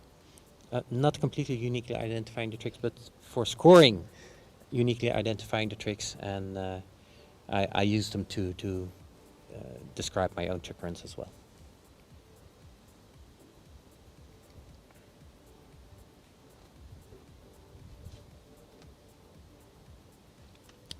I wonder whether her latest wake 5 back is also in time. If that's the case, she has a good score for her first run. And she's back, I see, with her foot in the toe wrap, so this will be a toe run.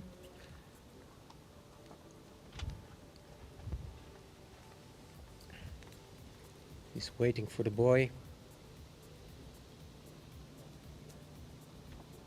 Toe wake back, solid, stable, toe front, side slide a bit short. I don't know whether she gets credit for that. Doing the toe back. Oh wait, okay, no, toe back to back.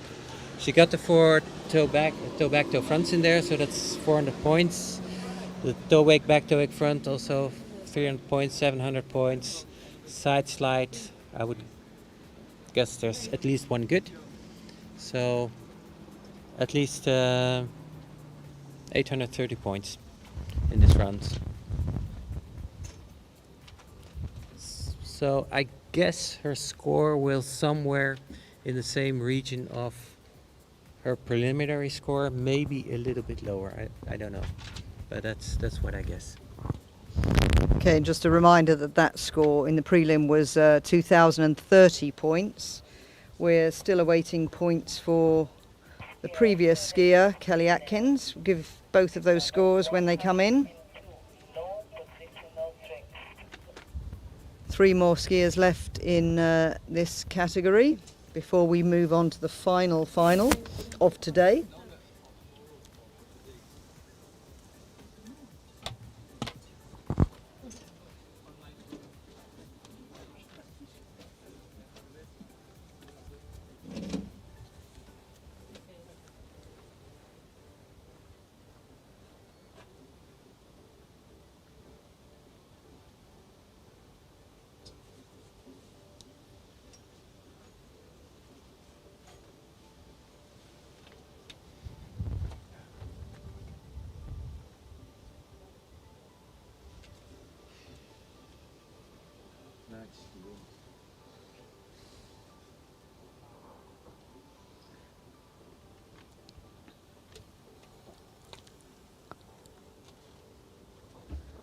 So coming in now, Linnea Cederqvist of Sweden, 2,290 in the prelim.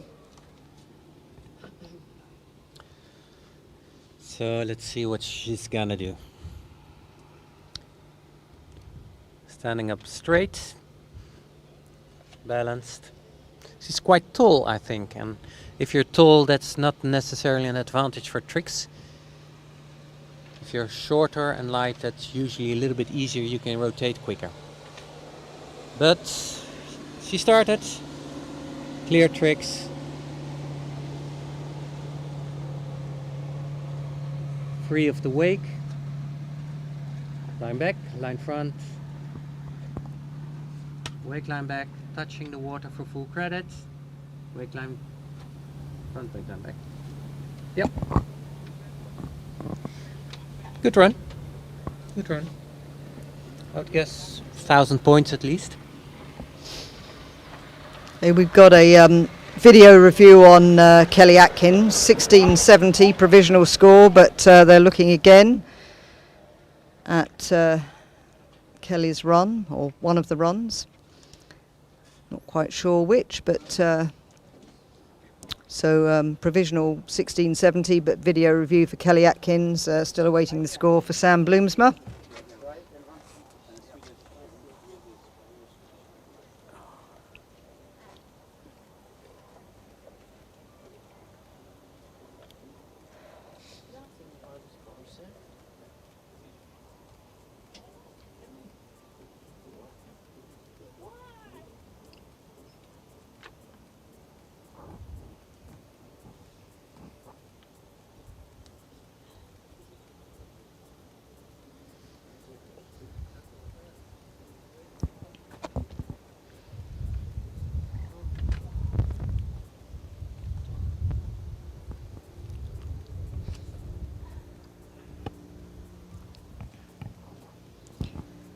Just to remind people, there's 45 seconds allowed between each run.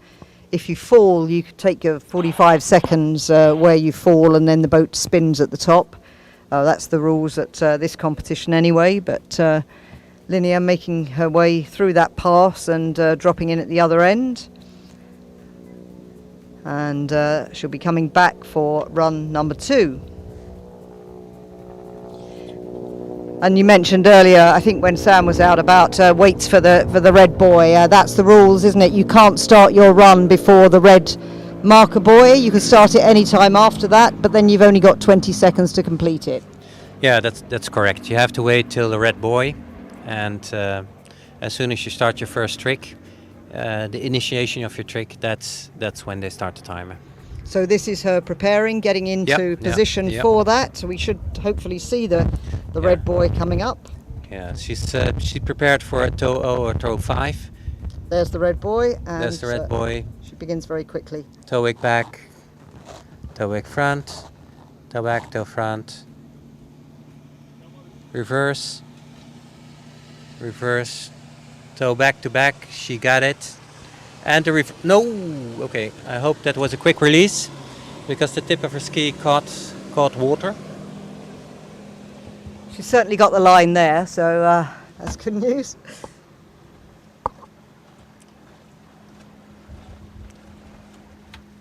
Yeah, the boat is speeding away, so I guess everything is okay with her.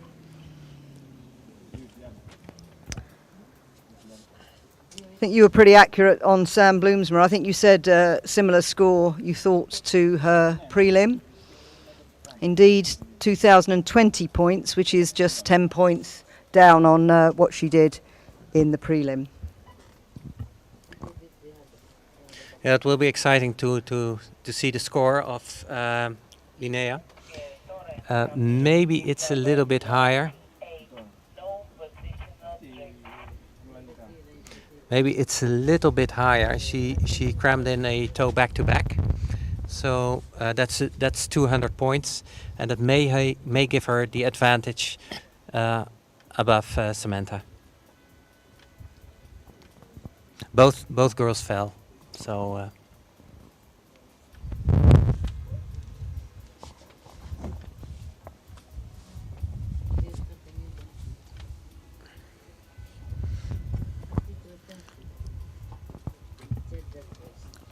There we're just looking at the scores that have come in so far in this over 35 women's tricks final. As you can see, there's still a video review for Kelly Atkins to determine her final score.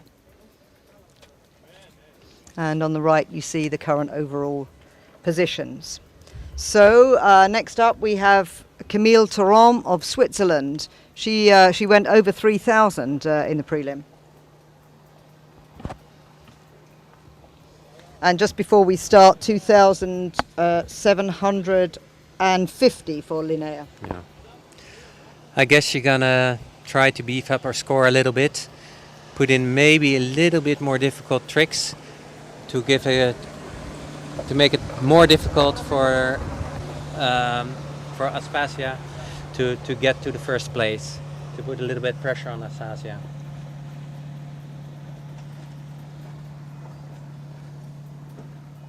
.540, another 540, good points.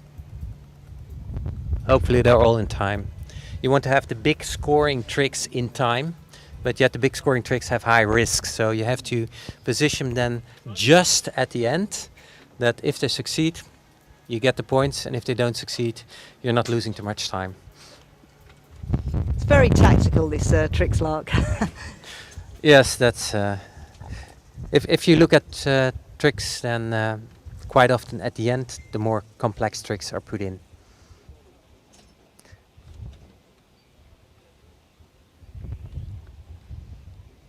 So at the moment we've got Linnea Söderqvist of Sweden, who's on the podium at least, with that score of 2,750, which is quite a bit above Sam Bloomsma, but we'll have to see, of course, what Camille gets and Aspasia, or Celia as she is known, who is the top seed going into this final. So there's Camille dropping in off the back of the boat again for a second run. Yeah, first run was absolutely more than 1,500 points. Half of her score of the preliminaries was, I guess, close to 2,000 points. So she's upping her game. And that's interesting.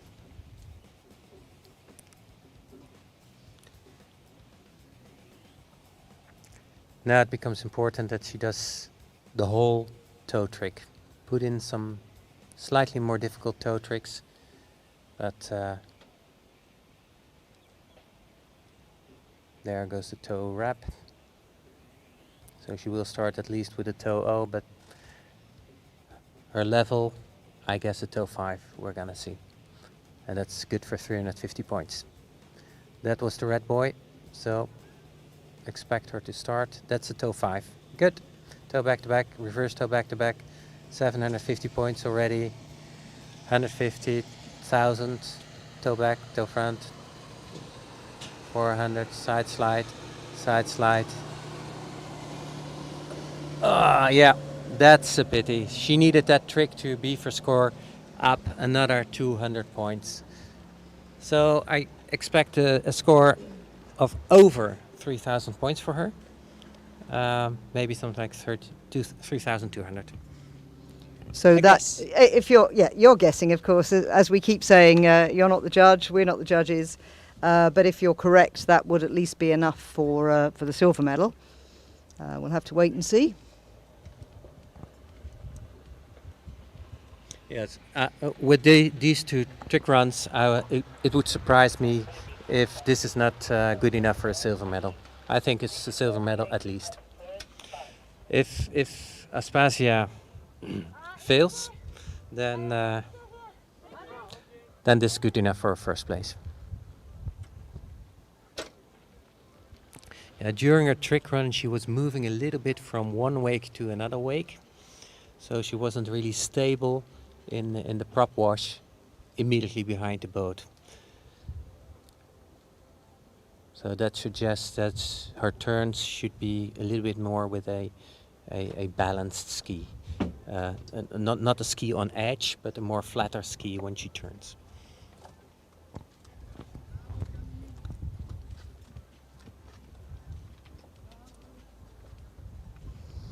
We'll see maybe whether Camille is prepared to come up and say a few words after that. We'll check it out. Meanwhile, we're waiting for the final skier. And the last, και η τελευταία αθλήτρια στην κατηγορία των γυναικών άνω των 35, από Ελλάδα, Σίλια Σταντίδη, στο πρώτο της πέρασμα. Στο προκριματικό η Σίλια είχε κάνει 4.020. So here comes Aspasia, or Celia Standiti, as she is better known for her first run, last skier in this final. Yeah, let's see what she's gonna do. Wake back to back, wake back to back, back to backs. A 540, nice. Another 540 wrap in, another 540. I don't think she will get credit for the last one. Some steps.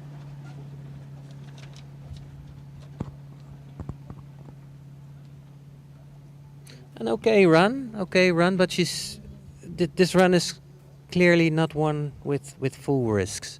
I think she hopes that a score lower than 4,000 will be enough to bring her the medal. That's the feeling I have. Well, the score she has to beat is 3,760 points, which is the score that's been given to Camille Theron. So that's a good score, and it's significantly up on her preliminary score. So we just have to wait and see now what Celia can do on run 2. Yes. I see all the tricks in replay now. So there's certainly a lot of points there. If she gets credit for all the tricks, then a 2,000 points is in there. So next we're going to see quite likely a toe run. Apparently she elects to do it into the wind, making it a little bit harder. Advancing to the boat, so bringing the body a little bit closer to the boat, thereby creating room for doing tricks, is with headwind considerably more difficult than with tailwind. So most skiers opt to do toe tricks with tailwind. Then again, there are trick skiers who always do the hand run first and then do the toe run first. But generally speaking, toes with tailwind is better. Yeah, and we have a situation rather similar to yesterday afternoon where the wind just picked up late in the afternoon. So the events that are taking place in the afternoon just had that situation, whereas it was completely flat calm, no breath of wind at all for most of the day. Yes. I mean, from the commentary point of view, rather grateful for this wind, perhaps not so much for the skiers. Okay, so final skier in this category, final, Celia Standiti, coming in for pass number 2, and Camille Turon is down there having a look to see whether she thinks she's going to be gold or silver. Yeah, Celia Standiti, δεύτερο πέρασμα. Okay, past the red buoy, so she may start now. Is she happy?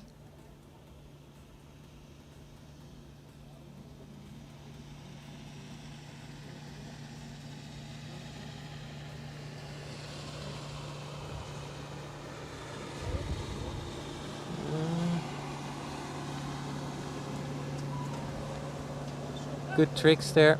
No, toe wake back to back. She thinks she's there. So applause from the Greeks here for Celia Standiti, arms in the air. She thinks she's done enough. Of course, we can only say that when we see the judges' score, but look. I tend to agree. I think it will be more than the 3,700 points. So if but not by a wide margin. That's what I guess. I think there is a toe back to back in a run for which she will not get credit, and her predecessor had credit for it. So that those are tricks that make difference. If you do the trick successfully and your predecessor didn't do it, then there's room for widening the gap. So I mean, sure, obviously waiting for the judges' actual scores, but it looks like the podium is most likely to be Celia Standiti, Camille Turon, and Linnea Cederqvist. Those three on the podium, and you think in that order. Yep. So let's see. Maybe we can catch a word with both of the ladies as they come in, if they're prepared to have a quick chat before they're taken back to the start jetty by the golf buggy. Let's give them a wave and see if they'll come in as we watch that second run. I can't whistle. Girls, can you come up, please, to the microphone for a quick chat with Jane? Not yet. Now, we're asking them if they can come up here. It may well be that we get the final scores while they're here, but let's have a word with these two very good trick skiers, Celia Standiti of Greece and Camille Turon of Switzerland. We have Camille's score, which is 3,760. Celia thinks she's done enough. Tom here thinks she's probably done enough for the gold as well, but we cannot say that, of course, until the judges give their score.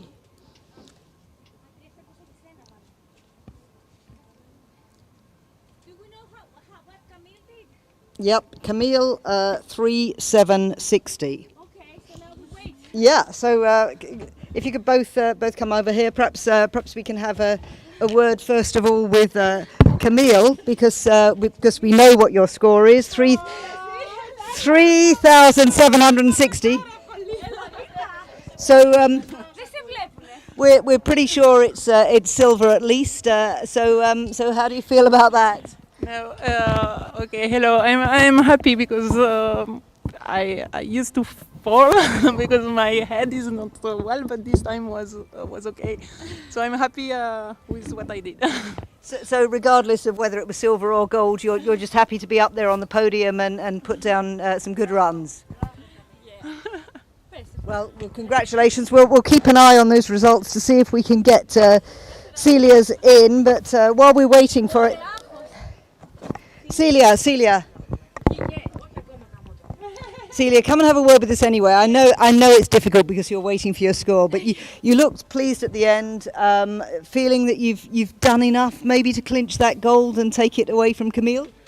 Yeah, I feel like I've done enough, but you never know with tricks until the score is up. That's the stressful thing with tricks. So hopefully it's enough, but I have to wait. And it's really stressful right now. Let me just have a look just to see if it's come in before you disappear. Yeah, not quite yet. So I guess we'll have to let you go. But congratulations to both of you. Clearly on the podium. Well done.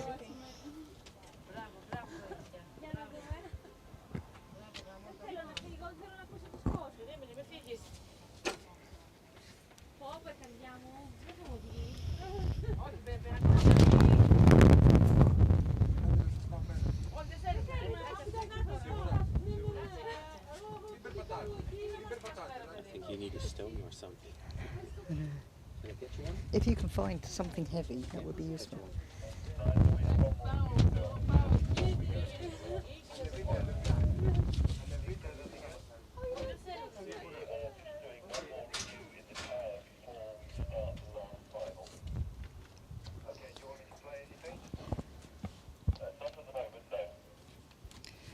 So we're still waiting for Celia's points. It's possible they might be doing a review. Who knows? The tension is rising. She's still waiting here, hoping that we can give her those points before she goes back and dries off. Won't take very long to dry off in this weather anyway. After this, we will be moving on to our final of the day, which is the over 35 men's tricks. So don't go away. Do not go away. More action to come. Never know, it might be some more drama. We've already had one runoff in tricks today.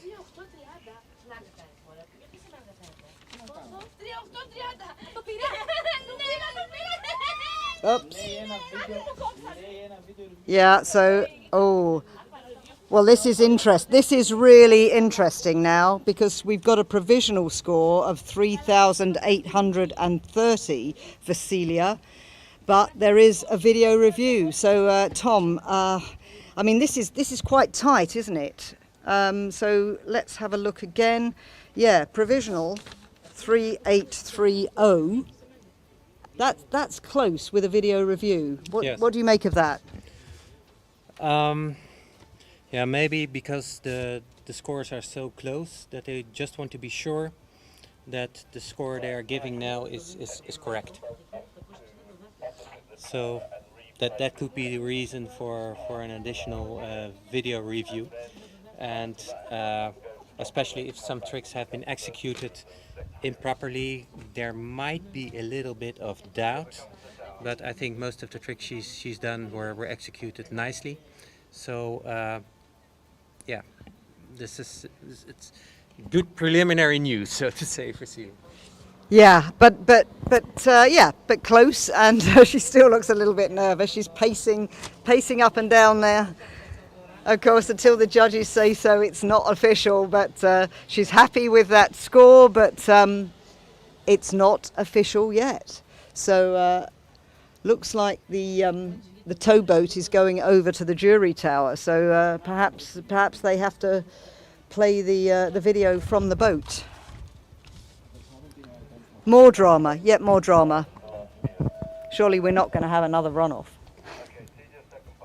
So I think they're going to have a look at that second pass from Celia. After this, we will be going on to the over 35 men's tricks final. We have 5 skiers in that: Paul Forestier of France, Arnaud Delacour of France, both French team members, Panagiotis Cosmas of Greece, Timios Kousathanas also of Greece, and the one and only Olivier Forton of Belgium, who scored a massive 9,000 points in the prelim. Talking to him, though, I know he's still disappointed he hasn't done 10,000 points this year yet. So he'll be looking to do that maybe. Yeah, maybe he's gonna try that, because there's quite some difference between him and the second, Timios. So he can risk it, you think? He can risk it. He can risk it, but I can imagine that to put in a score like 10,000 plus, a lot of things must come together and must be perfect, and you must have some kind of rhythm where you flow from one trick into another trick. The tricks are very high scoring and difficult landing, so yeah.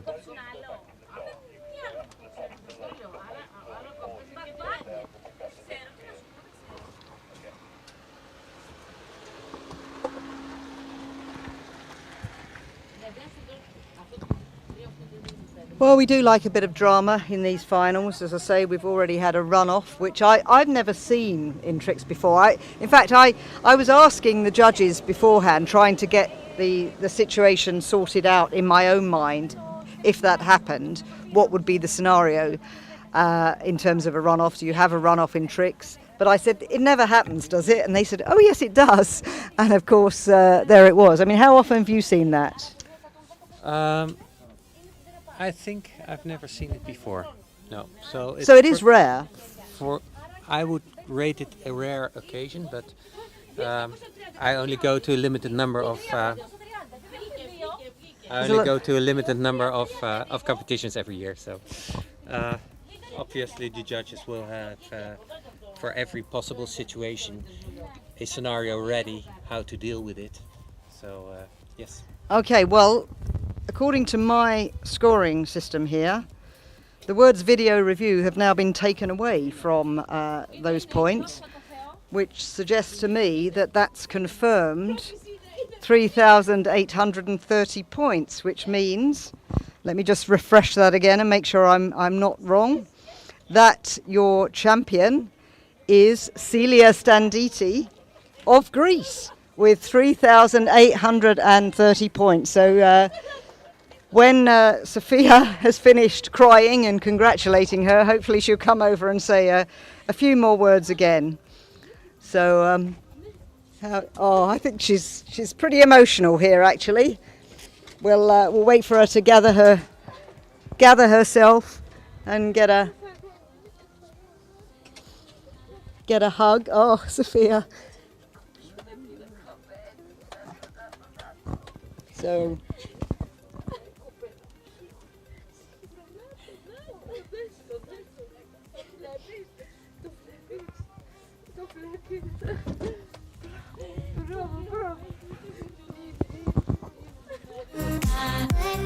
This is lovely to see. I wish I had my camera here. So much emotion here.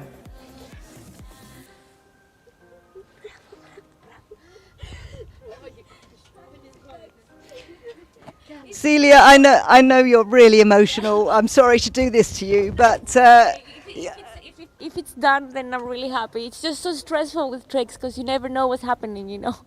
So if that's it, then I'm really happy. This is all I wanted, like a gold medal. I've never had a gold medal in the European, so that was my goal, and I'm really happy. If it's true, I'm really happy. Even though I had a cut trick at my toes, it's still good enough, so I'm happy with that. Thank you so much for everything. Well, absolutely, and to do it at home in Greece, it can't get better than that. Yeah, it can't get better than that. I really wanted to hear the national anthem once in my life, and it's a dream coming true right now, so I'm really happy. Thank you so much. Well, thank you, and many, many congratulations.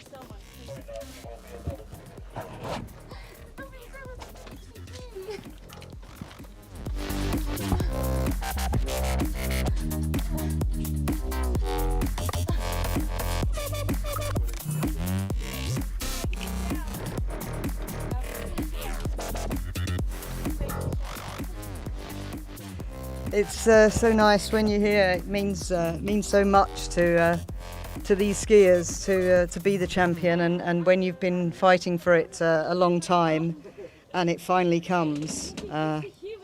So let's hope those scores are all fine, because that's exactly what it's showing here. So that's marvellous. Yeah, 3,830 points for Celia,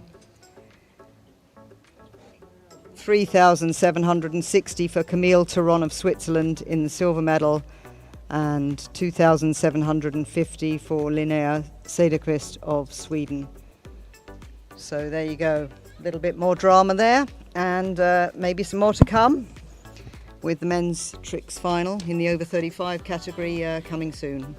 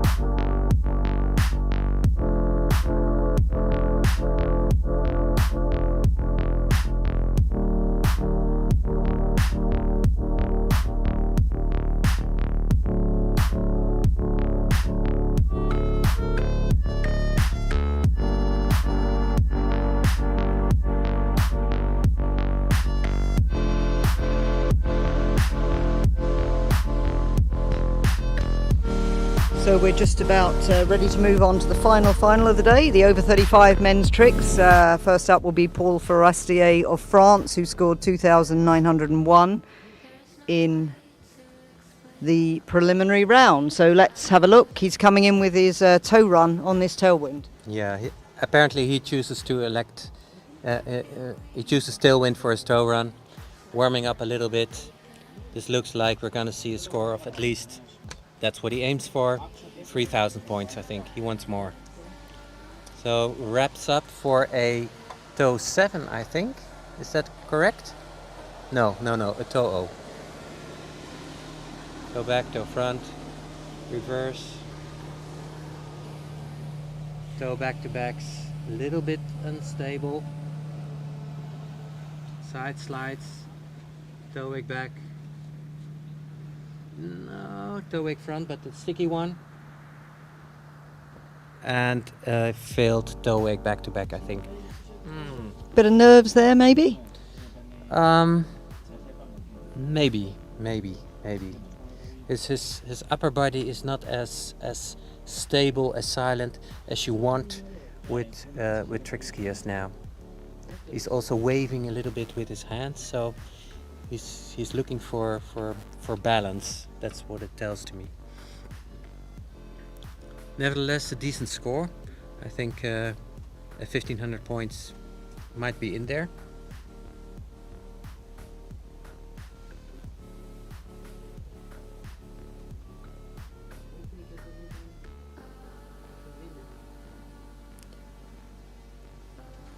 And that was a toe wake front where he will not get credit.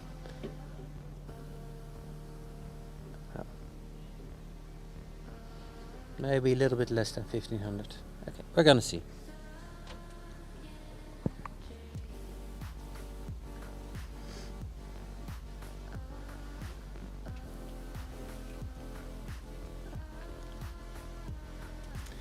If he aims for third place, then he's got to put complex tricks in this run.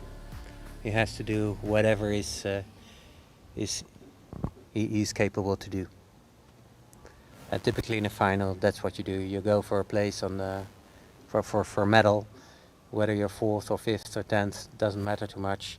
You want to go for a medal. So he knows what he's done. He knows the score approximately, so he knows difficult tricks are required. Toe wake line, unstable. He's out. That's a poor score. So yeah, disappointment there for the first skier in this final, going down early on his second pass.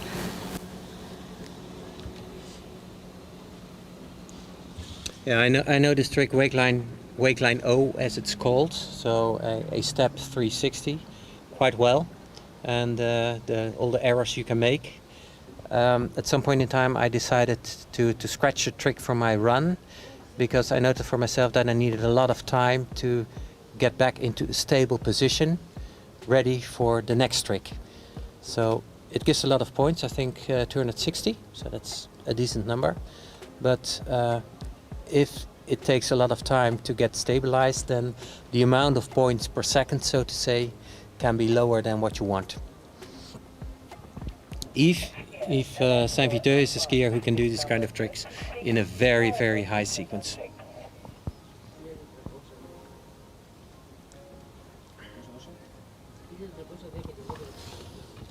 So next up is Arnaud Delacour of France. Both Paul Forestier and Arnaud Delacour scoring points for the French team. Yeah, Arnaud has in the preliminaries a score of 3,200. Panagiotis Cosmos from Greece has 3,440 in the preliminaries. So there's no doubt that Arnaud wants to beat that score. So if he's sensible, he'll try to up the score a little bit by speeding up a little bit, cramming in a few simple more tricks, or maybe put in a trick where instead of 360 degrees, he's going to rotate 540 degrees, and that will give him then extra points. Okay, so for Paul Forestier, let's have a look at that. Looks like 1,410 points, so obviously a disappointing score for him after going down early. Arnaud slapping himself, geeing himself up for this run. Yes, it looks like he's going to do his hand run first. The wind has died down a little bit more. There's still some wind, but less than half an hour ago, so let's see what he's going to do. His leg is free, so wake line back, line front, line back, wake line front. Some halves, wake back to back, reverse wake back to back, back more back to backs. Time for wake. Oh, it's the 540s. Where are they? There's one and he fails. Okay. I think a score of 3,400 will be more difficult to attain now. He needed that 540 absolutely to get maybe 1,700 points from this run at least. So these are all clear tricks, like the wake lines. This all properly executed. No doubt the judge will give him full credit for that. Tricks have air. That's what a judge also looks at. If it's a wake trick, the ski must be free in the air where the major part of the rotation is executed.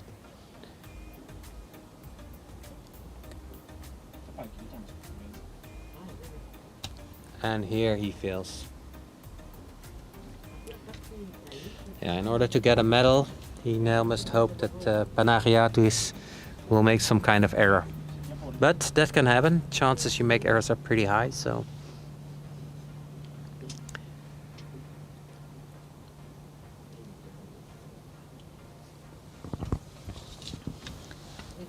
Just while we're watching him go back down to the end of the lake, just a reminder for everybody on site that there will be no medal presentations today. It was originally planned that the medal presentations for today would take place at the Skiers Island at the end of proceedings, but now all the medal presentations will be tomorrow at the end of these championships. So let's have a look now at Arnaud Delacour come back in, getting his foot in the toe hold. See what he can do here.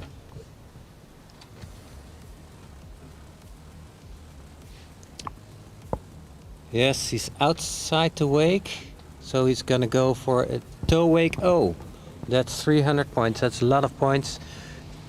Some toe tricks. Okay. Toe back, he's quick. Reverse toe back, reverse toe front. Toe back to back. Another back to back, toe back to back.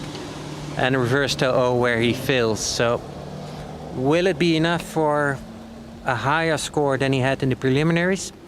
I doubt it. I doubt it.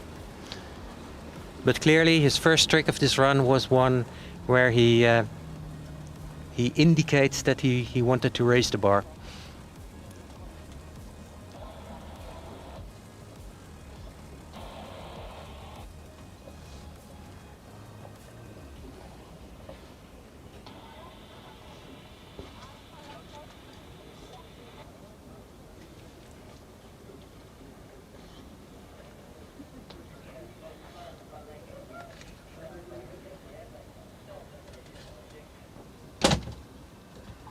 Επόμενος αθλητής, Κοσμάς Παναγιώτης, Ελλάδα, πρώτο πέρασμα.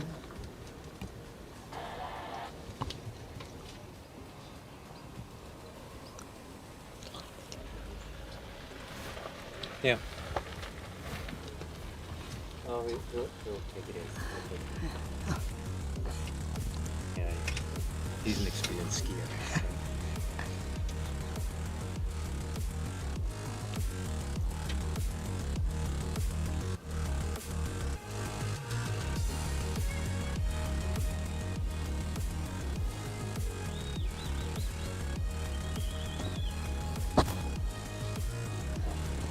So here we go with Panagiotis Cosmas of Greece.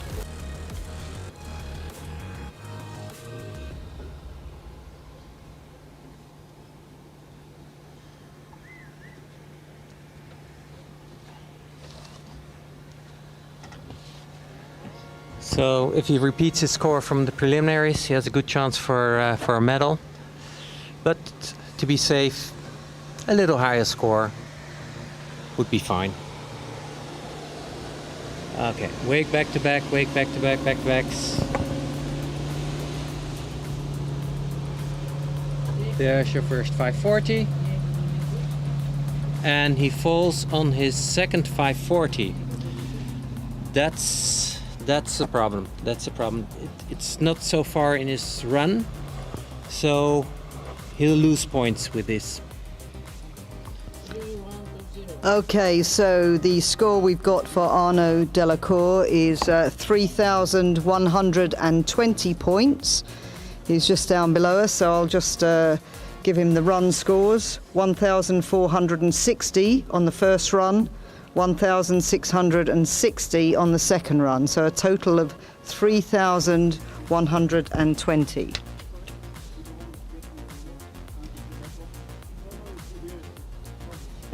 Yes, it will be exciting now. It's about a third place, at least third place, and Panagiotis. Those Greek names are difficult for me to pronounce. Sorry. Me too. I do my best. Komas.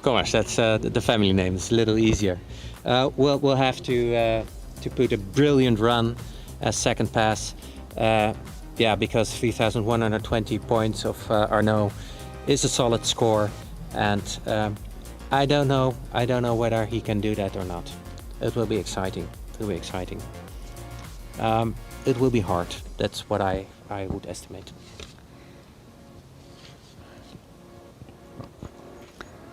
Well, we've got Arnaud sitting down there having a look at this second run, or will be looking at the second run, because he'll have a pretty good indication when he sees it, I guess, as to whether that will guarantee him a podium spot. These trick skiers tend to have a good idea, don't they, of what the score might be. Obviously, it's down to the judges. Sometimes you don't know whether something's in time, whether a particular trick will score. But as we saw with Celia Standiti, she was pretty sure that she'd done enough and proved to be right. Yes, generally you know your score approximately, but in those competitions like Europeans and Worlds, judges are strict, and generally it's safer to deduct a couple of 100 points because it's a Europeans or Worlds. So you assess what you think you've scored and then assume you're going to get a couple of 100 less. Yeah, that's a practical way. Then the disappointment will be less.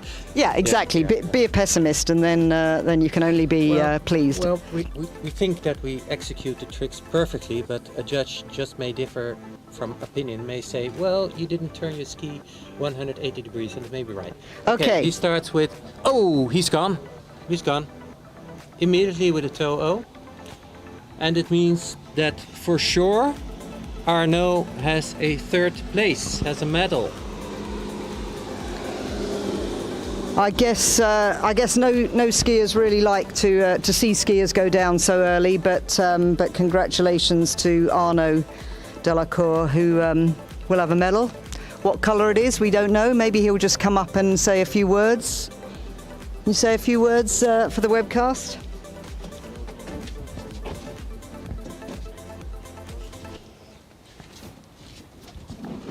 So, Arnaud, we know your score 3,120. We just unfortunately saw Panagiotis go down early. So, I guess that means that you've got a bronze at least. Yeah, I'm very happy about this medal in trick because it's not my favorite event. I was very upset yesterday about my slalom discipline because I would like a medal in this event, but that's way. Well, just remind us what happened in that. I failed at the second boy at 12, and this year I didn't miss 12 since the beginning of the season. But today I'm very happy about this new medal. I would like to score more than yesterday for my overall points, and that's why I try to make a 50-40 at the end of the first pass. But I'm happy about this score, and I will try to get the gold medal tomorrow in jump. Okay, well, congratulations. As I say, we don't know what colour that medal will be yet, but it looks like you're certainly guaranteed a podium in tricks. Thank you very much, and thank you for the webcast. It allows to other people in foreign countries to follow the webcast, so thank you for your job. Well, thank you very much, and good luck in the jump. So we keep having to point out that, of course, we're not the judges, but... 1190 βαθμοί για τον Παναγιώτη Κοσμά και αυτή τη στιγμή βλέπουμε τον Λευτέρη Κωνσταθανά Στο πρώτο πέρασμα, Λευτέρης Κουσαθανάς, Ελλάδα. So, this is Timios Kousathanas, also of Greece, coming in for his first run. Yeah, and certainly a contender for the silver medal. Θήμιος Κουσαθανάς, sorry. Okay, 540s, all executed properly, wake O, setting up for flips, I think. There's his first flip, 500 points in the pockets. Another flip. A flip with a back landing. And a back to front flip, so these are good points. I don't think it will be enough for challenging somebody like Olivier, but this is a very solid pass. So he needs to add only some more points, and I think the silver medal is in his pocket. So the sort of score, if all those tricks are scored roughly for that pass, do you reckon? I think it's already more than 3,000. So looking like he might have the silver medal, but as I was about to say when we had to pause, obviously, to let Sophia speak, was that we are not the judges. So and I know nothing. Tom knows quite a lot, and he's able to assess this, and that's his opinion. But the opinion that counts is the one of the three judges, of course. Well, I'm sure Timios is now in the water with a very good feeling. He's crammed in several flips. I counted 4, I think, and he started off with three wake 5s, which were, in my view, crisp and clear. So we'll get for each wake 5 300 points, 310 to be honest. So the base of 3,000 points is there.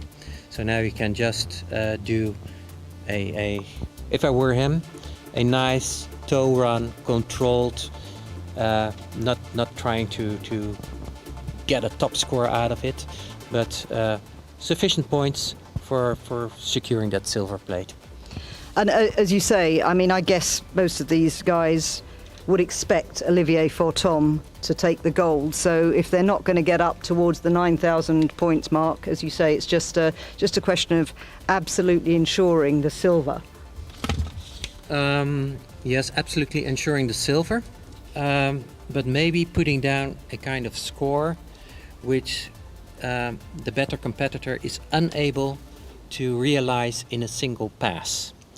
So if the better competitor fails at the first complex trick, then suddenly he's watching to a high score of another competitor, which may be so high that he cannot equalize it anymore. So that would be a reason for Timios to go for another 3,000 points, because then he has 6,000 points, and he will force Olivier to do more than one pass. Okay, here we go. A little out of balance, toe 5. Reverse toe O, toe O back, reverse toe O again, toe wake O, yep. 300 points there. Wake line, very good, very high scoring tricks. And now see. I think he's happy. He's happy. For sure there, in my mind, there's no doubt about it, that he'll get the silver. But once again, it's up to the judges to give the scores. But I saw lots of tricks clearly executed with nice air. So and he was in balance. So yeah, I liked it. And as you say, I mean, we're yet to see the score, but if he can put a score down that puts the pressure on Olivier Fortom, so that he doesn't have to only do one run, because I think in the prelims, Olivier did enough in his first run to secure the top seeded spot. So you know, it's. I expect 5,500 points or more, maybe even close to 6,000 points. So it's that good, this run. And I can't remember, I don't know if you can, but I think did Olivier score about 6,000 on his first run? Yesterday, yes. Whenever it was, yes. I've lost track. But then every tick must be credited. Of course, of course. And to be honest, I've also seen Olivier once in a competition, multiple round tricks. No, he did one round of tricks, And on his first pass, he fell on his first trick, and on the second pass, he also fell on I think the second trick. So it can happen also with him. Okay. Ο Θήμιος έβγαλε και το δεύτερο πρόγραμμα στεγνό. Αυτή τη στιγμή έχει το αργυρό μετάλλιο. Μπράβο Θήμιο. Θήμιος Κουσαθανάς, Ελλάδα. Και άλλο μετάλλιο. Μπράβο παιδιά, μπράβο. Just confirming that score for Panagiotis, 1,190. Obviously had a very disappointing final. But that's the confirmed score for him. And now here comes our top seed, Olivier Fortom of Belgium. Scored 9,000 points in the preliminary round and has a best of 11,600 and something. Yeah, he's setting up likely for a body 5, so his ski will go over the line. Yes, got it. Body O, body reverse O, ski line back, front flip, 800 points, back flip, 500, another back flip, 500, back flip back, I don't know how many points, another back flip back, reverse, back flip, front, back to front flip, so good skiing. And the maximum number of flips, I think. I think were there 6 there? We'll have a look on the replay. I don't know. We have to see the replay, yeah. Αυτός ήταν ο Olivier Fortom από το Βέλγιο. 9.000 φιγούρες στο προκριματικό. Τον ξέρουμε όλοι. Πρωταθλητής γερός. Πολύ ωραίο πέρασμα. Να δούμε και τους βαθμούς και θα γυρίσει με δεύτερο. Και κάπως έτσι θα τελειώσει και η σημερινή μέρα. We're counting the flips in the replay. That's 1, that's 2, that's 3, that's 4, here we get 5, and indeed 6 flips. But we also have to take into account that flips are pretty spectacular, of course, to see, but we mustn't forget that those body tricks, body over tricks, or ski line tricks as they also are called, where you go with the ski attached to 2 feet over the line, where you turn 540 degrees, or even there's a trick, Aliaksai does it, 720 degrees. Those tricks are scoring more points and are more difficult to execute than the basic flips, like a backflip. So we mustn't underestimate the other tricks he's also doing there with very high speed. So this is simply a top run. Yeah, they always look more impressive to me because they look supremely difficult. And he did that at the beginning of his run and saved the flips for the end. But yeah, absolutely amazing. So I reckon, yeah, that'll be a very high scoring run, and he's got more points to come if he stands this one up. Yeah. He will now do his toe run. There is one thing which is nice to tell about. Once he had a crash with toe runs. There was a toe wake back to back, where he landed in the reverse position, toe reverse position. And nowadays in competitions, when he does the toes, then he generally doesn't do that trick anymore. He makes it the normal toe wake front, followed by a toe back. I think we're gonna see that again. So this is the toe 7. Toe wake back to back, toe wake front. There we have it. So, oh, high speed, nice toe wake O, wake line, ah, nice. It's a good run. It's a good run. Very good run. So, I think I'm not even sure you need to be a judge to give that gold medal to Olivier Fortom. Fair enough. Yeah, right. This is it's obvious. Next, of course, the main question, which is pretty much interesting for him, is this the 10,000 points he's looking for? But that might be the case. He looked pretty pleased at the end, and I think we mentioned earlier on that he's scored 9 this year, but he hasn't surpassed 10 this year, and he really wants to do that. Maybe he thinks, I'm sure he knew by this stage that he'd got the gold anyway, but so perhaps his reaction can only be explained by the fact that he thinks he might have broken 10,000 points. Yeah, I guess he will. Those step lines with your foot on the toe strap, some of them are like 480 points each. So that's serious. Those are serious points. Okay, I have to say we're still waiting for the final points for Timios. So we've given him the silver, haven't we? But yeah, I'm sorry, Timios, but Olivier is one level higher. Yeah, I guess in the trickers world, maybe it's like this, that you have 10,000 plus trickers and lower trickers. So to score 10,000 plus puts you in a certain kind of ranking, gives you a certain prestige, and 11,000 even more, and 12,000, well, there's nothing better than that. So 10,000 to score 10,000 points in tricks, I think for somebody who is a trick specialist is important. It's important to have those kind of tricks on your resume every year, and preferably over and over again. So yeah, we've mentioned this before, that Olivier still competes with the top open skiers in tricks as well, and can still get on the podium with it.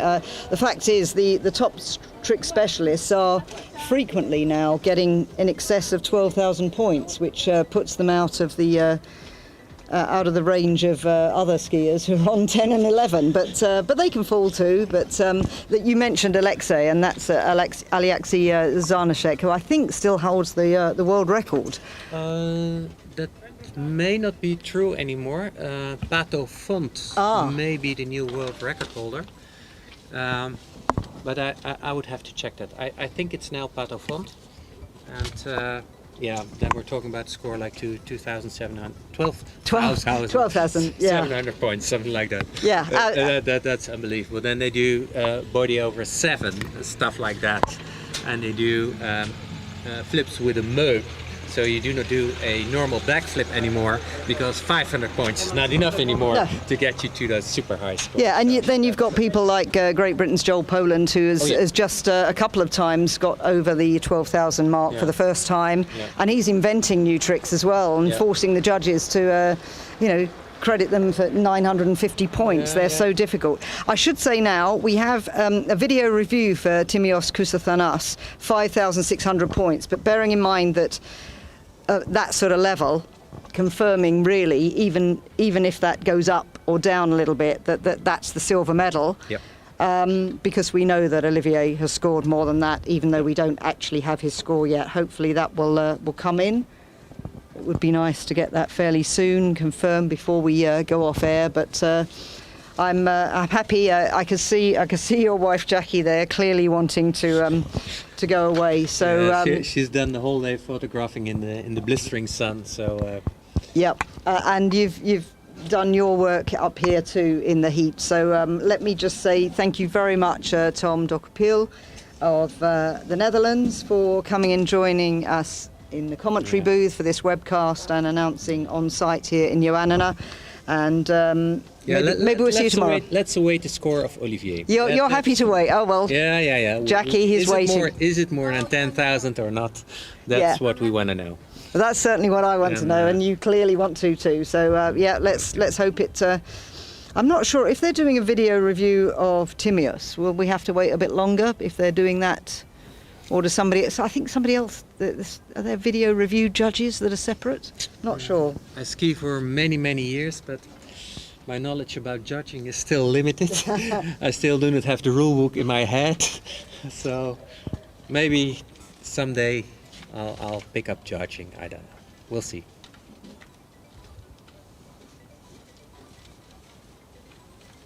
Kevin, Demon, come in, please.